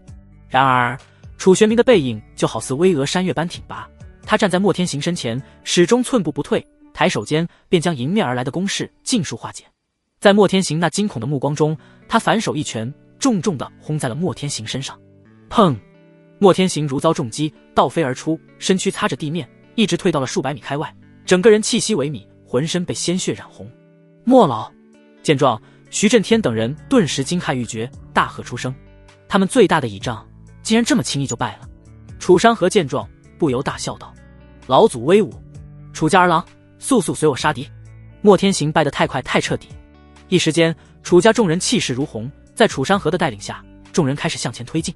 反观城主府的联军这边，随着莫天行的落败，他们的士气瞬间崩溃到了最低点，不少武者已经开始偷偷后撤，战局呈现一边倒的态势。毕竟没有莫天行拦住楚玄冥，他们随时可能面对来自楚玄冥的攻势，试问这谁敢去硬抗？徐震天脸色铁青，但在这种时候，不论他如何发号施令，都已经没用了。所有人都被楚玄冥吓得胆寒，没人会愿意上前送死，真是不堪一击。看着眼前那一面倒的局势，楚玄冥不禁微微摇头，淡然开口：“根本就用不着他出手，他仅仅只是站在那，就已经是一种巨大的威慑。在这种威慑下，徐震天等人根本没有半点还手之力，只能被楚家攻击的节节败退。只要杀了你，其余的人都只是一群乌合之众，再不可能对我楚家造成任何威胁。”楚玄冥来到奄奄一息的莫天行身前，缓缓抬起了右手。该死，楚玄冥，我不甘心！莫天行用力地撑起身子，他死死地盯着楚玄冥的右手，心里已经感受到了死亡的气息。死吧！楚玄冥神情冷漠，右手猛地下压。就在他准备一鼓作气将莫天行彻底杀死之时，嗡！忽然一道令人毛骨悚然的嗡鸣声响彻天地，仿佛九幽之下的恶鬼在嘶吼。刹那间，整片战场都被一股令人窒息的恐怖威压笼罩，修为稍弱的武者更是直接跪倒在地，浑身战栗不止。什么？楚玄冥猛然抬头，瞳孔骤然收缩，只见远处的天际线上，一道黑影正踏空而来。那人每一步落下，周遭的空气都仿佛为之扭曲和震颤，发出不堪重负的哀鸣。他身披漆黑长袍，衣袂翻飞间隐约可见森森白骨纹路，面容阴鸷如厉鬼，双眸泛着幽绿色的寒光，宛如毒蛇般冰冷无情。很快，黑袍身影数个闪掠之间便来到了楚家上方。直到对方临近，众人这才发现黑袍人的周身竟是缭绕着浓郁的黑气。他停留的地方连空气都被腐蚀得滋滋作响，四周的草木更是瞬间变枯萎凋零，化作灰烬。你便是楚家的最强者。在众目睽睽之下，那黑袍人的森冷目光忽然看向了楚玄冥。不好！楚玄冥心头警兆大起，浑身汗毛倒竖，他毫不犹豫地催动全身灵力，身形如电般向后暴退。然而黑袍人只是冷哼一声，轻描淡写的抬手一挥，轰！一道漆黑如墨的灵力劈链破空而出，速度快到了极致，让人几乎无法用肉眼看清。这道攻击蕴含着令人心悸的腐蚀之力，瞬间就轰在了楚玄冥的护体灵力上。噗！楚玄冥如遭雷击，一口鲜血狂喷而出。他灵海境三重的护体灵力在这道攻击面前竟如纸糊般脆弱，身形顿时如断线风筝般倒飞出数10丈，最终重重砸进地面，激起漫天尘土。全场死寂。无论是楚家众人还是城主府一方的联军，所有人都呆若木鸡地望着那道身影，眼中满是惊骇与恐惧。一招，仅仅一招就击溃了灵海境三重的楚玄冥。黑袍人缓缓落地，冷漠的目光扫视全场，凡是被他视线扫过的人，无不浑身僵硬，如坠冰窟。最终，那森冷的目光落在了楚家阵营之中。楚家，给本座把苍冥剑交出来。他冷然开口，沙哑低沉的声音并不大，却如九幽魔音般在每个人耳边炸响，震得众人气血翻涌。他在说什么？苍冥剑，我楚家何曾得到过这东西？听到黑袍人的话语，楚家众人顿时面面相觑，有些不明所以。苍冥剑，他们连听都没听说过。此刻，这突如其来的强者却是要求他们把苍冥剑交出来，这让所有人都是一脸茫然。不知阁下乃是何人？我楚家如有得罪，我愿意代表楚家给阁下赔罪。楚山河深吸了一口气，这黑袍人给人的压迫感实在太大，但身为家主，他只得硬着头皮上前一步，开口道：本座乃玄阴宗宗主殷九幽，今日前来只为将苍冥剑带回去，顺便跟你们楚家好好算一算账。殷九幽眸光冷冽，缓缓开口：算账。听到这话，徐震天等人对视一眼，皆是看出了对方眼底的喜色。尽管不清楚眼下到底是个什么情况，但很显然，这位自称是玄阴宗宗主的强者绝对是楚家的敌人，敌人的敌人那便是朋友。原本他们还被楚家打得节节败退，可有了这位玄阴宗宗主助力，他们顿时又有了掀翻楚家的底气。哼！这时候莫天行也已经站起身来，回到了徐震天的身边。他服下了疗伤丹药，但周身仍旧隐隐作痛，但他丝毫不在乎这些，只是眼神戏谑地看向楚玄冥。他倒要看看楚家该如何度过这一劫。玄阴宗宗主。楚玄冥艰难地站起身来，脸色有些难看。关于玄阴宗的名头，他也曾听说过一些，虽然不是星罗神殿那种庞然大物，但也绝不是现在的楚家能抗衡的势力。一旁的楚山河拱手道：殷宗主恐怕是有些误会了，我们楚家并没有拿走贵宗的苍冥剑。放屁！殷九幽冷冷地扫了楚山河一眼，那如毒蛇般阴狠的眼神让楚山河浑身肌肤都有些发紧。自从我宗的叛徒将苍冥剑带走后，我宗门的强者便一直追杀他不放，直至抵达你们楚家的地狱。而也就是在那之后，我那几位宗门强者的气息便尽数断绝，对苍冥剑的追踪也不得不戛然而止。根据他们留下的魂灯，本座通过溯源之法，早已锁定他们最后出现的地点，就是在你们青阳城楚家的范围里。也就是说，是你们杀了我玄阴宗的人，而且还把苍冥剑带走了。闻言，众人这才搞清楚了来龙去脉，也终于知道他们是怎么招惹上这位玄阴宗宗主的。楚山河脸色微变，连忙道：这之中恐怕有什么误会，我们从未见过贵宗的苍冥剑，也并未和贵宗的强者打过交道。怎么？你的意思是本座的判断出错了？殷九幽缓缓眯起双眼，声音中明显多了几分寒意。楚山河面对殷九幽的威压，虽心中凛然，但面上仍保持着家主的沉稳。他深吸一口气，拱手道：殷宗主，此事确有蹊跷，我楚家绝不敢私吞贵宗之物，更未见过什么苍冥剑。若真有贵宗强者在我楚家地界失踪，我楚家愿全力配合调查，以证清白。调查？殷九幽冷笑一声，眼中杀意骤现。既然如此，那你现在便让本座好好调查一番。话音未落，他袖袍一挥，一股阴冷至极的灵力骤然爆发，化作一只漆黑巨掌，朝着楚山河狠狠抓来。轰！巨掌位置，恐怖的威压已让楚山河浑身骨骼咔咔作响，仿佛下一刻就要被碾碎一般。楚玄冥见状，怒吼一声，强行催动灵力想要救援，但方才因九幽那一击已让他身受重伤，此刻根本来不及出手。楚家众人目眦欲裂，眼睁睁看着那巨掌落下，却无能为力。就在这千钧一发之际，铮！一道清越的剑鸣声骤然响彻天地，紧接着一道璀璨如星河般的剑气自远处横贯而来。那剑气凌厉无匹，带着斩灭一切的锋芒，狠狠地斩在了殷九幽的漆黑巨掌之上。赤！巨掌如冰雪遇烈阳，瞬间被剑气斩成两半，随即崩散成漫天黑雾，消散于无形。这突如其来的一幕，让场上的所有人皆是一阵发愣。谁也没想到殷九幽会突然对楚山河发难，更没想到那恐怖无比的一击竟然被人挡下来了。就连殷九幽也不禁眯起了双眼，他缓缓抬眸向着远处看去，下一刻便见到一道修长挺拔的身影踏空而来。他面容清秀俊朗，一双深邃的眸子锁定在殷九幽的身上。楚寒见到来人，不仅是徐震天等人骇然失声，就连楚家一方也都震惊不已。爹，老祖，剩下的就交给我吧。楚寒转过身，对着楚山河和楚玄冥淡然一笑：孩儿，你先前殷九幽那一击可是你挡下的？楚山河难以置信地看着楚寒，有些颤抖地开口。楚寒笑着点了点头。见楚寒承认，众人顿时感觉一阵荒谬。楚寒的实力什么时候这么强了？一旁的楚玄冥同样是一脸复杂，他感觉自己有些看不透眼前这位年轻的楚家子弟了。原来你才是楚家的最强者。殷九幽死死地看着楚寒，他从眼前的少年身上竟是嗅到了一丝危险的味道。不错，你便是玄阴宗宗主。楚寒淡淡一笑，紧接着他反手把苍冥剑取出，托举在手上。这可是你要找的剑？看到苍冥剑，殷九幽顿时浑身气势暴涨，一身衣袍无风自动。果然，我玄阴宗的人都是你杀的。殷九幽神色阴狠，眼神中流露出摄人的寒意。不然呢？你玄阴宗的武者无故闯入我楚家地狱，难道不该杀？楚寒淡然道。闻言，殷九幽突然沉默了，半晌之后，他方才缓缓说道：此事本座可以既往不咎，把苍冥剑交给我，本座现在便离去。苍冥剑事关重大，而眼前这个少年看起来也并不好惹。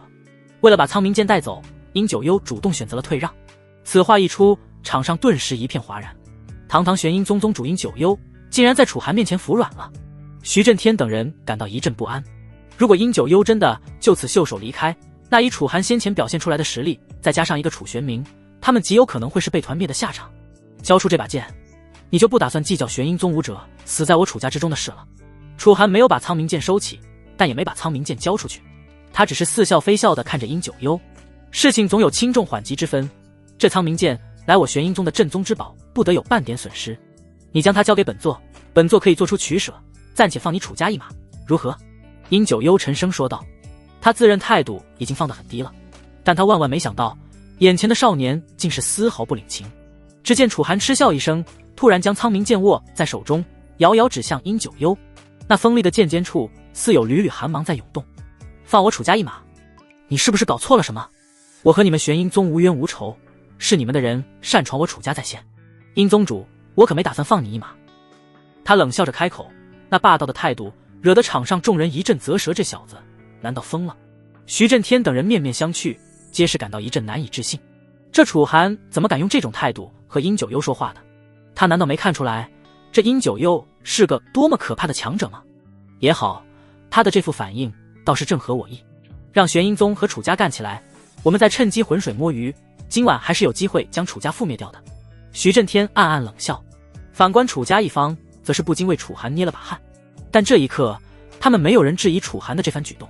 孩儿这么做定然有他的道理，或许孩儿能给我们一个惊喜也说不定。楚玄冥眸光闪烁，他看着楚寒的背影，不禁说道。在所有人的注视下，殷九幽终于怒了。小子，你非要找死不成？他恶狠狠地盯着楚寒，浑身上下煞气翻涌，仿佛恨不得立刻出手将眼前的少年当场拍死。苍冥剑就在这，有本事就自己来拿。楚寒淡淡的笑了笑。好，我给过你机会，也给过楚家机会，是你们要自掘坟墓，那就怪不得我了。殷九幽怒极反笑，当着这么多人的面被一个毛头小子这般挑衅，他早已忍无可忍。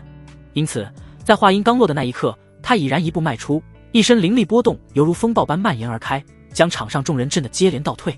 灵海境7重，这便是这位玄阴宗宗主的实力。这也是为何他当时一出手便将楚玄冥轰成了重伤。两人之间相差了足足4个小境界，在殷九幽面前，楚玄冥压根连被当作对手的资格都没有。咻！众人只感觉眼睛一花，殷九幽的身影便突兀地消失在了众人眼前。孩儿小心！楚玄冥瞳孔一缩，身为场上仅有的灵海境强者之一，唯有他捕捉到了殷九幽的动作。在大多数人尚未反应过来的时候，殷九幽早就已经出现在了楚寒的身后。只见他高高抬起手掌，手心里迸发出恐怖的灵力，而后猛然一掌朝着楚寒的后脑拍去。这一掌若是拍实了，楚玄冥毫不怀疑，楚寒的头颅会被当场拍成一滩烂泥。他神色巨变，下意识的便要出手帮忙。然而眼看着殷九幽就要得手之时，突然一抹剑光以一种无比诡异的角度朝着殷九幽的脖颈横斩而至。什么？殷九幽惊呼一声，那剑光后发先至，速度竟是比他的掌法还要快上许多。在他得手之前，这一抹剑光怕是要先一步斩在他的身上。夜色下，殷九幽的瞳孔骤然收缩，那道突如其来的剑光快得不可思议。他的咽喉处传来一阵刺痛，温热的鲜血顺着指缝渗出。这位玄阴宗宗主不得不放弃攻势，身形在半空中诡异的扭转，迅速暴退出数10丈。好快的剑！殷九幽捂着脖子上的伤口，眼中闪过一丝惊骇。他能感觉到，方才若是反应稍慢半分，此刻怕是已经身首异处。楚寒缓缓转身，苍冥剑在他手中吞吐着剑芒，剑身上缠绕着细密的雷光。完背后偷袭，他淡然一笑，眼中却是一片冰冷。堂堂一宗之主，居然搞这种下作手段，场下顿时一片哗然。楚寒居然伤到了殷九幽，林玄霄惊声开口，李振月同样脸色煞白，这怎么可能？殷宗主可是林海境7中的强者啊！楚家这边，楚山河激动的浑身都在颤抖，他身旁的楚玄明则目光灼灼地盯着楚寒的背影，喃喃道：好小子，竟然已经成长到这个地步了。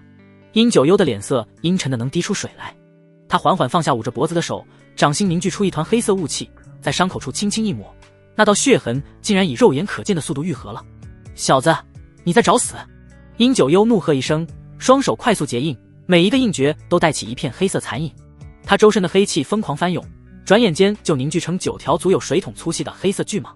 这些巨蟒栩栩如生，鳞片闪烁着金属般的光泽，猩红的蛇性吞吐间散发出令人作呕的腥臭气息。玄阴9蟒诀。随着殷九幽一声暴喝，9条巨蟒同时张开血盆大口，从不同角度朝着楚寒扑杀而去。每一条巨蟒所过之处，空气都被腐蚀得滋滋作响，地面上更是留下一道道焦黑的痕迹。小心，那是玄阴毒蟒，其中蕴含足以腐蚀万物的剧毒，沾之即死。楚玄明焦急地喊道。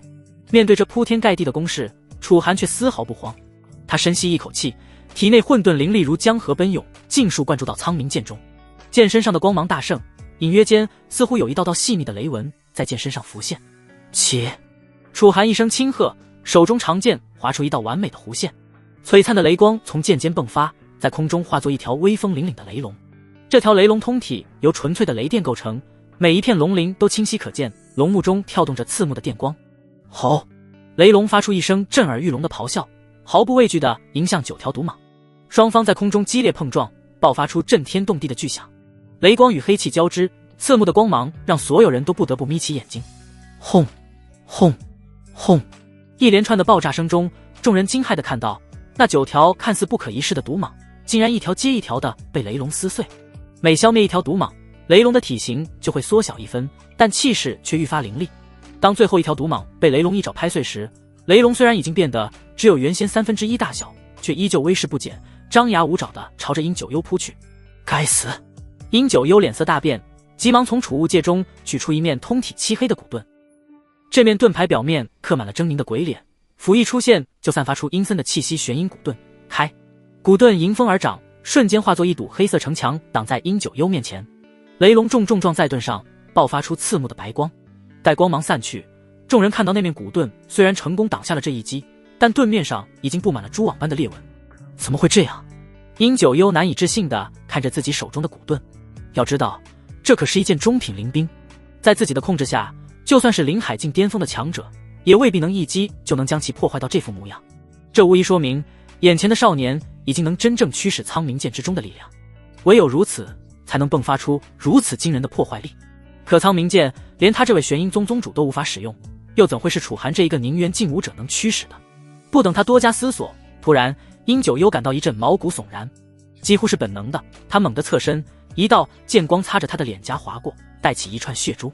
楚寒不知何时已经出现在他身侧，苍冥剑上雷光缭绕，直取他的咽喉。当千钧一发之际，殷九幽从袖中划出一柄漆黑的短刀，显之又显得架住了这致命一击。刀剑相撞，爆发出耀眼的火花，刺耳的金铁交鸣声震得下方观战众人耳膜生疼。两人在半空中展开激烈的近身战，剑光刀影交织成一张死亡的大网。楚寒的剑法大开大合，每一剑都带着雷霆万钧之势。殷九幽的刀法则诡谲多变，刀锋上缠绕着致命的黑气。砰！又是一次硬碰硬的交锋，殷九幽被震得连连后退，嘴角溢出一丝黑血，而楚寒则稳稳落地，气息平稳如初。殷九幽心中惊骇万分，他发现自己引以为傲的毒功对楚寒竟然毫无效果。那些足以让林海境强者都饮恨的剧毒，在接触到楚寒周身的混沌灵力时，竟然被尽数化解。场下，徐震天等人已经面如死灰，他们最大的倚仗，竟然被一个年轻后辈如此轻易的就压制了。殷宗主，看来你的实力也不过如此。楚寒剑指殷九幽，苍冥剑上的雷光突然暴涨，现在一切该结束了。话音未落，楚寒周身突然爆发出耀眼的雷光，这些雷光不是普通的蓝色，而是带着一丝混沌的灰蒙色彩。苍冥剑上的剑芒暴涨数倍，剑身发出清越的嗡鸣，仿佛在欢呼雀跃。一股令人心悸的威压从楚寒身上散发出来，方圆100丈内的空气都变得凝滞起来。殷九幽感到一阵窒息，仿佛被一座无形的大山压住，连呼吸都变得困难。这是天阶武学的气息。殷九幽脸色大变，他终于明白自己招惹到了什么样的存在。九霄惊雷，剑绝天雷击。楚家府邸上空，楚寒一声长啸，手中长剑高举过头，霎时间天地变色，乌云密布。一道水桶粗细的雷霆从天而降，与苍冥剑的剑光融为一体。这道融合了天雷之力的剑光通天彻地，仿佛要将整个苍穹都劈开。不，殷九幽苍黄间祭出所有防御法宝，7、8件闪烁着各色光芒的护具在他身前形成一道道屏障，但在这一剑面前，所有的防御都如同纸糊般脆弱。轰！震天动地的爆炸声中，殷九幽的身影被雷光彻底吞没，刺目的光芒让所有人都不得不闭上眼睛。狂暴的冲击波将方圆数百米内的树木尽数摧毁。楚玄冥脸色微变，这股余波太过可怕，即便是他也难以阻挡。若是任由余波蔓延，只怕整个楚家都会被夷为平地。然而就在这时，一道纤细的身影突然自暗处显现而出，抬手一挥间，浩荡的灵力弥漫四方，竟硬生生将四周的余波压制了下来。这是……楚玄冥有些震惊地看着这一幕，他能感受到对方身上弥漫的灵气波动，比起自己都要强上不少，但他顾不上去猜测对方的身份，因为场上的战斗已然有了结果。当光芒散去，众人惊骇地看到殷九幽魂身焦黑地跪在地上，那身华贵的黑袍已经破烂不堪，露出下面被雷电灼伤的皮肤。他的气息萎靡到了极点，嘴角不断溢出黑血，显然受了极重的内伤。全场鸦雀无声。楚寒缓步走到殷九幽面前，苍冥剑稳稳地抵在他的咽喉处，剑尖上跳动的雷光映照出殷九幽那张惨白的脸。殷宗主。楚寒的声音平静的可怕，现在你还想要这把剑吗？殷九幽浑身焦黑地跪在地上，苍冥剑冰冷的剑尖抵在他的咽喉处，一丝鲜血顺着剑锋缓缓流下。这位不可一世的玄阴宗宗主此刻满脸惊恐，再也没有了先前的嚣张气焰。楚公子。殷九幽的声音沙哑颤抖，今日之事是殷某有眼不识泰山，还请高抬贵手。楚寒面无表情，手中的剑纹丝不动。哦，现在才想求饶，会不会太晚了？殷九幽额头渗出了细密的冷汗，他眼珠急转，连忙道：楚公子有所不知，我玄阴宗乃是星罗神殿麾下18附属宗门之一，若是杀了我，星罗神殿绝不会善罢甘休。此言一出，楚家众人顿时骚动起来。星罗神殿的附属宗门，楚山河的脸色也变了，谁都没想到这玄阴宗居然还有这样一层背景。今日的事情若是闹大，惊动到星罗神殿那边，可就麻烦了。毕竟不论青阳城里的各方势力厮杀的有多么激烈，那也只是青阳城里的小打小闹而已。像星罗神殿那种庞然大物，自然不会有空过问什么，但如今却涉及到了星罗神殿麾下的宗门，那性质可就不同了。殷九幽身为星罗神殿麾下附属宗门的宗主，若是出了事，星罗神殿是不可能无动于衷的。见楚家众人似乎有些动摇，殷九幽的眼中也不由掠过了一丝希望。不错，我玄阴宗每年都要向星罗神殿进贡，若我今日死在这里，星罗神殿必定追查到底。楚公子，不如我们化干戈为玉帛，你认为如何？闻言，楚寒顿时笑了，那笑容让殷九幽心底发寒。说完了，楚寒淡然开口。殷九幽一怔，你可知道我和星罗神殿之间的仇怨早已不止一桩，今日即便再添一桩又能如何？殷九幽瞳孔骤缩，他从楚寒的眼中看到了凝结的杀意。你敢！噗嗤，剑光一闪，殷九幽的头颅高高飞起，脸上还凝固着难以置信的表情。无头尸体晃了晃，重重栽倒在地，全场死寂。楚寒甩了甩剑上的血珠，转身看向呆若木鸡的楚家众人，淡然道：今日不论杀不杀他，结果都不会变。星罗神殿有徐天傲在，和我们终究是处于对立面的，诸位不必担忧，星罗神殿若真要来寻仇，我楚寒一力承担便是。闻言，楚玄冥深吸一口气，笑道：这才是我楚家儿郎应有的气魄。不过那星罗神殿若真不愿善罢甘休，我等亦会战至最后。楚山河也回过神来，重重点头道：孩儿说得对，今日若不杀他，难道他就会放过我们吗？即便放任他回去，他也会向星罗神殿寻求助力，最后一样会成为我们的隐患。因此我们没必要有任何留手，对待敌人绝不能有丝毫手软，杀了也就杀了。众人纷纷点头，也都认可楚寒的做法。就在楚家众人议论之际，另一边突然传来一阵骚动，只见徐震天、林玄霄等人正悄悄后退，想要趁乱逃走。想走？楚寒冷笑一声，身形一闪便拦在了他们面前。楚公子。林玄霄脸色惨白，双腿不住发抖，今日之事都是误会，我林家愿意赔偿楚家的损失。误会。楚寒目光冰冷，联合其他家族围攻楚家，这也是误会。林玄霄扑通一声跪倒在地，楚公子饶命，都是徐震天那个老匹夫蛊惑于我，我愿意献上林家全部家产，还请楚公子放我一马。林玄霄，你……徐震天怒目圆睁。楚寒摇了摇头，晚了。剑光闪过，林玄霄的头颅滚落在地，那双眼睛瞪得滚圆，似乎不敢相信自己就这么死了。李振岳见状，转身就要逃跑，楚寒头也不回，反手一剑，一道凌厉的剑气破空而出，直接将李振岳拦腰斩断。啊！李振岳发出凄厉的惨叫，上半身在地上痛苦的爬行，拖出一道长长的血痕。楚寒缓步走到他面前，居高临下的看着这个曾经不可一世的李家家主。当日你派人劫我楚家商队时，可曾想过会有今日？饶命！李振岳口中不断涌出鲜血，他的眼里满是绝望。我愿意做楚家的狗。楚寒眼中没有一丝怜悯，楚家不需要你这样的狗。说罢，一剑刺穿了李振岳的心脏。莫天行见势不妙，突然抱起发难，一掌拍向楚寒后心。小畜生，去死吧！小心！楚玄明惊呼。楚寒却仿佛背后长了眼睛，身形一闪，轻松避过这致命一击。他转身看着满脸狰狞的莫天行，冷笑道：老狗，你倒是比他们硬气些。小畜生，老夫纵横青阳城时你还没出生呢。莫天行怒吼着，周身灵力疯狂涌动，今日就算死也要拉你垫背。绝天灭地掌。莫天行双掌齐出，一道足有10丈大小的掌印朝着楚寒轰来。这一掌凝聚了他毕生功力，威力惊人。楚寒却不闪不避，苍冥剑上雷光大盛，轰！剑光与掌印相撞，爆发出震耳欲聋的巨响。僵持片刻后，剑光势如破竹地穿透掌印，直接洞穿了莫天行的胸膛。噗！莫天行喷出一口鲜血，低头看着胸前碗口大的血洞，满脸不可思议之色。不曾想，老夫纵横一世，竟然死在了你这一介小辈之手。老狗，安心上路吧。楚寒冷冷道。莫天行张了张嘴，还想说些什么，却已经发不出声音了。很快，他便重重地倒在了地上。转眼间，4大强者已去其三，只剩下徐震天一人孤零零地站在原地，面如死灰。徐城主，楚寒提着滴血的苍冥剑，缓步走向他，现在就剩你了。徐震天双腿一软，直接跪了下来。楚公子，不，楚大人，求您饶我一命。我儿子徐天傲是星罗神殿真传弟子，您若杀我，他必定不会放过你，也不会放过楚家。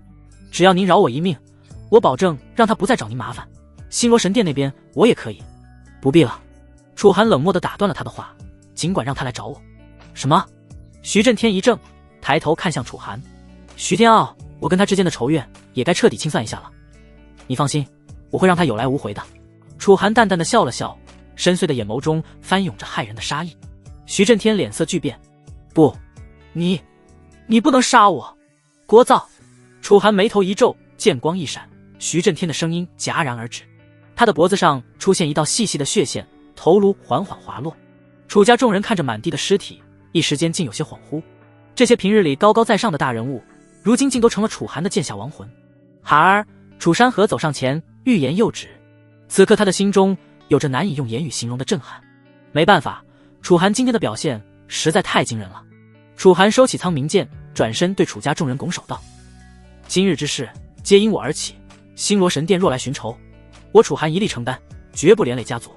闻言，楚玄明眉头一皱，他大步上前，重重拍了拍楚寒的肩膀。傻孩子，说什么胡话？你是我楚家子弟，你的仇就是楚家的仇。没错。楚山河也坚定道，星罗神殿又如何？大不了我们举族迁徙，远离此地。少主放心，我们不怕。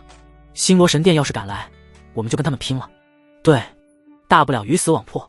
其他楚家族人也纷纷表态起来，没有半点责备楚寒的意思。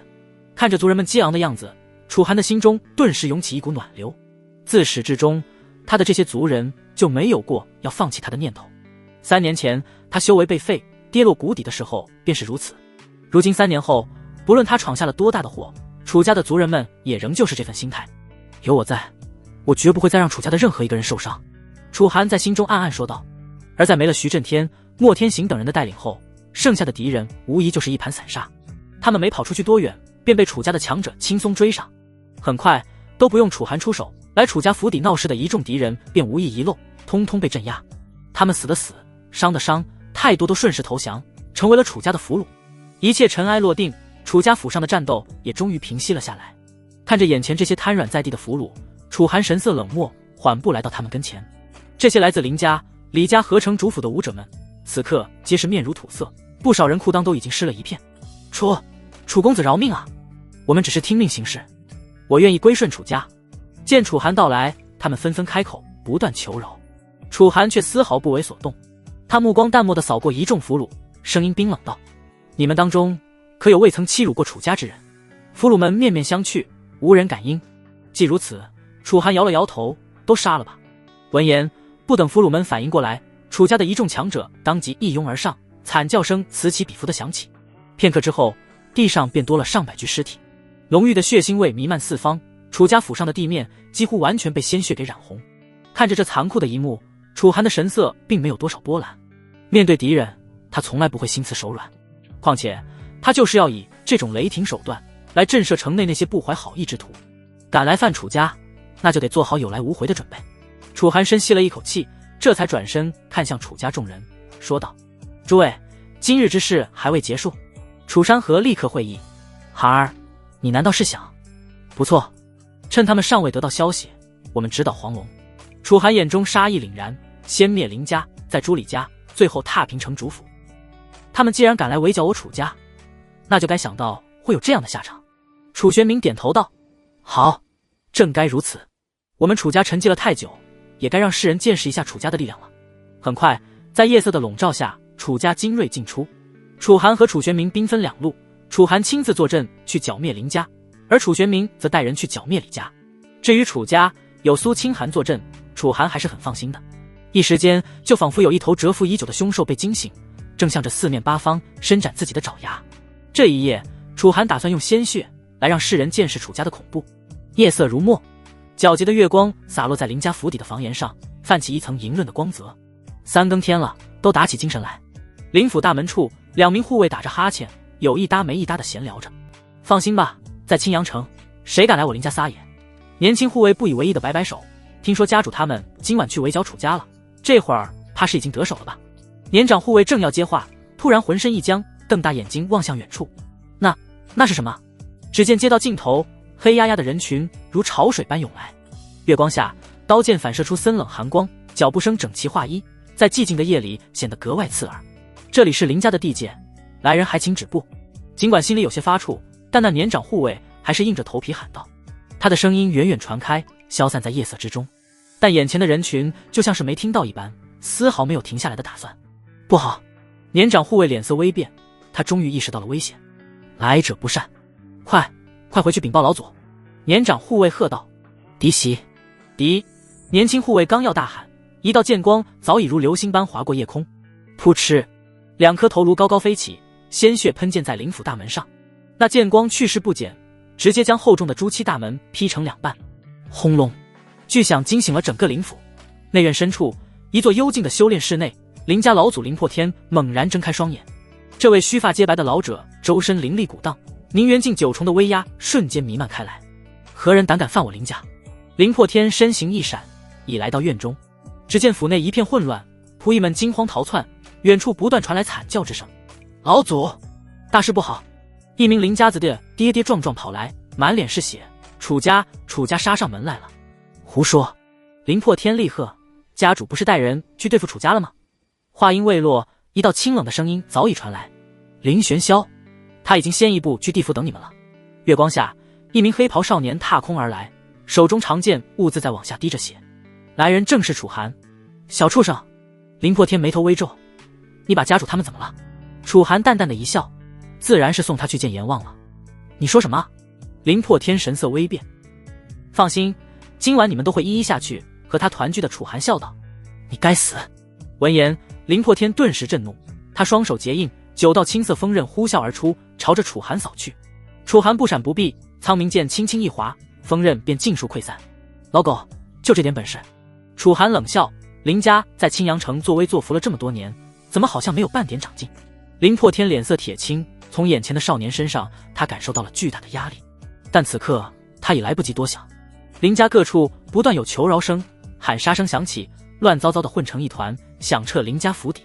虽然不知道发生了什么，但显然今晚围剿楚家的行动失败了。而现在他们遭到了楚家的反扑。楚家，我要让你们有来无回！林破天再不留手，他猛地咬破舌尖，一口精血喷在掌心。小辈，你就先去死吧！血煞掌，一只足有丈许大小的血色掌印凭空凝聚，带着刺鼻腥风拍向楚寒。这是林家秘传的禁忌武技，需以精血催动，威力惊人。楚寒神色淡漠，他高举苍冥剑，剑身上不断有雷光缠绕而起，而后竟是化作了一条散发着恐怖气息的雷龙。吼！雷龙与血掌相撞，爆发出震耳欲聋的巨响，气浪席卷之下，四周的建筑尽数坍塌，整个林家都几乎被惊的。烟尘中，林破天踉跄后退，嘴角一血，他难以置信地看着楚寒：“你明明才不过宁元境8重，为何会如此强大？”楚寒没有回答，他丝毫不给对方喘息之机，身形如鬼魅般贴近，剑锋直取咽喉。当，林破天连忙祭出他的本命灵兵，和楚寒厮杀在了一起。两人瞬间交手数十招，剑气纵横，激荡四方。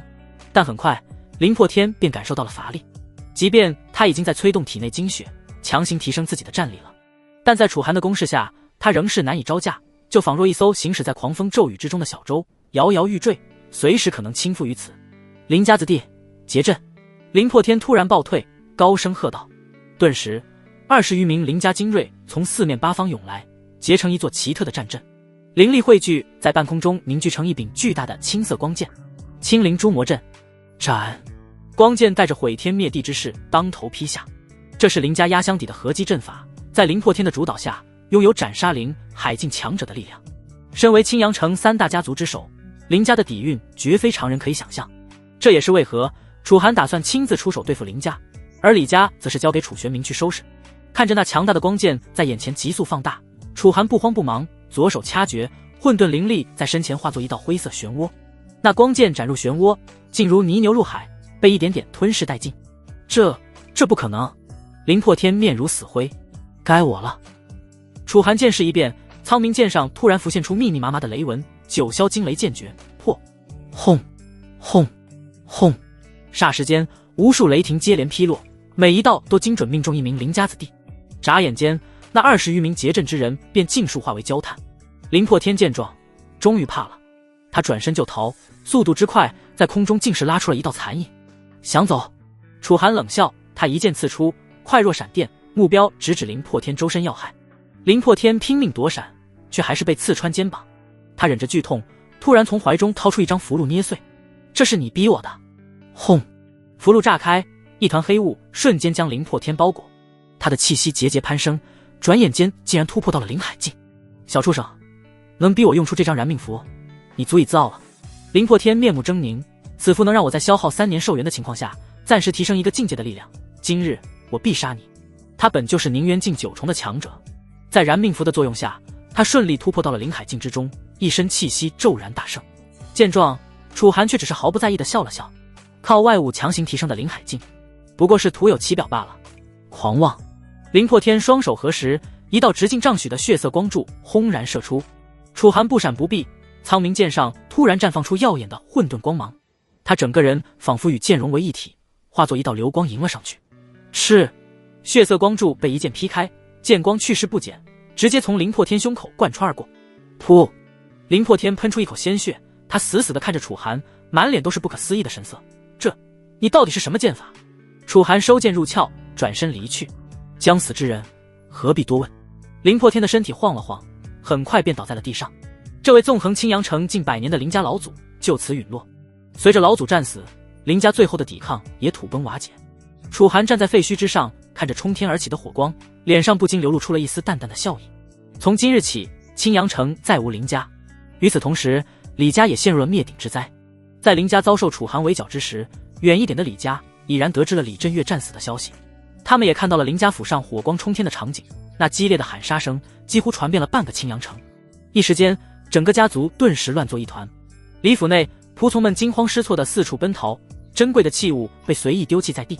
李家子弟们也是面色惨白，不少人已经在收拾细软，准备逃命。老祖，楚家杀过来了！就在这时，一名李家子弟跌跌撞撞地冲进祠堂，声音颤抖。李狂刀猛地睁开双眼，浑浊的老眼中闪过一丝狠厉。他缓缓起身，取下供奉在祠堂正中的那柄玄铁巨刀，刀身寒光凛冽，上面还残留着昔日斩杀强敌时的血迹。召集所有还能战的子弟，随老夫突围。当楚山河率领楚家精锐杀到时，李家老祖李狂刀已经带着族人集结在府门前。这位须发皆白的老者手持巨刀，浑身散发着宁远境巅峰的恐怖气息。楚山河，李狂刀双目赤红，手中巨刀寒光闪烁。你们真要赶尽杀绝？楚山河冷笑一声，事到如今，还何须多言？他环顾四周，看着那些面露惧色的李家子弟，声音铿锵有力。今晚不是你们李家覆灭，便是我楚家阵亡。那就战吧！李狂刀怒喝一声，浑身灵力疯狂涌动。他猛地踏前一步，地面顿时皲裂开来，巨刀裹挟着凌厉刀芒，带着呼啸的破空声直劈而来。楚山河毕竟只是宁远境三重，尚未交手，那恐怖的威压便已经倾轧而至，让他几乎动弹不得。楚山河，今日就先拿你的人头祭奠我李家郎！李狂刀狂笑着，刀势愈发凌厉，眼看就要将楚山河劈成两半。就在这千钧一发之际，一道灰影疏忽而至，那漫天刀气如同撞上了一堵无形的墙壁，瞬间被碾得粉碎。李狂刀，你的对手是老夫！楚玄明负手而立，临海境三重的威压如山岳般压下，他周身灵力涌动，衣袍无风自动，那股强大的气息让在场所有人都感到呼吸困难。李狂刀脸色骤变，刀势顿时一滞，他难以置信地望着眼前的老者。楚玄明，你身上的寒毒难道已经……托你的福，我早已痊愈，修为也恢复到了巅峰。楚玄明冷笑一声，眼中寒光闪烁，他缓缓抬起右手，掌心凝聚着一团刺目的灵光。如何？你还想负隅顽抗吗？只见他袖袍轻挥，那道凌厉劈链顿时破空而出，所过之处，空气都仿佛被撕裂一般，发出尖锐的爆鸣声。李狂刀连忙举刀格挡，却被这一击震得连退数步，虎口崩裂。该死！他死死地看着楚玄明，而后咬牙掐诀，厉声喝道：“起阵！”霎时间，整个李府地面亮起复杂的阵纹，无数刀气从地面迸发，在空中交织成一张密不透风的刀网，朝着楚玄明笼罩而去。雕虫小技！楚玄明冷哼一声，双手结印，一道凝实的灵力屏障瞬间成型。那些锋利的刀气撞在屏障上，发出一阵阵震耳欲聋的声响，却始终无法突破分毫。在李狂刀惊骇的目光中，楚玄明身形一闪，已至他身前。那看似轻飘飘的一掌印在他胸口，却蕴含着排山倒海般的力道。噗！李狂刀喷出一口鲜血，整个人如断线风筝般倒飞出去，接连撞塌了数堵院墙才停下。他挣扎着爬起，眼中闪过一丝疯狂，从怀中掏出一枚血色玉佩。染血秘术！李狂刀怒吼着捏碎玉佩，他周身顿时血雾弥漫，气息也瞬间暴涨，浑身血管凸起，整个人仿佛年轻了几十岁。楚玄明摇头冷笑，染血秘术不过是垂死挣扎罢了。他双指并剑，一道凝练到极致的灵力光束在指尖凝聚，那光束不过拇指粗细，却蕴含着令人心悸的恐怖能量。咻！光束破空而出，轻易洞穿血雾，直接贯穿了李狂刀的眉心。这位李家老祖瞪大双眼，似乎不敢相信自己就这么败了。他的身体晃了晃，而后轰然倒地。随着老祖陨落，李家士气彻底崩溃。楚山河长剑一挥，杀！一个不留。楚家众人如潮水般涌向李府，很快便将负隅顽抗的李家余孽尽数剿灭。曾经显赫一时的李家府邸，在熊熊烈火中化为废墟，那冲天的火光映红了半边夜空，仿佛在宣告着一个时代的终结。而随着林家、李家相继覆灭之后，两股楚家势力几乎不约而同地动身，朝着城主府压去。最终，楚寒和楚玄明等人在城主府会合，开始对城主府进行最后的清洗。青阳城城主府大殿，楚寒负手而立，望着殿外渐亮的天色。殿内金碧辉煌的陈设上还残留着些许血迹，十几名楚家子弟正在忙着清理。一夜之间，这座象征着青阳城最高权力的建筑已经换了主人。事实上，徐震天担任城主多年，徐家积攒的底蕴相当可怕，几乎比林家和李家加起来都多。楚家刚闯入城主府时，一度还遭遇过相当顽强的抵抗。然而，随着楚寒一剑将几个气息最强大的存在斩杀之后，剩下那些还留在城主府中的高层，顿时一个个吓得心惊胆战，战意全无。他们就好像一盘散沙，开始四处奔逃。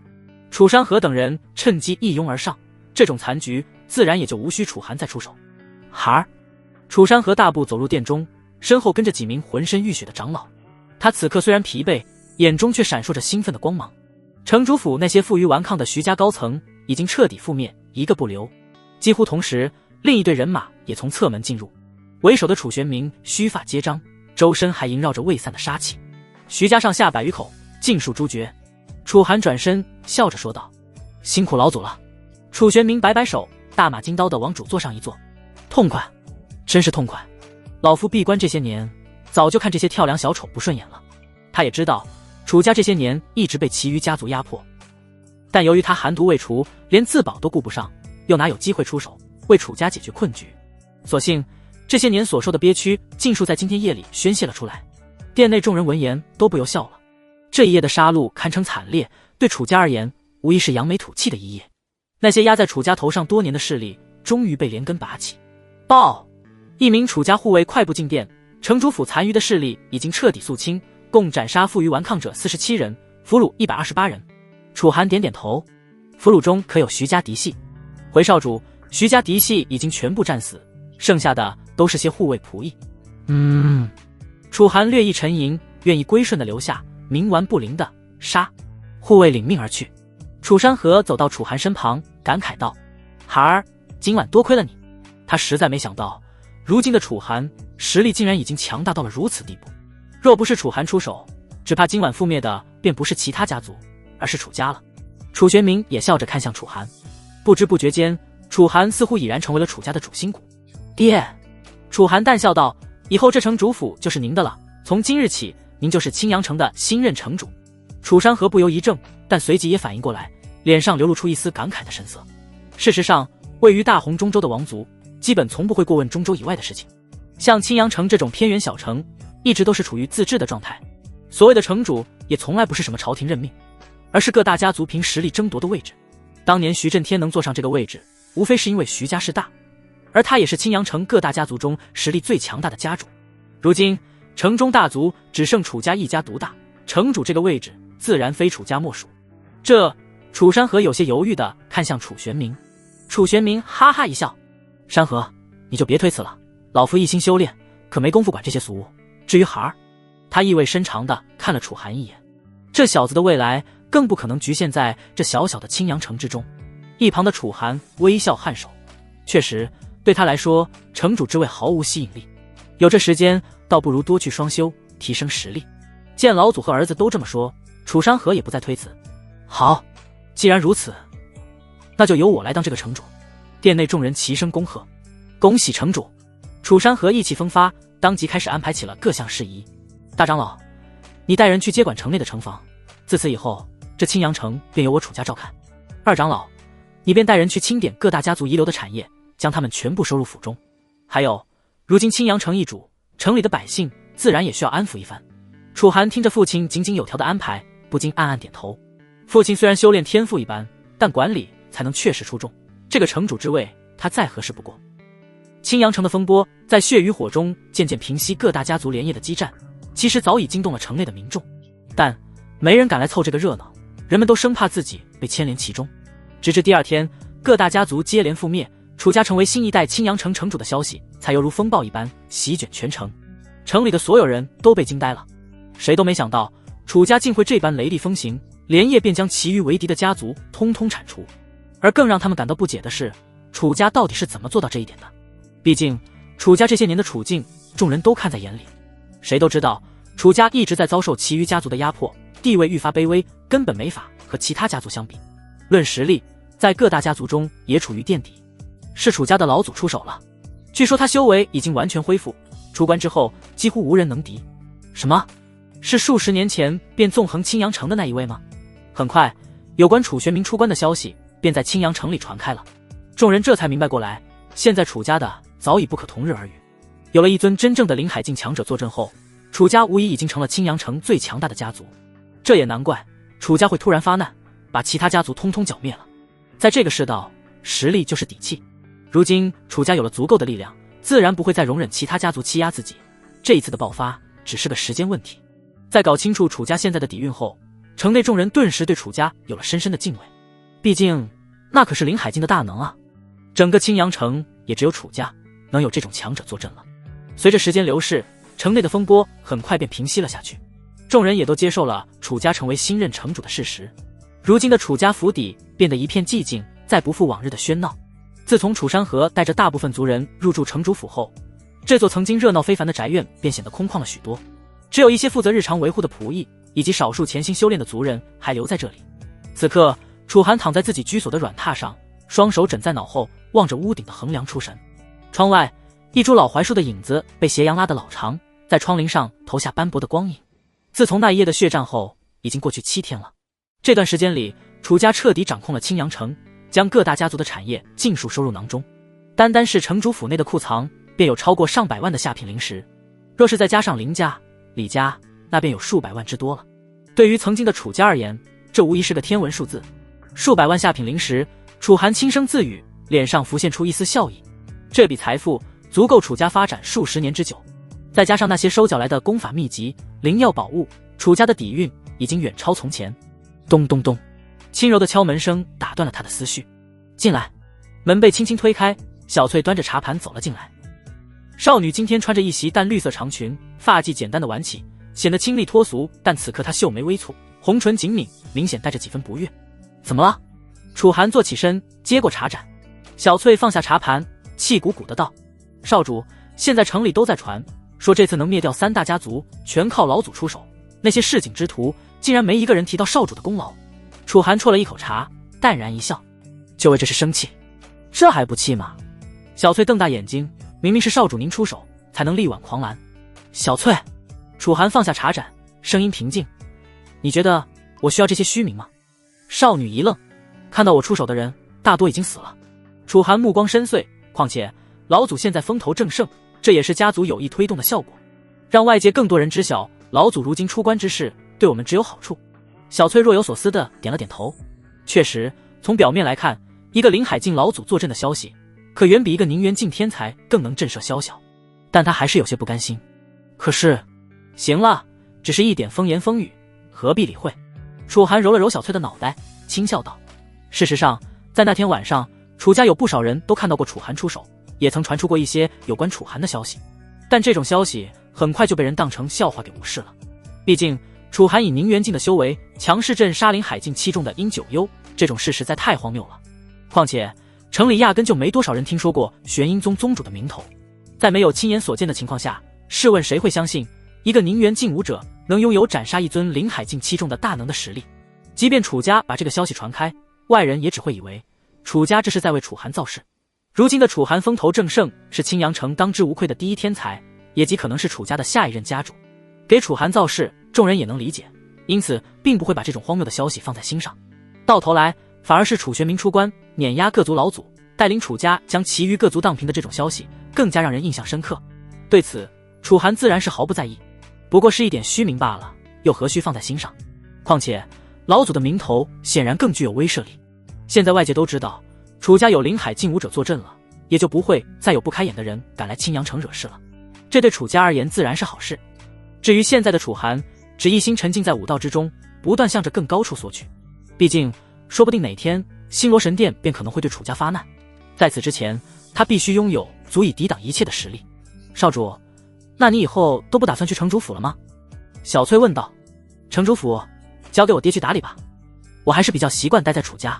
楚寒笑了笑，在楚家生活了这么多年，他对楚家最有感情。城主府的门面虽然阔气，但平日里人来人往，并不是个适合进修的地方，更别说楚家后山的药园还需要自己打理。楚寒自然不会选择离开。好，那我以后就跟着少主，哪也不去。小翠有些雀跃地点了点头。少主，那我就先去忙了。说罢，他正要离开，可忽然一只大手趁他不备，一把搂住了他那纤细柔软的腰肢。小翠猝不及防，发出一声惊呼，紧接着他便整个人都倒在了楚寒的怀中。少主，你要做什么？见楚寒似乎大白天的就要干坏事，小翠的脸顿时红了。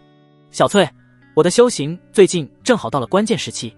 楚寒看着怀里的少女，淡笑道：既然你来都来了，可就别想着走了。经过这些天来的修炼，他已经到了宁远境巅峰，距离临海境只剩最后的一步之遥。而这一步瓶颈要想突破，确实比之前的修炼要困难许多。关键时期。闻言，小翠有些羞涩地说道：可是少主，现在还只是白天。白天又如何？现在我才是楚家家主，谁敢来打扰我们？楚寒似笑非笑道：自从楚山河等楚家高层离开后，现在的楚家明面上便是以楚寒为首，不论有什么调动，确实都需要经过楚寒的首肯。看着楚寒那霸道的模样，小翠也是一脸无奈。她象征性的挣扎了一番，而后便跟楚寒双修了起来。数个时辰之后，双修结束，楚寒盘膝而坐，周身灵力如潮水般涌动。在他的丹田处，原本液态的元丹已经膨胀到极限，却始终无法突破那层无形的屏障，化为真正的灵海。还是差一点。楚寒睁开眼，眉头紧锁。自从踏入宁元境巅峰以来，这些天他一直在潜心苦修，却始终无法跨过那道门槛。灵海境顾名思义，便是需要在丹田内开辟出一片灵力之海。寻常武者突破时能凝聚出一片小湖便算不错，而天赋越好，根基越深厚的武者凝聚出的灵海自然会越大。像老祖楚玄冥当年突破时凝聚的灵海便足有数百丈方圆，震惊了整个青阳城。至于那些真正的妖孽，据说能凝聚出1000丈灵海，灵力储量远超同阶，但那样的存在楚寒可没见过。毕竟整个青阳城又有几人能突破灵海境？对于绝大多数人而言，灵海境武者已经是传说中的存在了，可望而不可及。以我现在的根基，至少也该凝聚出1000丈灵海才对。楚寒喃喃自语，但现在连灵海的雏形都无法形成，难道是积累还不够？他起身走到窗前，望着后山药园的方向，那里灵气氤氲，隐约可见阵法流转的光芒。自从实力提升后，他对药园的阵法进行了多次改良，如今已经能够移植一些高阶灵药了。这些天只顾着潜修，倒是没去药园看看，或许里面就有灵药能派上用场也说不定。后山药园如今早已是模样大变，原本简陋的篱笆被白玉石栏取代，园中划分出数个区域，每个区域都种植着不同品阶的灵药。最外围是1品、2品的普通灵药，中间是3品、4品的中阶灵药，而最中心处几株5品灵药正散发着惊人的灵气波动。这些改动自然是宁巧巧亲自处理的。他待在后山修炼，实在闲得没事，便出手帮楚寒把药园重新规划了一下。主人，你来了。见楚寒突然到访药园，一直待在药园中修炼的宁巧巧连忙起身，惊喜地说道：不是说了让你不必整天待在后山上吗？楚寒有些无奈地看向宁巧巧，如今整个楚家府邸空空荡荡，早已腾出了不少位置，宁巧巧完全没必要还像过去一样待在后山。可是除了这座药园之外，其他地方可找不到条件这么好的修炼宝地。宁巧巧委屈巴巴地说道。事实上，楚寒当然也想把聚灵阵扩大到能覆盖整个楚家的程度，只是以楚寒目前的修为还做不到这一步。他打算等突破灵海境之后便尝试一番。闻言，楚寒也就没再理会宁巧巧，只是淡淡嘱咐了一句：我可能要在这里闭关潜修一段时间，你帮我看着，别让人来打扰我。明白。宁巧巧点头道。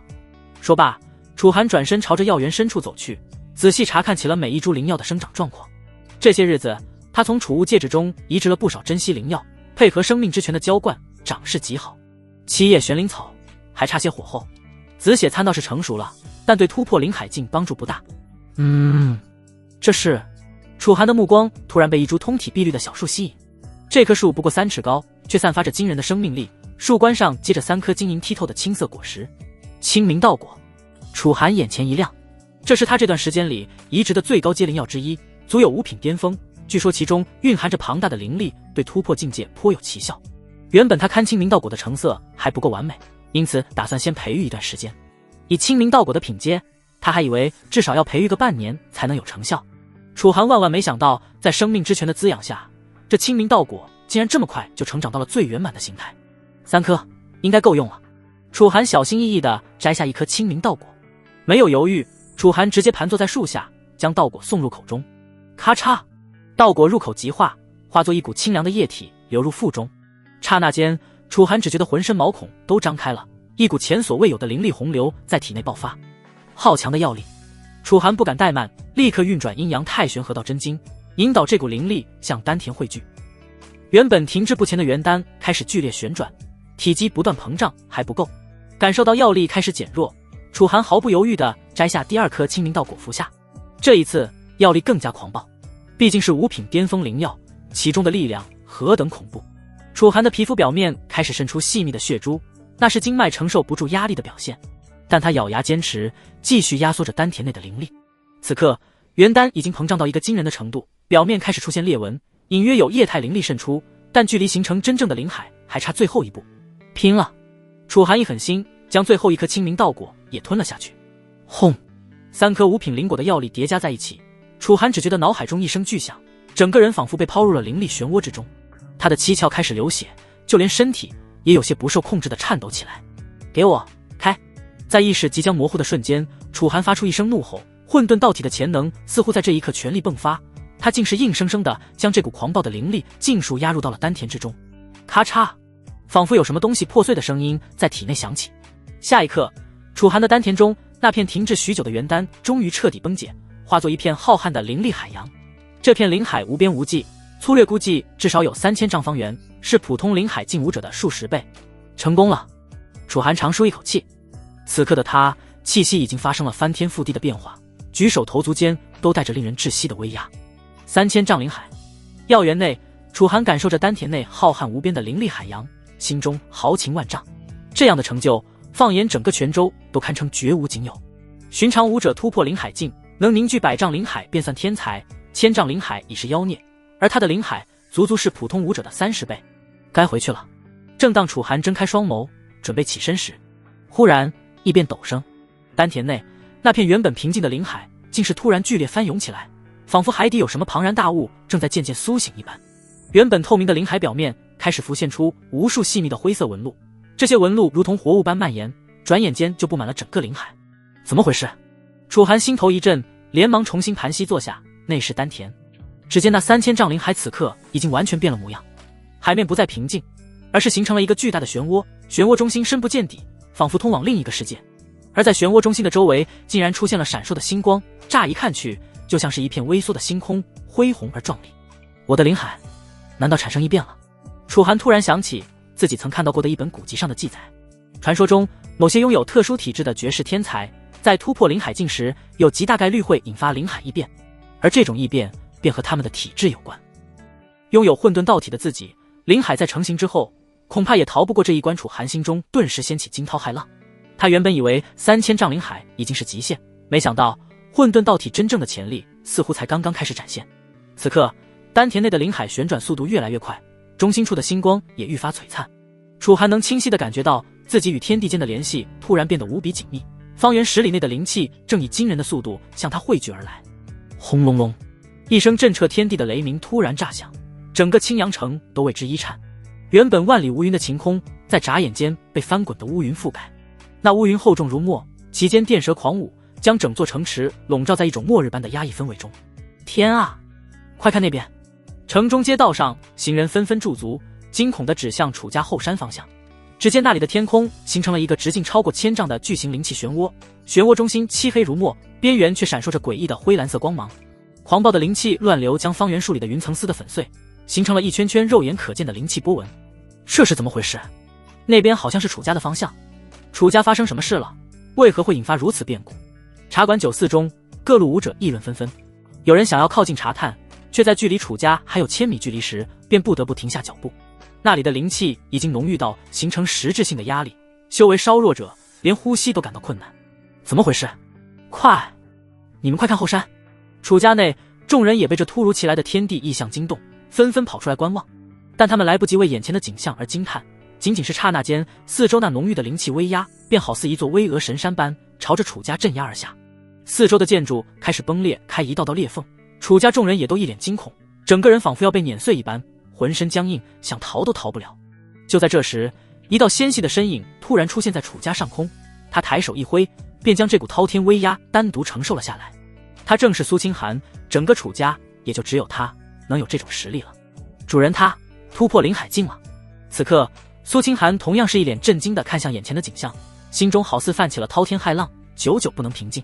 身为星罗神殿的弟子，他当然知道有些武道天才在突破时会引起天地共鸣，继而引发天地异象。然而他却从未见过有人在突破灵海境时能产生如此惊人的动静。哪怕是星罗神殿那位凝聚出了数千丈灵海的第一天才，也远远做不到这一步。他到底要凝聚出何等壮阔的灵海？苏清寒喃喃开口，眼神中隐隐流露出一丝期待。后山药园内，楚寒已经完全被浓郁的灵气包裹，形成了一个巨大的光茧。他的身体正在发生着翻天覆地的变化，每一寸肌肤，每一条经脉都在灵气的冲刷下不断强化。丹田内，楚寒的灵海已经完全改变了形态，原本平静的灵力海洋此刻彻底演变成一片巨大的漩涡，以某种玄奥的轨迹缓缓旋转着，漩涡边缘泛起混沌色的波纹，每一道波纹扩散开来，都会在领海表面激起奇特的凌厉涟漪。领海中心处那片微缩星空越发清晰，甚至能看到星云流转、星辰生灭的奇异景象。好奇妙的感觉！楚寒小心翼翼地分出一缕神识，尝试着触碰那漩涡中心。就在神识接触星空的刹那，他只觉得天旋地转，整个意识被一股不可抗拒的力量牵引着，瞬间跨越了某种难以言喻的界限。当眩晕感消退时，楚寒震惊地发现自己的意识体竟然真的置身于这片星空之中，四周是无边无际的星河，璀璨的星光照亮了虚无。远处一团团星云缓缓旋转，时而碰撞出绚丽的灵光，这一切都真实的令人窒息，完全不像是在自己的丹田之内。这不是幻觉，我的灵海中真的蕴含着一片星空。正当楚寒沉浸在这奇妙体验中时，突然他感应到星空深处传来了一丝异样的波动。他凝神望去，在远处的星空中似乎有一道模糊的身影，那道身影背对着他，负手立于虚空之中，仿佛在观望星河。其周身笼罩着朦胧的混沌雾气，只能看出大致的人形轮廓。但就是这样一个模糊的身影，却让楚寒感到一种来自灵魂深处的战栗，就好像他在面对着某个至高无上的存在。谁？楚寒心头一惊，下意识地戒备起来。那道身影似乎听到了他的声音，缓缓转身。轰！就在楚寒即将看清对方面容的瞬间，一股无法抗拒的排斥力突然袭来，楚寒的意识被粗暴地推出了这片星空。意识回归本体，楚寒猛地睁开双眼，大口喘息着。丹田内那片由灵海化作的漩涡依旧在缓缓旋转，仿佛什么都没有发生过。那道身影是谁？为何会出现在我的灵海之中？这个疑问在楚寒心中挥之不去，但此刻并不是深究这些的时候。外界的灵气异象已然达到最顶峰，楚寒知道这一次蜕变终于到最后一步了。咔嚓，不知过了多久，包裹着楚寒的光茧突然裂开一道缝隙，紧接着是第二道、第三道。当裂痕遍布整个光茧时，一股难以形容的恐怖气息从裂缝中渗出。轰！光茧轰然炸裂，露出其中脱胎换骨的楚寒。他双目紧闭，悬浮在半空中，一头长发无风自动，皮肤表面流转着淡淡的灰色光芒，每一寸肌肉都仿佛蕴含着毁天灭地的力量。在他身后隐约浮现出一片浩瀚星空的虚影，那星空深邃无垠，无数星辰在其中生灭流转，散发出永恒不朽的气息。灵海境总算是突破成功了。感受着体内澎湃的力量，楚寒的脸上也不禁浮现出了一丝淡淡的笑意。虽然才刚突破灵海境，但凭借自身灵海的特殊性，他的灵力储量和强度，怕是连灵海境巅峰的武者都不遑多让。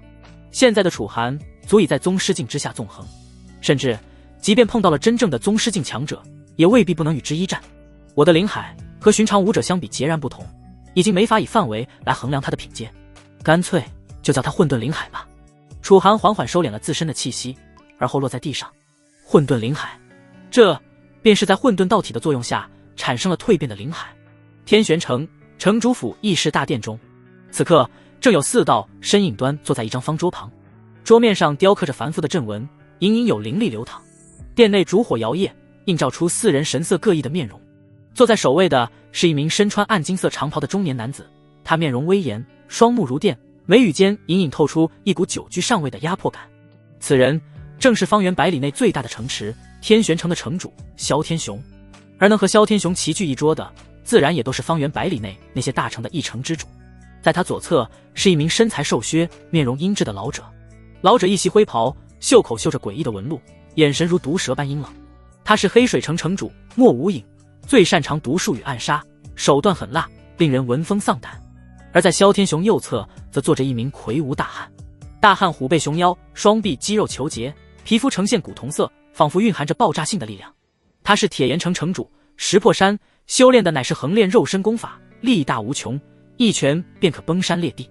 最后一人是一名身着华贵紫袍的青年，他面容俊朗，嘴角含笑，手中把玩着一枚玉扳指，看似漫不经心，可眼底却闪烁着精明的算计。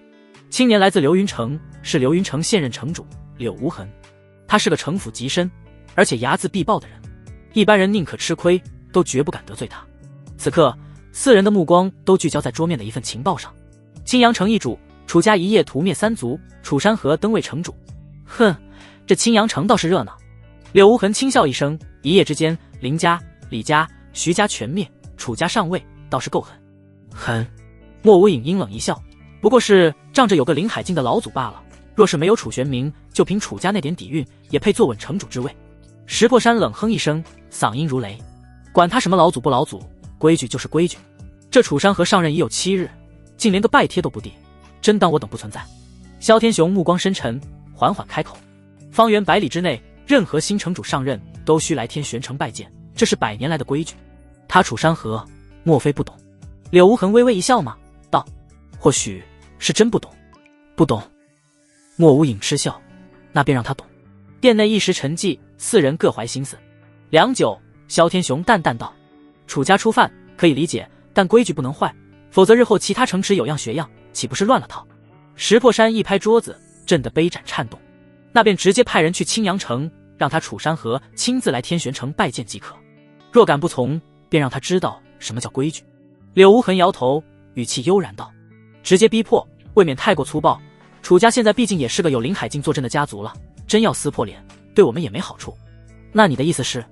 莫无影眯眼，柳无痕眸光闪烁，笑道：“既然楚山河不懂规矩，那我们就让他自己意识到规矩的重要性。”哦。萧天雄看向柳天痕：“柳城主这是何意？”青阳城虽是小城，但矿产丰富，尤其是玄铁矿，一直是各城所需。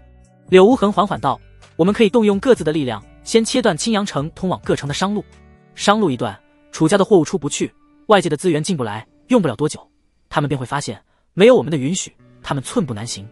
到那时，楚山河自然会明白，在这方圆100里之内，有些规矩，不是靠一个林海境老祖就能无视的。”萧天雄沉吟片刻，缓缓点头：“此法倒是可行。”一旁的莫无影笑容阴冷地说道：“不错，那就先断他商路，看他能撑多久。”石破山咧嘴一笑，露出森白的牙齿：“若他识相，乖乖来拜见，那便一切好说；若是不识相，哼，我不介意亲自去青阳城教他做人。”萧天雄目光扫过3人，最终拍板：“好，那便如此决定。即日起，封锁青阳城商路，我们静观其变。”夜幕低垂，星月璀璨，楚家后山的灵气漩涡早已散去，但整个家族仍沉浸在白日的震撼中，无法平静。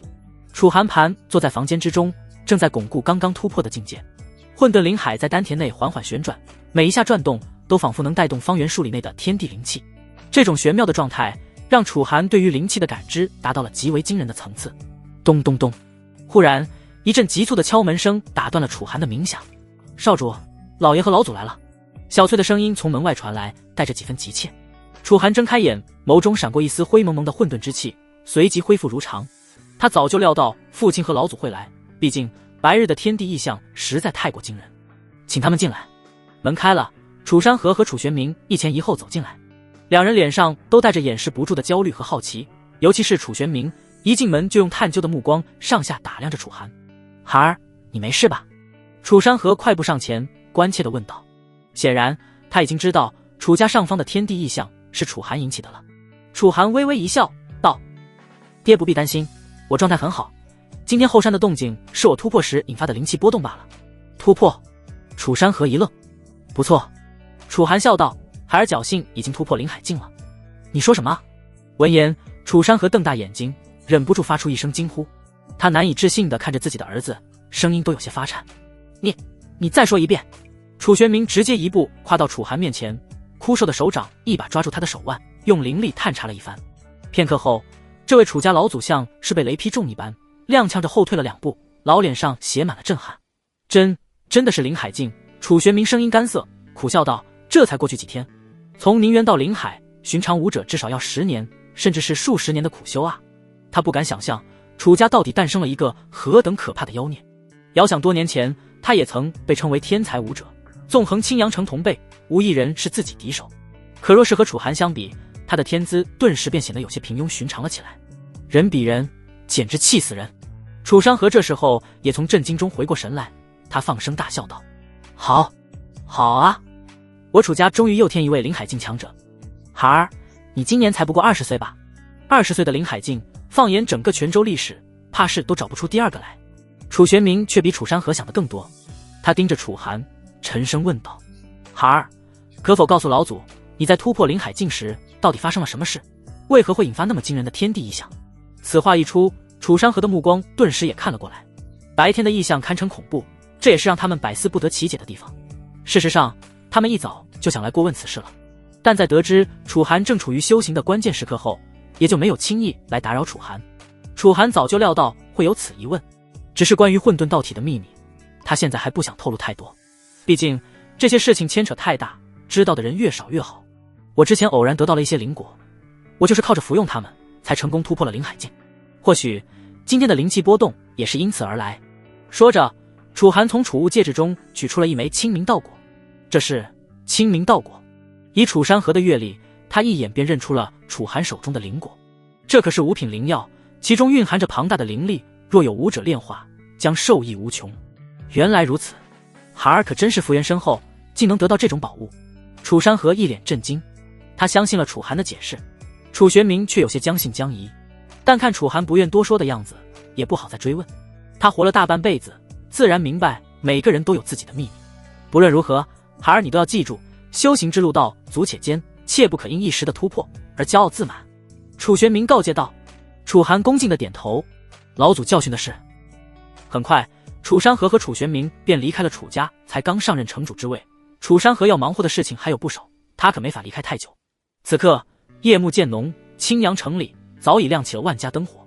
来到楚家府邸门口，楚寒看着城中的美景，心中不由感慨万分。世事莫测，难以预料，谁能想到青阳城内的格局会演变到今天这一地步。如今一切都在向好处发展，楚家在青阳城称尊，自己的修为也一步步提升，终于冲破了灵海境的大关。现在唯一需要担心的就只有星罗神殿了。也不知过去了这么久，这星罗神殿是否有动作了。楚寒眸光闪烁，在心中暗道，星罗神殿终究是个隐患。要说谁最了解有关星罗神殿的事情，楚家之中自然非他莫属了。后山荒林里，一道白衣倩影翩若惊鸿，剑光如雪，在幽暗的林间划出一道道清冷的弧光。苏青寒手持长剑，在林间恣意舞动，他的身姿轻盈如蝶，却又带着凌厉的剑意，每一剑斩出都似有霜雪凝结，剑气纵横间，周围的草木纷纷被削断，切口平整如镜。就在他剑势达到巅峰之时，一道熟悉的气息悄然靠近，剑法又有精进，看来这些天没少下功夫。楚寒的声音从林间传来，带着一丝淡淡的笑意。苏青寒收剑而立，转身望去，只见楚寒正倚靠在一棵古树旁，目光灼灼地看着他。他的俏脸微微一红，心跳不自觉地加快了几分。这些天里，由于进境太快，他便暂时搁置了双修的进度，反而专心钻研起剑法来。但在见过楚寒突破时的天地异象后，他突然又生出了想要双修的念头。任谁都看得出来，经过这次突破后，楚寒的实力必然得到了前所未有的蜕变。一旦双修，从楚寒身上传来的反馈，怕是能让他获益不少。因此，在见到楚寒现身时，苏青寒心里其实还是隐隐有些期盼的。只是他性子向来清冷，心底的火热从不会在表面上展露出来。主人，你怎么来了？苏青寒轻声问道，语气中带着一丝不易察觉的激动。楚寒走近，目光在他身上扫过，笑道，来看看你，顺便问问星罗神殿的事。闻言，苏青寒的神色顿时微微一凝。对于星罗神殿，他的思绪一直很复杂，有些不知道该如何面对。徐天傲这些天可有联系你？楚寒问道。苏青寒摇了摇头，道，没有，他远在星罗神殿之中，若是闭关，青阳城发生这么大的事，他未必能知晓。楚寒微微颔首，沉吟片刻，又问，那你呢？现在还想回星罗神殿吗？苏青寒一怔，眸光闪烁，似在挣扎。半晌，他才低声道，我在星罗神殿修炼多年，自然是有感情的，但……他抬眸看向楚寒，眼中带着一丝委屈和无奈。我就算想回去，你会放我走吗？楚寒笑了，伸手轻抚他的脸颊，道，你觉得呢？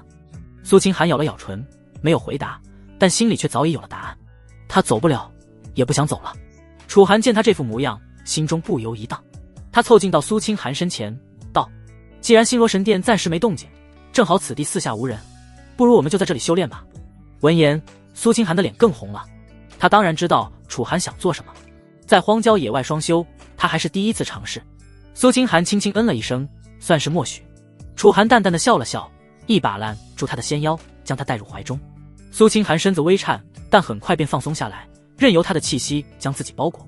荒林寂寂，唯有纠缠的呼吸与衣料摩挲的窸窣声隐现。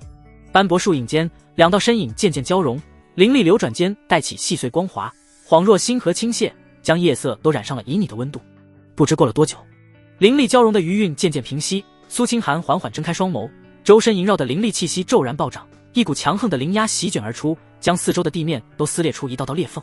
他怔怔地感受着体内澎湃的灵力，喃喃道：灵海境8重。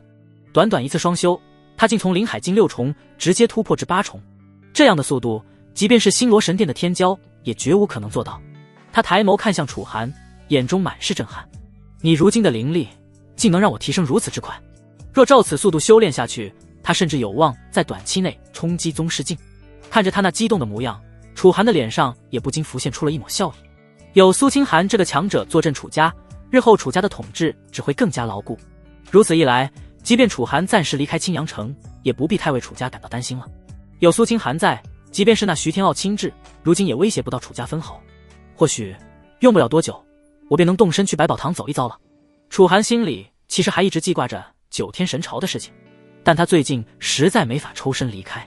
谁也不知道星罗神殿什么时候会有动作。不知为何，对于殷九幽的死，星罗神殿似乎一直没有动作，因此楚寒的日子倒是渐渐开始安定了下来。如今青阳城彻底纳入了楚家的掌控，楚山河负责做镇城主府，处理城中事务，而楚寒则留在楚家府邸潜心修炼。当然，他的修炼方式与常人不同。苏清寒、宁巧巧、小翠3女轮流陪伴他双修，而他们的修为也在楚寒的混沌灵海反哺下突飞猛进。当然，楚寒自身的修为也一直在稳步提升。现在的他已经突破到了灵海境3重，境界已是和老族楚玄冥持平了。青阳城城主府内，楚山河一掌拍在案桌上，他眉头紧锁，眼中闪过一丝怒意。怎么回事？明明已经谈妥的交易，为何突然被拒了？厅内几名负责商贸的长老面色凝重，其中一人上前一步，沉声道：家主，不只是黑水城，就连铁岩城、流云城的商队也纷纷退回，拒绝与我们交易。而且更奇怪的是，另一位长老补充道，那些商队管事个个神色慌张，像是受到了什么威胁一般，连违约金都宁可赔付，就是不肯说明缘由。楚山河的脸色很难看，这实在太反常了。青阳城刚刚覆灭3族，正是威势最盛之时，按理说各城应该争相结交才对，怎会突然集体翻脸？现在还剩多少商路？他沉声问道。只有几处偏远小城的商路还能维持。几位长老面面相觑，说道，但那些地方市场有限，连我们一城的货物都消化不了。偏远小城？楚山河冷笑一声，那些穷乡僻壤能有多少利润？我们准备了这么久的灵矿、药材，难道要烂在仓库里？店内鸦雀无声，所有人都低着头不敢接话。就在这时，店外传来一阵急促的脚步声，大长老楚月快步走入，脸色阴沉。家主，我查清楚了。楚山河目光一凝，说。楚月深吸一口气，沉声道，方圆100里之内，各城皆以天玄城为尊，按照规矩，新城主上任后必须亲自前往天玄城拜见城主萧天雄，并上供一定数量的灵石，才能获得商路通行权。上供？楚山河眼神一冷，我楚家刚灭3族，坐稳城主之位，现在反倒要给别人送灵石，凭什么？闻言，楚月不由苦笑道，家主，这天玄城可不简单。哦。楚山河眉头微挑，天玄城是方圆100里最繁华的大城，不仅掌控着最多的商路，更传闻其境内还开采出了数座中品灵石矿脉。中品灵石矿？楚山河瞳孔一缩，要知道市面上流通的大多是下品灵石，而中品灵石蕴含的灵力更为精纯，价值远超下品灵石。一座中品灵石矿脉足以让一个势力底蕴暴涨，难怪天玄城能成为方圆100里内的霸主。楚山河喃喃道。楚月点头，正因如此，各城城主上任后都会主动前往天玄城拜见，表面上是互通有无，实则就是交保护费。若是有城池不照办，萧天雄会凭借手底下的势力阻断该城池一切对外的商路，逼迫对方就范，直到对方屈服为止。闻言，楚山河不由冷笑起来，好一个天玄城，好一个萧天雄，这是要压我们低头。我楚家刚灭3族，威势正盛，若是现在低头，岂不是让外人笑话？可若是不低头，商路断绝，青阳城的资源无法流通，长此以往，对我楚家发展不利啊！楚月忧心忡忡。楚山河沉思良久，最终冷哼一声，先不急，再观望一阵。偏远商路还能维持，那就先维持着，至于其他商路，尝试重新打通，若实在不行，就暂且搁置。楚月有些迟疑地说道，可这样一来，我们的收益会大幅缩减。缩减就缩减。楚山河目光冷冽，我楚家刚收缴了3大家族的底蕴，短时间内不缺资源，我倒要看看这天玄城能封锁我们多久？楚月见状也不再多言，只是心中隐隐掠过了一抹不安。他也能理解楚山河的心情，以前楚家不是青阳城之主，掌控的资源有限，自然无需在意这些。如今刚就任城主之位，正是意气风发之时，便突然得知了这些潜规则，被逼迫着向一个素不相识的人低头。试问这谁能接受？可楚家若不想局限在这小小的青阳城之中，那便必须得经过天玄城的允许，才能向外发展。况且在楚月看来，以萧天雄的手段，绝不可能只有封锁商路这么简单。楚家若是一直不肯屈服，谁也不知道之后还会面对怎样的艰难的处境。半天后，天玄城，萧天雄负手立于高阁之上，正俯瞰着城中的繁华景象。身后，一名心腹恭敬禀报道：“城主，青阳城那边似乎没有服软的迹象，被我们阻断的商路，他们直接搁置，转而一力发展那些我们没有理会的偏远商路。”闻言，萧天雄嘴角微挑，眼中顿时浮现出一抹玩味之色。这楚山河倒是硬气。那接下来，不急。萧天雄淡淡道：“我倒要看看他们能撑多久。2天过后，若依然如此，那我便只能动用更进一步的手段了。”是。萧天雄望向远方，目光深邃。楚家，我最近恰好缺一个立威的对象呢。日落月升，时间一天一天的过去。入夜，楚山河站在窗前，手中捏着一份刚刚送来的急报。第3批了，他喃喃自语，眼中怒火翻涌。短短1周之内，楚家派出的商队竟连续3次在半路被劫，货物尽失，护卫重伤逃回，却连对方是谁都未能看清。家主，大长老楚月匆匆踏入书房，脸色铁青。刚刚又收到消息，我们送往黄沙城的一批货物也在半道上被劫了。砰！楚山河一拳砸在桌案上，木屑飞溅。欺人太甚！他岂会猜不到是谁在背后作祟？天玄城，除了他们，谁敢如此明目张胆地针对楚家？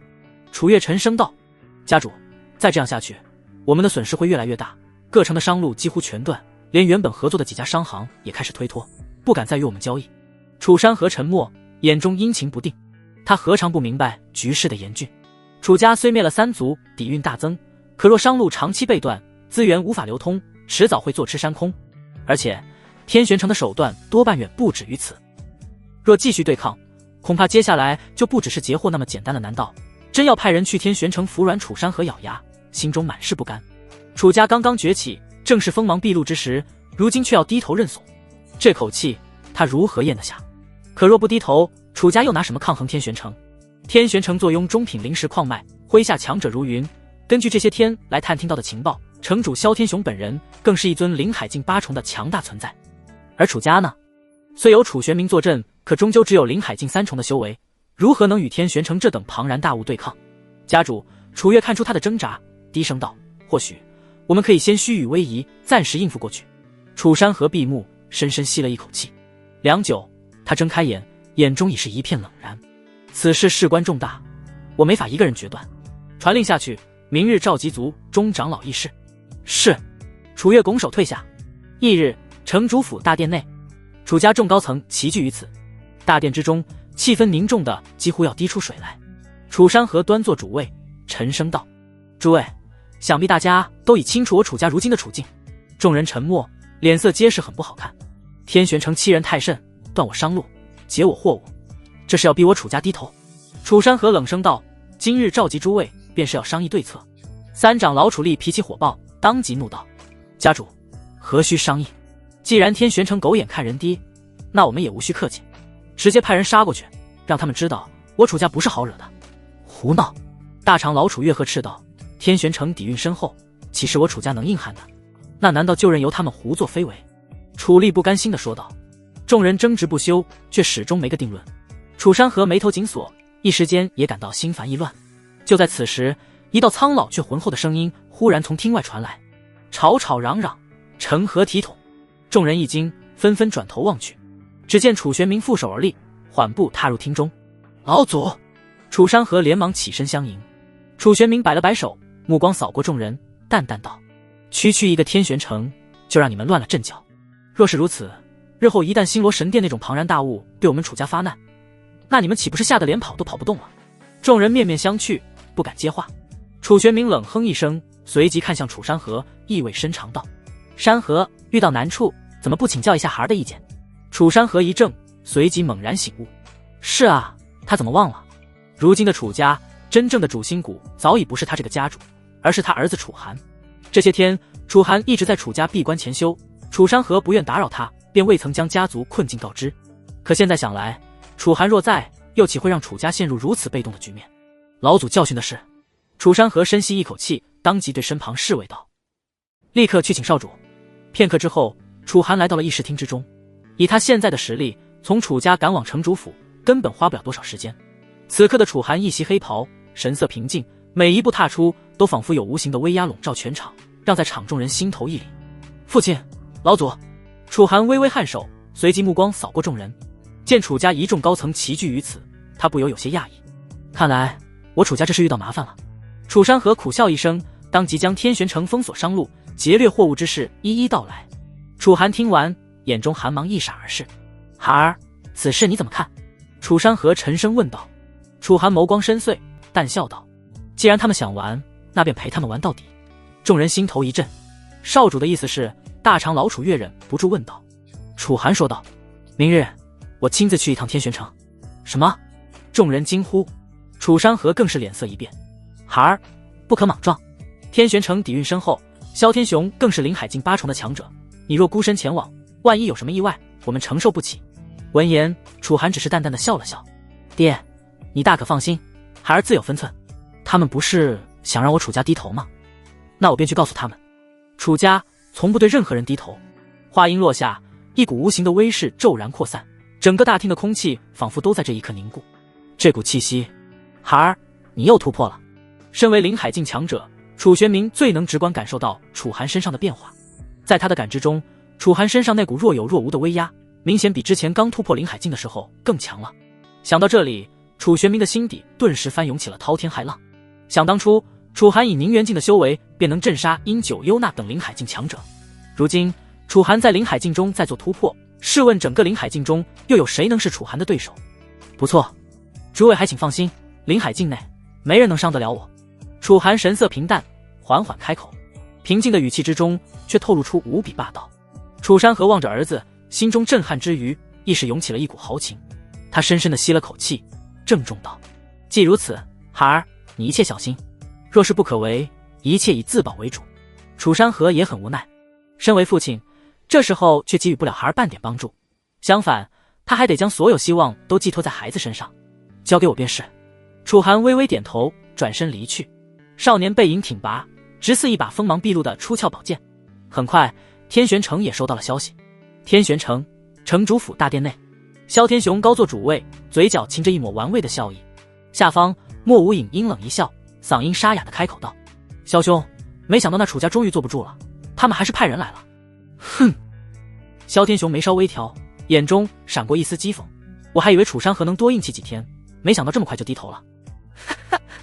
石破山大笑道：早知如此，何必当初？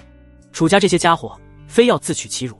不远处，柳无痕把玩着手中的玉扳指，悠然笑道：楚家刚灭三族，正是意气风发之时，自然不愿轻易低头。可惜啊，现实总会教会他们什么叫规矩。不过虽说楚家来人了，但听说这次来的是楚家那位少主。莫无影说道：少主？石破山嗤笑一声，就是那个传闻中天赋不错的毛头小子。楚家是没人了吗？竟派个小辈来拜见。这些天里，他们接连对楚家施压，自然也了解到了楚家的一些基本情况。楚寒身为楚家少主，天资过人，号称青阳城年轻一辈之首，这一点本就不是什么秘密。柳无痕微微眯眼，似笑非笑。或许是楚山河拉不下脸，便让儿子来代劳。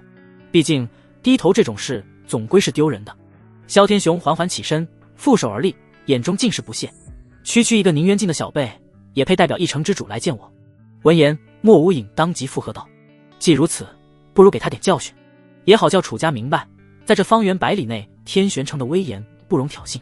石破山狞笑：那就让我来教教他吧。听说这小子天赋不错，就是不知道骨头硬不硬。萧天雄抬手制止，淡淡道：不必急躁，既然楚家派了人来，那便先看看他们的诚意如何。若供礼足够，倒也不是不能给他们一条活路。柳无痕笑道：萧城主倒是仁慈。不过但紧接着，萧天雄话锋一转，眼中寒光闪烁。若他们以为随便派个人来就能糊弄过去，那便只好让他们见识见识我的手段了。殿内几人相视一笑，皆是一副漫不经心的模样，显然是没把楚家看在眼中。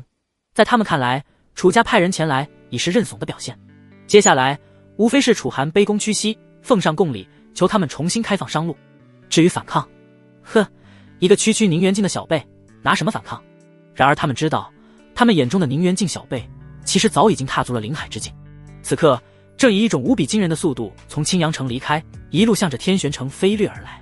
半日后，天玄城外，一道修长的身影踏空而来，他黑袍猎猎，如墨般的长发随风舞动，正是楚寒。此刻，楚寒负手而立，目光平静地望向眼前这座雄伟巨城——天玄城。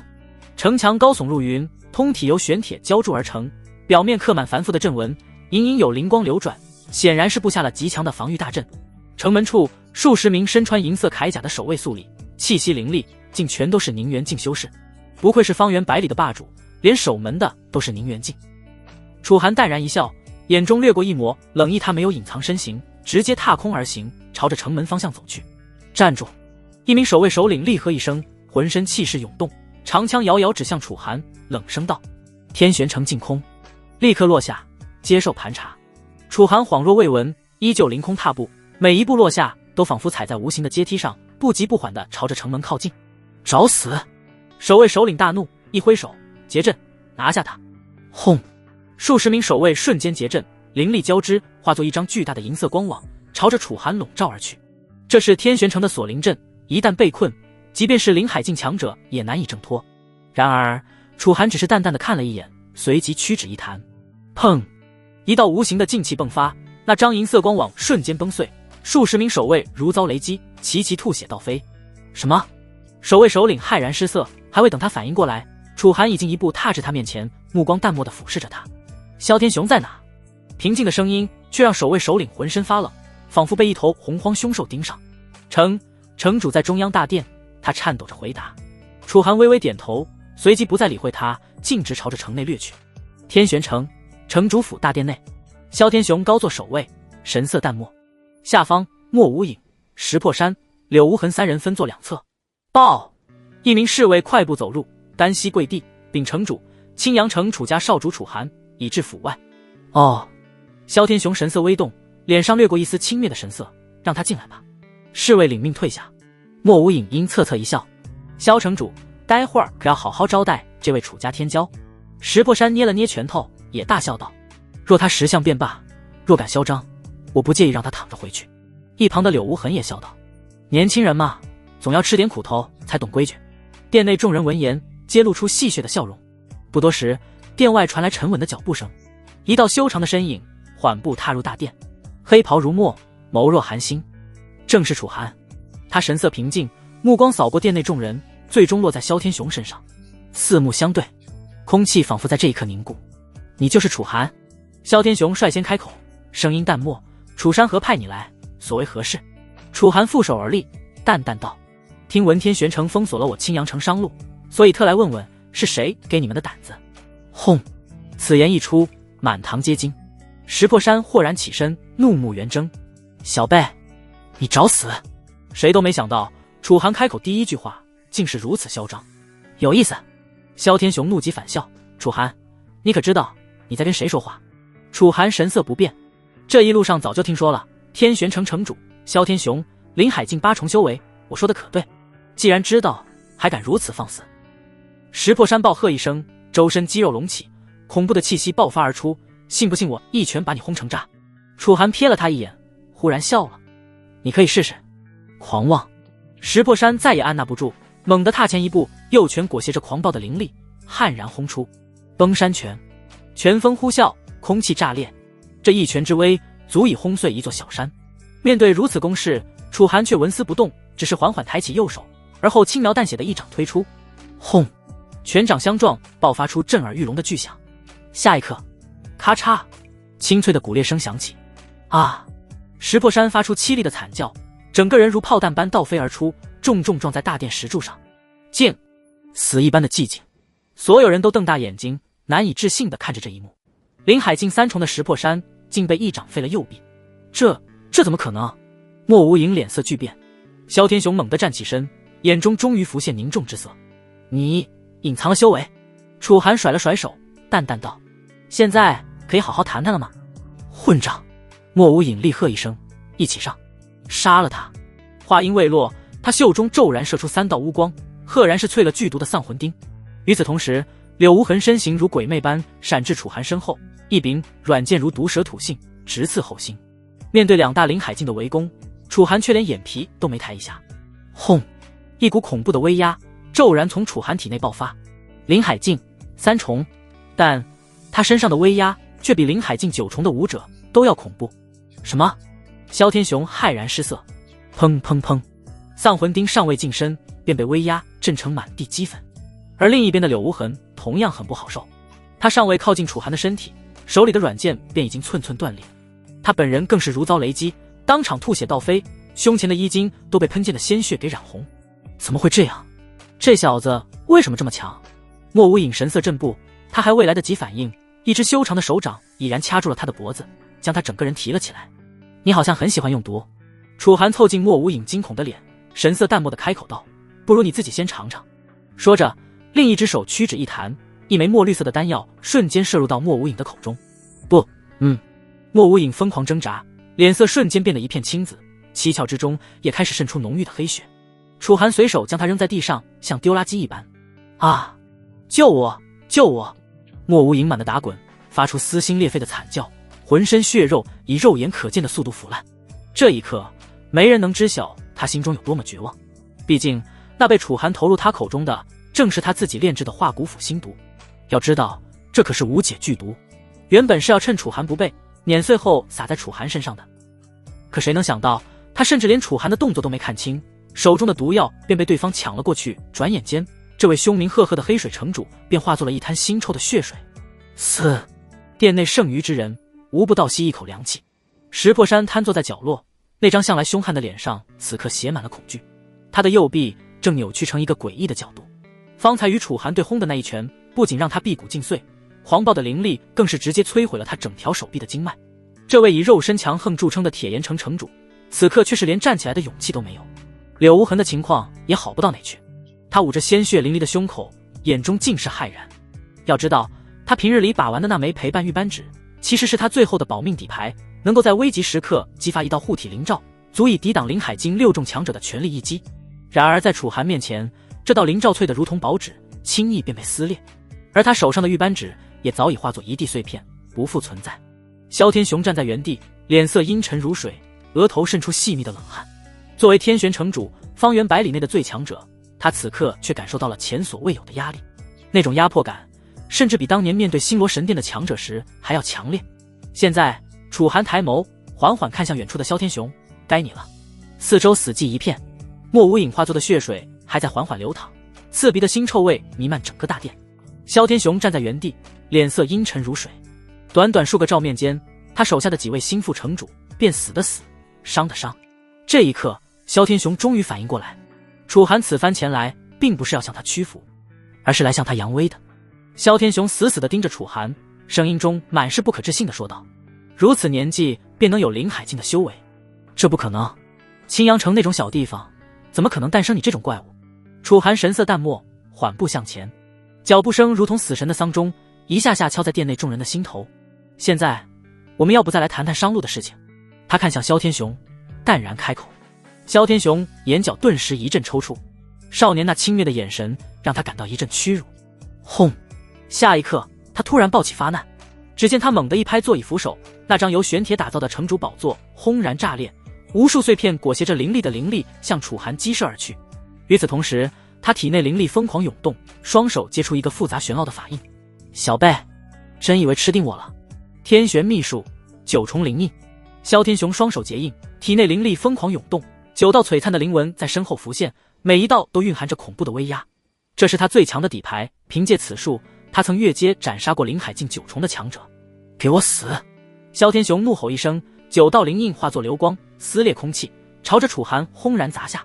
面对如此攻势，楚寒却只是轻轻摇头。花里胡哨。他抬起右手，五指张开，对着虚空轻轻一握，咔嚓，令人牙酸的碎裂声响起。那9道足以轰平一座山峰的灵印，竟然全部凝固在半空，随后如同脆弱的玻璃一般，寸寸碎裂。噗！萧天雄如遭雷击，猛地喷出一口鲜血，踉跄后退数步。本命灵印被破，他遭受了严重的反噬，五脏六腑都仿佛移位了一般。你到底是什么境界？他声音颤抖，眼中终于浮现惊恐。能够如此轻描淡写地破解他的最强杀招，对方的实力绝对远超他的想象。楚寒没有回答，只是继续向前。一步两步，脚步声在死寂的大殿中格外清晰。不，你不能杀我！萧天雄疯狂后退，色厉内荏地吼道：我背后是星罗神殿，你若动我，必遭灭族之祸。星罗神殿。楚寒脚步一顿，见楚寒停下，萧天雄以为他怕了，立刻狞笑道：不错，我天玄城每年向星罗神殿进贡中品灵石，早已是他们的麾下势力。你若敢，那你就更该死了。楚寒突然抬手，隔空一抓，轰！萧天雄整个人被无形之力提起，脖梗被死死掐住，脸色瞬间涨得通红。你，哼！他双腿乱蹬，眼中满是绝望。他堂堂天玄城城主，一尊灵海境8重的强者，在眼前的少年手中，竟然如同婴儿般毫无反抗之力。楚寒凑近他耳边，轻声道：放心，星罗神殿以后也会去陪你的。咔嚓，清脆的骨裂声响起，萧天雄的脑袋无力垂下，瞳孔涣散。至死，他的眼中都残留着难以置信的神色。他做梦都想不到，自己会以这种方式死在一个来自青阳城的年轻人手中。萧天雄惨死当场，这一幕给一旁的石破山和柳无痕都带来了极大的震撼。楚寒随手将萧天雄的尸体丢到一旁，目光转向二人。两人顿时倒吸了一口凉气，浑身抖如筛糠。他们此刻无比庆幸自己方才没有继续出手，否则现在躺在地上的恐怕还要再多出2具尸体。扑通，柳无痕强忍伤势，毫不犹豫的双膝跪地，额头重重磕在地面上。楚公子饶命，我刘云城愿以楚家马首是瞻。从今往后，我可以每年都向青阳城翻倍进贡灵石。石破山也挣扎着爬起来，单膝跪地，声音颤抖着说道：铁岩城也愿意从此听从楚家调遣，我石破山将永世效忠楚家，绝无二心。楚寒冷眼看着两人，没有说话。大殿内死寂无声，空气中弥漫着令人窒息的压迫感，仿佛连呼吸都变得艰难。石破山和柳无痕低垂着头颅，额头紧贴地面，身体止不住的颤抖，冷汗顺着鬓角滑落，却不敢抬手擦拭。他们甚至连抬头看楚寒一眼的勇气都没有，现在才想着向我楚家臣服。楚寒声音淡漠，缓缓开口，两人闻言浑身一颤，却不敢开口辩。沉寂了半晌后，楚寒的脸上突然流露出一抹戏谑的笑容：可以，但只能臣服一个，只能臣服一个。石破山和柳无痕皆是一怔，猛地抬头，眼中闪过惊愕之色。下一刻，轰！石破山骤然暴起，粗壮的手臂肌肉球结，青筋暴起，大手猛地抓向柳无痕的脖颈。石破山，你……柳无痕瞳孔骤缩，脸色瞬间涨红，双手死死扣住石破山的手腕，试图挣脱。然而石破山向来以肉身强悍闻名，即便断了一臂，力量仍旧恐怖。咔嚓，骨骼被挤压的声音响起，柳无痕的喉咙被死死扼住，呼吸瞬间变得艰难，脸色由红转紫。对不起了，柳城主。石破山眼中凶光闪烁，声音低沉如雷。楚公子说了，我们只能臣服一个。你……柳无痕眼中血丝密布，死死瞪着石破山，眼中满是怨毒。该死，你个忘恩负义的家伙，也配向楚公子臣服？话音未落，他体内气血突然剧烈翻涌，一股诡异的灵力波动从他体内爆发。染血秘术。石破山脸色一变，显然认出了柳无痕修炼的这门禁忌秘法，以燃烧精血为代价，可以短时间内大幅提升实力。轰！柳无痕周身灵力暴涨，竟硬生生挣脱了石破山的钳制。唰！一抹寒光骤然闪现，噗嗤！一柄淬了剧毒的匕首狠狠刺入石破山的胸膛。你……石破山闷哼一声，低头看着插在自己心口的匕首，眼中满是不可置信。鲜血顺着伤口喷涌而出，染红了他的衣袍。石破山，你今日非死不可！柳无痕狞笑一声，眼中杀意凛然。找死！石破山怒吼一声，独臂猛地攥拳，狂暴的灵力在拳锋凝聚，悍然轰向柳无痕。砰！两人疯狂厮杀，拳脚碰撞间，灵力激荡，大殿内的桌椅摆设尽数粉碎。就因为楚寒随口的一句话，原本熟络的两人，此刻却像是生死仇敌，招招致命，互相厮杀，再看不到半点往日的情分。楚寒坐在主座之上，冷眼旁观，神色戏谑，仿佛在欣赏一场好戏。直至两人都头破血流，气息奄奄之时，他方才慢悠悠的开口，止住了这场争斗。停下吧，闻言，两人纷纷停下了手里的动作，但看向对方的眼神已是犹如生死仇敌，充满了怨恨之意。我可没工夫等你们打下去，这样吧，给我一个不杀你们的理由，如果我觉得合适，便饶你们一命。楚寒漫不经心地笑了笑，说道。石破山神色犹豫，他咬了咬牙，似是终于下定了决心一般，突然说道：楚公子，其实我铁岩城最近新发现了一座中品灵矿，但此事一直没有对外声张。这座灵矿位置隐秘，常人不容易察觉，若是楚公子愿意饶我一命，我可以把这座灵矿也一并献给楚家。此话一出，楚寒的脸上顿时流露出了一丝饶有兴趣的神色。新的中品灵矿，有意思，你过关了。他笑着点了点头。不得不说，这位铁岩城的城主还真是带给了他一个巨大的惊喜。要知道，一块中品灵石价值便相当于上百块下品灵石，而中品灵矿往往又要比下品灵矿大上许多，里面的中品灵石近乎源源不绝。单单是这一座中品灵矿，便足以支持楚家在泉州崭露头角了。虽然天玄城也有好几座中品灵矿，但天玄城里的灵矿早已被萧天雄开采了不知多少年头，里面的储量自然是没法和新的灵矿相比。谢谢楚公子。石破山很激动，悬在心头的大石终于落下，他总算是逃过一劫了。中品灵矿固然珍贵，但和自己的小命相比，又算得了什么？这一旁的柳无痕顿时愣住了。和石破山认识了这么久，他从未听说过铁岩城那边居然开采出了新的中品灵矿，这家伙藏得可真够深的。该你了。不等他多想，楚寒那淡漠的声音就好似地狱的催魂曲一般，在他耳边悠悠响起。柳无痕悚然一震，额头上顿时冷汗大冒。石破山有中品灵矿，那他呢？他又能拿出什么理由来让楚寒放过自己？给你10秒钟时间考虑，10秒过后若无答复就死。楚寒淡淡的说道。10秒钟。柳无痕牙关紧咬。我愿献上我城内的所有财富。不够。楚寒冷笑一声。眼看着时间所剩无几，一旁的石破山眼神戏谑，仿佛马上就能看到柳无痕惨死在楚寒手里的场景。大殿内空气仿佛凝固成了实质。柳无痕额头冷汗涔涔，他能清晰地感受到楚寒目光中的杀意，那是一种漠视生命的冰冷，仿佛他只是一只随时可以被碾死的蝼蚁。5、4、3，楚寒的声音如同催命符，每一个数字落下，柳无痕的心脏就剧烈跳动一下。2，等等。柳无痕猛地抬头，眼中闪过一丝决然。我知道一个秘密，一个关于星罗神殿的天大机缘。楚寒神色一顿，而后饶有兴趣地看着他。哦。柳无痕深吸一口气，强压下心中的恐惧，沉声道：星罗神殿其实掌握着一座天道秘境。天道秘境。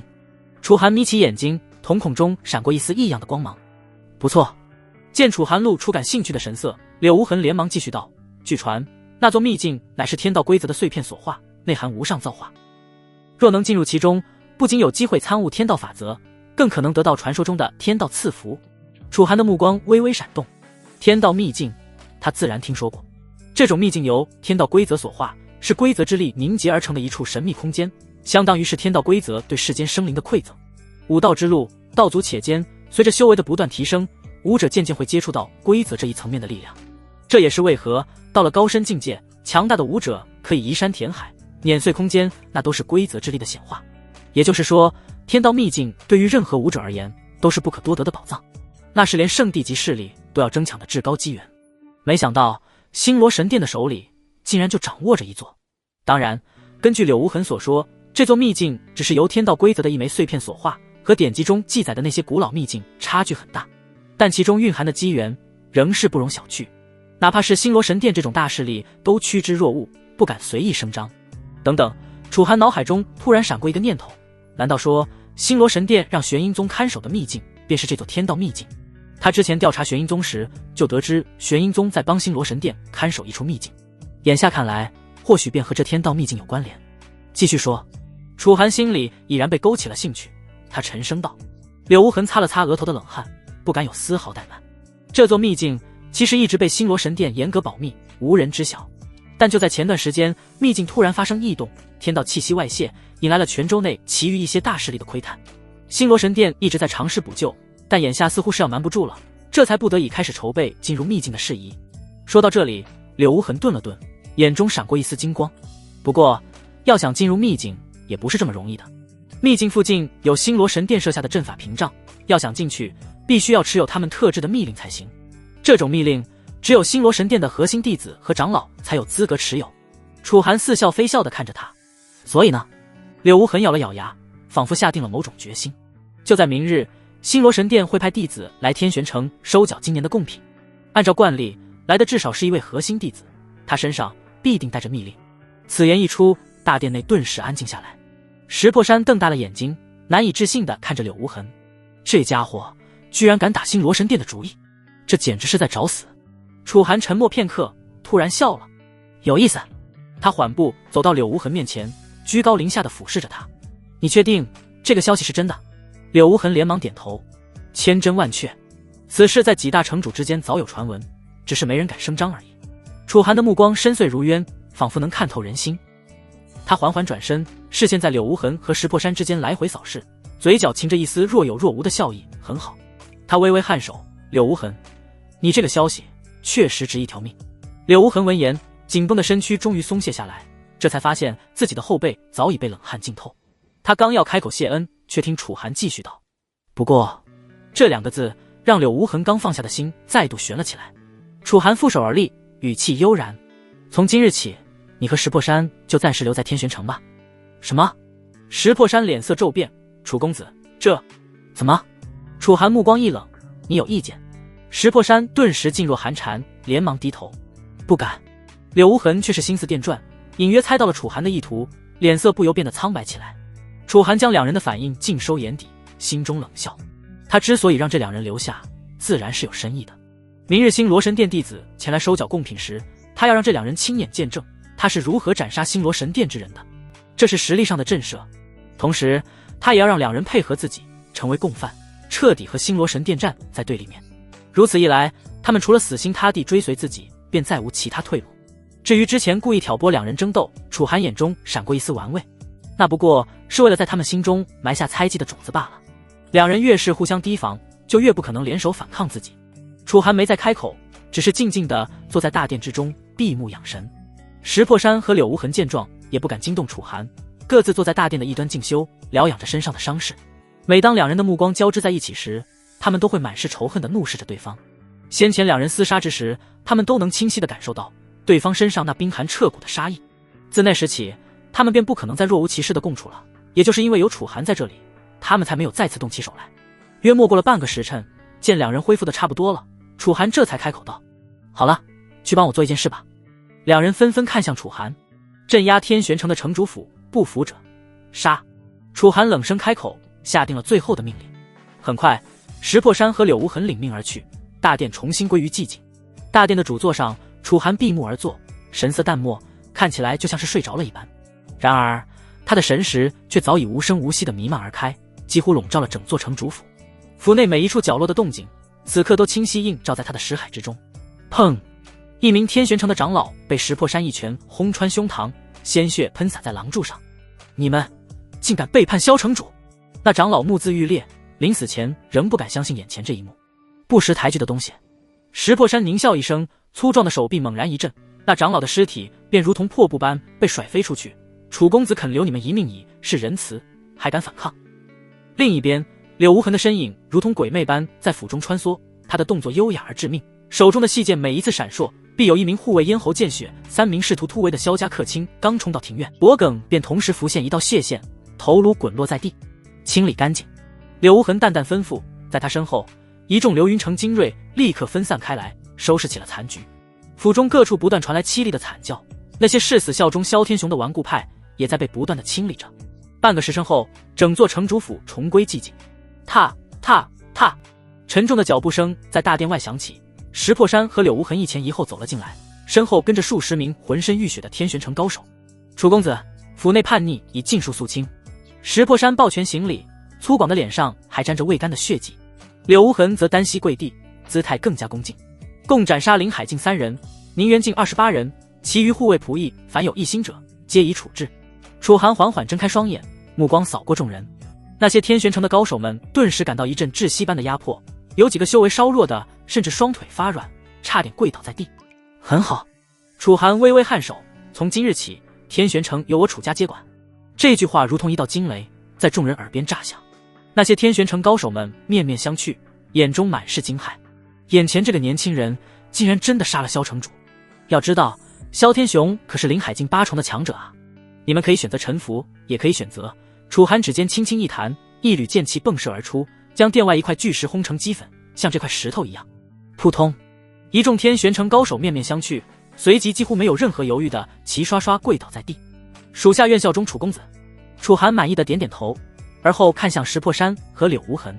行了，你们2人便暂且留在天玄城歇息，静候星罗神殿之人到来。闻言，石破山和柳无痕的神色都有些无奈。两人虽然不愿正面和星罗神殿那种大势力起冲突，但是到如今，他们哪还有选择的余地？是，他们只能答应下来。与此同时，天玄城内已是一片哗然。听说了吗？萧城主死了。怎么可能？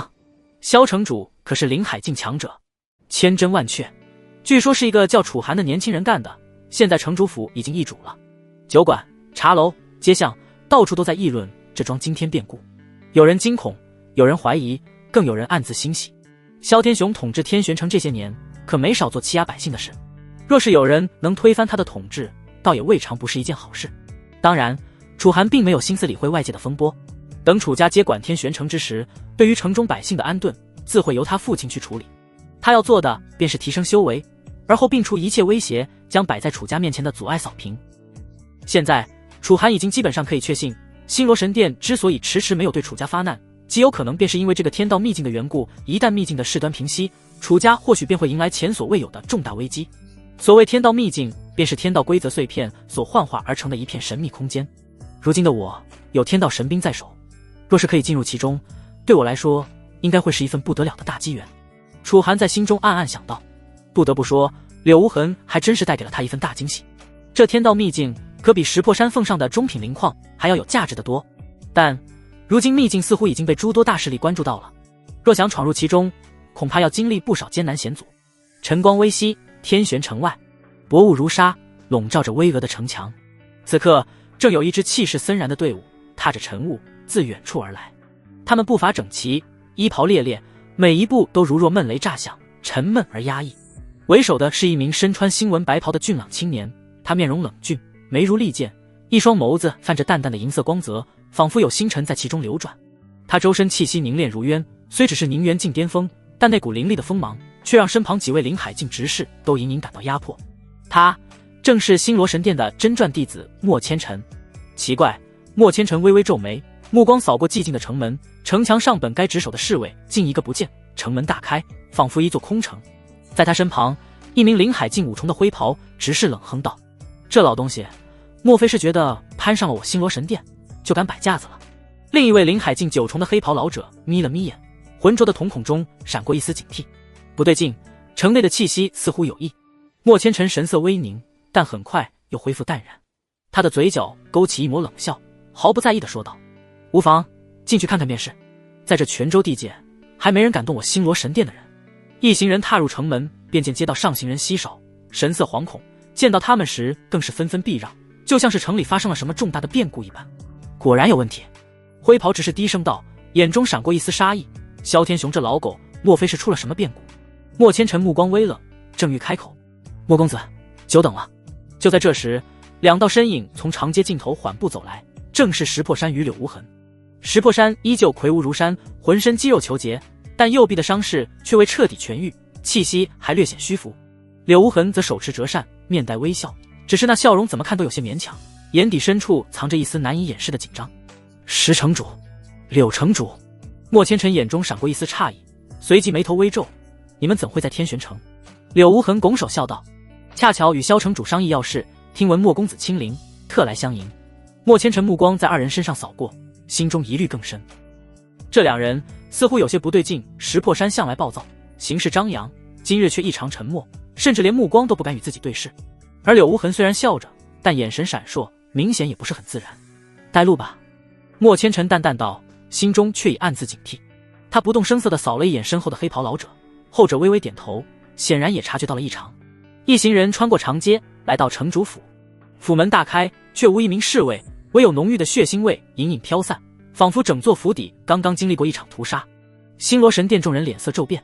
萧天雄，灰袍执事双眸微眯，他厉喝一声，声音如雷，震得屋檐上的瓦片簌簌作响，今日为何不来迎接？喝声在空荡的府中回荡，无人应答。等等，那人好像不是萧天雄。忽然，莫千尘瞳孔微缩，他猛地抬头看向大殿方向，那里的主位之上，赫然坐着一名陌生的少年。少年双眸微闭，面容冷峻，眉宇间透着淡淡的漠然。众人皆是一阵愕然。这大殿内的主位向来是萧天雄的位置，怎地今天被一个陌生少年给霸占了？再结合大殿之中弥漫着的血腥气息，以及之前种种不自然的情况，众人顿时反应过来，神色也渐渐变得有些难看起来。你们好大的胆子！黑袍老者眸光森然地看向石破山二人，声音冰冷如刀，竟敢联手谋害萧城主，与我星罗神殿作对。石破山与柳无痕面色一变，下意识后退数步。唰！楚寒缓缓睁眼，眸光如电，瞬间锁定莫千尘。你便是星罗神殿的真传弟子。他轻笑一声，身形如鬼魅般飘然而下，落在众人面前，一身衣袍无风自动，猎猎作响。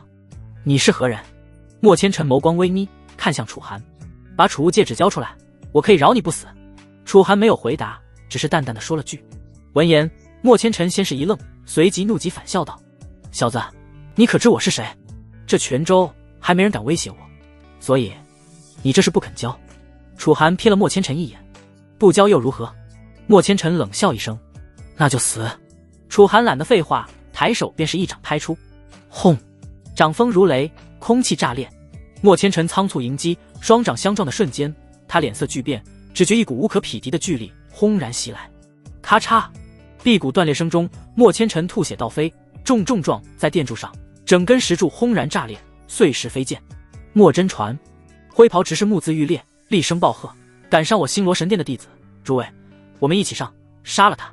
闻言，5名临海境执事同时爆发，灵力如怒涛般席卷大殿。霎时间，地面青砖寸寸碎裂，四周立柱震颤，整座大殿摇摇欲坠，仿佛下一秒便要倒塌。最左侧的虬髯大汉双拳泛起土黄色光芒，猛地一拳直轰楚寒心口。与此同时，一个瘦高男子袖中划出2柄淬毒短刃，身形如鬼魅般绕至楚寒背后，其余3人则分站3角，灵力交织成网，封死楚寒的所有退路。面对如此杀局，楚寒只是微微抬眸，他右手并指，动作看似缓慢，却在那虬髯大汉的拳头将要落在他身上时，先一步点在其腕脉上，角度精准，力道惊人。伴随着咔嚓一声脆响，大汉的拳头顿时以诡异的角度扭曲起来，他尚未来得及发出惨叫，楚寒的指尖已顺势上滑，嗤！一道剑气自指尖迸发，薄如蝉翼，却奇快无比。虬髯大汉根本来不及反应，他的头颅便高高抛起，瞪大的眼中还凝固着浓浓的不可置信之色。剑芒未散，继续横扫。瘦高男子的毒刃刚触及楚寒衣角，就觉脖颈一凉，他下意识摸向喉咙，却抓了个空。他的头颅已与身体分离，滚落时还保持着狰狞的表情。剩余3人惊骇欲退，可剑芒如影随形。噗噗噗，3颗头颅几乎同时飞起，血柱喷涌至殿梁，又化作猩红血雨簌簌落下。5具无头尸体还维持着进攻姿态，片刻后才相继倒地，发出沉闷的撞击声。滴答，一滴血珠顺着楚寒的指尖滑落，他甩了甩手，抬眼看向唯一幸存的黑袍老者。该你了。不可能！黑袍老者惊愕后退，眼神中满是骇然。他一身灵海境9重的修为，可此刻在面对眼前这个少年时，他的心里却升起了浓浓的无力感。作为星罗神殿的外门执事，他见过太多的天才，可却从未见过有人能如此轻描淡写的瞬杀5名灵海境。这即便是星罗神殿内门中最天才的那几位弟子，都不可能做得到这一步。此刻，莫千尘瘫坐在血泊中，满脸惊恐。他颤抖着摘下储物戒指，给你，还请你饶我一命。楚寒伸手去接，可就在戒指即将落入掌心的刹那，去死吧！莫千尘狰狞咆哮，戒指突然爆发出刺目银光，星罗灭魂针。一道细如发丝的银针从戒指中激射而出，直取楚寒眉心。这是他私藏的一种暗器，专破修士神魂，即便是灵海境巅峰，一旦被命中，也会神魂破损，当场饮恨。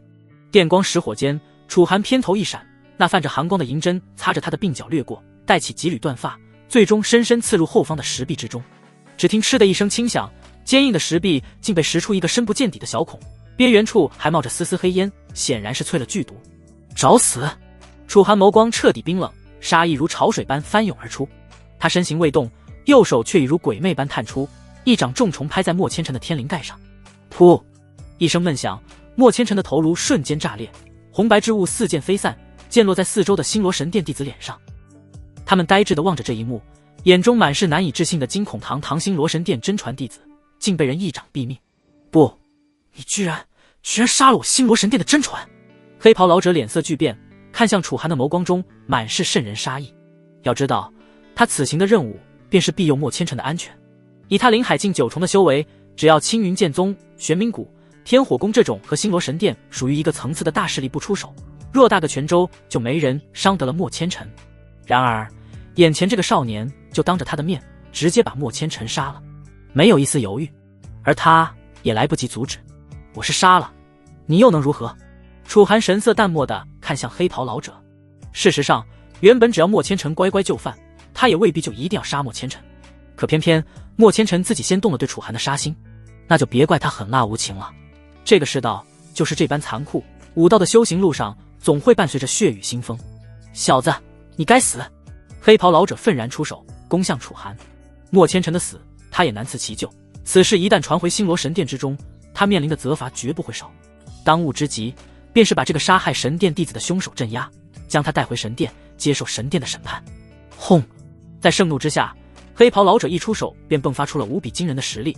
灵海境9重的灵力波动，宛如风暴一般激荡而开，横扫全场。在他身后，一片浩荡的灵海虚影缓缓浮现，直似青天之水，要覆灭整个天玄城的城主府。不远处，石破山和柳无痕皆是感到一阵窒息。黑袍老者的实力太过恐怖，比起灵海境8重的萧天雄强上不少。以楚寒的实力，真的能应付得了吗？一时间，他们心里都不禁有些暗暗担忧起来。要知道，在黑袍老者眼中，他们可是楚寒的同伙。若是楚寒败了，那他们接下来必然也会难逃一劫。但很快，他们便发现自己多虑了。哼！只见楚寒冷哼一声，竟是毫不畏惧地迎了上去。灵海境3重的修为轰然爆发，一道同样浩大的灵海虚影在他身后隐隐浮现。这是他的灵海。然而见到眼前的异象，黑袍老者的眼神中却是流露出了一丝惊疑。他从未见过这般模样的灵海，形似漩涡，内蕴星光，这和寻常武者凝聚的灵海模样截然不同。但黑袍老者此刻顾不上多想，两人已然狠狠地碰撞在了一起。轰！一道无形的气浪自碰撞的中心点处扩散而开，激荡四方。大殿内一切物件都如同被风暴席卷，漫天飞舞。而石破山、柳无痕以及剩下的一众星罗神殿的武者，则是面露惊恐之色，纷纷倒退而开，生怕遭到了波及。很快，气浪散尽，大殿正中央竟是出现了一个大坑。黑袍老者气息萎靡，躺在坑底，而楚寒则是身姿挺拔，仿若一把出鞘的利剑，静静地屹立在大坑的边缘处。什么？楚公子赢了，而且赢得这么轻松？石破山和柳无痕都惊呆了。堂堂灵海境9重的星罗神殿执事，竟是被楚寒一击镇压，这简直不可思议。很难想象，眼前这个少年的实力到底已经强大到了何种地步。李执事。反观星罗神殿这边，则是一片惊慌失措的模样。黑袍老者已经是他们这边中的最强者了，即便是在星罗神殿之中，也足以镇压一众天才武者。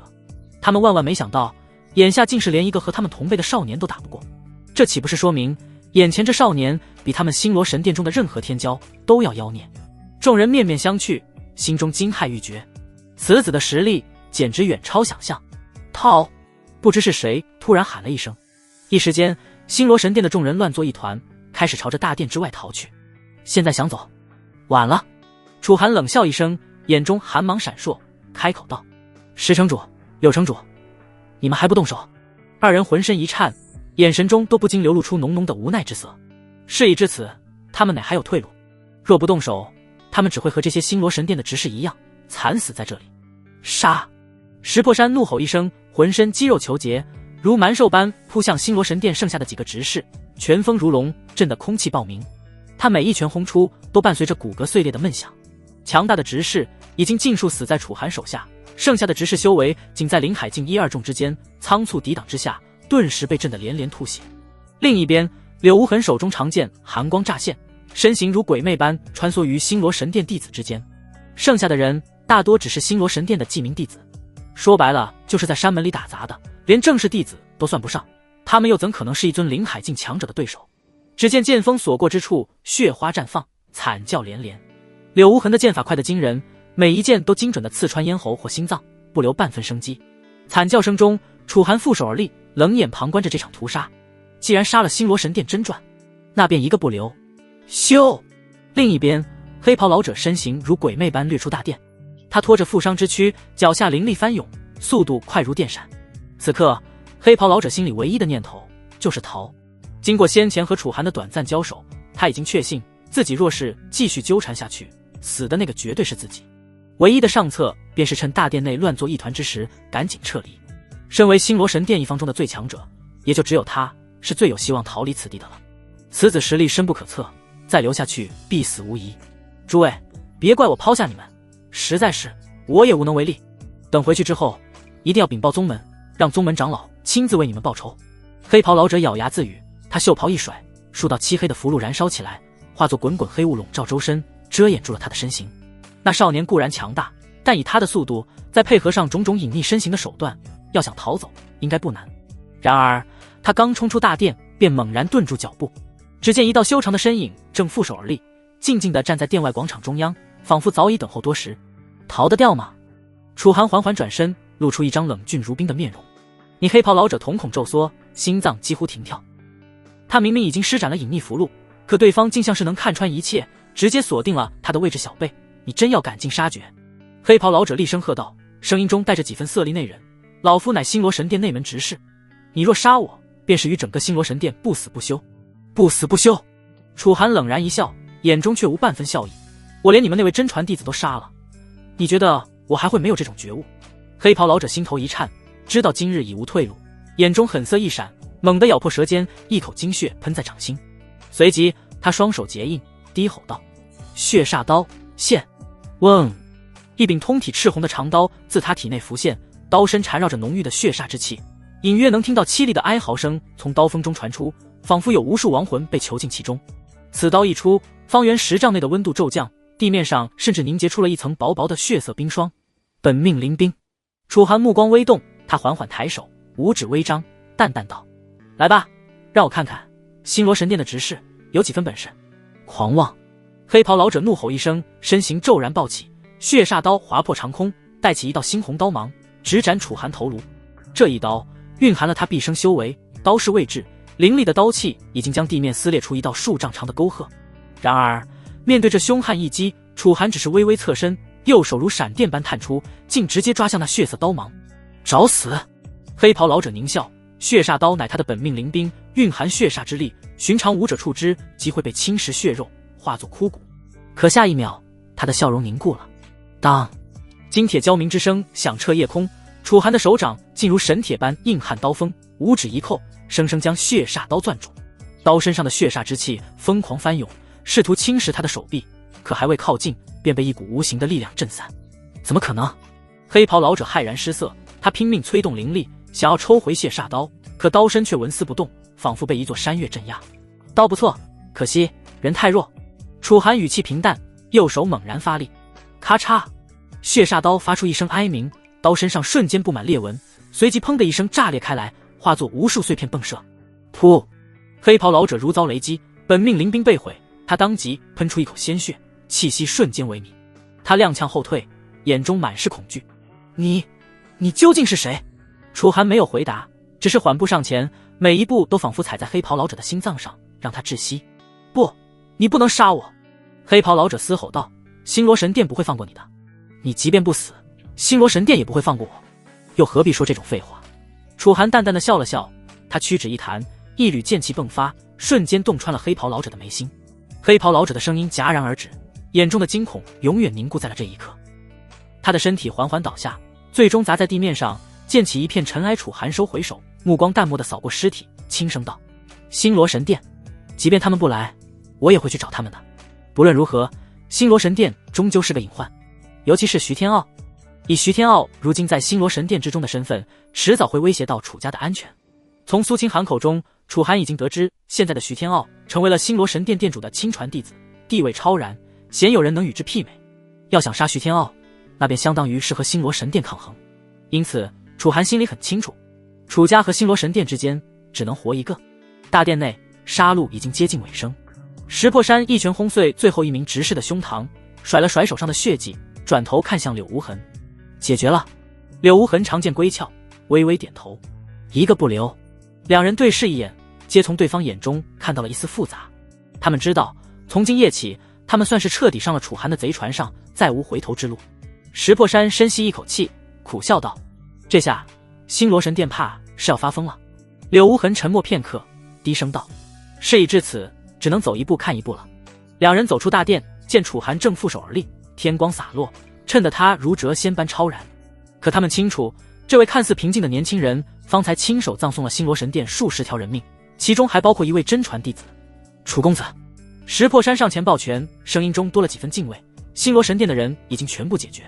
楚寒微微颔首，目光远眺，仿佛穿透了夜空，看到了更远的地方。星罗神殿不会善罢甘休。他淡淡道：“你们二人可后悔？”石破山和柳无痕心头一凛，随即齐声道：“愿追随楚公子。”后悔？后悔又有什么用？这种时候，他们也只能尽量表露自己的忠心了。楚寒收回目光，淡淡的笑了笑：“很好。”玄阴宗万妖山脉，阴云如墨，沉沉的压在万妖山脉上空，仿佛一只无形的巨手扼住了整片天地。玄阴宗内，山门震颤，殿宇摇晃，无数弟子抬头望向天穹，眼中满是惊惧。那里，一道巨大的空间裂缝横贯天际，宛如被某种不可名状的力量生生撕开的狰狞伤口。裂缝边缘闪烁着不稳定的诡异光芒，如同垂死之人的脉搏，时明时暗。而裂缝深处，混沌气流翻涌，扭曲的空间中传来阵阵令人毛骨悚然的嘶吼声，仿佛连接着一座不属于此界的炼狱。轰！又是一阵剧烈的空间震颤，裂缝边缘崩裂出数道细小的分支，如同蛛网般蔓延开来。狂暴的空间乱流席卷而下，地面瞬间被撕裂出数道深不见底的沟壑。几名躲闪不及的玄阴宗弟子连惨叫都未及发出，便被吞噬殆尽。殿主，再这样下去，护宗大阵就要崩溃了。一名灰袍长老仰头嘶吼，声音中带着难以掩饰的绝望。他双手结印，拼命维持着摇摇欲坠的阵法光幕，然而阵纹上已布满裂痕，随时可能彻底崩碎。高空之上，两道身影凌空而立，对下方的混乱视若无睹。其中一人身披星辰长袍，头戴紫金冠，面容威严如神奇灵士。他周身环绕着9道璀璨星轮，每一道都蕴含着足以毁天灭地的力量，仅仅是溢散出的一缕气息，便让周围的空间微微扭曲。他正是星罗神殿的当代殿主叶星河，而在他身旁则站着一名黑袍老者。老者面容枯瘦如骷髅，深陷的眼眶中跳动着2团幽绿色的火焰。他脚下踩着一团翻滚不息的黑雾，雾中隐约可见无数扭曲的冤魂在痛苦哀嚎，凄厉的尖笑声令人毛骨悚然。他被世人尊称为玄冥道人，是玄冥谷的当代谷主。叶殿主，看来这封印却实撑不了多久了。玄冥道人阴恻恻的开口，声音嘶哑，刺耳至极。叶星河神色淡漠，目光深邃如星空。他缓缓转头看向玄冥道人，沉声道：“玄冥，你可知我为何会唤你前来？莫不是要和我联手修补这封印？”玄冥道人一怔，而后说道：“错了，修补区区封印，本座一人便足矣，又何须你出手？”叶星河的眼神突然变得危险起来。玄冥，我只问你一句，有关这座天道秘境的事，可是你泄露出去的？话音未落，他袖袍一挥，9道星轮骤然绽放出刺目光华，一股浩瀚如渊的威压轰然降临。然而玄冥道人的脸色却没有半点波澜，他只是平静地看着叶星河，任由恐怖的威压扑面而至，他那枯瘦的身躯却不曾动过分毫。叶殿主，你这是想把锅往我身上甩？抱歉，老夫可不背这黑锅。玄冥道人嗤笑一声，俨然没有被叶星河给吓住。若不是你泄密，那为何青云剑宗和天火宫的人也得知了这座天道秘境的存在？叶星河眼睛微眯，眸光灼灼地看向玄冥道人。之前玄阴宗没能看好封印，导致天道气息外泄，你得知了天道秘境的存在后，第一时间来找我，我也答应了和你玄冥谷一同分享这座秘境。但现在青云剑宗和天火宫居然也要插手进来，他们又是如何得知此事的？叶星河沉声开口，平静的声音中明显蕴藏着刻意压制的愤怒。天道秘境这种东西是世间极为罕见的机缘，足以让任何武者为之眼热。消息一旦传开，基本上没有哪方势力可以独吞。因此在玄冥道人察觉到了天道秘境的存在后，叶星河没有选择隐瞒，而是答应让玄冥谷也参与进来。毕竟他若是硬扛到底，玄冥道人随时可能把天道秘境的消息泄露出去，如此一来，星罗神殿要面临的风波简直不堪设想。面对这突如其来的变故，他已经尽量再以平和的局面来收场了。可怎料，没过几天，青云剑宗和天火宫的人便也跟着找来了星罗神殿。他们要求星罗神殿将秘境公开，4大势力一同分享，否则他们会把消息传开。到那时，说不定会有泉州之外的势力被吸引而来。星罗神殿在泉州中固然能作威作福，但放眼整个大洪王朝，疆域何等辽阔浩瀚，强大的宗门势力数不胜数。要真到了那种局面，可就不是区星罗神殿能处理的了。这无疑激怒了叶星河，他第一时间便想到是玄冥道人泄露了消息，这才会把青云剑宗和天火宫的人也引了过来。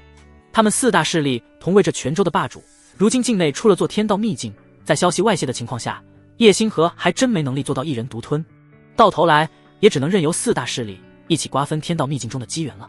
这换作是谁都会有些无法接受，毕竟原本这份机缘是只属于星罗神殿一方势力的。看着叶星河愤怒的模样，玄冥道人不禁淡淡的笑了笑，他从容的开口道：叶店主，天道气息玄之又玄，泄露到这天地之间，只要是和你我同层次的高手都有可能捕捉到，你又怎能认定当初只有我一人感应到了天道秘境的存在？青云剑宗的宗主，天火宫的公主，他们2位可都不是一语之辈。不是我泄露了秘密，而是你叶店主有些太小瞧他们2个了。叶星河面容有些阴沉，没有说话。见状，玄冥道人又开口道：叶店主，这秘境波动得越来越厉害，你当初设下的封印似乎已经不管用了，你再不出手，底下那玄阴宗可就要被毁了。毁就毁吧，一群废物，连个秘境都看不住，我要他们何用？叶星河冷哼一声，兀自怒意未消。事实上，他当初设立的封印绝对是足够牢固的，足以轻松掩藏住天道秘境的一切气息。被玄阴宗室坐镇宗之宝的苍冥剑，便是由他所赐，是维持封印的核心阵基。可谁能想到，随着天道气息日复一日的冲击，那苍冥剑所在的阵基境是出现了松动，这也就导致封印开始变得不稳固了起来。然而玄阴宗却没注意到这个情况，直至后来阵基被破坏，宗门里甚至有弟子悄悄把苍冥剑带下了山，从此离开了玄阴宗。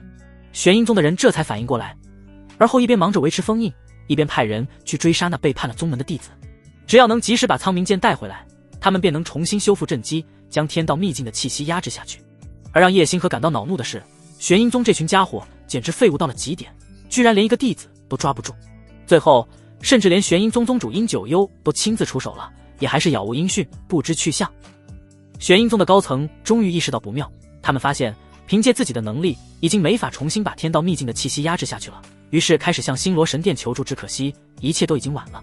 见叶星河仍是一副余怒未消的模样，玄冥道人不由摇头道：叶店主，事情已经发生了，迁怒于人并无意义。现在你若是再不出手把那封印重新修补起来，这玄阴宗的山门恐怕就真的要夷为平地了。闻言，叶星河不禁冷笑出声，反正这泉州内的顶尖势力都已经知晓了天道秘境的存在，既然如此，继续设立这道封印还有什么意义？不瞒你说，我就是故意把封印摧毁的。你说什么？玄冥道人一脸讶然地看向叶星河，这种连一点小事都做不好的宗门，有什么资格归顺到我星罗神殿麾下？借着我神殿的名头，在泉州作威作福了这么多年，他们也该知足了。叶星河那深邃的眼眸中流露出一丝残忍的光芒，他不可能真的把气全部撒到玄冥道人身上，毕竟那可是一个和他同等层次的存在，而恰好现在已经无需玄阴宗帮忙看守秘境了。既然玄阴宗彻底没用了，那他自然也就无需顾忌，可以把心底的所有怒火尽数撒到这个宗门的头上。店主，救命啊！我们真的已经撑不住了。底下玄阴宗的山门上，玄阴宗长老们正在苦苦支撑维持着封印，而在一众长老身后，仅剩的玄阴宗弟子也都不敢怠慢，他们一个个脸色难看，奋力地将体内那微薄的修为灌注进封印之中。由于天道秘境被压制了太久，此刻封印一旦破除，那积攒已久的天道气息将会如同风暴一般席卷而来，到那时整个玄阴宗都会在天道气息的恐怖冲击之下覆灭。然而看着众人在绝望中奋力挣扎的模样，叶星河的脸上却只是掠过了一抹讥讽的神色，他嘴角噙着一抹冷笑，深邃的眼眸里倒映着下方即将崩溃的玄阴宗山门，没有一丝动容。叶店主当真要看着他们全灭？玄冥道人站在一旁，灰白的眉毛微微抖动。废物就该有废物的归宿。叶星河淡然道，声音里带着令人毛骨悚然的寒意。当初他们答应为我看守秘境时，可是信誓旦旦保证万无一失的。话音未落，一声震耳欲聋的爆裂声从下方传来，玄阴宗的护山大阵终于支撑不住，震击处的符文一个接一个炸开，如同被点燃的爆竹。那些由历代玄阴宗强者精心镌刻的阵纹也都尽数粉碎，脆弱不堪。不！顶在宗门最前方的大长老发出最后一声惨叫，他的身体突然膨胀起来，皮肤下仿佛有无数金蛇在游走。下一刻，这位灵海境强者就像个装满水的皮囊般爆裂开来，血肉还未落地，就被狂暴的天道气息蒸发成一片血雾。叶星河眯起眼睛，欣赏着这残酷而美丽的一幕。金色的天道气息如同决堤的洪水，从破碎的大阵缺口喷涌而出，那光芒纯净的近乎神圣，所过之处却带来最纯粹的毁灭。这就是规则之力的可怕。当规则之力不受约束，随意肆虐之时，那无疑就像是一场可怕的灾难，寻常武者根本不可能抵挡得了这股力量。最先接触到金光的10几名玄阴宗弟子，连惨叫都来不及发出，便在金光中化为齑粉。叶星河，你不得好死！一位紫袍长老歇斯底里地咒骂着，他祭出本命灵兵，竭尽全力迎了上去。只见一面黑色幡旗迎风招展，化作百丈黑幕，试图阻挡金光。然而那平日里能腐蚀山岳的玄阴之气，在天道气息面前却如同沸汤卧雪，眨眼间就被消融殆尽。紫袍长老惊恐地看着金光顺着幡旗蔓延到自己手上，他的手臂开始以肉眼可见的速度枯萎、风化，最终化作一缕青烟。玄冥道人轻叹一声，袖中手指微微一动，似乎想要出手相助，但最终还是没有动作。他瞥了眼身旁的叶星河，发现这位星罗神殿殿主正专注地盯着下方，眼中闪烁着异样的光彩。看啊，多美的景象！叶星河笑道，声音里带着渗人的愉悦。这些蝼蚁连规则的意蕴都尚未感悟到，竟然便以为自己能抵抗天道之威。整个玄阴宗山门此刻已经变成了人间炼狱，建筑在金光中坍塌，千年古殿如同纸糊的一般被轻易撕碎，残存的弟子四散奔逃，但又如何逃得过天道气息的冲击？天道气息如若浪潮一般轰然扫荡向四面八方，短短片刻间便几乎把整个山头都给荡平。玄阴宗中央主峰开始崩塌，山体上浮现出无数蛛网般的裂痕，那些历代祖师闭关的洞府、藏经阁、炼丹房也都被潮水般的金光一一抹平。那家伙终于坐不住了。叶星河突然笑道，目光转向主峰深处，只见一道黑影冲天而起，正是玄阴宗的祖师阴煞老祖。这位在玄阴宗主峰中闭关多年的祖师爷，此刻披头散发，看起来落魄不堪。他怀中抱着一面青铜古镜，镜面上已经布满了裂痕。只见他双目赤红，死死看向叶星河的方向，沉声道：叶殿主，我玄阴宗为你星罗神殿看守秘境多年，没有功劳也有苦劳，你今日见死不救，就不怕寒了天下附庸宗门的心吗？叶星河像是听到了什么有趣的笑话，他笑道：阴煞老祖，你知道吗？我最讨厌的就是失败者为自己找借口。他优雅地抬起手，做了个下压的手势。既然你这么在意玄阴宗的传承，那就和他一起消失吧。随着他的动作，原本就狂暴的天道气息突然变得更加凶猛，金色洪流如同有了意识般汇聚成巨浪，朝着阴煞老祖当头拍下。我诅咒你，叶星河，你和整个星罗神殿终有一日都会跌落九幽地狱。阴煞老祖的咒骂戛然而止，他疯狂催动青铜古镜，镜面爆发出刺目的青光，竟然暂时抵住了金光的侵蚀，但明眼人都能看出，这不过是垂死挣扎。叶星河眼中闪过一丝不耐，他右手虚握，一缕星光在掌心凝聚。玄冥道人突然开口，叹息道：够了，叶殿主，还是给他留点体面吧。叶星河侧目看了他一眼，手中的星光渐渐消散。也罢，反正他也撑不过3息。果然，阴煞老祖手中的青铜古镜突然炸裂，无数碎片倒飞进他的身体。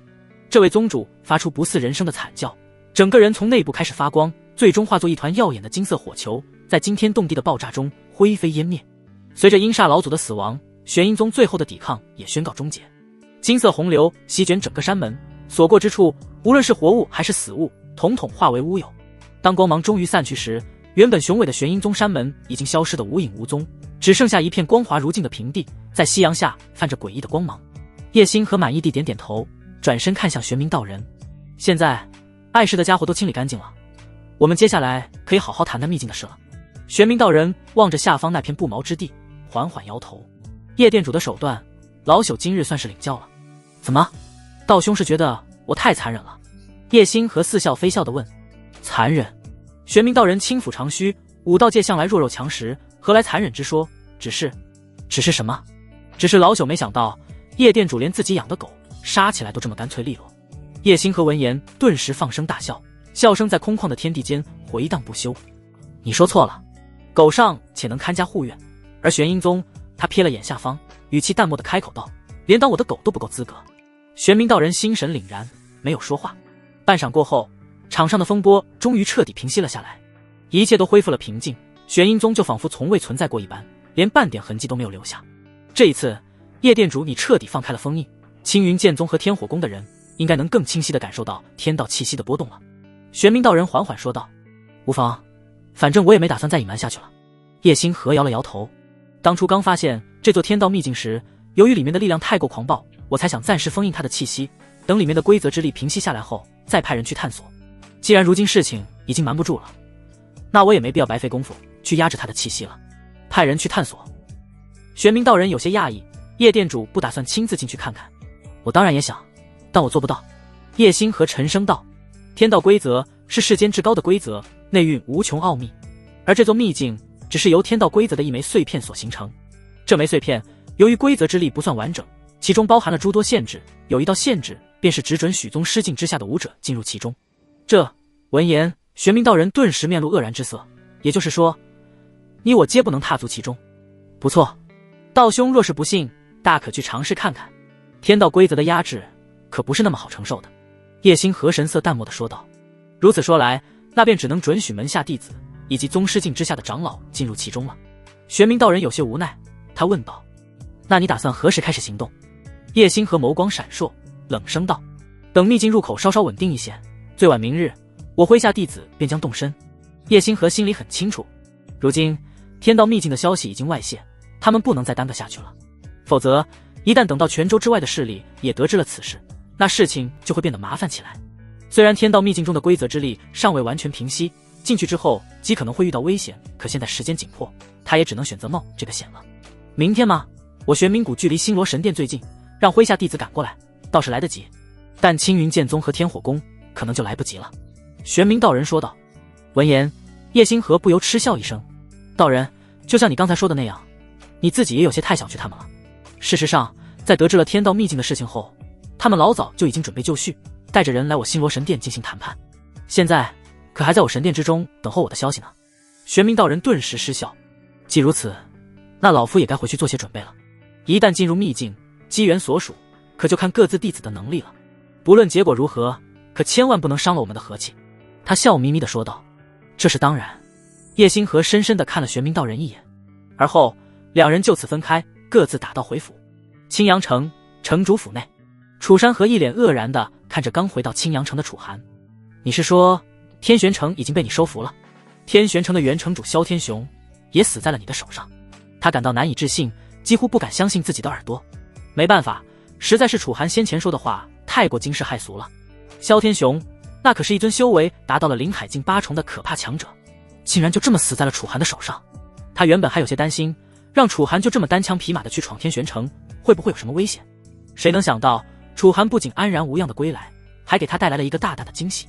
爹，你就放心吧，那些商道我已经让柳城主和石城主重新打通，现在没人敢再给我们楚家使绊子了。楚寒笑道。也就是说，天玄城那几座灵矿也归我们了。一旁的楚玄明忍不住说道：“不错，现在都已经是我们楚家的财产了。”楚寒点了点头。闻言，楚山河顿时瞪大了双眼。中品灵矿，那绝对是价值连城的东西，哪怕只是挖掘出一座下品灵矿，都足够楚家受用无穷了。更别说现在竟是一连得到了好几座中品灵矿。楚山河甚至有种错觉，哪怕是让楚家和百宝堂比财力，恐怕都不遑多让。不论如何，孩儿你这次立下了大功，不仅解决了我们楚家的困境，还让我们楚家有了意外的收获。楚玄明长叹一声，而后说道：“可是你刚才也说了，天玄城一直以来都向星罗神殿进贡，也算是受星罗神殿庇护的城池。如今天玄城出了这等大事，星罗神殿总不可能还视而不见了吧？一旦迁怒下来，我们楚家可不好应付。”闻言，楚寒显然早有准备，他不紧不慢地开口道：“无妨，我已经做好准备，要和星罗神殿来个了断了。”孩儿，你的意思是？楚山河蹙起眉头。据我所知，星罗神殿最近正在筹备天道秘境的事情，脱不开身，因此顾不上理会我们楚家。楚寒将最近得知的情报娓娓道来，还把他杀了星罗神殿真传弟子莫千尘的事也说了。而在莫千尘的储物戒指之中，楚寒不仅拿到了密令，也了解到了更多有关天道秘境的情报。一时间，楚山河和楚玄明都听得一愣一愣的，连星罗神殿的真传弟子都杀了，这一次他们楚家和星罗神殿之间可真要到不死不休的地步了。两人不禁相视苦笑。那星罗神殿准备放开天道秘境的封印了。待缓过神来后，楚玄明皱眉向楚寒问道：不错，密令之中有讯息残留，上面记载每个真传弟子都拿到了密令，要在这2天时间里准备进入天道秘境。不只是星罗神殿，就连玄冥谷、天火宫、青云剑宗也会参与其中。爹，老祖，我也打算去看看。楚寒深吸了一口气，缓缓说道：你也要去？楚山河脸色微变：孩儿，你不觉得这太冒险了吗？不论是只身去天玄城，还是要去被星罗神殿掌管的天道秘境中闯荡，楚寒的这些行为无疑都让他这个当父亲的感到提心吊胆。爹，你大可放心，我不会乱来的。楚寒眸光灼灼地看着楚山河。天道秘境可是一份大机缘，既然现在得知了此事，那我们就不该错过这次大好机会。况且等天道秘境的事情落幕之后，星罗神殿很可能便会抽出空来，拿我们楚家开刀。哪怕仅仅是为了更快的提升实力，以应对之后的危机，这一趟我都非去不可。楚山河也明白楚寒心中的想法，但他还是有些放心不下。毕竟星罗神殿可是一支凌驾于整个泉州之上的霸主级势力，和星罗神殿相比，楚家渺小的犹如蝼蚁一般，让楚寒孤身一人去和那种势力作对，这实在太危险了。让他去吧。楚玄明开口了。身为楚家老祖，相比楚山河这个父亲，他明显更有魄力。老祖，楚山河不解地看向楚玄明，孩儿都已经创造过这么多奇迹了，事已至此，我们为何不能再选择相信他一次？正如孩儿所说，他杀了星罗神殿的弟子，一旦星罗神殿抽出空来，孩儿同样会面临难以想象的危险。而眼下各大势力一同进入天道秘境，各方互相制衡之下，孩儿反而可以周旋其中，状况未必会和你想的一样危险。楚玄明缓缓说道。在楚玄明的劝说下，楚山河最终只能无奈地答应了下来。事实上，楚寒这段时间以来的表现也给他带来了深深的震撼。他知道自己儿子不是个鲁莽的人，敢孤身前去，那手中便一定掌握着足以自保的力量。孩儿，我不管你去做什么，总之无论如何，一切要以自身安危为重。楚山河看着楚寒，神色凝重地叮嘱道。当然。楚寒点了点头。那你打算何时动身？明天吧。楚寒微微思索说道。根据密令上记载的时间，大概就这2天，星罗神殿便会放开封印，邀天火宫、玄冥谷、青云剑宗3大势力一同闯荡天道秘境。那时便是他趁机混进去的最好时机。父亲，老祖，我离开的这段时间里，我也有其他事情要安排给你们。楚寒看向楚山河和楚玄明说道。哦。两人皆是一怔。是接管天玄城的事吗？楚山河有些犹豫。天玄城是方圆百里的第一大城，里面强者众多，你不在的话，要想将其接管，恐怕只能让老祖去了。可现在赵会长不在，我们青阳城也需要老祖的庇护，老祖恐怕脱不开身。无妨，这段时间里，石城主和柳城主会帮我打理天玄城的事务。楚寒笑道。我是想让你们在这段时间里好好提升一下楚家的整体实力。这我们该怎么做？楚山河一脸愕然。我在楚家后山里种下了很多适合现阶段楚家服用的灵药，灵药基本上已经成熟，足以让整个楚家的实力都提升一个档次。我已经安排妥当，药园之中也有人照看，等我离开后，你们便前往药园，到那时自会有人给你们安排。楚寒对着两人好生叮嘱了一番。楚山河和楚玄明也都神情凝重的点头。虽然不知道后山药园被楚寒改造成了什么样子，但他们心里都隐隐有种预感，自此之后楚家恐怕会迎来前所未有的改变。跟父亲交代完该交代的事情后，楚寒这才离开了城主府。药园有宁巧巧看着，天玄城也有柳无痕和石破山照料，一切都已安排妥当，应当是没有什么遗漏了。楚寒在心中思索，接下来便是去天道秘境了。根据密令上记载，天道秘境位于万妖山脉之中。万妖山脉是一座位于泉州境内的山脉，它绵延数千里，凶险莫测，乃是无数妖兽盘踞的禁忌之地。其中毒瘴弥漫，古木参天，更有上古遗留的凶兽蛰伏，即便是灵海境武者踏入，也未必能全身而退。而天道秘境便藏在万妖山脉深处，要想前往天道秘境，首先便得深入到万妖山脉的腹部地带，单单是这个过程就已经足够凶险了。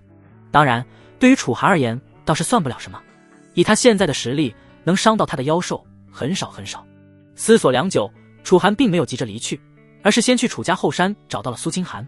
看着眼前这道苗条的倩影，他直接开门见山地说道：我这次离开，恐怕要和星罗神殿做个了断，你要去吗？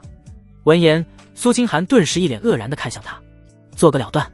身为星罗神殿曾经的弟子，他深知星罗神殿的底蕴有多么可怕。楚寒此言无异于是在自寻死路。不错，楚寒神色郑重地点了点头，他将有关天道秘境的事情和盘托出，而后说道：我可以把这块密令交给你，到时候你可以和我一同进入天道秘境之中。交给我？可是那样一来，你又该如何进去？苏清寒有些不解，那清冷绝美的容颜上满是疑惑的神色。我自有办法。楚寒摇了摇头，没有多说。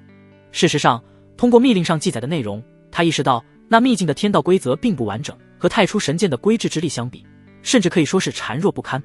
而身怀天道神兵的自己，想要进入应该不难。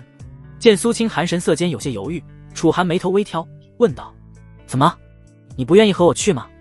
闻言，苏清寒微微摇头道：天道秘境，那可是天道对于世间武者的馈赠，其中藏有大机缘，我自然也想去看看。只是他没再开口，但楚寒却看透了他的心思。怎么，担心碰到星罗神殿的故人？楚寒淡淡的笑了笑，他伸出手来，缓缓将苏清寒搂入怀中。我之前说过，这次要去和星罗神殿做个了断，我说的可不只是我自己。闻言，苏清寒顿时一怔，心中掠过了一抹复杂的思绪。星罗神殿某座府邸深处的一间幽深静室内，灵气浓郁的几乎凝成实质，化作缕缕白雾，在虚空中流淌，四周墙壁上镌刻着古老的巨灵阵纹，此刻正闪烁着微光，将方圆百里的天地灵气源源不断地汇聚于此。忽然，一道低沉的吐息声响起，盘坐在玉台上的青年缓缓睁开双眼，眸中似有雷霆闪过，凌厉而慑人。他身形挺拔，一袭墨色长袍无风自动，周身萦绕的灵力尚未完全平息，隐有龙虎交汇之势。灵海境五重，终于成了。徐天傲长吐出一口气，五指缓缓握紧，感受着体内澎湃的力量。此次闭关，他服下了店主赐予的九转玄灵丹，一举冲破瓶颈，连破2重小境界，实力暴涨。以我如今的修为，同辈之中还有几人能与我争锋？他豁然起身，周身灵力震荡，境室内的灵气如受牵引，化作漩涡环绕其身。徐天傲。就在这时，一道身影如若穿越虚空一般，径直浮现在了徐天傲身前。他周身悬浮着璀璨星河，乍一看去，就像是一尊横立在星空之中的神明，浑身上下都充满了神秘而强大的气势。看着面前这道熟悉的身影，徐天傲恭敬地俯首道：师尊，你来了。叶星河淡漠地看了徐天傲一眼，他微微点头：不错，看起来你此番闭关颇有收获，多亏了师尊赏赐，弟子才能有如此长进。徐天傲躬声道：不必谦虚，若非身负9星玄体，要想炼化这9转玄灵丹，可得费不少功夫。叶星河淡淡地说道。闻言，徐天傲虽然没有多说什么，但他眼中还是不易察觉地掠过了一抹自得之色。试问这偌大个泉州，有谁能在入门后的短短3年时间里，从一个再普通不过的外门弟子成长到如此地步？他徐天傲就做到了，而且还颇受店主的赏识和青睐。师尊，不知你此番前来所为何事？徐天傲问道。天道秘境之事已经瞒不下去，我打算即刻动员宗门里的精锐弟子进入秘境之中试炼，你眼下结束闭关，倒是时机正好。叶星河说道。原来如此。闻言，徐天傲的眼神中顿时掠过了一抹灼热之色。早在得知天道秘境的存在之后，他便迫不及待想要进去了。武道之路漫漫无际，世间的武道境界在淬体、断骨、凝元、灵海、宗师、气府之后，还有神威、通天境、造化、准圣、圣人、至尊这6大境界。而天道规则，据传那可是只有修为达到了通天境的强者才能领悟的天地至高规则。而如今他还只是灵海境而已，便有机会接触到天道规则，这又怎能不令他感到激动难耐？叶星河看了徐天傲一眼，眼神中掠过一抹复杂的光芒。我明白你的心情，但我希望你先做好心理准备。在你闭关的这段时间里，发生了不少事。闻言，徐天傲脸上的喜色缓缓收敛，他看着叶星河严肃的面庞，心中不知为何隐隐掠过了一丝不安。你可认识楚寒这个人？叶星河开口道。楚寒。听到这个名字，徐天傲的眸光顿时变得森然摄人。师尊，这家伙是我的仇人。我知道，你全家都被他灭了，我当然知道他是你的仇人。叶星河点了点头。等等，师尊你刚才说什么？徐天傲突然愣住了，他几乎以为自己听错了，有些茫然地看向叶星河。唉，叶星河深深地叹了口气。所以我才说，要你先做好心理准备。你身后的家族已经不复存在了，现在的青阳城以楚家为尊。轰！霎时间，徐天傲就像是被雷劈中了一般，整个人愣在原地。不可能！徐天傲眼神呆滞，浑身灵力仿若不受控制般暴走，震得境室内的灵物四散翻涌。他整个身躯都在发颤，喉咙里挤出的声音嘶哑而扭曲。我徐家被灭了！叶星河神色淡漠，袖袍一挥，无形的威压瞬间将徐天傲暴动的灵力镇压。本座亲自确认的消息，还能有假？楚寒！闻言，徐天傲顿时发出一声野兽般的低吼，双目赤红如血，杀意几乎凝成实质。我要将他碎尸万段，挫骨扬灰。尽管有些无法接受这个事实，但他知道他师尊不会骗他。徐家已经没了，他彻底成为了孤家寡人。盛怒之下，徐天傲猛地转身就要冲出境室，但下一刻他便被一道星光屏障拦住了去路。现在去报仇，简直愚蠢！叶星河冷冷开口道：“天道秘境开启在即，不只是我们玄冥谷、青云剑宗、天火宫都会派遣门下弟子进入其中。你若是去慢一步，里面的机缘只怕早就被人瓜分干净了。为了报仇，难道你要耽误了大事不成？”徐天傲僵在原地，胸口剧烈起伏。他何尝不明白这个道理？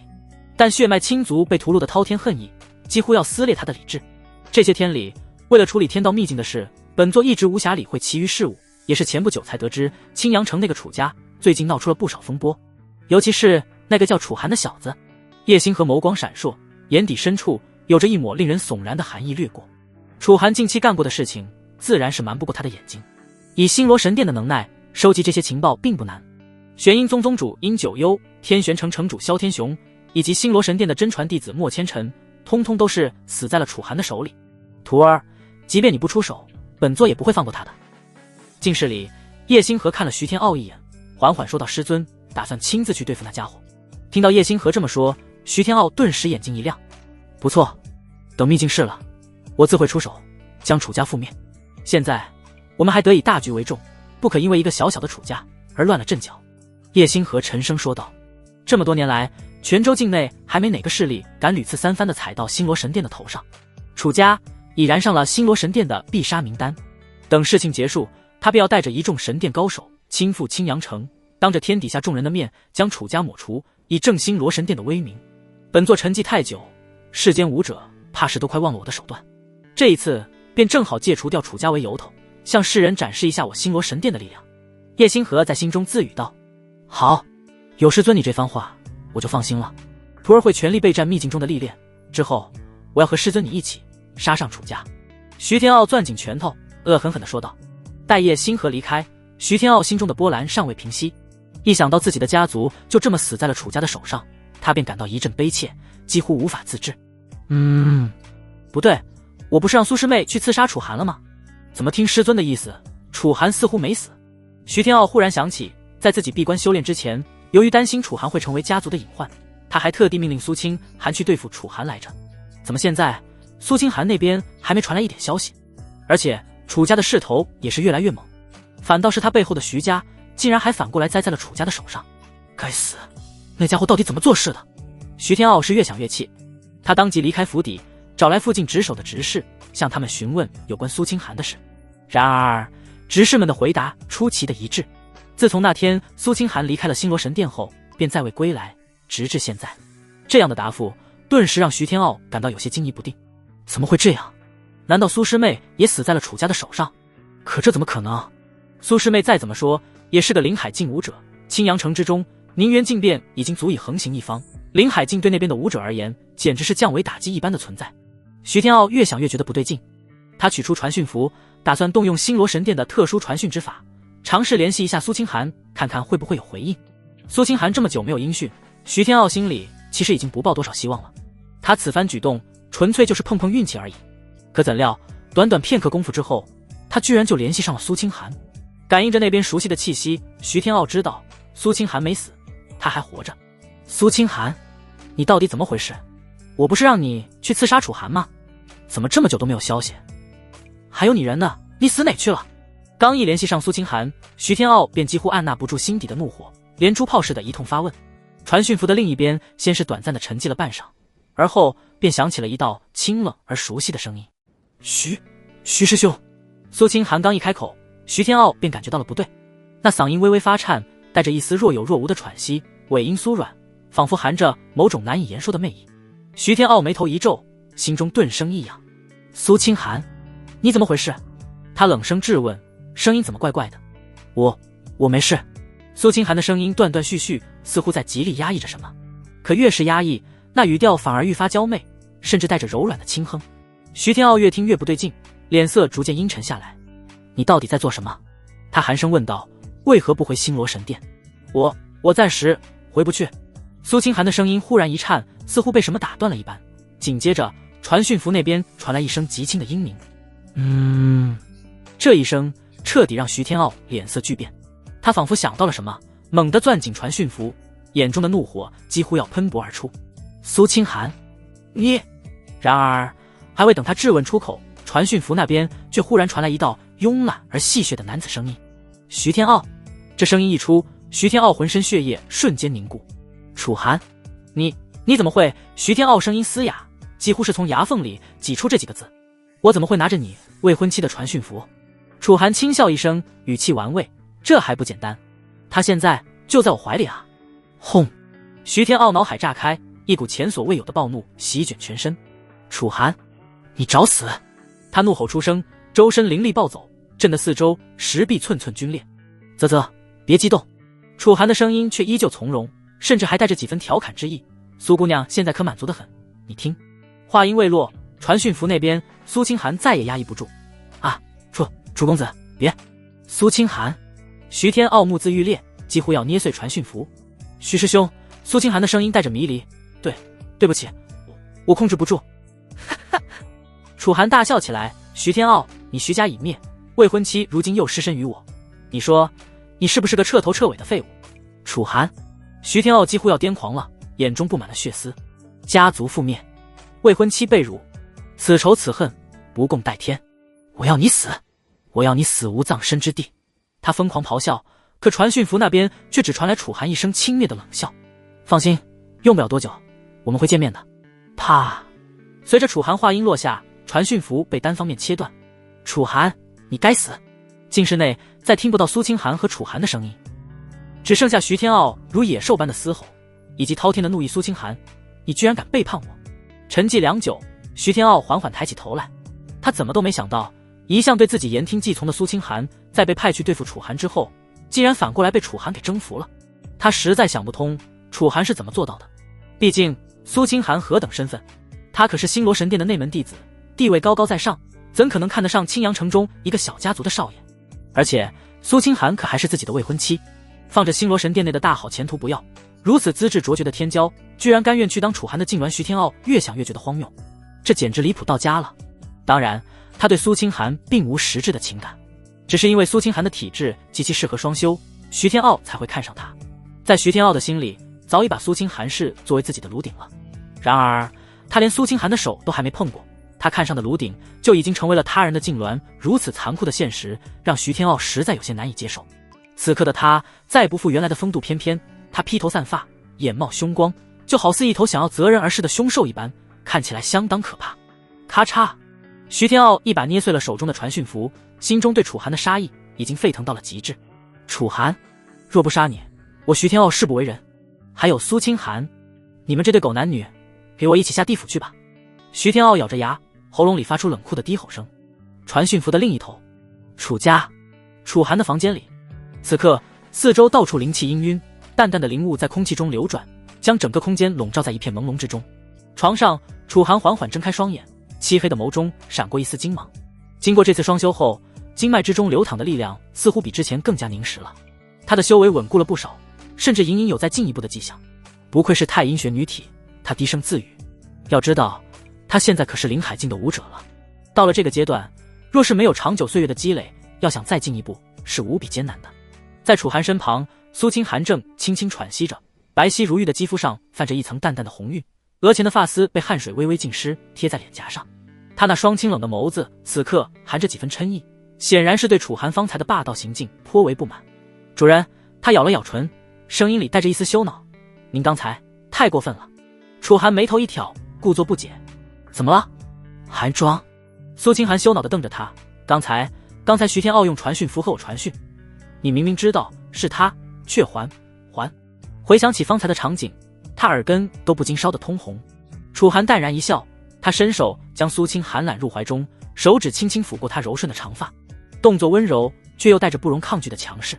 当年我也曾有过未婚妻，当时我还年少，我怎么也没想到我的未婚妻其实是徐天傲的女人。他故意让他的女人接近我，让我陷入温柔乡，而后又趁我修行到紧要关头之时，对我实施偷袭。因为此事，我丹田破损，修为尽废，度过了落魄的3年。楚寒眸光冷漠，淡然道：现在我也让他看看他的未婚妻如今是谁的女人。苏清寒身子一僵，他万万没想到楚寒和徐天傲之间原来还有过这段瓜葛。以楚寒的资质，若非当初被徐天傲的奸计得逞，3年前加入星罗神殿的或许便是楚寒了。苏清寒顿了顿，随即轻哼一声道：谁是他的女人？我从未真心归属过他，和他联姻无非是为了报答他的恩情罢了。他当然知道徐天傲看上他只是因为他的特殊体质而已，两人之间从未有过真正的感情。哦，楚寒似笑非笑，那你现在是真心归属我了。苏清寒抬眸看向他，眼中闪过一丝复杂的光芒，但很快他的眼神又变得柔顺起来。他低着头小声道：我既已认你为主，自然是你的。闻言，楚寒满意的笑了笑，他目光深邃地看向苏清寒，淡然道：记住，从今往后你只能是我的。苏清寒的心跳顿时微微有些错乱，他还是第一次听到有男人对他说出这般霸道的话语。你难道就不怕徐天傲发疯？你如此激他，他恐怕会不惜一切代价的实施报复。苏清寒说道。报复？楚寒嗤笑一声，眼中寒光乍现，我巴不得他来，他若敢来，我便让他有来无回。况且哪怕我不出手，以你现在的修为，那徐天傲也同样不是对手。说起来，说罢，楚寒忽然话锋一转，指尖在苏清寒唇上轻轻一点，你刚才的表现倒是让我很满意。苏清寒顿时感到一阵羞恼，抬手就要打他，却被他一把扣住手腕。楚寒玩味地看着苏清寒那含羞带怯的绝美面容，笑道：怎么刚结束完就想对主人动手？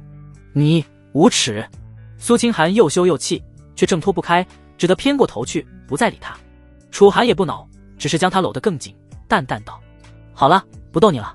天道秘境开启在即，徐天傲必定会去，到时候我们迟早会直面他。这一次我们就一起和他做个了断。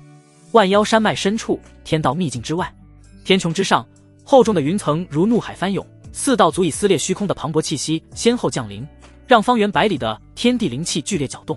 星罗神殿殿主叶星河脚踏虚空而立，玄色长袍在狂暴的灵气乱流中纹丝不动，他周身星光流转，每一道星辉都蕴含着令人心悸的威压，宛如执掌天穹的无上君王。在他身后，一众星罗神殿弟子肃然而立，神情冷峻中带着压抑的兴奋，唯有徐天傲似乎还沉浸在悲伤之中，没能完全走出来，一双眸子血丝遍布，看起来颇为瘆人。轰！东方天际突然传来一声闷响，一道灰白盾光撕裂云层，破空而至。玄冥道人手持一柄通体惨白的古杖踏空而来，那古杖顶端镶嵌的骷髅眼眶中跳动着幽绿色的火焰。在他身后，数名玄冥谷精英弟子如影随形，每个人身上都散发着阴冷刺骨的气息，眼神锐利如刀。叶店主，久等了。玄冥道人微微颔首，叶星河嘴角勾起一抹若有若无的笑意。玄冥道兄客气了，秘境开启在即，多等片刻又何妨？轰隆隆，西方天空突然赤红一片，炽热的火浪如海啸般席卷而来，将半边天穹都染成了血色。天火公公主颜无尽脚踏火云降临，她赤发如火，每一根发丝都仿佛在燃烧，双眸中跳动的烈焰让周围的空气都为之扭曲。看来本座来的正是时候。颜无尽声如洪钟，震得下方山林簌簌作响。几乎在同一时刻，南方天际传来清脆的剑鸣声。青云剑宗宗主柳清风脚踏一柄青色古剑御空而至，身后拖曳着长达100里的凌厉剑气。他身后弟子个个背负长剑，锋芒毕露的气势让周围的空气都变得锐利起来。4大势力齐聚，浩荡的威压让方圆100里内的妖兽尽皆折服，就连那些平日里凶残无比的4、5阶妖兽，此刻也都蜷缩在洞穴中瑟瑟发抖，不敢发出半点声响。叶星河深邃的目光缓缓扫过众人，诸位，天道秘境虽已现世，但本座并未彻底解除封印，以免引来不必要的麻烦。说罢，他抬手一挥，数十道璀璨的星光在虚空中凝聚成古朴的令牌，每一块令牌上都镌刻着繁复的星纹，悬浮在半空中缓缓旋转。接下来我会打开封印的入口，此乃通行密令，持此令者方可穿过封印入口进入秘境。星罗神殿弟子早已人手一枚，此刻叶星河主要将令牌分发给其余3大势力的弟子。玄冥道人接过令牌，笑道：“叶店主倒是考虑的周全。”颜无尽咧嘴一笑，露出森白的牙齿。他说着，随手将令牌抛给身后的弟子。柳清风始终沉默不语，只是微微点头示意，修长的手指轻弹，将令牌精准地送到每位弟子手中。待令牌分发完毕，叶星河双手突然接出一个玄奥的法印，刹那间，一道璀璨的星光自他掌心迸发，如银河倾泻般直射向天道秘境的缺口处。轰！虚空剧烈震颤，一道横亘天地的巨大封印光幕缓缓浮现。光幕上，无数古老符文流转不息，散发出令人窒息的强大气息，隐约可见其后扭曲的空间裂隙。秘境已开，诸位，请吧。叶星河沉声开口道。4大势力的弟子们紧紧握住手中的令牌，眼中皆闪烁着炽热的光芒。且慢！就在这时，天火宫宫主颜无尽突然开口，叫住了跃跃欲试的众人。怎么了？叶星河看向颜无尽，淡然问道。众人的目光也都纷纷看了过来。只见颜无尽大笑着说道：“记得叶店主说过，这处天道秘境规则不完善，只允许宗师境之下的武者进入。本座只是想试试，看能否以蛮力打破秘境的规则，闯入其中。”此言一出，众人皆是面露愕然之色。天道秘境可是由天道规则所形成的，这是天地间至高的规则，岂是寻常武者能打破的？即便颜无尽是全州中的顶尖强者，要想和天道规则抗衡，那也是痴心妄想。颜公主，你是在开玩笑吗？叶星河皱眉问道。到了你我这种层次，你该明白，天道规则是何等至高的力量。向来不善言辞的柳清风，这时候也开口了。他淡淡的瞥了颜无尽一眼，淡漠的眼神竟是透出一抹如剑般的锋芒。话虽如此，但各位也知道，这秘境的规则其实并无完善，不试试又如何知道呢？若是我等也可以凭借蛮力闯进去，到时候以我等的实力探索这天道秘境，岂不是容易了千百倍？颜无尽声若洪雷，大笑开口。话音未落，只见他周身骤然爆发出滔天烈焰，赤红色的火浪席卷四方，将周围空气都灼烧得扭曲起来。他狂笑一声，双臂猛然一震，体内灵力如火山喷发般汹涌而出。焚天裂地掌！轰！一道足有100丈大小的火焰巨掌凭空凝聚，掌心纹路清晰可见，炽热的高温使得地面瞬间皲裂，岩石化作熔浆。巨掌携带着毁天灭地之威，狠狠轰向秘境入口处的空间裂缝。这一掌之威，足以将一座城池夷为平地。颜无尽这家伙竟真敢出手！玄冥道人眉头一皱，身形微退。叶星河目光微冷，却并未阻拦，只是淡淡道：“不自量力。”就在火焰巨掌即将触及光幕的刹那，嗡！光幕上一道玄奥的符文骤然亮起，紧接着一股浩瀚如天的威压轰然降临。什么？颜无尽瞳孔骤缩，那道火焰巨掌竟如同冰雪遇烈阳，瞬间便消融殆尽。随着那火焰巨掌消融殆尽，紧接着颜无尽只感到有一股无形的反震之力正顺着他的灵力轨迹，直接轰入了他的体内。噗！颜无尽闷哼一声，身形如炮弹般倒飞而出。他沿途可血，接连撞碎数座山峰，最终重重砸进地面之中，激起漫天烟尘。全场寂静，所有人都被这一幕震撼得说不出话来。堂堂天火宫公主，一代宗师境大能，竟是如此轻易就被轰飞了，简直一点还手之力都没有。片刻后，颜无尽从废墟中爬出，衣衫破碎，嘴角一血，虽然伤势不重，但模样却颇为狼狈。他脸色阴沉，死死盯着那道光幕，眼中满是忌惮，哈哈哈！叶星河不由大笑道：“颜公主，现在可还觉得天道规则是能轻易打破的？”颜无尽冷哼一声，伸手擦去嘴角的血迹：“倒是本座小觑了这秘境，天道之威，岂是人力可抗？即便这规则残缺不全，也并非我等可以应付。颜公主，还是按规矩来吧。”柳清风摇头叹道。颜无尽不再多言，挥手间换上一件新的衣袍，脸色阴沉地站回原位。经此一事，众人对天道秘境的敬畏更深，再无人敢有半分逾矩之心。好了，叶星河收起笑容，目光扫过众人：“我们时间有限，诸位请吧。当然，进去之前还请容我提醒你们一句，这片天道秘境也就刚成型了不到1年的时间，其中的规则之力尚未完全平息。进去之后，务必要小心空间乱流、规则之力暴动等情况，一定要在确保自身安危的情况下，再进行对秘境的探索。对此，场上众人也都明白。当然，过去了1年这么长的时间，天道秘境内部中的规则之力虽然尚未完全平息下来，但也比一开始稳定了不少。最主要的是，随着天道秘境的事情泄露出去，叶星河实在不敢再继续拖延了。一旦消息传到了中州那些老怪物的耳中，到时候这天道秘境可就轮不到他们来探索了。眼下虽然会冒有一定风险，但为了能抢在他人之前获得里面的机缘，他们只能拼了。四大势力的弟子们深吸一口气，纷纷握紧令牌，朝着秘境入口飞掠而去。记住你们答应过我的事，这次的便宜可是给你们占大了。叶星河冷冷地扫了一眼其余三人，颜无尽、柳清风、玄冥道人闻言，脸上皆是流露出了一丝笑意。星罗神殿好歹是和他们处于同一层次的势力，在得知天道秘境的存在后，他们自然不可能真的以鱼死网破的方式相逼。毕竟若真将消息泄露给中州那些庞然大物，泉州这四大势力恐怕谁都讨不了好。叶店主愿意共享秘境，我等自然不会让你吃亏。玄冥道人抚须一笑，率先开口，我玄冥谷愿意让出3座灵石矿脉的开采权作为补偿。颜无尽哈哈一笑，豪迈道，我天火宫可赠与星罗神殿3枚赤焰玄晶，此物乃炼制火系灵兵的顶级材料，想必叶店主不会拒绝。我可以赠一部清霄剑典残卷给叶店主，此乃我宗不传之秘，虽非全本，但价值想必叶店主也清楚。柳清风神色平静，但语气却颇为郑重。叶星河闻言，冷峻的面容终于缓和了几分。这些补偿确实诚意十足，灵石矿脉、赤焰玄晶、清霄剑典残卷，每一样都珍贵无比，足以弥补星罗神殿的损失。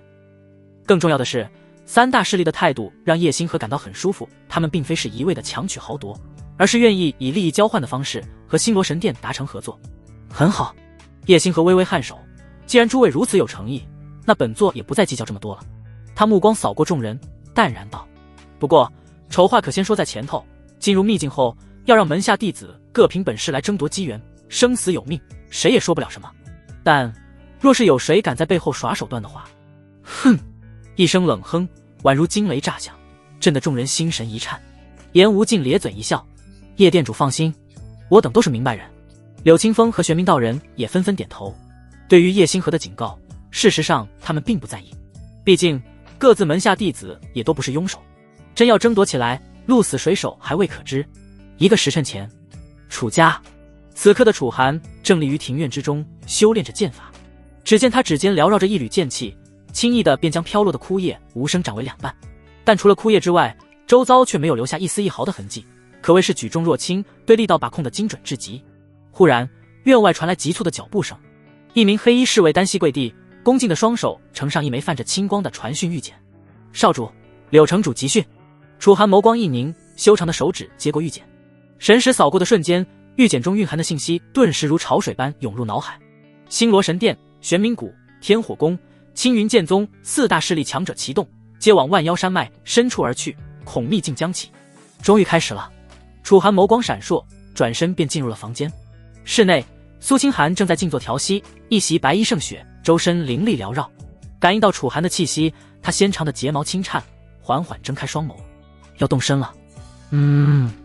楚寒点头道，4大势力的人都已齐聚万妖山脉，秘境入口恐怕就要开启了。那便走吧，莫让他们占了先机。苏清寒站起身，声音清冷地说道。咻！两人没有废话，当即动身离开了楚家。天穹之上，暮云四合，凌厉的剑气撕裂厚重的云层，在空中留下一道久久不散的轨迹。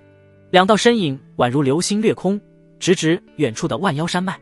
约莫过去了半个时辰左右，楚寒和苏清寒便来到了万妖山脉的外围。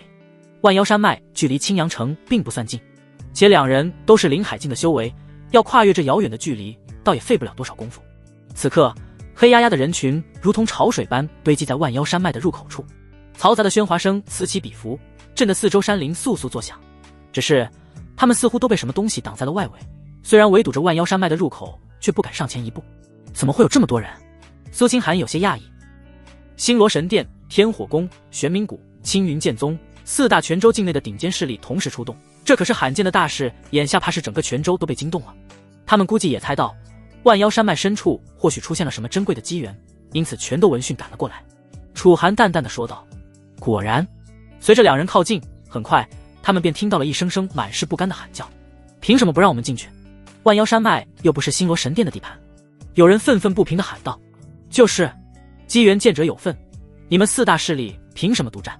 人群中骚动不断，可任凭他们如何喊叫，诡异的是，竟无一人敢真正上前。所有人的目光都不自觉地落在封锁线的最前方，那里正有一道灰袍身影负手而立，周身散发着令人窒息的恐怖威压。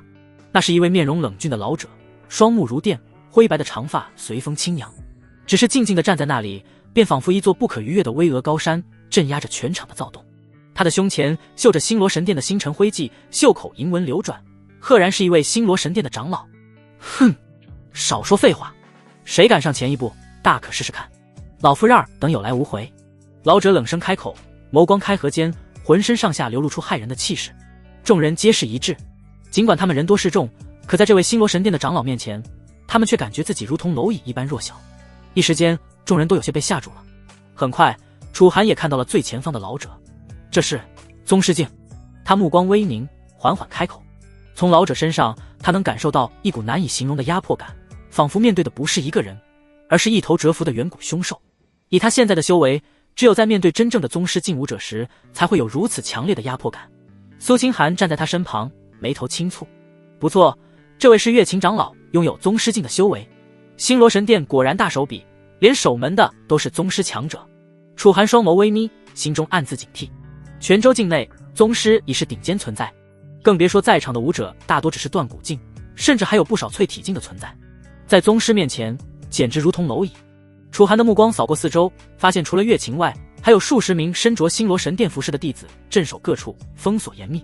这些弟子个个气息沉稳，最低都是断骨境3重以上的修为，其中领头的几人更是隐隐触及到了灵海境，而更远处还隐约能感受到几道隐晦而强大的气息潜伏在暗处，显然还有其他强者坐镇。看来四大势力的精锐都已经进入万妖山脉深处了。楚寒沉吟道，按照情报，宗师境无法进入秘境，所以这些老怪物只能在外面守着。苏清寒看向他，眼中闪过一丝担忧。我们怎么办？硬闯？楚寒摇头，声音低沉地说道，以我们的实力，现在和宗师境硬拼并不明智。况且哪怕我们能打败月琴，但若是惊动了叶星河那种存在，那就更糟糕了。他目光转向远处巍峨的山脉，沉声道，万妖山脉这么大，星罗神殿不可能每一处都封锁得滴水不漏，我们绕路。苏清寒会意，两人对视一眼，悄然退出躁动的人群，朝着山脉侧翼的险峻山峰掠去。那里山势陡峭，毒瘴弥漫，寻常武者根本不敢靠近，但对楚寒和苏清寒这样的强者而言，不过是些许阻碍罢了。走！两人身形如电，在密林间快速穿梭。他们小心翼翼地避开了灰袍老者等一众星罗神殿的强者，而后一路朝着万妖山脉深处疾驰而去。万妖山脉外围虽被星罗神殿封锁，但这座绵延数千里的古老山脉实在太过广袤，尤其是那些陡峭的悬崖以及毒瘴弥漫的峡谷，即便是星罗神殿也难以完全顾及。此刻两人正沿着一条干涸的古河道蜿蜒而上，两侧是近乎垂直的峭壁，寻常武者根本不敢踏足。这里的瘴气比传闻中还要浓郁。苏清寒眉头微蹙，纤细的手指在空中划过一道优美的弧线，一缕寒气从他指尖溢出，将飘荡而来的紫色毒物冻结。那些被冻住的毒物宛如颗粒般簌簌坠落，在天光的映照下闪烁出妖异的光芒。楚寒目光沉静，灵石如水般向四周扩散。自突破灵海境之后，他的感知范围便扩展到了数百丈之远，周遭每一片树叶的颤动，每一只昆虫的爬行，都能清晰地映照在他的脑海中。万妖山脉凶险无比，即便是外围区域也可能潜伏着强大的妖兽，这些畜生最擅长隐匿气息，等待猎物自投罗网。小心些，这里的气息不对。楚寒停下脚步，眸光带着审视的意味看向周围。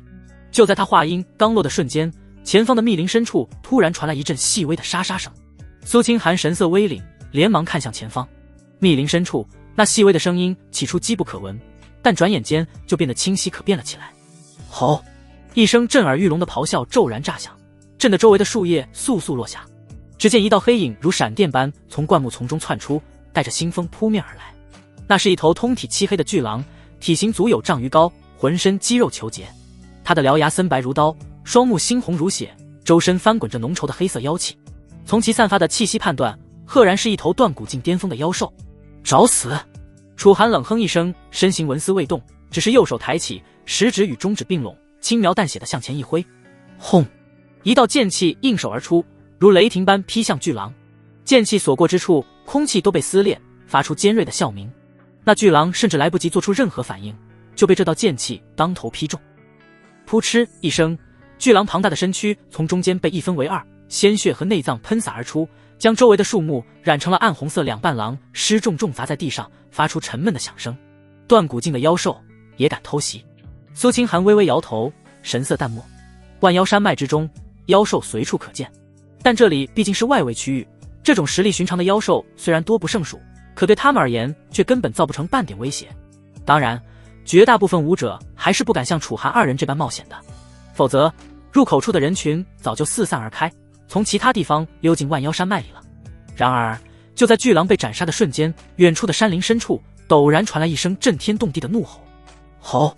这一声怒吼比先前那头巨狼的咆哮还要恐怖10倍不止，音浪如同实质般扩散开来，震得整片山林都在颤抖。无数飞禽扑棱着翅膀仓皇逃窜，地面上的小兽也都在四散奔逃，似乎有什么可怕的存在被惊醒了。不好！楚寒眉头一皱，眼中闪过一丝凝重，这头断骨境妖兽恐怕是某头大妖的子嗣。轰隆隆，大地开始震颤，远处的古树接连倒塌，仿佛有一头庞然大物正在快速移动。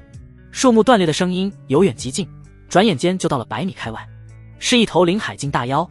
苏青寒眸光一凝，周身灵力骤然升腾，激荡而开。下一刻，便见到一头体型如山岳般雄壮的黑色巨狼踏碎林木，轰然降临。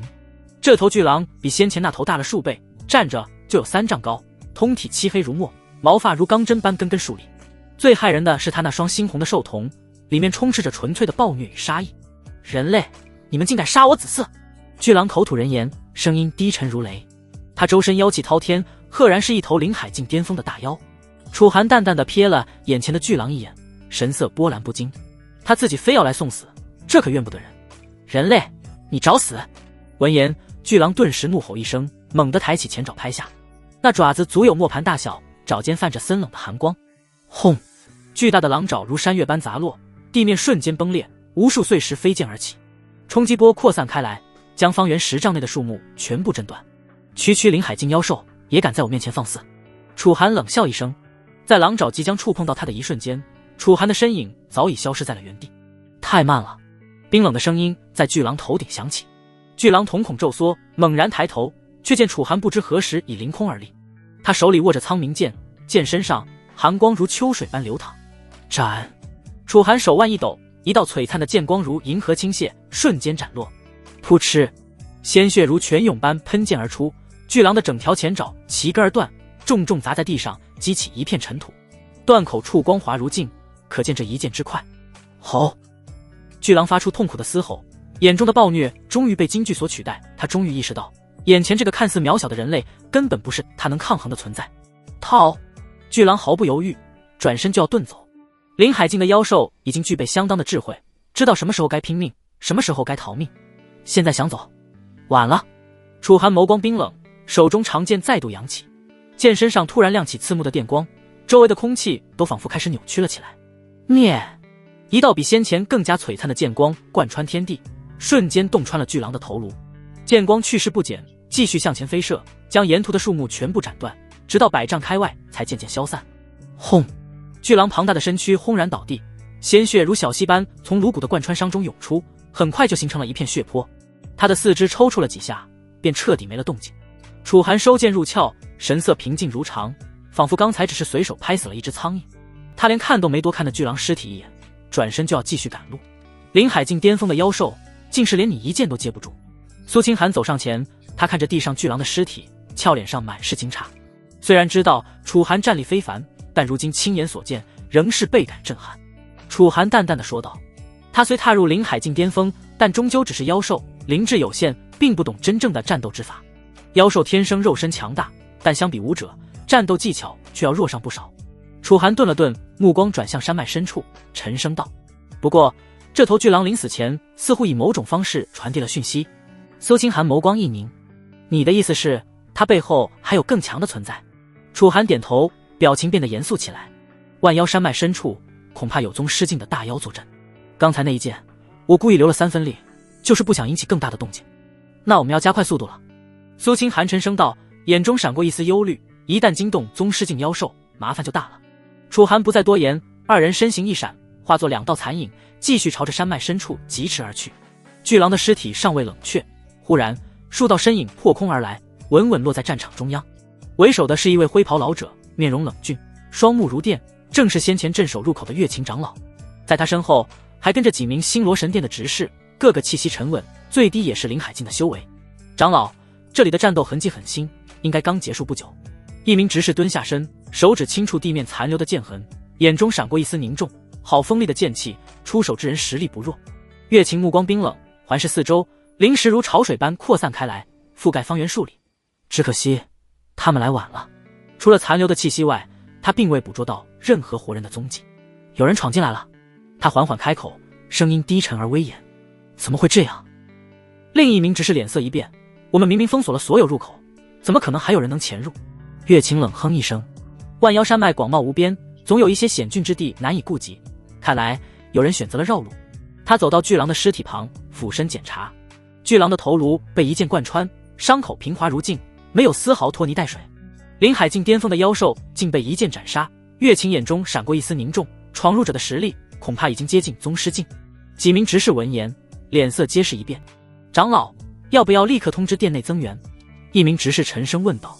月琴摇了摇头，不必，从这残留的气息判断，闯入者还不是宗师修为。区区林海境武者，没必要惊动殿主。他站起身，目光冰冷地望向山脉深处。你们几个立刻返回各自岗位，继续镇守入口，防止再有人潜入。那长老您，本座亲自去追杀此人。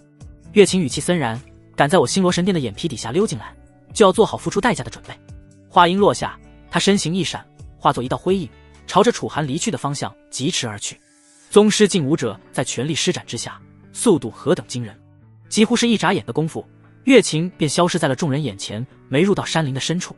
余下执事对视一眼，不敢怠慢，也都立刻分散开来，返回了各自的镇守区域。此刻楚寒和苏清寒正一路向着万妖山脉深处疾驰，两人身形如电，速度极快，在幽暗的山林中留下了一道道模糊的残影。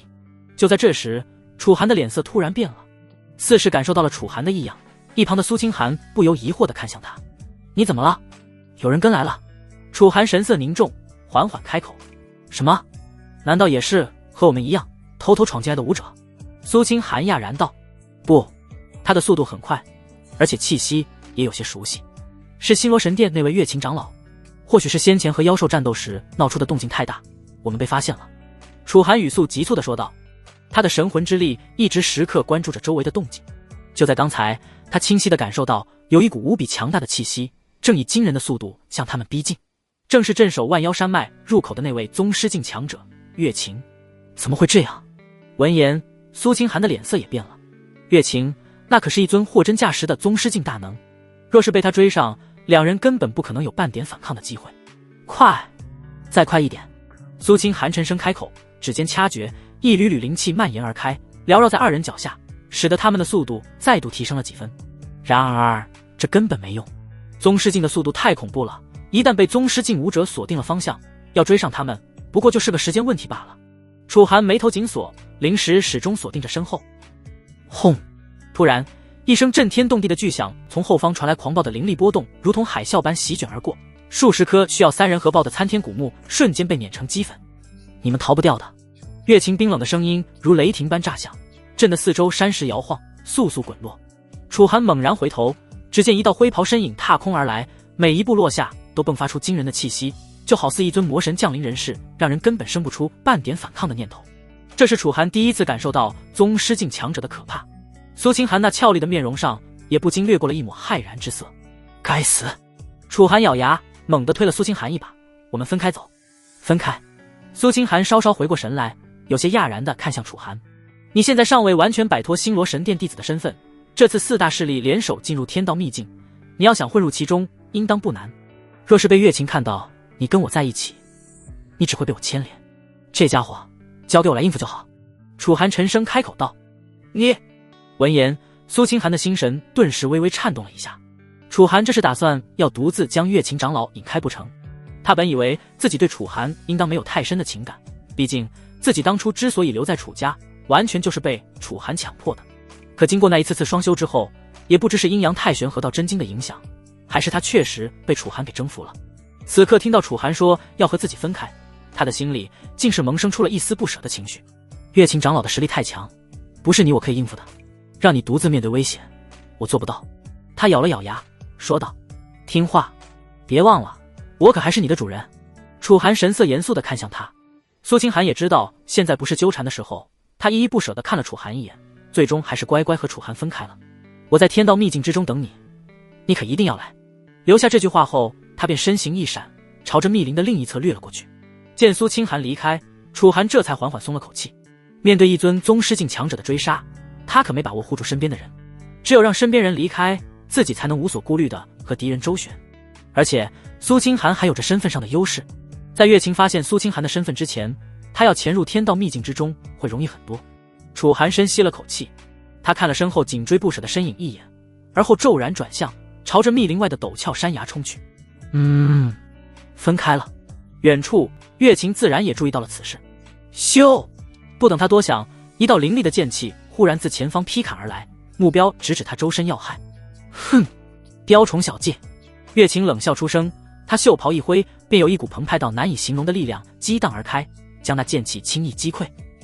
不过通过这短暂的交手，月琴也终于认出先前出手斩杀妖兽的正是前方的少年。有意思，仅仅是灵海境3重的修为，居然便能跃进杀灵海境巅峰的妖兽，如此资质，即便是我星罗神殿也从未见过。他眸光闪烁，一身气机顿时锁定了远处的楚寒。原来还是个罕见的天才，那就先把你拿下吧。咻！只见他屈指一点，一道由纯粹星光凝聚而成的锁链瞬间破空而出，锁链上布满了玄奥的符文，在空中蜿蜒游走，如同一条择人而噬的毒蛇，直取楚寒后背。枪！楚寒头也不回，反手一剑斩出，苍冥剑上爆发出刺目的剑芒，与星光锁链狠狠碰撞在一起。轰！火星四剑中，楚寒只感觉虎口一阵发麻，心中不由骇然。这随手凝聚的锁链坚韧程度竟是远超想象，他耗尽全力的一剑竟然只在上面留下了一道微不可见的白痕，剑芒瞬间溃散，而那锁链却只是微微一滞，便再度缠绕而来。楚寒急忙侧身闪避，却还是慢了一步，锁链擦过他的左肩，带起一道深可见骨的血痕，鲜血瞬间浸透了半边衣袖。楚寒顿时闷哼一声，额头上渗出豆大的汗珠，但他不仅没有停下，反而借着这股冲击力向前翻滚，堪堪避开了锁链后续的绞杀。他脚步不停，继续朝着山崖冲去，心中则急速思索着对策。区灵海境也敢在本座面前耍花样？月琴不屑地冷哼一声，五指虚空一抓，星罗求天手。轰！天地间的灵力瞬间暴动，一只由纯粹星光凝聚而成的巨手凭空浮现，每一根手指都如同擎天巨柱，散发出沉重厚实的威压。巨手出现的刹那，方圆100丈内的空气仿佛凝固了一般，楚寒顿时感觉像是陷入了泥沼，动作变得迟缓无比。楚寒瞳孔骤缩，体内灵力疯狂运转，长剑猛然上挑，九霄惊雷剑诀，一道璀璨如旭日的剑光逆斩而上，剑势之强，竟是将凝固的空气都劈开了一条无形的通道。剑光与星光巨手轰然相撞，爆发出震耳欲聋的巨响。砰！恐怖的气浪向四周席卷，方圆100丈内的树木全部拦腰折断。楚寒如遭雷击，整个人被震得倒飞而出，在空中喷出一口鲜血，但他强忍剧痛，借着这股冲击力在空中调整身形，精准地落入山崖下方的一片迷雾之中。月琴眉头一皱，强大的灵石如潮水般扫过迷雾，令他惊讶的是，这看似普通的迷雾竟然有阻隔感知的效果，他的灵石如同泥牛入海，完全无法锁定楚寒的具体位置。哼，垂死挣扎罢了。他冷哼一声，身形一闪，直接冲入迷雾。他周身星光闪烁，在迷雾中开辟出一条通道。迷雾中，楚寒屏息凝神，将全身气息收敛到极致。他借助地形的掩护急速穿梭，每一步都小心翼翼，不敢发出半点声响，但即便如此，他仍能清晰地听到月琴的脚步声越来越近，甚至能感受到那股冰冷的杀意如影随形。小老鼠，该出来了！突然，一道星光穿透迷雾，如同毒蛇般直取楚寒后心。楚寒浑身汗毛倒竖，千钧一发之际，猛然侧身，星光擦着他的胸膛划过，带起一道血痕，将他的衣袍撕开一个大口子，鲜血顿时汩汩流出。楚寒咬紧牙关，脚步不敢有丝毫停顿，继续朝着迷雾深处冲去。这家伙修为多半在宗师境4重以上。楚寒心中无奈的苦笑，他意识到自己这次怕是碰到了平生难遇的强敌，一个应对不好，小命都得栽在这里。当然，若是祭出太初神剑，楚寒相信应该能抗衡月琴一番。但这么做风险实在太大了。要知道，星罗神殿、天火宫、玄冥谷、青云剑宗的首领可都身处万妖山脉之中，以他们那堪称恐怖的修为，自己使用天道神兵时，一旦被注意到，后果更是不堪设想。因此，天道神兵能藏则藏。楚寒拼了命地向前掠去，以他现在的实力，全力赶路之下，眨眼间便能抵达数百米开外。然而，月琴的速度更快，他转移能跨越1000米距离，比起楚寒足足快了好几倍。小子，你逃不掉的！不等楚寒思索对策，在他身后，月琴的声音已然如鬼魅般响起。楚寒心中一沉，他知道，若是再这样下去，自己迟早会被追上。就在这生死攸关之际，他目光一闪，忽然看到前方岩壁上有一处狭窄的山缝，宽度仅容一人侧身通过。赌一把！楚寒毫不犹豫地冲向山缝，在进入的瞬间，他反手一剑劈向头顶的岩壁，几块巨石轰然落下，暂时阻隔了追击的路线。月琴紧随而至，看到那狭窄的山缝，不禁冷笑一声，真是自寻死路。他掌心凝聚星光，猛然拍向山壁。轰隆，整面山壁剧烈震动，巨石崩塌，山缝入口瞬间便被彻底堵死。滚滚烟尘中，月琴负手而立，眼中寒光闪烁。山缝内，楚寒被震得踉跄了几步，他回头看了一眼被封死的退路，脸色凝重无比。山壁上方，月琴凌空而立，正冷冷注视着下方的景象。恐怖的威压如渊如玉，弥漫而下。蛰伏在山崖底部的妖兽连一声惨叫都来不及发出，便纷纷身躯崩碎，惨死当场。此刻，楚寒已经没有其他的选择了。月琴在身后虎视眈眈，他只能继续向前。他深吸了一口气，体内灵力流转，朝着缝隙的深处掠去。小子，再不滚出来，信不信我把这座山给拆了？见底下没有动静，月琴当即皱了皱眉，冷漠的声音宛如雷鸣一般，响彻四方。楚寒自然没有理会他的威胁。随着深入，山缝越来越窄，到最后，他甚至必须侧着身子才能前进岩壁上，不时有水珠滴落在伤口上，带来阵阵刺痛。但楚寒已经顾不上这些了，他只能向前逃，不论此地通往何方。反正只要避过月琴的追杀，凭借混沌道体的优势以及他储物戒指中的大量灵药，要恢复伤势简直轻而易举。我倒要看看你能躲到什么时候。月琴终于有些不耐烦了，他冷哼一声，一股恐怖至极的灵力波动在他掌心凝聚。事实上，他先前所言本就不是夸大之举，以宗师境的实力，要拆掉一座山还真不难。轰！只见他猛地拍出一掌，浩荡的灵力气息顿时犹如潮水一般弥漫而开，而后汇聚成一道巨大的掌印。那掌印孤悬在高空之上，遮天蔽日，巨大无比，尚未落下，强烈的威压便已经将眼前的山岳层层撕裂。月琴的眸光透过裂缝一直看向深处，此刻在山岩之中正有一道身影急速向前奔走着，以为这样就能甩掉本座，天真。话落，那掌印终于压了下来，一时间就好似末日降临一般，恐怖的力量直接是把整座山岳都给碾碎。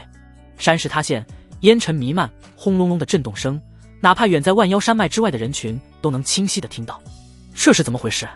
什么声音？里面发生什么了？该不会是有什么大妖现身了吧？一时间人群惊动，哗然声四起。而山岩之中，楚寒受到的影响自然是最大的。月琴那一掌的余威仍在肆虐，整片山岩都在发出不堪重负的呻吟，山体剧烈震颤，碎石如雨般簌簌落下。掌印虽然被山岳抵消了一些，但传递而来的力量仍旧极为恐怖。楚寒差一点就要动用太初神剑来化解这一招了，当然他最终还是强行压下了这股冲动。他神色凝重，手中紧握苍冥剑，一剑朝着身后劈去。刺目的电光爆闪而开，九霄惊雷剑诀已然被他发挥到了极致。轰！下一刻，电光直接溃散成漫天光点，楚寒被这一击远远的轰飞。嗨！他剧烈咳嗽着，浑身上下都仿佛撕裂一般，传来阵阵剧痛。宗师境强者的随手一击，即便隔着厚重的山体，威力也恐怖如斯。但所幸的是，借着这次冲击，他似乎又在山岩之中深入了好一段距离，放眼望去，已经看不清远处月琴的身影了。必须尽快离开这里。楚寒缓了好一会儿，才强忍剧痛着站起身来，借着洞内微弱的光线，他发现自己似乎被那一掌的余波推到了山缝尽头。在他的前方不远处，一个幽深的洞穴赫然出现在眼前。这是……楚寒眯起眼睛，警惕地打量着这个突然出现的洞穴。洞口约莫2人高，边缘参差不齐，像是被什么巨兽硬生生撕咬出来的。洞口处萦绕着一层薄薄的黑雾，他的灵石刚触及就被弹了回来。呜！一阵阴冷的风从洞内吹出，带着某种腐朽的气息。楚寒顿时感觉浑身汗毛倒竖，仅仅只是在洞穴之外驻足，他心里便不断有危机感蔓延而来，就好像这洞穴之中有什么极为恐怖的存在一般。这到底是什么地方？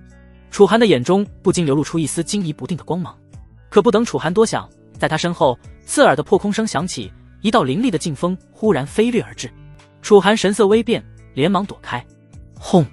那恐怖的劲风竟是直接将他原先身处的地面给轰出了一个大洞。以他现在的身体状态，若是硬抗这一击，恐怕不死也得重伤。该死，这家伙还真是紧咬着不放。楚寒眉头微皱，这月琴未免也太有韧性了，他都被追杀得如此狼狈了，对方却仍是不肯罢休。可算是找到你了，小子，怎么不逃了？月琴的声音带着一丝戏谑，由远及近。不过眨眼功夫，他便已经出现在楚寒身前10米开外，此刻正一脸似笑非笑地打量着楚寒。楚寒深吸了一口气，他缓缓转过身来，背靠着洞穴，和月琴遥遥对峙着。你还真有毅力。他看向月琴，淡淡的笑了笑。都这种时候了，你居然还能笑出来。月琴挑了挑眉，有些讶异。不得不说，你这份心态属实是罕见，能追我到现在，你的心态也不差。楚寒一脸平静地说道。所以你现在是打算向老夫认栽了吗？月琴饶有兴趣地打量着楚寒，眼前这个少年很陌生，可以确定对方并不属于泉州境内4大顶尖势力中的任何一个，但对方展现出来的实力在这个年龄段却堪称惊世骇俗，不论放到4大势力中的哪一个，都绝对是足以被当成圣子培养的存在。月琴对楚寒感到很好奇，资质如此超绝的武道天才，在此之前他竟是从未听说过。认栽，你未免有些太高看自己了。楚寒淡笑道。是吗？那你信不信我现在就把你拿下？月琴笑容收敛，面无表情地说道。你大可试试。话落，楚寒再不犹豫，直接朝着洞穴深处窜去。在这生死攸关的时刻，他决定拼了。漆黑的洞穴内，阵阵腥风扑面而来。尽管眼前的洞穴让楚寒感受到了一种难以形容的危机感，但眼下前有狼后有虎，他也顾不得许多了。不过让他意外的是，他并没感受到太多异样，只是稍稍停顿了一下，而后便急速朝着洞穴内冲了过去。月琴的反应极快，在见到楚寒转身冲出去的刹那，他早已爆射而出，大手朝着楚寒的身后伸去，想当着我的面逃走？小子，你在做梦！月琴冷笑不已，浑然没把楚寒放在眼里。这便是作为宗师境强者的傲气，宗师之下皆蝼蚁。然而当他的大手刚深入洞穴之中时，他却好似陷进了泥潭中一般，整个人的身形都变得迟滞了许多，这也让楚寒有了喘息之机，和他的距离再度拉远了不少。这是怎么回事？月琴一怔，他愈发觉得这洞穴有些诡异。当然，诡异归诡异，这么一点状况自然还吓不住他。给我停下！轰！一股雄浑浩荡的灵气波动骤然自月琴身上激荡而开，他的速度顿时拔高了不少，身形如风，急速朝着楚寒掠去。楚寒在漆黑的洞穴中移动，此刻他能清晰地感受到身后正有一股凌厉的破空声传来。是月琴，他又追上来了。楚寒咬了咬牙，洞穴内到处漆黑一片，几乎伸手不见五指，神魂之力似乎也受到了某种力量的压制，让他很难摸索周围的状况。这种时候他几乎不知道该向哪个方向逃，才能躲避来自身后的追杀。无奈之下，楚寒只得重新提起苍冥剑，他勉强将一身灵力汇聚起来，而后再度施展九霄惊雷剑诀，以最强势的剑招和身后的月琴重重地碰撞在一起。轰！剧烈的炸响声中，月琴的身形只是微微一滞，而反观楚寒，他整个人竟是被这股反震力冲击的倒飞而出，而后直接撞在了一片石壁上。洞穴摇晃，无数沙石滚落，几乎要把整个洞穴给填满。都这种状态了，竟然还能强行接我一招，我还是有些小看你了。楚寒的表现确实让他有些讶异，但也仅此而已了。他相信现在的楚寒再无可能接得下自己的攻势。咻！他身形一闪，便朝着楚寒逼近。楚寒自然也感受到了月琴的气息，此刻他距离月琴已是不足100米的距离。不行，不能让他追上。楚寒一把将疗伤丹药吞入腹中，澎湃的药力化作一股股精纯的灵力，在四肢百骸之间流转回荡。他稍稍恢复了一些精神，当下一步迈出，就要继续向前逃去。砰！可下一刻，楚寒却是愕然地发现自己似乎已经到头了。这里是洞穴的尽头，而尽头竟然是一条死路。在楚寒眼前，只剩下一堵厚厚的山体，也就是说，他再没有地方可以逃了。怎么会这样？楚寒蹙起眉头，心里感到一阵难以置信。在进入洞穴之前，他便知道这洞穴内绝对另有玄机，可为何洞穴就这样到头了？不等楚寒多想，月琴早已杀至楚寒身后，那恐怖的宗师境威压就如同一座巍峨山岳般压制在了楚寒的身上。小子，无路可逃了吗？月琴冷然一笑，漆黑的洞穴内只有他和楚寒两人。他已经来到了楚寒身后不到3米的距离内，甚至少年那微弱的呼吸声都已经清晰可辨。楚寒心中思绪电转，既然已经无路可走，看来他也只能用出自己最后的底牌了。不论动用太初神剑后会引发什么样后果，眼下他都只能选择这么做。月琴大手一伸，眼看着就要抓向楚寒，而就在这时，楚寒的脚下突然一空，他整个人竟是不受控制的向下坠去。不好！楚寒心头大骇，急忙运转灵力想要稳住身形，但更让他惊恐的是，这次不只是神魂之力，甚至连体内的灵力居然也无法调动了。砰！重重摔落在地，楚寒只觉得全身骨头都要散架了。他挣扎着想要爬起来，却在这时听到了一个让他毛骨悚然的声音，咔嚓咔嚓，像是某种生物在咀嚼骨头的声音，而且近在咫尺。很快，在楚寒之后，那月琴竟然也掉下来了。身为宗师境的存在，他竟是同样感受到了一股难以匹敌的强大压力，迫使着他从上方坠落。该死！掉下来后，月琴迅速稳住了自己的身形。尽管如此，他仍是显得有些狼狈，披头散发不说，浑身衣衫也显得很是凌乱，沾满了灰尘。这到底是什么鬼地方？月琴的脸色有些难看。身为宗师境大能，他从未想过在万妖山脉之中竟然存在着这种可以威胁到自己的地方，而他自然也理所应当地把心中的所有火气尽数宣泄到了楚寒身上。小子，继续跑啊！他恶狠狠地看向前方的楚寒，声音中透着森冷的寒意。等我把你身上的骨头一根根拆下来，我看你还能跑到哪去？他一步步向着楚寒走去。此刻楚寒正摔得七荤八素，浑身剧痛，而体内的灵力也是滞涩不已，难以调动。面对着月琴的步步逼近，他确实已经要到山穷水尽的地步了。给我死！月琴浑身气势鼓荡，一巴掌朝着楚寒拍来，但下一刻，一道乌光自黑暗中闪过，咻！月琴连声音都来不及发出，整个人便被拖拽进了黑暗深处。紧接着，那令人悚然的咀嚼声再度传来，咔嚓咔嚓，骨骼碎裂的声音在漆黑的空间内回荡，伴随着某种粘稠液体滴落的声响，令人毛骨悚然。楚寒浑身紧绷，死死盯着黑暗深处。他自然也看到了，就在刚才，堂堂宗师境强者，来自星罗神殿的长老月琴，竟是连惨叫都未能完整发出，便被一道乌光瞬间拖走。啊啊！突然，一声凄厉至极的惨叫炸响，那声音里蕴含着极致的痛苦与惊恐，仿佛正在经历某种无法想象的折磨。救我！月琴的声音戛然而止，取而代之的是一阵令人头皮发麻的咀嚼声，像是某种生物在享受美食，细细品味着每一寸血肉。咕咚，吞咽声响起，随后黑暗深处传来一声满足的叹息。宗师境的血肉果然美味。声音酥软娇媚，带着一丝慵懒，却让楚寒浑身汗毛倒竖。是谁？他神色微凛，强撑着站起身。咯，一阵银铃般的笑声传来，黑暗中一道曼妙的身影缓缓浮现。楚寒瞳孔骤缩，那是一个女子，一袭白衣胜雪，衣袂无风自动，如云雾般轻盈飘荡。她的肌肤银白如玉，在黑暗中泛着淡淡的光晕，仿佛不染尘埃。至于身段，那更是妖娆至极，纤细的腰肢盈盈一握，修长的玉腿若隐若现，每一步迈出都带着摄人心魄的韵律，让人移不开视线。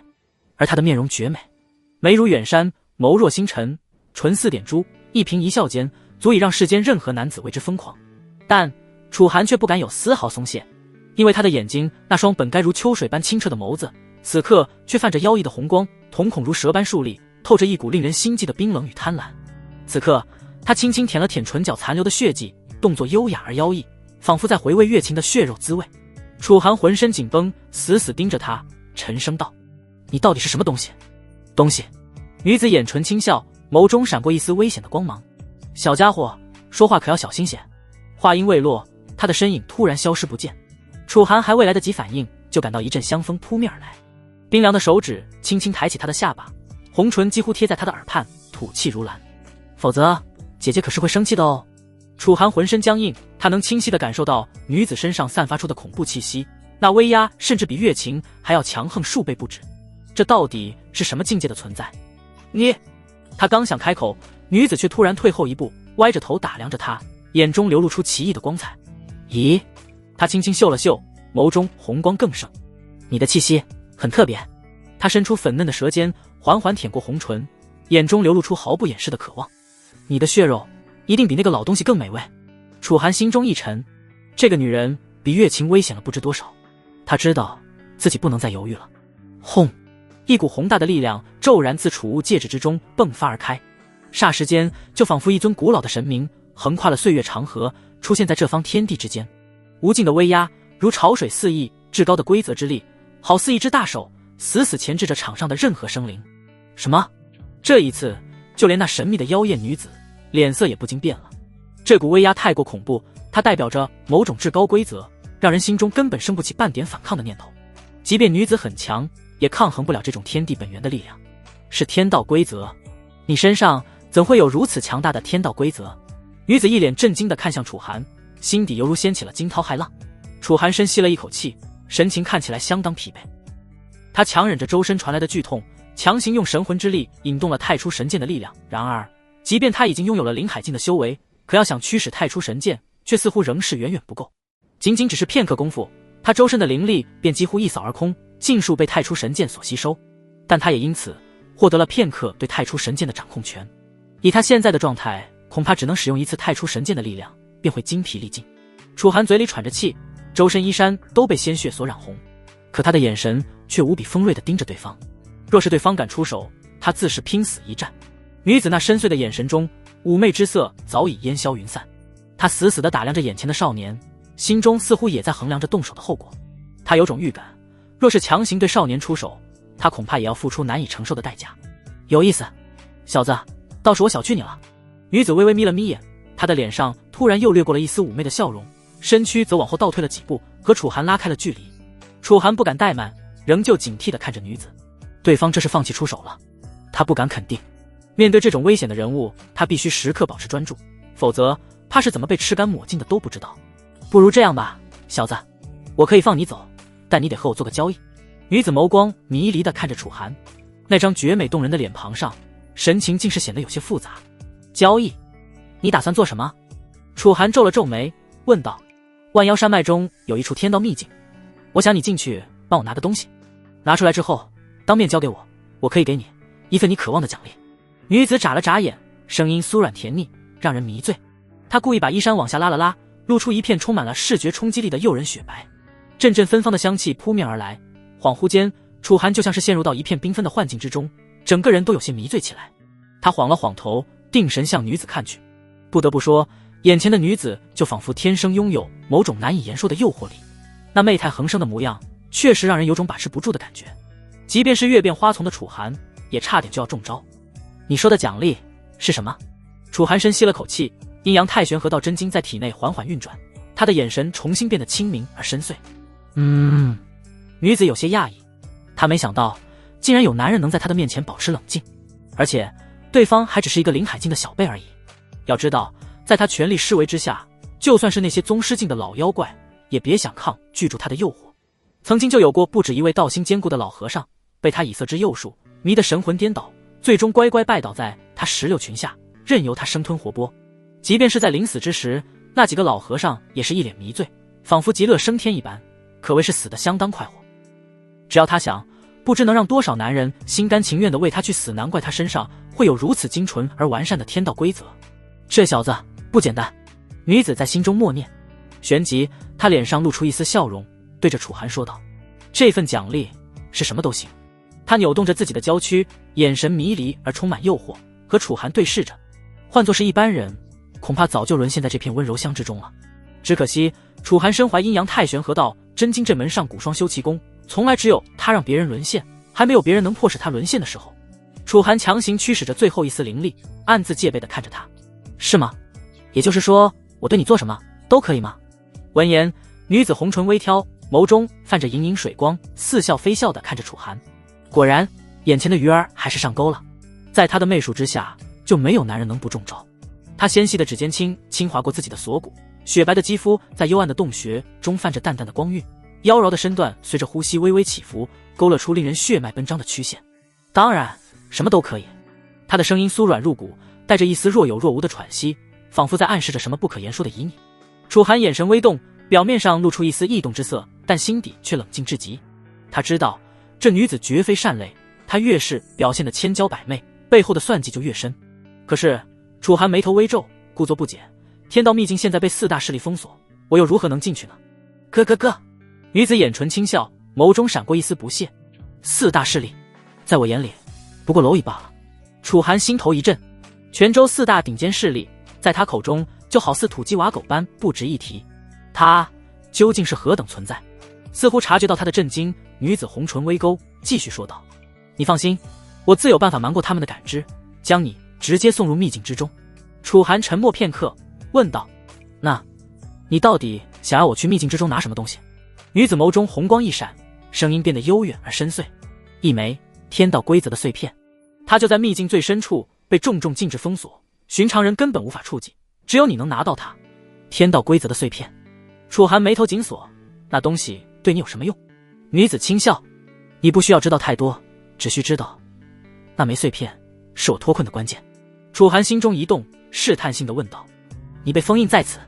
女子眸光微冷，但很快又恢复了那副千娇百媚的模样，轻笑道：聪明的小家伙，不错，我被困在这暗无天日的洞穴中已经不知多少岁月了。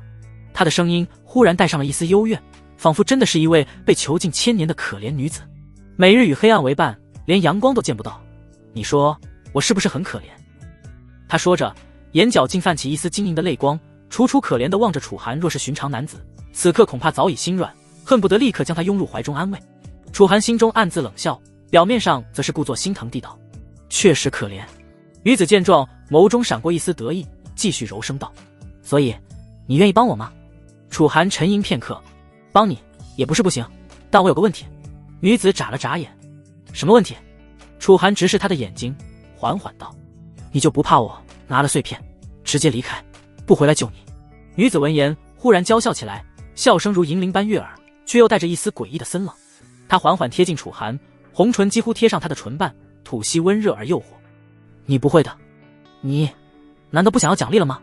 楚寒顿时浑身僵硬，迎面而来的幽香仿佛带有某种魔力，让人忍不住想入非非，心底燥热。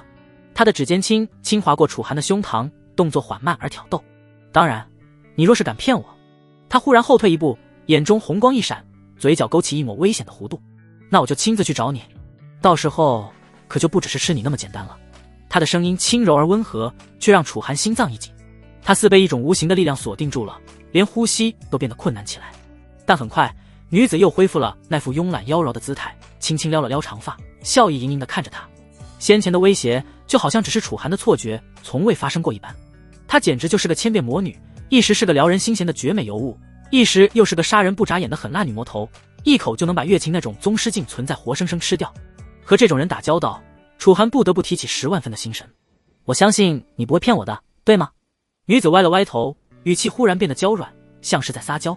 楚寒心中微凛，缓缓点头：好，我答应你。女子眼中顿时闪过一抹喜色，露出了一个足以让任何男人心神摇曳的笑容。真乖。她伸手轻轻拍了拍楚寒的脸颊，动作亲昵的，仿佛两人早已熟识多年。那接下来你该如何送我去天道秘境？楚寒问道。这还不简单。女子轻声一笑，紧接着便见她纤纤玉手缓缓抬起，指尖忽然泛起一缕诡异的血红色光芒。那光芒不似寻常灵力，反而像是从九幽深处汲取的力量，泛着浓浓的血煞气息，在黑暗中跳动着妖异的光辉。下一刻，她五指张开，刹那间，那血芒如同活物般从她指尖迸射而出，在虚空中画出数百道交错的血线。这些血线并非随意游走，而是遵循着某种古老而神秘的轨迹，每一道都精准地落在特定的方位。赤，空气中响起细微的灼烧声，那些血线触及之处，空间竟然开始扭曲，浮现出细密的裂纹。楚寒瞳孔骤缩，那漫天裂纹之中，竟隐约有星辰流转，就好像连通着另一个世界一般。这种手段简直悬疑到了极点。女子的神色此时也变得郑重了起来，她猛地咬破舌尖，喷出一口精血，那血雾在空中凝而不散，而后自行分化成密密麻麻的古老符文。每一枚符文都由一滴精血幻化而来，它们形如活物，有的似龙蛇盘绕，有的如凤鸟展翅，更有几枚形似上古凶兽，散发着令人心悸的威压。这是太古妖纹。楚寒神色凝重，不由惊声开口。他在古籍中曾见过只言片语的记载，这是早已失传的妖族之高秘文，据说每一个字符都蕴含着天地之理。难道说女子的本体其实是某种强大的妖兽？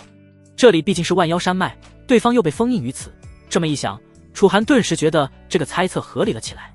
闻言，女子的眼中也不由闪过了一丝诧异，倒是有些见识。她玉手翻飞，那些血色符文开始以某种玄妙的规律排列组合，随着符文的移动，整个洞穴的地面突然亮起暗红色的纹路。嗡！阵法被激活的瞬间，洞穴内的空气突然凝固。楚寒震惊地发现自己体内的灵力竟然完全停滞，连一根手指都动弹不得，唯有思维还能运转，让他得以目睹这惊世骇俗的一幕。女子赤足轻踏阵眼，周身衣袂无风自动，她双手接出一个又一个复杂到极致的手印，每一个动作都让阵法产生新的变化。那些血色符文开始疯狂旋转，在虚空中构筑出一个立体的星图。开！随着他一声轻喝，星图中央突然裂开一道缝隙，那缝隙起初只有发丝粗细，转瞬间便扩张成一道3丈高的空间门户。门户内星光流转，隐约可见山川河流的虚影，正是天道秘境内部的景象。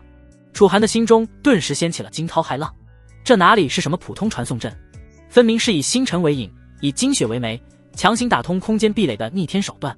即便世宗失境，乃至于气府境的强者，恐怕也难以施展如此神通吧。女子似乎看出了他的震惊，回眸一笑道：怎么吓到了？他玉指轻弹，一道血光没入楚寒体内，让他重新恢复了行动能力。这只是小把戏而已，若是全盛时期，本座随手便能撕裂这片空间。此阵名为星移斗转，可跨越空间壁障，直抵天道秘境内部。女子红唇轻启，语气慵懒，即便是外界那几位大势力的宗主，也没这个能力把它布置出来。楚寒深吸了一口气，好不容易才把心底的震惊压制了下去。换作是之前，他只会觉得女子在说大话，可在亲眼见识过这种种悬疑的手段后，他心里清楚，女子所言恐怕没有丝毫夸大，这绝对是个拥有通天彻地之造化的大妖。楚寒怎么都没想到，万妖山脉之中竟然藏有如此恐怖的生灵，也难怪之前连月琴那种级别的强者都会被一口吃掉了。宗师境在女子面前，恐怕连蝼蚁都不如吧。你到底是什么人？楚寒忍不住问道。女子闻言，眸中闪过一丝玩味。怎么，你害怕我了？楚寒呼吸微滞，但很快他便冷静下来，沉声道：我只是好奇。咯咯喽！见楚寒强装镇定，女子不由娇笑出声：小家伙，等你从秘境中活着出来，姐姐再告诉你吧。说罢，她玉手一挥，那空间裂缝迅速扩大，就仿佛有一道无形的门扉在楚寒的眼前缓缓开启。进去吧。女子深深地看了楚寒一眼，记住你的承诺，答应过我的事，若是没能做到，那可是会很危险的。闻言，楚寒定了定神，他现在本就身负重伤，状态不佳，继续和这女子共处一室下去，实在太危险了。他再不犹豫，直接一步朝着眼前的空间裂缝走去。咻！看着楚寒的身影渐渐消失在眼前，女子也收敛起了脸上的妩媚之意，眼神中流露出一丝思索之色。如此浓厚的天道规则气息，这小子身上必然有着某种和天道规则有关的圣气。要拿到天道规则的碎片，对他而言应当不难。希望你不要让我久等吧，若是等得急了，我或许会忍不住受反噬的风险去找你呢。女子轻声笑了，一双妖异的树瞳流转着摄人的寒光。与此同时，万妖山脉深处，叶星河正盘坐在一座高台之上，闭目调息。忽然他眉头一皱，猛地睁开双眼。他目光如电，扫视四周，灵石瞬间覆盖了方圆百里。就在刚才，他感受到了一股极其隐晦的空间波动，但转瞬即逝，仿佛错觉一般。奇怪，他低声自语。同一时间，玄冥道人、柳清风、颜无尽也纷纷抬头，眼中闪过一丝疑惑。他们都察觉到了那一丝异常，但无论如何探查，都找不到源头。难道是因为弟子们初次进入了这座成型已久秘境，因此导致秘境出现了一丝空间波动？玄冥道人沉吟道。叶星河目光深邃，缓缓摇头。不对，这种感觉更像是有人强行干涉了空间规则。众人闻言皆是一惊。干涉空间规则，那得是什么修为的大能才能做到的事？如今的泉州根本就不存在这种级别的强者，当然也或许只是我的错觉而已。叶星河眉头微蹙，他摇了摇头，又道。几人面面相觑，皆没有答话。如果只是单独一个人的错觉，那也就罢了。可如今他们同时出现了相同的错觉，这个情况未免就有些诡异了。山风呼啸，云海翻腾，楚寒站在一座孤峰之巅，环顾四周，心中仍有些恍惚。他原本以为自己需要和星罗神殿、玄冥谷等势力的强者周旋，甚至可能经历一场恶战，才能踏入天道秘境，却没想到竟被那神秘女子以空间阵法直接传送了进来。天道秘境，他低声喃喃，感受着四周截然不同的天地气息。这里的灵气浓郁的几乎化作实质，灵气之中似乎还混杂着一缕缕金色的能量，如同游丝般漂浮在空气中，散发着古老而神秘的气息。楚寒伸出手，一缕金色能量缓缓落在他的掌心，刹那间他浑身一震，仿佛有某种玄妙的规则直接烙印在他的神魂之中。这是天道秘境中的规则。他瞬间明悟，在这方世界，一切生灵、草木、山川皆蕴含天道之力。武者可以如常吸收灵气修炼，但同时也会将天道之力纳入体内。吸收天道之力不仅可以促进武者对于天道规则的感悟，还能直接反哺武者，提升修为。难怪四大势力如此重视。楚寒眼中金光闪烁，这天道秘境确实是一场不可多得的造化。要知道，天道规则那可是只有通天境的武者才能接触到的东西。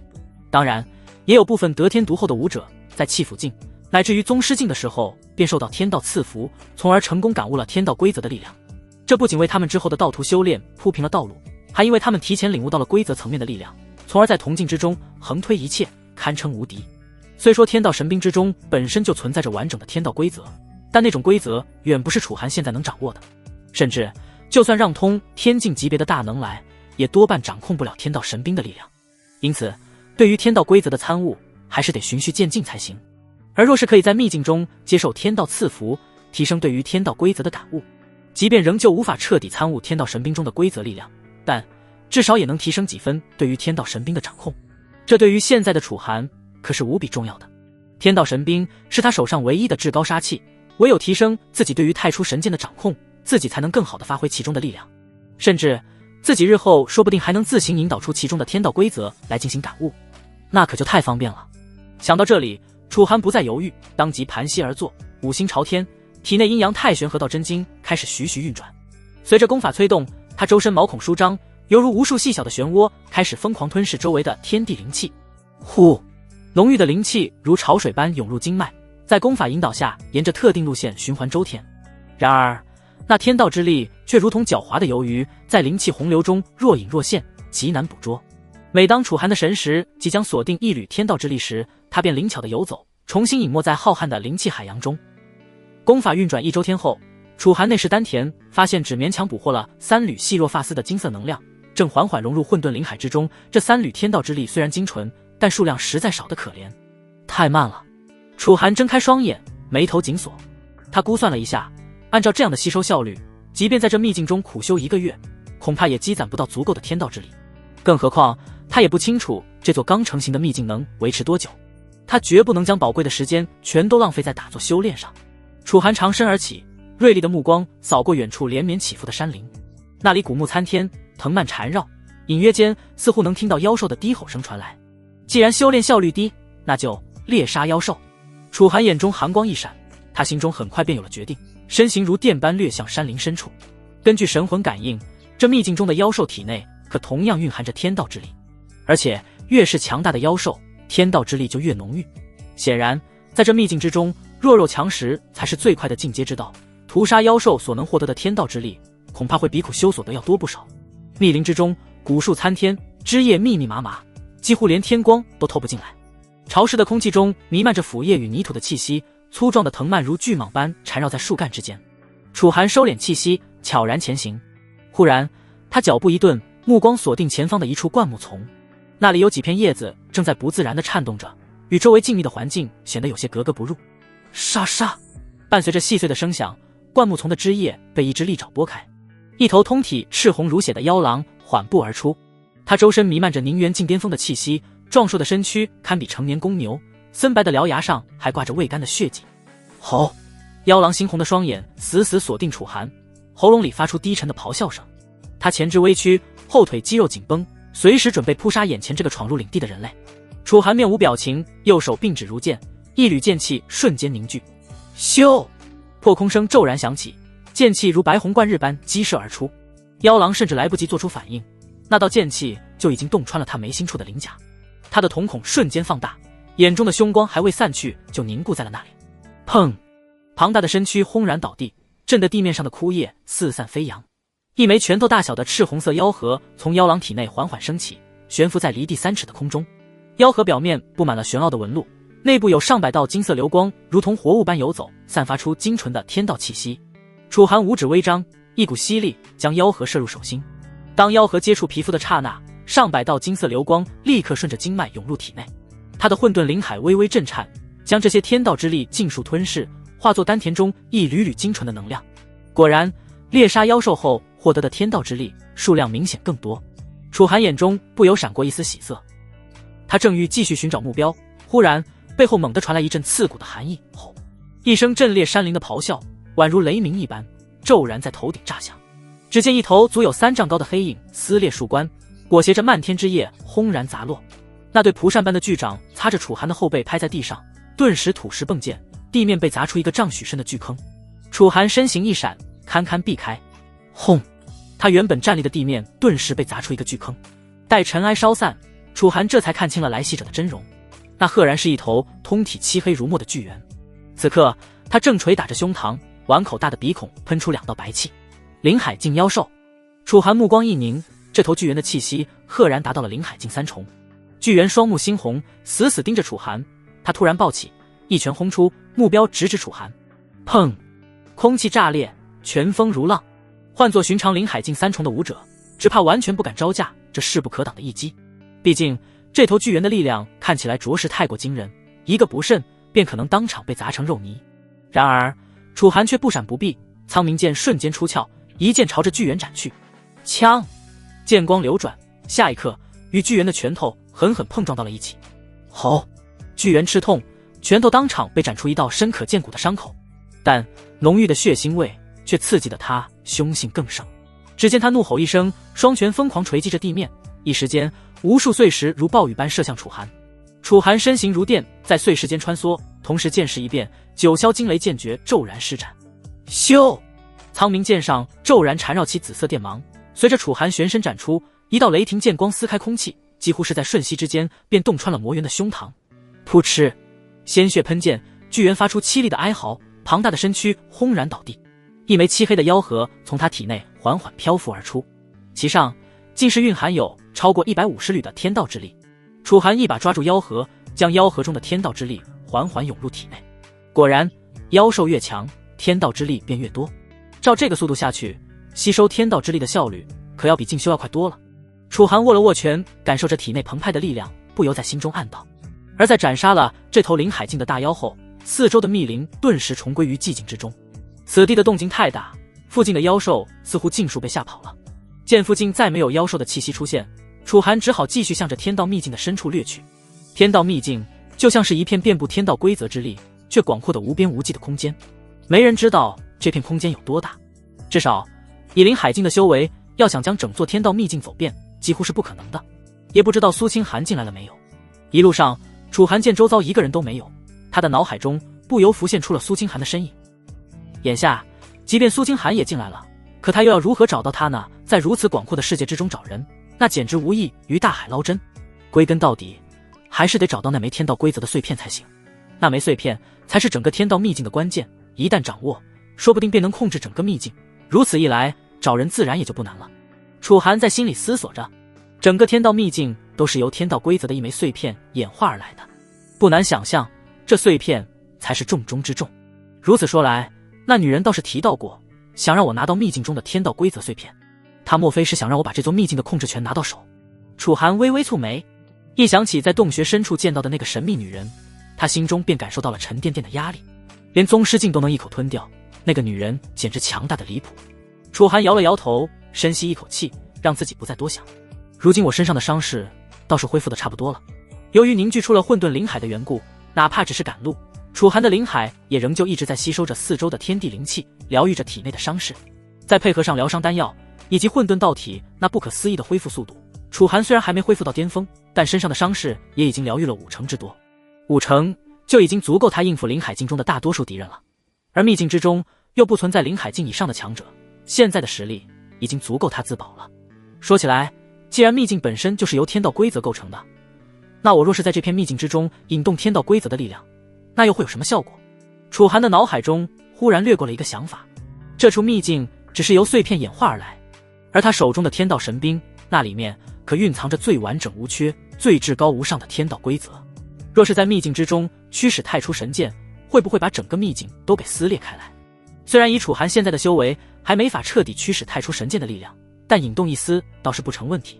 咻！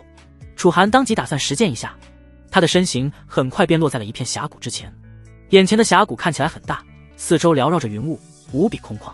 楚寒闭上双眸，神魂之力如潮水般蔓延而开，涌入储物戒指之中，开始接触放置在棺材里面的太初神剑。可刚一接触太初神剑，外界便突然传来一声巨响，打断了楚寒的思路。吼吼吼！那是一声震天彻地的兽吼，蕴含着滔天煞气，充满了愤怒的味道。紧接着便是一阵地动山摇的声音，似是有什么巨兽正朝着楚寒的方向冲了过来。突如其来的异变当即便吸引了楚寒的注意。楚寒眉头微皱，他睁开双眸向震动声的来源处看了过去。很快他便见到了一头如山岳般巨大的猛虎，此刻正迈动着四肢向楚寒的方向掠来。那是一头灵海境6重的妖兽，比之前楚寒见过的妖兽都要强大。楚寒下意识的便以为这头巨虎是来袭击自己的，但紧接着他便注意到，在巨虎身后有一群人紧追不舍。他们是一群年轻武者，但一个个身上都涌荡着强大的气息，几乎全都是灵海境的修为。为首那个眼神锐利，面容英质，手上握着一杆威风的长枪，武道境界更是达到了惊人的灵海境5重。如此天资卓绝的年轻武者，不用想都知道，他们必然是来自泉州4大顶尖势力中的人了。4大势力的武者身上服饰各不相同，仅从服饰判断，楚寒知道这群应该是玄冥谷的人。原来是玄冥谷的弟子在围杀妖兽。楚寒淡淡的瞥了一眼，正准备让开。他和玄冥谷之间向来井水不犯河水，如今碰见玄冥谷弟子行事，他自然懒得理会。可偏偏在这时，玄冥谷的一众弟子中，为首的那人也猛地瞥见了楚寒。这小子是……他眸光闪动，眼底深处流露出一丝疑惑的光芒。按理来说，这次在星罗神殿的主导下，4大势力联手进入天道秘境之中历练，秘境内不应该出现其他人才对。可不论怎么看，眼前这少年都不像是他们4大势力的弟子。这秘境之中竟然还有外人。他皱了皱眉，看向楚寒的眼神中也渐渐多了一丝轻蔑。虽然不知道对方是怎么混进来的，但只要对方不是4大势力的人，那他自然也就无需顾忌什么。小子，把这头妖兽拦下。他语气淡漠，如同在发号施令。楚寒一怔，你是在叫我？他看向远处的玄冥谷弟子，手握长枪的男子冷哼一声，喝道：不然呢？此地可还有别人？不错，这头巨虎已经奄奄一息，小子你赶紧出手，帮我们把他拦下。若敢躲开，陆师兄可不会放过你。其余几个玄冥谷弟子也纷纷开口，对着楚寒喝道。他们口中的陆师兄，自然便是指那手握长枪的男子了。他名为陆沉舟，是玄冥谷当代天骄榜中名列第3席的顶尖天才。我若是不帮呢？楚寒眉头微皱，语气已经冷了下来。他万万没想到，这玄冥谷的弟子竟会如此霸道蛮横，刚一见面便对他这般颐指气使。况且这头巨虎分明还有不少余力，一头准备临死反扑的灵海境6重大妖。如果他真的只是个寻常的灵海境弟子，此刻上前拦阻，怕是早就被一巴掌拍成肉泥了。玄冥谷这些家伙分明就没把他的小命放在眼中。而就在楚寒说话时，他身形已经让开，巨虎也就要从他身边经过了。见到这一幕，陆沉舟等人的脸色顿时阴沉了下来。然而就在巨虎庞大的身躯与楚寒擦肩而过的瞬间，楚寒的储物戒指之中却是突然传来一阵异常的震颤。那枚古朴的戒指表面泛起了一阵微不可察的波纹，就仿佛平静的湖面被投入了一颗石子一般。楚寒心头一凛，立刻察觉到是存放在戒指深处的太初神剑在异动。轰！一声闷响在空气中炸开，原本凶威滔天的巨虎突然如遭雷击，庞大的身躯在半空中猛地一滞。他那双猩红的兽瞳中闪过一丝人性化的惊恐，仿佛遇到了什么令他灵魂战栗的存在。粗壮的四肢瞬间失去了所有力量，如同被抽去了筋骨般轰然砸落在地，溅起漫天尘土。见状，楚寒的神色不由一变，心中震动无比。太初神剑的力量竟能直接影响秘境内的生灵。不等他细想，陆沉舟等人已经飞掠而至，见巨虎突然暴毙，虽有些意外，但并未多想，手中长枪一抖，凌厉的枪芒瞬间洞穿巨虎头颅，彻底了结其性命。哼，倒是省了我们一番功夫。陆晨舟冷笑着甩了甩枪尖上的血迹，目光如毒蛇般锁定在楚寒身上，眼神骤然变得阴冷刺骨。他手中那杆玄铁长枪缓缓抬起，枪尖闪烁着森冷寒光，在地面上划出一道深深的沟壑。刚才让你拦住这妖兽，你竟然敢躲！陆晨舟的声音像是从九幽地狱传来，每一个字都带着刺骨的杀意。他身后的7名玄冥谷弟子默契地散开，形成一个半圆形的包围圈，将楚寒的去路完全封死。楚寒压根懒得理会这些家伙，他连眼皮都没抬一下，仿佛眼前这群气势汹汹的玄冥谷弟子不过是几只在耳边嗡嗡作响的苍蝇而已。只见楚寒径直走向那头已经气绝的巨虎，右手成爪，猛地插入巨虎腹部，随着哧啦一声，一颗拳头大小泛着金色流光的妖核被他生生掏出。这个就当是你们冒犯我的赔礼吧。楚寒语气平静，他随手将妖核收入储物戒，这才抬眼看向陆晨舟等人。放肆！一名玄冥谷弟子勃然大怒，你算什么东西，也敢抢我玄冥谷的战利品？其余的玄冥谷弟子表情也纷纷变了，他们完全没想到眼前的少年竟会如此胆大包天，敢当着他们的面掠夺他们看中的东西。